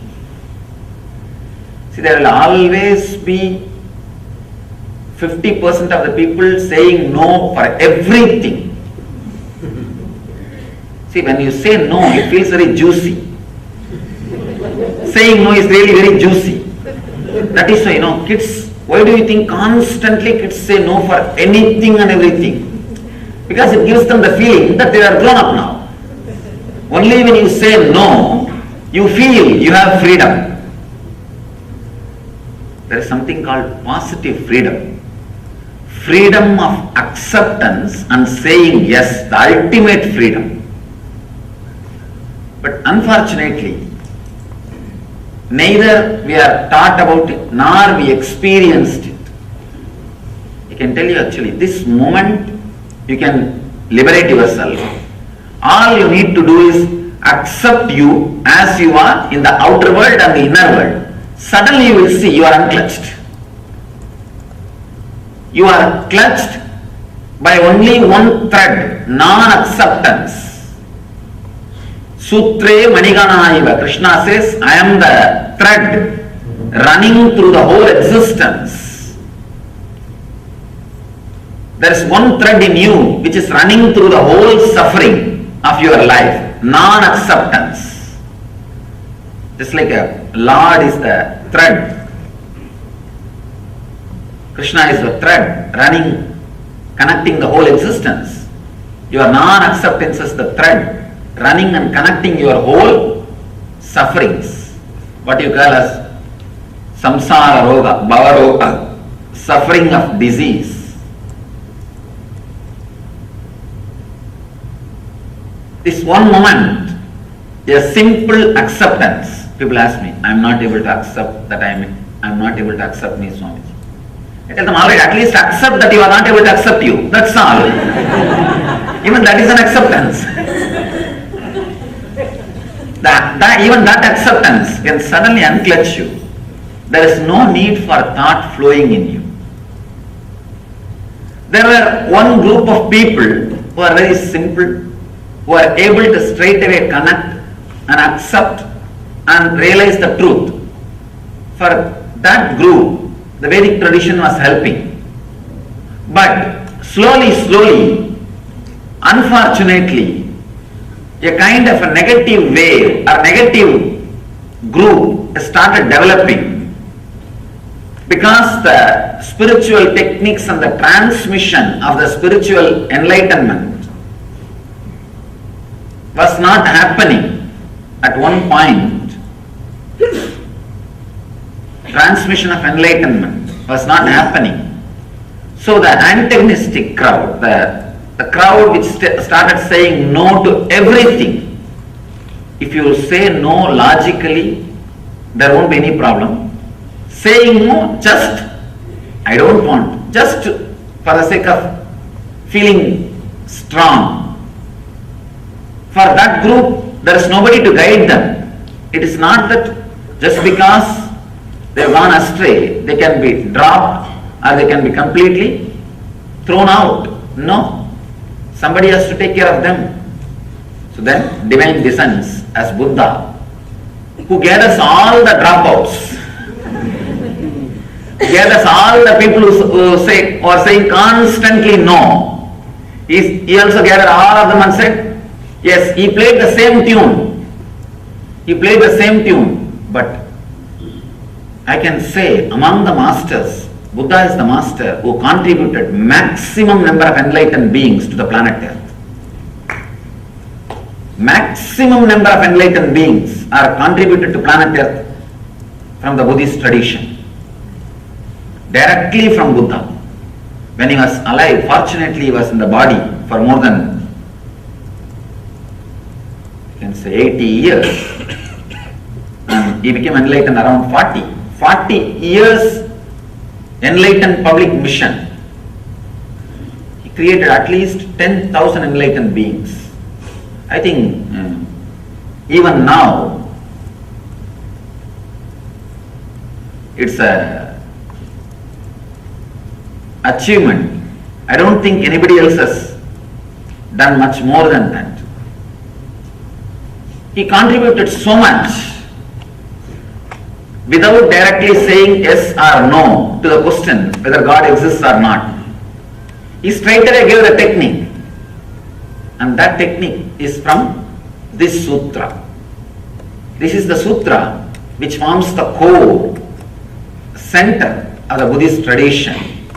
Let me read the sutra, then we will understand. Unminding the mind, keep in the middle until it drops.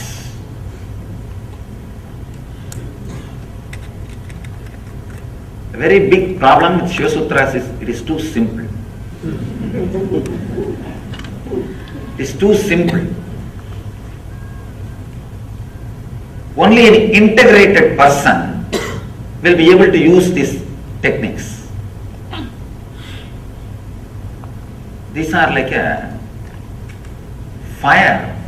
Only a person who is ready will straightaway explode by the touch of the fire, by the touch of the Shiva Sutra. There's a beautiful Upanishad story. One disciple goes to the master and asks, Master, give me enlightenment. Just master repeats, Tattvamasi Svedagedo Tattvamasi, Tattvamasi Svedagedo Tattvamasi, that art thou, that art thou. 9 times he repeats, and the disciple is enlightened. Story ends.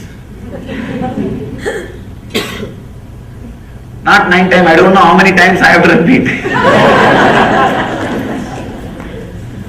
Why it is not happening? The reason is the Svedaketu was fully integrated, burning to receive the truth. That's a beautiful example Ramakrishna gives. The mother pearl will be waiting for the rainwater. The mother pearl makes the pearl with the rainwater. When the rainwater falls, he just carries the rainwater into his womb and goes down into the ocean. And whatever process he does on that rainwater only becomes a pearl. So just like mother pearl waiting with a wide open mouth on the ocean above the water, she will be just waiting for the rainwater. She cannot take the salt water and make pearl. She needs pure rainwater. The moment one drop rainwater falls on the pearl, mother pearl, immediately she will go into the ocean, deepest layer, and she will start doing the process. She will come out with the pearl. Only a person who is seeking intensely like a mother pearl for the initiation, waiting with open being, the moment master utters some words, those words straight away enters into him and he carries that word, goes and sits inside his inner space, starts doing the process, comes out with the pearl of enlightenment, opens himself with the pearl of enlightenment. Only that intense seeker, even few words are enough. Even few words are enough. You will see suddenly the being blossoming, expanding and expressing itself. It's a simple word, just like Tattvamasi. Tattvamasi is it's called as Mahavagya. That art thou, it's called as Mahavagya, means the word which straight away gives enlightenment. Vakya, which straight away leads you to the experience of the Mahat, the cosmos, is Mahavagya. In this book, every line is a Mahavagya. Every word is a Mahavagya. He just says, unminding the mind, keep in the middle until it drops. Buddha calls it as a Madhyapanta, middle path.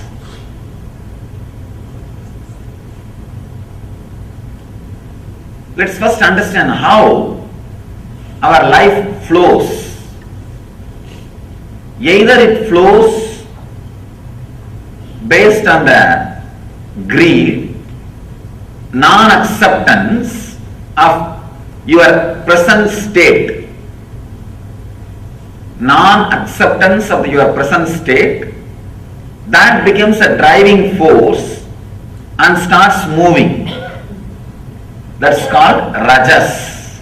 We call this as a rajas, restlessness. The next thing, non-acceptance of the inevitability of the life and death, fear. When you don't accept the present moment, you start aspiring for more, and there comes greed, rajas, restlessness. When you are not ready to accept the future moments, that becomes fear, tamas. Understand? Non-acceptance of the present moment leads to greed.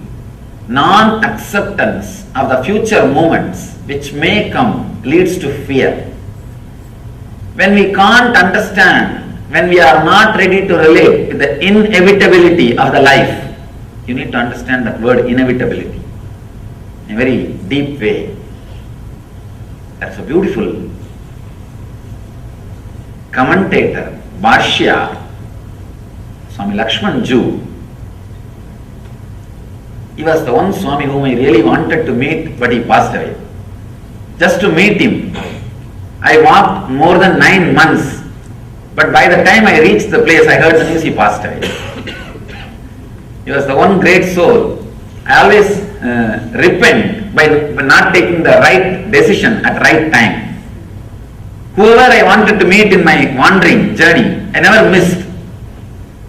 I heard about him, I read one of his book, I had a very strong feeling to meet and started. Unfortunately, I had that foolish vow of not touching the money at that time. So I had to walk all the way. I felt that vow is supposed to help me towards enlightenment. That vow itself has finally disturbed me. It has become an impractical vow. By the time he was very old and he was sick, I also heard, I know that he was sick and I know he may pass away at any time. But somehow I was walking. By the time I reached, he passed away. His he beautifully comments.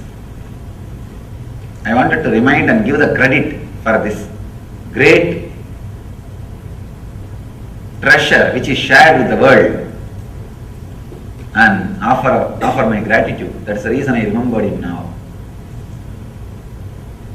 He very beautifully explains the inevitability.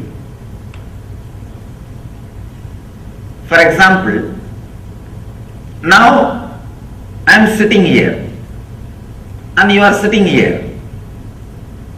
Next moment, if you want, you can go from this hall to that hall, this hall to the outside room. This is a kind of a freedom. Second thing, you can only go, but you can't fly. You have certain freedom and you have certain bondage. Understand? There are few things which you can do. If you want, you can move the right hand. If you want, you can move the left hand. If you want, you can stand up and walk. But you cannot fly. The inevitability means this moment, whatever power you have, you will be able to handle those power. Whatever you don't have, you don't have. You may think, it is a simple thing. Why do I need to contemplate about it? If you look into your thinking system, you are constantly struggling to do something which you very clearly know you can't do it. Many times you are constantly hitting the wall. Hitting the wall gives you ego satisfaction. Understand? And not only that, many times you are struggling. Actually, corruption which happens in your inner space, the corruption which happens in your programming, what I call ori, comes from this very root, non-acceptance of the inevitability of the moment. I think maybe few more words you will be able to understand deeply. Let me explain in two ways. One,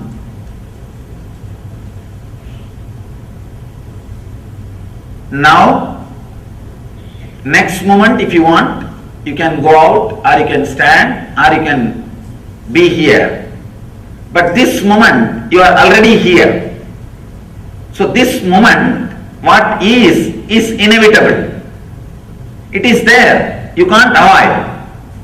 Next moment you may be able to change based on the availability of the power and freedom you have.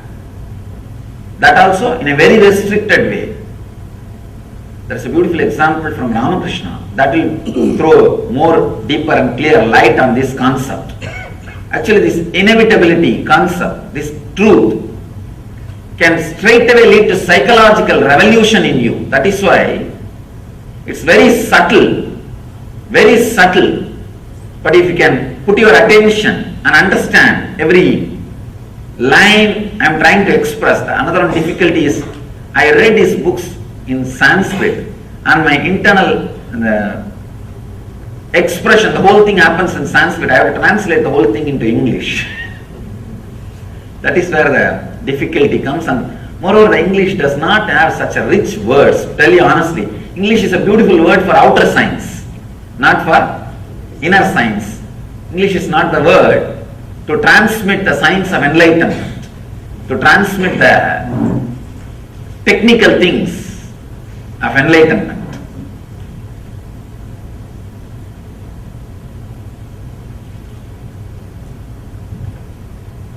Somebody asked Ramakrishna, is everything in the life is a fate or individual freedom? Do we have individual freedom or everything is predestined? Ramakrishna says beautifully, if a cow is tied on a wall or a pole, 5 feet rope is there. The cow has a freedom to sit or stand or walk around inside that 5 feet radius, but not more than that. So there is a particular part which the cow can do. Beyond that limit, it cannot do. Beyond the limit, everything is fate. The cow has freedom to eat whatever is available inside the 5 feet. It has got some freedom. But if a lion comes and attacks, it is a fate. Cow cannot save itself.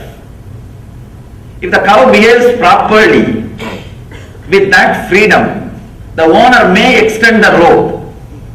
If he is not bullying around, if he is not hitting people, if he is not doing nonsensical things to disturb others, the owner may extend the rope or may even completely leave it free, liberate.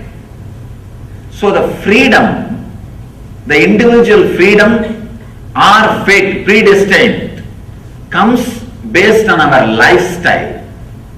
We do have a certain kind of a freedom. If we properly use it for a right purpose, for not hurting others, living properly, that freedom can be extended or completely given to you. Accepting the inevitability. Now, this is the freedom we have. Next moment, we may have, may not have. And this moment, whatever is happening is inevitable. That is the way it is happening. You cannot bring the moment which is lost back and correct it, alter it. There is no time machine. Inevitability means accepting all these three ideas. First thing, you cannot bring things back and alter. Second thing, this moment is this moment. Nothing can be added to it. If you want, you can only add in the next moment. Third thing, even the adding in the next moment is not completely under your control. These three understandings, when it settles in you, it brings a tremendous psychological revolution. Understand?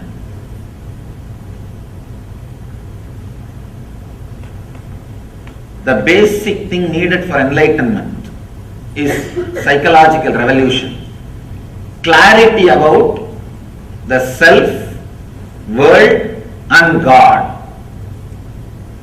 Jiva, Jagat, Ishvara. Jiva is the self. How you think, how you are driven, what is your inspiration, what makes you run in your life, what makes you move in your life, why you think, how you think.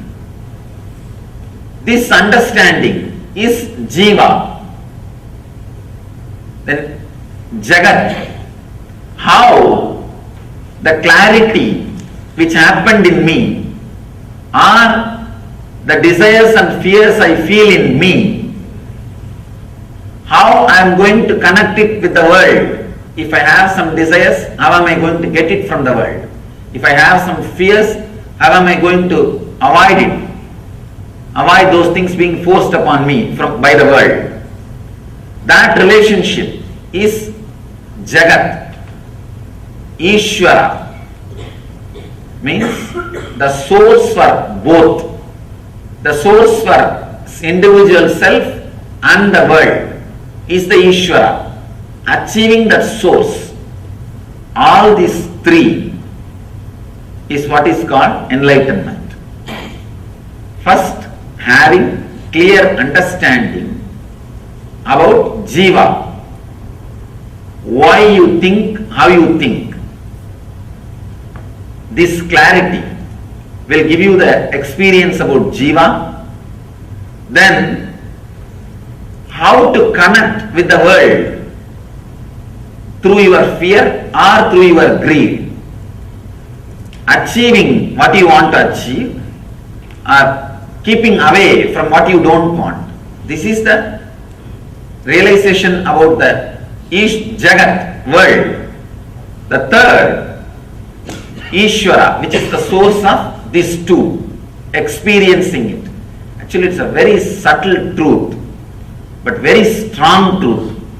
Just by understanding, it can liberate you. Just a simple understanding, it can solve so many problems, so many things. The click will straight away happen just by understanding. This sutra is the Nitya Sutra. Nitya Sutra means you need to practice it eternally. Actually, anything which you need to practice eternally, you don't need to practice. All you need to do is it should become part of you. It should be internalized. Anything you need to practice in particular time only, you need to put your effort and practice. Anything which is Nitya Sadhana, the eternal practice, you don't have to do anything. Understand and internalize it. Very internalizing your thinking structure, your way of behaving, the whole thing will be totally transformed. Acceptance of the inevitability of every moment happening in your life. This moment you are sitting over. Next moment, if you want, you can stand, but you cannot fly. These three statements, if it is internalized, always your steps will be with a very clear idea of what you can do. It will never be too big jumping. It will never be crazy things. The big problem is, people come and ask me, suddenly Swamiji, everything was going well, suddenly my life has become a failure. Understand, failure will never be suddenly. It will never be suddenly. We always think it is suddenly because we never understood the warnings. We never looked into ourselves, what we are doing. If you don't understand what you are doing, naturally failure will be sudden. Understand, in the planet Earth, created by God, only miracles happen, never accidents happen. Problem is, when you don't have understanding and clarity, even miracles look like accidents.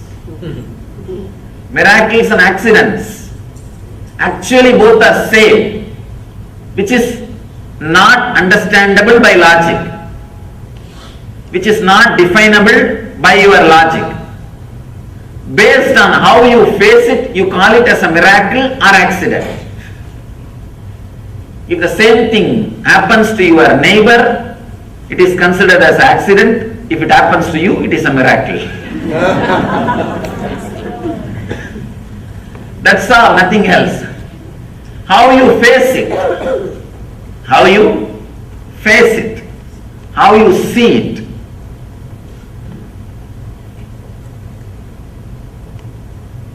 If you have the deep passion, look into the life and accepting the inevitability of the moment, everything is miracle.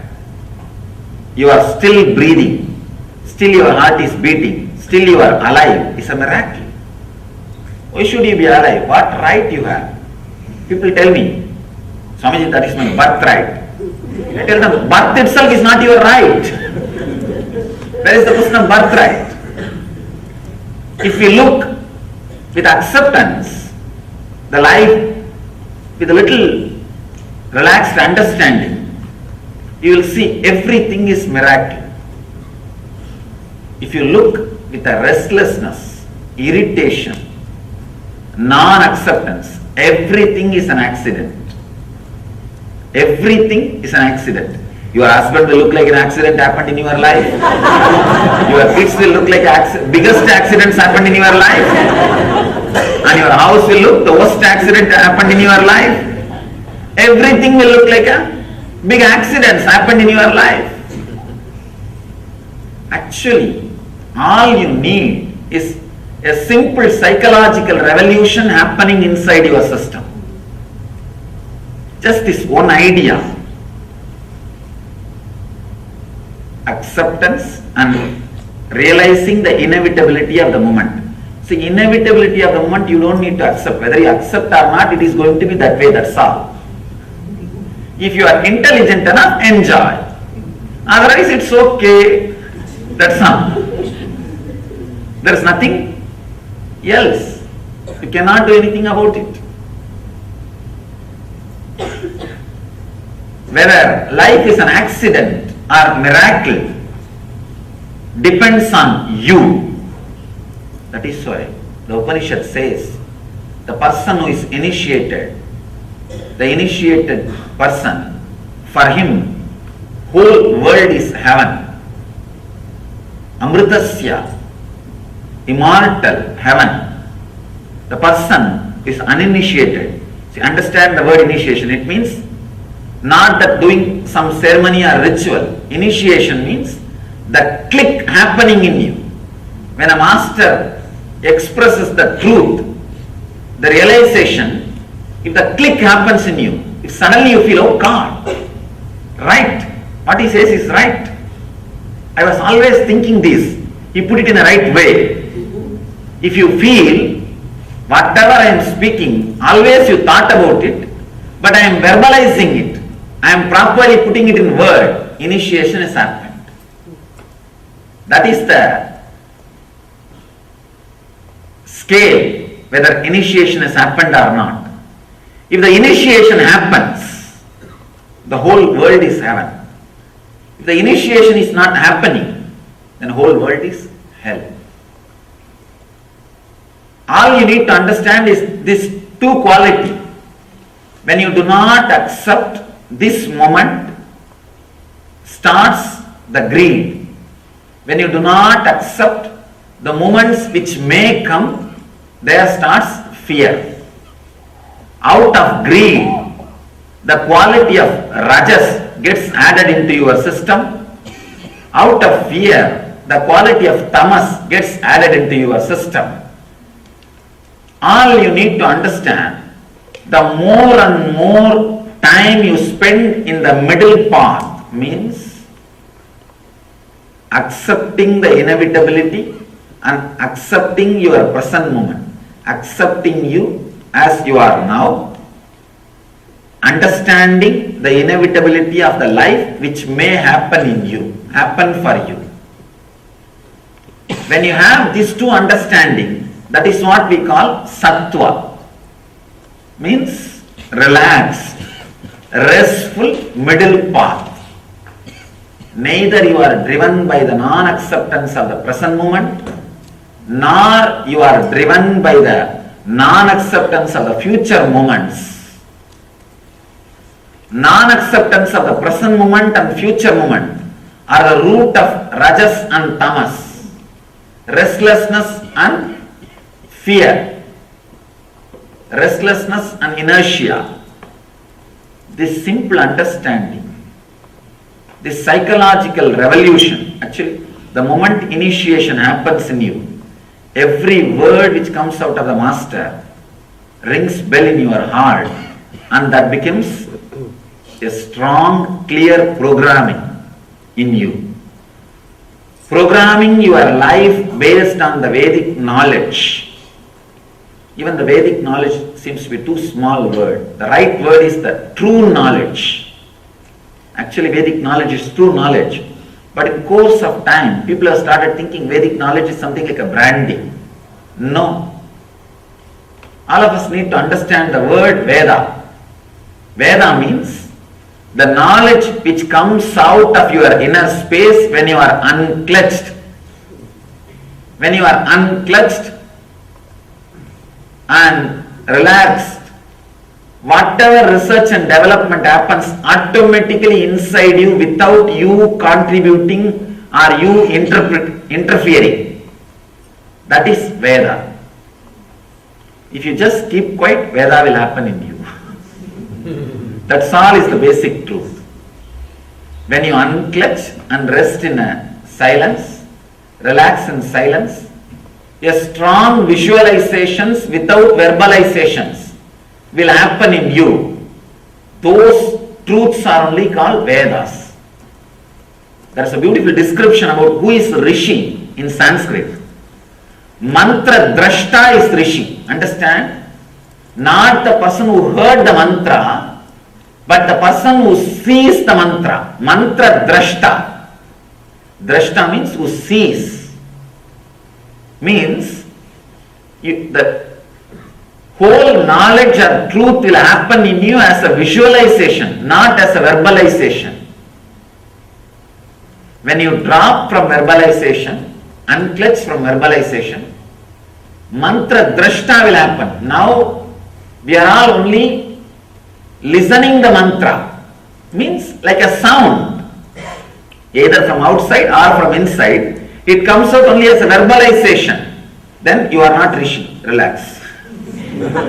Then it is not Vedas. It is not the true knowledge. It is perverted knowledge. In Sanskrit we use the word, the perverted knowledge. Means half truth or perverted truth. When you unclutch from the verbalization which is constantly happening, a strong visualizations beyond your verbalization will come out. All you need to do is put all your effort and relax from unclutching. Suddenly you will see a very strong visualizations will start happening in you. Those visualizations are only called as visions. Mantra drashta. You will see the mantras. Mantra means knowledge, truth. You will see the mantras. You will see the truth. That is what is called Veda. True knowledge. When you understand the true knowledge, you don't need any other separate practice. Your very breathing will become ajapa. Ajapa, ajapa. You don't need to repeat any mantra. Your very breathing will repeat the mantra. Your very breathing will repeat the mantra. There is a beautiful Upanishad, Paramahamsa Upanishad. It says, anybody who repeats a mantra is a fool. Sorry to say that because till yesterday we repeated 1 million mantra. It says, only fools repeat mantras. The psychological revolution should happen in you such a way your breathing will start repeating the mantra. Means even your breathing sound will be beautifully heard by you. You will be in such a deep peace. It's called Hamsa mantra. The person who is able to hear the hum, sam, the inhaling and exhaling sound 24 hours. Understand? I am now opening up many new things, many new truths. I don't want to miss this sutra. This sutra is I am basically in the heart a Buddhist. To tell you the truth, my love for Buddha is such. I can say such a pure, ultimate expression, such an amazing expression. This whole sutra, anybody understands, it does not need a separate practice. Buddha calls it as a Madhyapantha, and in one of his very famous technique, Vipassana, is based on this sutra. Understand, if the psychological revolution happens in you, if you are in Madhyapantha, if you are in middle path, means if you are in a complete acceptance of your present moment and the future moments which may come, you will be able to very clearly hear the hum sound of the inhaling and some sound of the exhaling. Means you will be completely aware of the movements happening inside your body. Whoever You see, all of you will be able to be aware of that hum sound, which is inhaling sound, and sam, mantra, which is exhaling sound. If you sit quietly and see, watch, but not 24 hours. If you try now, for next few moments, you will be aware, till you get the sambar smell from Anna Mandir. Not after that. Till you start thinking, I don't know what happened to my car, I don't know what happened to this, what happened to that. Till then you will be able to have the ajapa japa sound. Ajapa japa means the sound which is japa, mantra japa. Repetition of the mantra which is happening continuously in you. Ordinary mantra chanting, everything is only few minutes you do or few hours you do. This mantra is being chanted 24 hours by you, by your system. If you can be aware of that mantra, hum, sum, 24 hours, you are Paramahamsa. That's all. Understand? A person who is in the middle path, even now, if just for a few moments decide, I'll accept my present moment as it is, and I accept all the future moments, including my death, now. With this acceptance in your heart, just sit for a few moments, you will see very clearly you will be able to clearly experience all the movements happening in you. Whether it is inhaling or exhaling or inside your mind, one or two thoughts moving, or your navel center coming up and going down, you will be in completely a deep, centered, integrated, aware space. This you can experience when you have this understanding in your heart. The person who carries this understanding in the heart 24 hours, who is able to maintain that Hamsa mantra 24 hours, including dream state, is Paramahamsa. The whole technique of Vipassana, Breathwatch, Hamsa mantra repetition, everything has only one knack. This technique, unminding the mind, keep in the middle until it drops. How the Rajas starts happening in you. Rajas will bring a kind of a heat in you. It will bring a kind of a heat. Actually, if you sit in a roller coaster, you can try, just sit in a roller coaster. Don't be agitated and don't talk to people or anything. Just sit and observe your navel center, what happens there. And during the roller coaster, just close your eyes and observe what happens here. What happens inside your system is Rajas. Actually, I tried many of these things to explain exactly. See, Rajas is not even the quality which you experience when you are angry, when you are restless, when you are caught in the lust. Because when you are caught in the lust, you don't experience pure Rajas. You experience restlessness and fear both together. If you are unmarried and caught in the lust, the fear of law. If you are married and caught in the lust, the fear of rejection. You are not experiencing pure restlessness even during lust or anger. Understand? The pure lust can be experienced in roller coaster. The pure restlessness. Because from the navel center, when your body goes through a big change, that pure restlessness, the pitta, will start working in your life. When you come down, you will see a different excitement which was not there before you sat. Unfortunately, the societies which are addicted to this excitement is prone to depression, because This excitement is literally like eating your own bones. If dog starts eating its own bone, what will happen? Same way, you are enjoying by destroying your life force.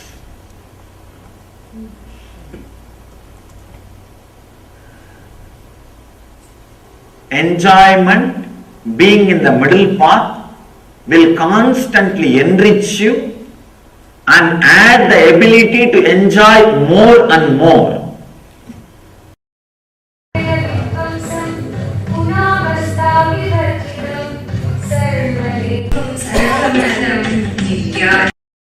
No, whenever I am agitated, I am in rajas. No. Without you repeating, without you being conscious of it. Understand? If you put your awareness on you, you will be a living spirit and world will be a dead matter. It will listen to whatever you say. If you lose yourself, if you lose your center, the middle path, if you lose the awareness about the jiva, individual self, and jump on the world out of fear or greed, the world will become a living spirit and you will become matter and world will dictate on you. Whether you want to be a spirit or a matter, you can decide. One important thing you need to understand. In ordinary people, in all of your case, matter adds value to you. How many cars you have, how many houses you have, what is your bank balance, that adds value to you. If you go to Ramana Maharshi's ashram or Vivekananda's ashram, there is a small coconut shell used by Ramana Maharshi and just simple chappals used by Vivekananda is worshipped and respected. Millions of people come there just to pay respect and touch that. Matter is added value by the spirit. Understand? In ordinary case, matter in all of normal man, matter, the material which you are having, your car, house, bungalow, bank balance adds value to you. In their case, spirit added value to ordinary matter. Whether your jiva is going to add value to Jagat or Jagat is going to add the value to jiva is your decision. Whether your self, spirit is going to add value to the world or world is going to add value to you. Keep yourself alive by keeping yourself in the Madhya Pantha, in the center. In the initial level, because you are trained to lose yourself when you relate with the world, either in the fear or in the greed, you may lose the track. Again and again you may lose the track of that Madhya Pantha. You may lose the track of that Hamsa Sabda, the Hamsa Mantra. For a few days, don't bother, come back. Again, come back. Try to relate with people. Try to relate the business dealings. Try to do your interviews. Try to do your physical work. Try to do everything, including eating, even while you lie down and fall asleep. Try to do everything just with this one middle path, bringing yourself back to the balance. Even if you lose your balance, lose your Hamsa Mantra 100 times a day, that is okay. 100 times you had the mantra, that is why you are able to lose 100 times. So don't bother about 100 times losing. Remember and give the credit to you that 100 times you remembered. So 100 times you failed in the quitting the smoking is not a big thing. 100 times you tried. So 100 times you may forget the Hamsa Mantra, that is okay. 100 times you remember, that is a great thing. So try, in the few days you will see. You are able to talk, you are able to relate with people, you are able to relate with the world, you are able to relate and do all your responsibility from morning till night, 24 hours with the balance of Amsa Mantra. With the balance of what Shiva says as keep in the middle until it drops. Understand? Whenever you come back to the center, to the balance of Amsa Mantra, let me describe once more very clearly the just essence of this whole technique. Just carry the understanding in your heart very clearly. I accept this moment, what I have in the outer world and the inner world, as me, as me. And I accept all the moments which is yet to happen in my life throughout the eternity. Just carry this acceptance in you, in the heart, and sit in a relaxed way. You will see there is no need for any sound from inside. There is no need for any movement from inside. There is no need for any disturbance from inside. The Hamsa Mantra is flowing beautifully. The Hamsa Mantra is moving by itself without you repeating, without you being conscious of it, without you being aware of it, without you putting any effort to it. Just stay in the Hamsa Mantra. Initially, start doing simple work like talking to your close friend where you don't need to lose yourself. Talking to a simple business dealings, or playing with a child, or moving your body in a simple way. Try all these small things with the balance of this Hamsa Mantra, and you will see within few days you are able to be constantly centered on Hamsa Mantra and able to do all your activity. Understand, I promise, when you are centered on Hamsa Mantra, you will never do a mistake. Because the energy which flows in you will be Sattva.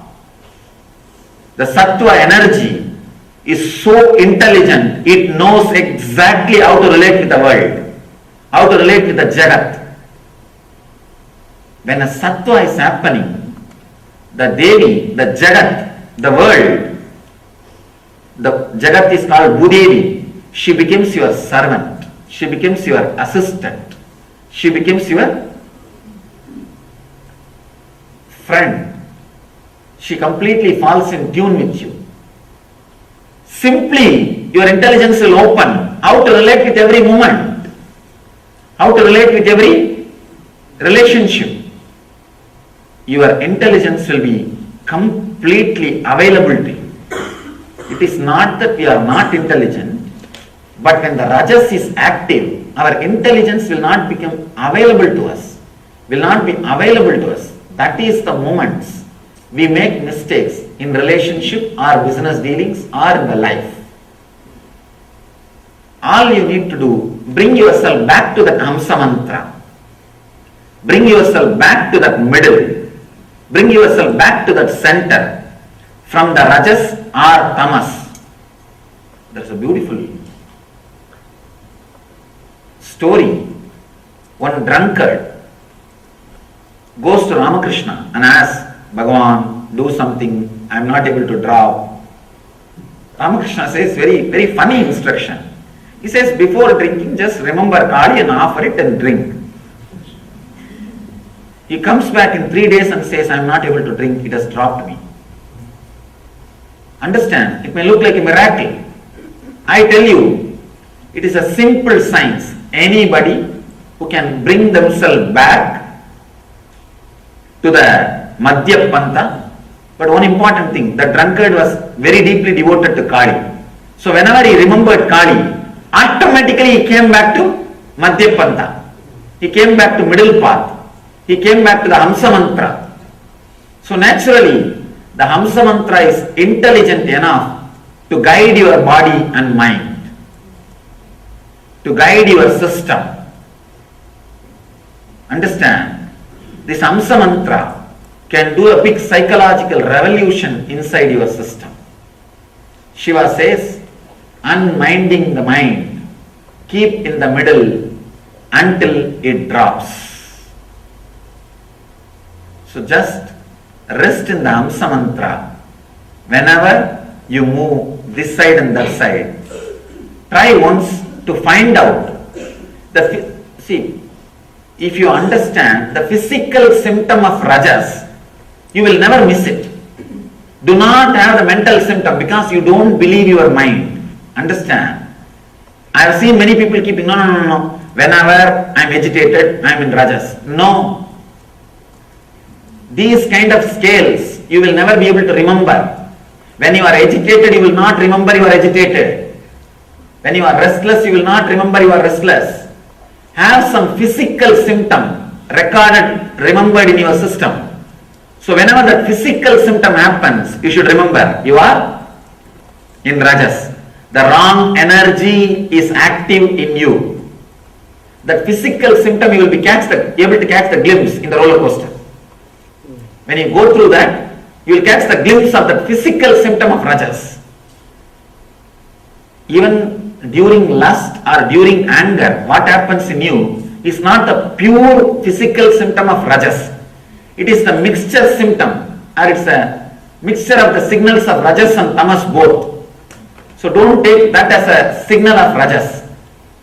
This is the roller coaster experience is the pure signal of rajas. Of course, it will be different for every different person. That's why I am not able to describe. I am able to only describe only what I went through. It will be little different for different persons. But you can catch the glimpse how your body feels when you are caught by rajas. And whenever that starts happening in you, come back to center, Madhya Pantha, middle path, the path of sattva, sattvic energy. Then you will see naturally the whole intelligence, the sattvic energy is awakened in you, and the whole intelligence, the sattvic truth, the sattvic bliss overflows in you. Whenever you come back to that center, if a strong visualization happens in you, that is vision, creativity. If the strong joyful mood happens in you, that is ananda. That is ananda. If you are completely aware of what is going to happen in your future, that is called chit. If a strong visualization comes out of you, that is sat. If strong clarity about what is going to happen in your life comes out of you, that is chit, awareness. If a strong joyful experience comes out of you, that is ananda. Satchit ananda can be achieved just by coming back to sattva, coming back to the middle path. Understand? Whenever you come back to middle path, first day, if you try, you may have to come back at least 100 times, because 100 times you will miss. To one of my brahmachari, I gave this as a technique. I gave him the counter in the hand. I told him whole day, just count how many times you come back. It's a very beautiful experiment. The first day, it was almost like 100. After 1 week, it was drastically reduced to 10. Only 10 times he missed that hamsa, balancing of the hamsa. And within 3 months, whole day, he was able to relate the same activity, same responsibility, same duty, same work with the balance of the Hamsa mantra. All I say is 90 days guarantee. 90 days guarantee. Try just for, surely 90 days is too much. Again and again come back. Come back. Somebody asked me, Swami, every day you are giving one technique. What one to try? Which one to try? See, which rings bell in you, in your heart. Suddenly when you hear some technique, this is going to work for me. I know for sure. This is what is the exact problem what I am having. If some technique rings bell in you, take up that technique that day. and continue. In few days you will know that you are really falling in tune, feeling connected. That is the technique for you. That is the path for you. That is the way to realization. Surely within 90 days you will get back. You will be able to be in that sattva, the madhyapanta, and able to do the whole activity. Being in madhyapanta, see, by being in madhyapanta, suddenly you will see the number of thoughts coming before the action starts reducing. That is the period that is called living enlightenment. When completely thoughts drop and you are able to do all your activity without thoughts, you are enlightened. Understand? If you are able to conduct all your activity 24 hours with the balance of the Hamsa mantra, the Ajapa Japa, repetition of mantra without repeating, you are enlightened. If you are struggling but trying to balance more and more, and you are more and more getting centered, that is living enlightenment, sadhana. You are living the enlightenment moments. When the thought stops appearing, you are able to act without any thought, just with the total balance of Hamsa mantra, you are enlightened. That's all. This is the gist of what Buddha says in his great techniques, Vipassana, Anapanasati, Madhyapanta, in the whole thing, technique and teaching, Shiva has given in this one sutra beautifully. Unminding mind, that is actually teaching. That is the teaching which you need, the understanding which you need to carry in your heart. Keep in the middle until it drops. It is a technique which you need to practice till the enlightenment happens. So, now we'll take a few moments to enter into this meditation. Today also we will stop with the one sutra.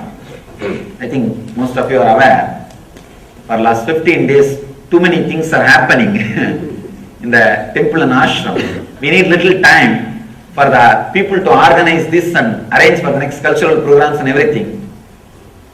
That's the reason. Yesterday and today I am doing only one sutra.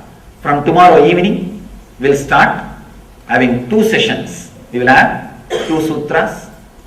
So let's enter into the sutra now. Enter into the meditation before ending the session. Please sit straight. Sit in a very relaxed way. Very consciously, with a strong decision, intensely create an intention that you are accepting you as you are in the outer world and in the inner world this moment. Tell yourself, I have enough in the outer world, nice things. I have enough of good qualities in the inner world, nice things. I am accepting myself completely. No need to develop myself in the outer world or in the inner world. If I have ego, that is okay. If I have guilt, that is okay. If I have fear, that is okay. If I have greed, that is okay. Whatever you have been told that you have, it's okay. Accept. Right or wrong, decide consciously, I accept. Please close your eyes and sit in a very relaxed way without moving the body. Body movements will create thoughts. So if your body is stable without movement, it can take you to the deeper silence.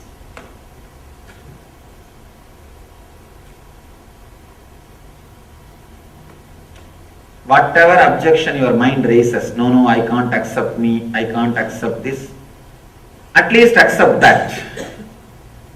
Accept that also.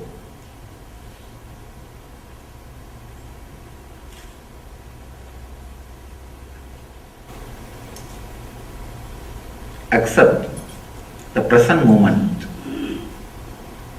accept all the future moments, whatever your mind thinks as the worst thing can happen to your life, accept even those moments. If it happens, you cannot avoid, it is inevitable. Understand the inevitability and accept it.